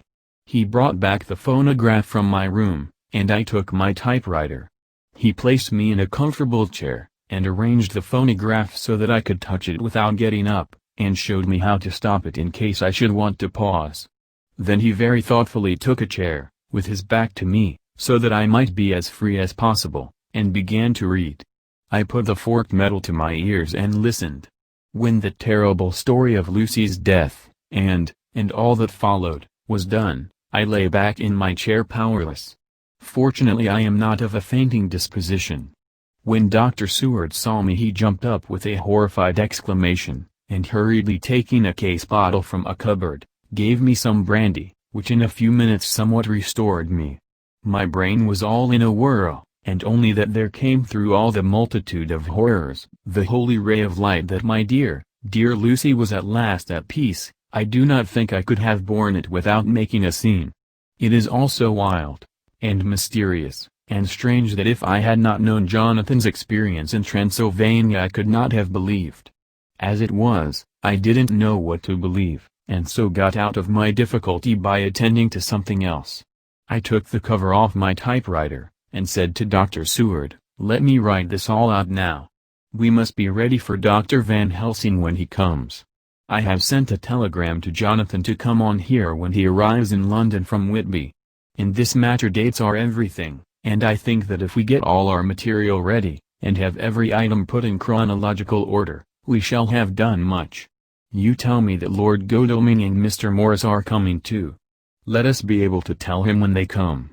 He accordingly set the phonograph at a slow pace, and I began to type right from the beginning of the 7th cylinder. I used manifold, and so took 3 copies of the diary, just as I had done with all the rest. It was late when I got through, but Dr. Seward went about his work of going his round of the patients. When he had finished he came back and sat near me, reading, so that I did not feel too lonely whilst I worked. How good and thoughtful he is. The world seems full of good men, even if there are monsters in it. Before I left him I remembered what Jonathan put in his diary of the professor's perturbation at reading something in an evening paper at the station at Exeter, so, seeing that Dr. Seward keeps his newspapers, I borrowed the files of the Westminster Gazette and the Pall Mall Gazette, and took them to my room.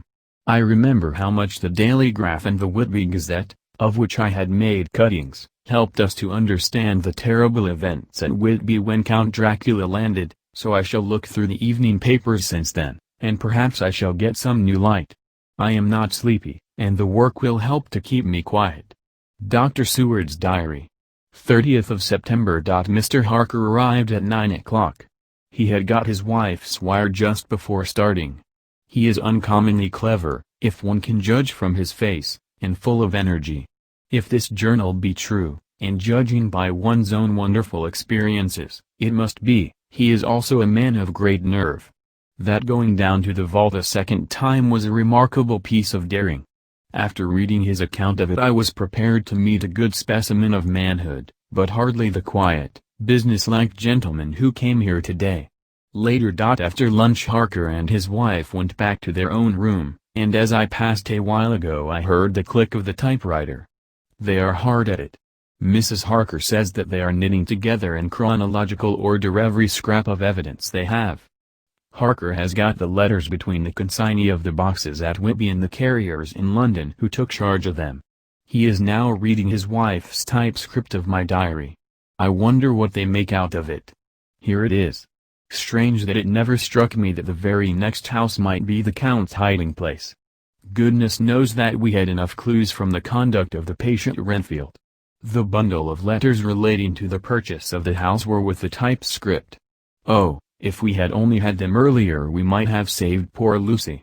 Stop, that way madness lies. Harker has gone back, and is again collating his material. He says that by dinner time they will be able to show a whole connected narrative. He thinks that in the meantime I should see Renfield, as hitherto he has been a sort of index to the coming and going of the Count.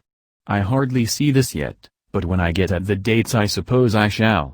What a good thing that Mrs. Harker put my cylinders into type. We never could have found the dates otherwise.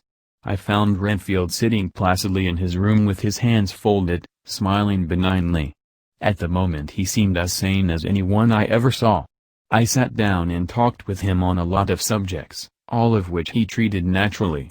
He then, of his own accord, spoke of going home. A subject he has never mentioned to my knowledge during his sojourn here.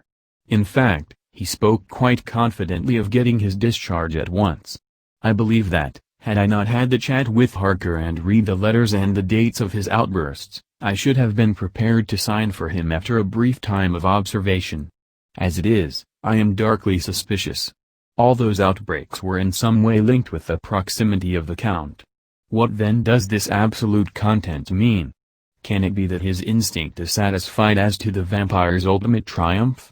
Stay, he is himself zoophagous, and in his wild ravings outside the chapel door of the deserted house he always spoke of Master. This all seems confirmation of our idea. However, after a while I came away. My friend is just a little too sane at present to make it safe to probe him too deep with questions.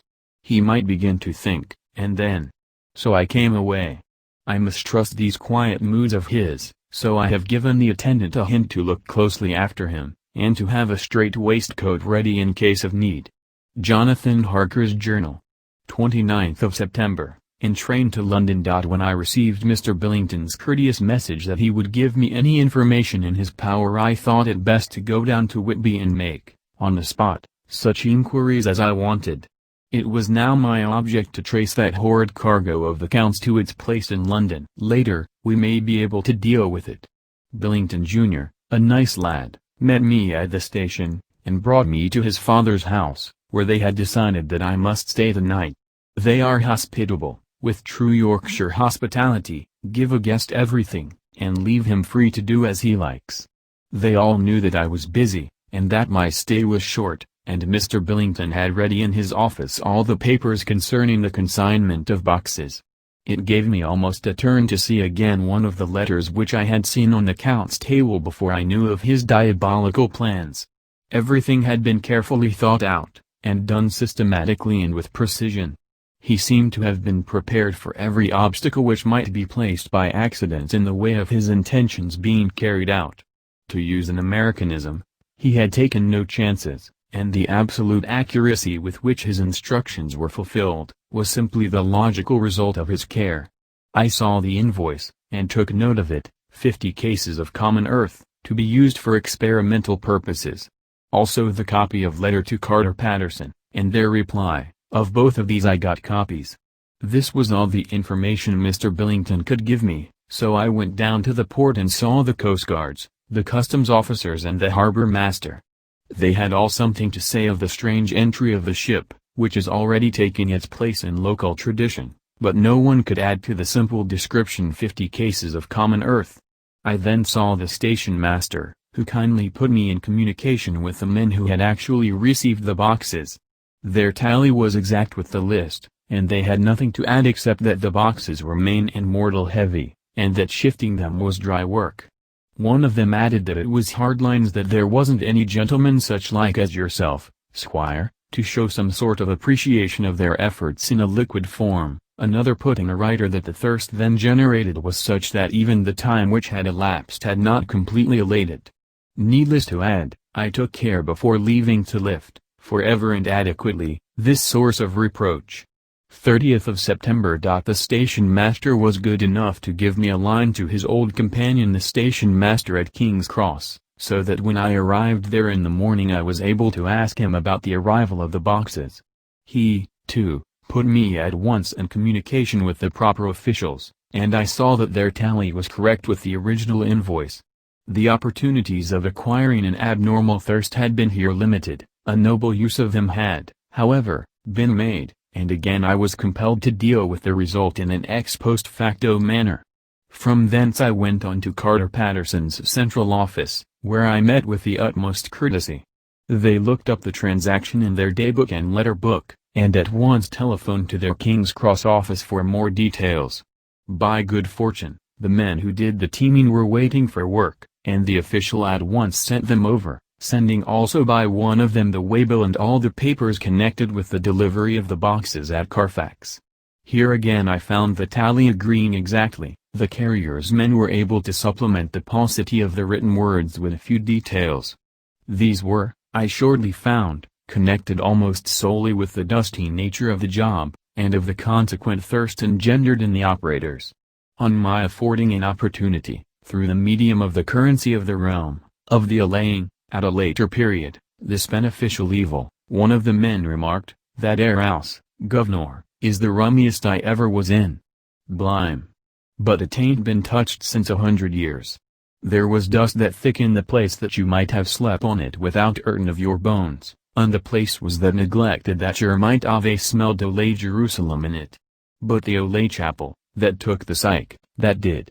Me and my mate, we thort we wouldn't never get out quick enough. Lor, I wouldn't take less nor a quid a moment to stay there arter dark." Having been in the house, I could well believe him, but if he knew what I know, he would, I think, have raised his terms. Of one thing I am now satisfied, that all the boxes which arrived at Whitby from Varna in the Demeter were safely deposited in the old chapel at Carfax. There should be 50 of them there, unless any have since been removed, as from Dr. Seward's diary I fear. I shall try to see the carter who took away the boxes from Carfax when Renfield attacked them. By following up this clue we may learn a good deal. Later. Mina and I have worked all day, and we have put all the papers into order. Mina Harker's Journal, 30th of September. I am so glad that I hardly know how to contain myself. It is, I suppose, the reaction from the haunting fear which I have had, that this terrible affair and the reopening of his old wound might act detrimentally on Jonathan. I saw him leave for Whitby with as brave a face as I could, but I was sick with apprehension. The effort has, however, done him good. He was never so resolute, never so strong, never so full of volcanic energy, as at present. It is just as that dear, good Professor Van Helsing said, he is true grit, and he improves under strain that would kill a weaker nature. He came back full of life and hope and determination. We have got everything in order for tonight. I feel myself quite wild with excitement. I suppose one ought to pity anything so hunted as is the Count. That is just it, this thing is not human, not even beast. To read Dr. Seward's account of poor Lucy's death, and what followed, is enough to dry up the springs of pity in one's heart. Later. Lord Godalming and Mr. Morris arrived earlier than we expected. Dr. Seward was out on business, and had taken Jonathan with him, so I had to see them. It was to me a painful meeting, for it brought back all poor dear Lucy's hopes of only a few months ago. Of course they had heard Lucy speak of me, and it seemed that Dr. Van Helsing, too, has been quite blowing my trumpet, as Mr. Morris expressed it.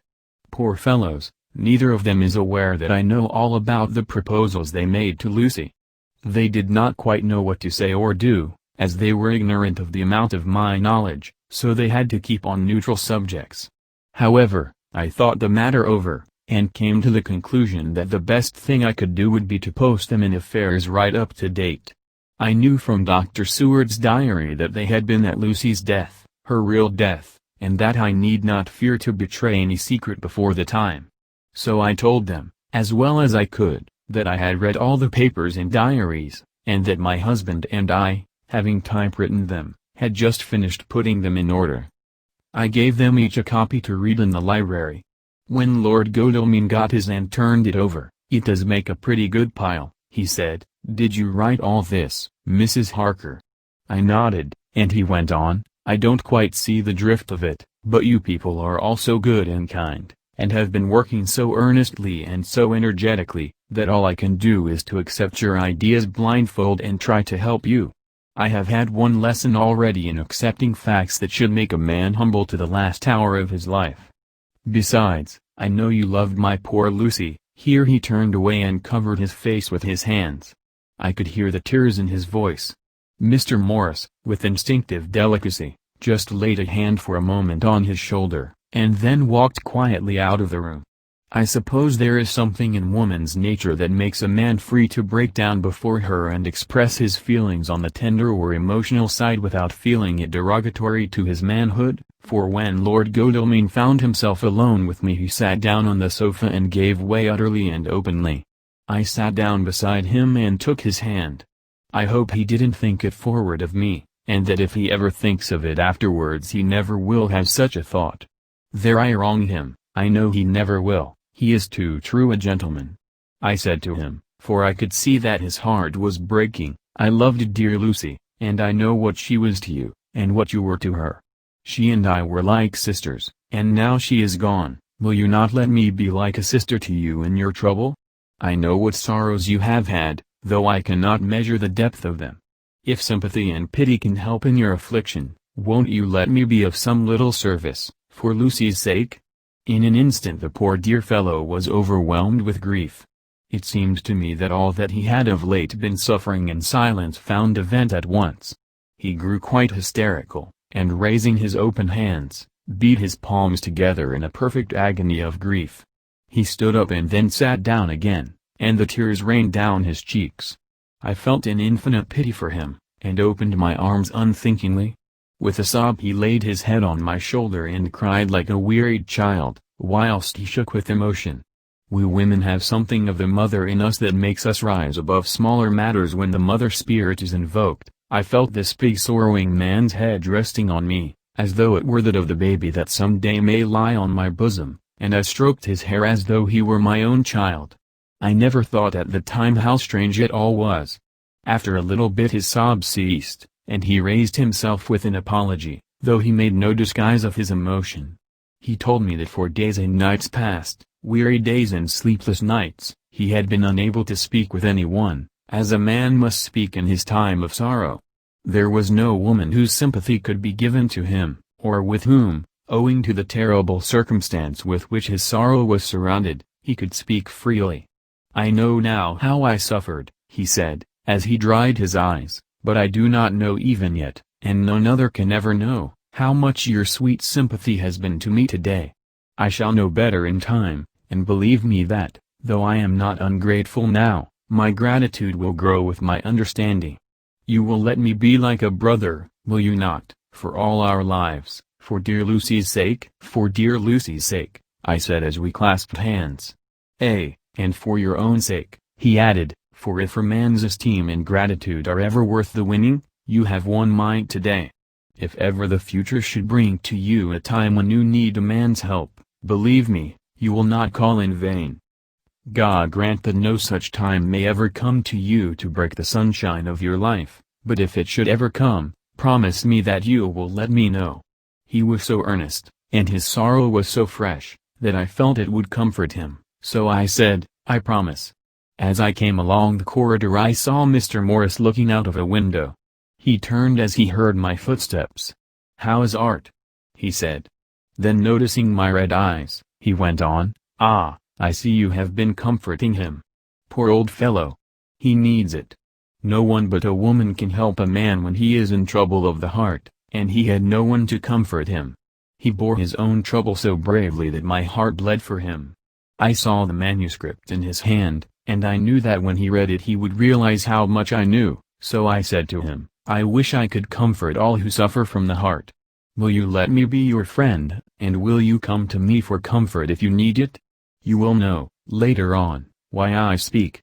He saw that I was in earnest, and stooping, took my hand, and raising it to his lips, kissed it. It seemed but poor comfort to so brave and unselfish a soul, and impulsively I bent over and kissed him.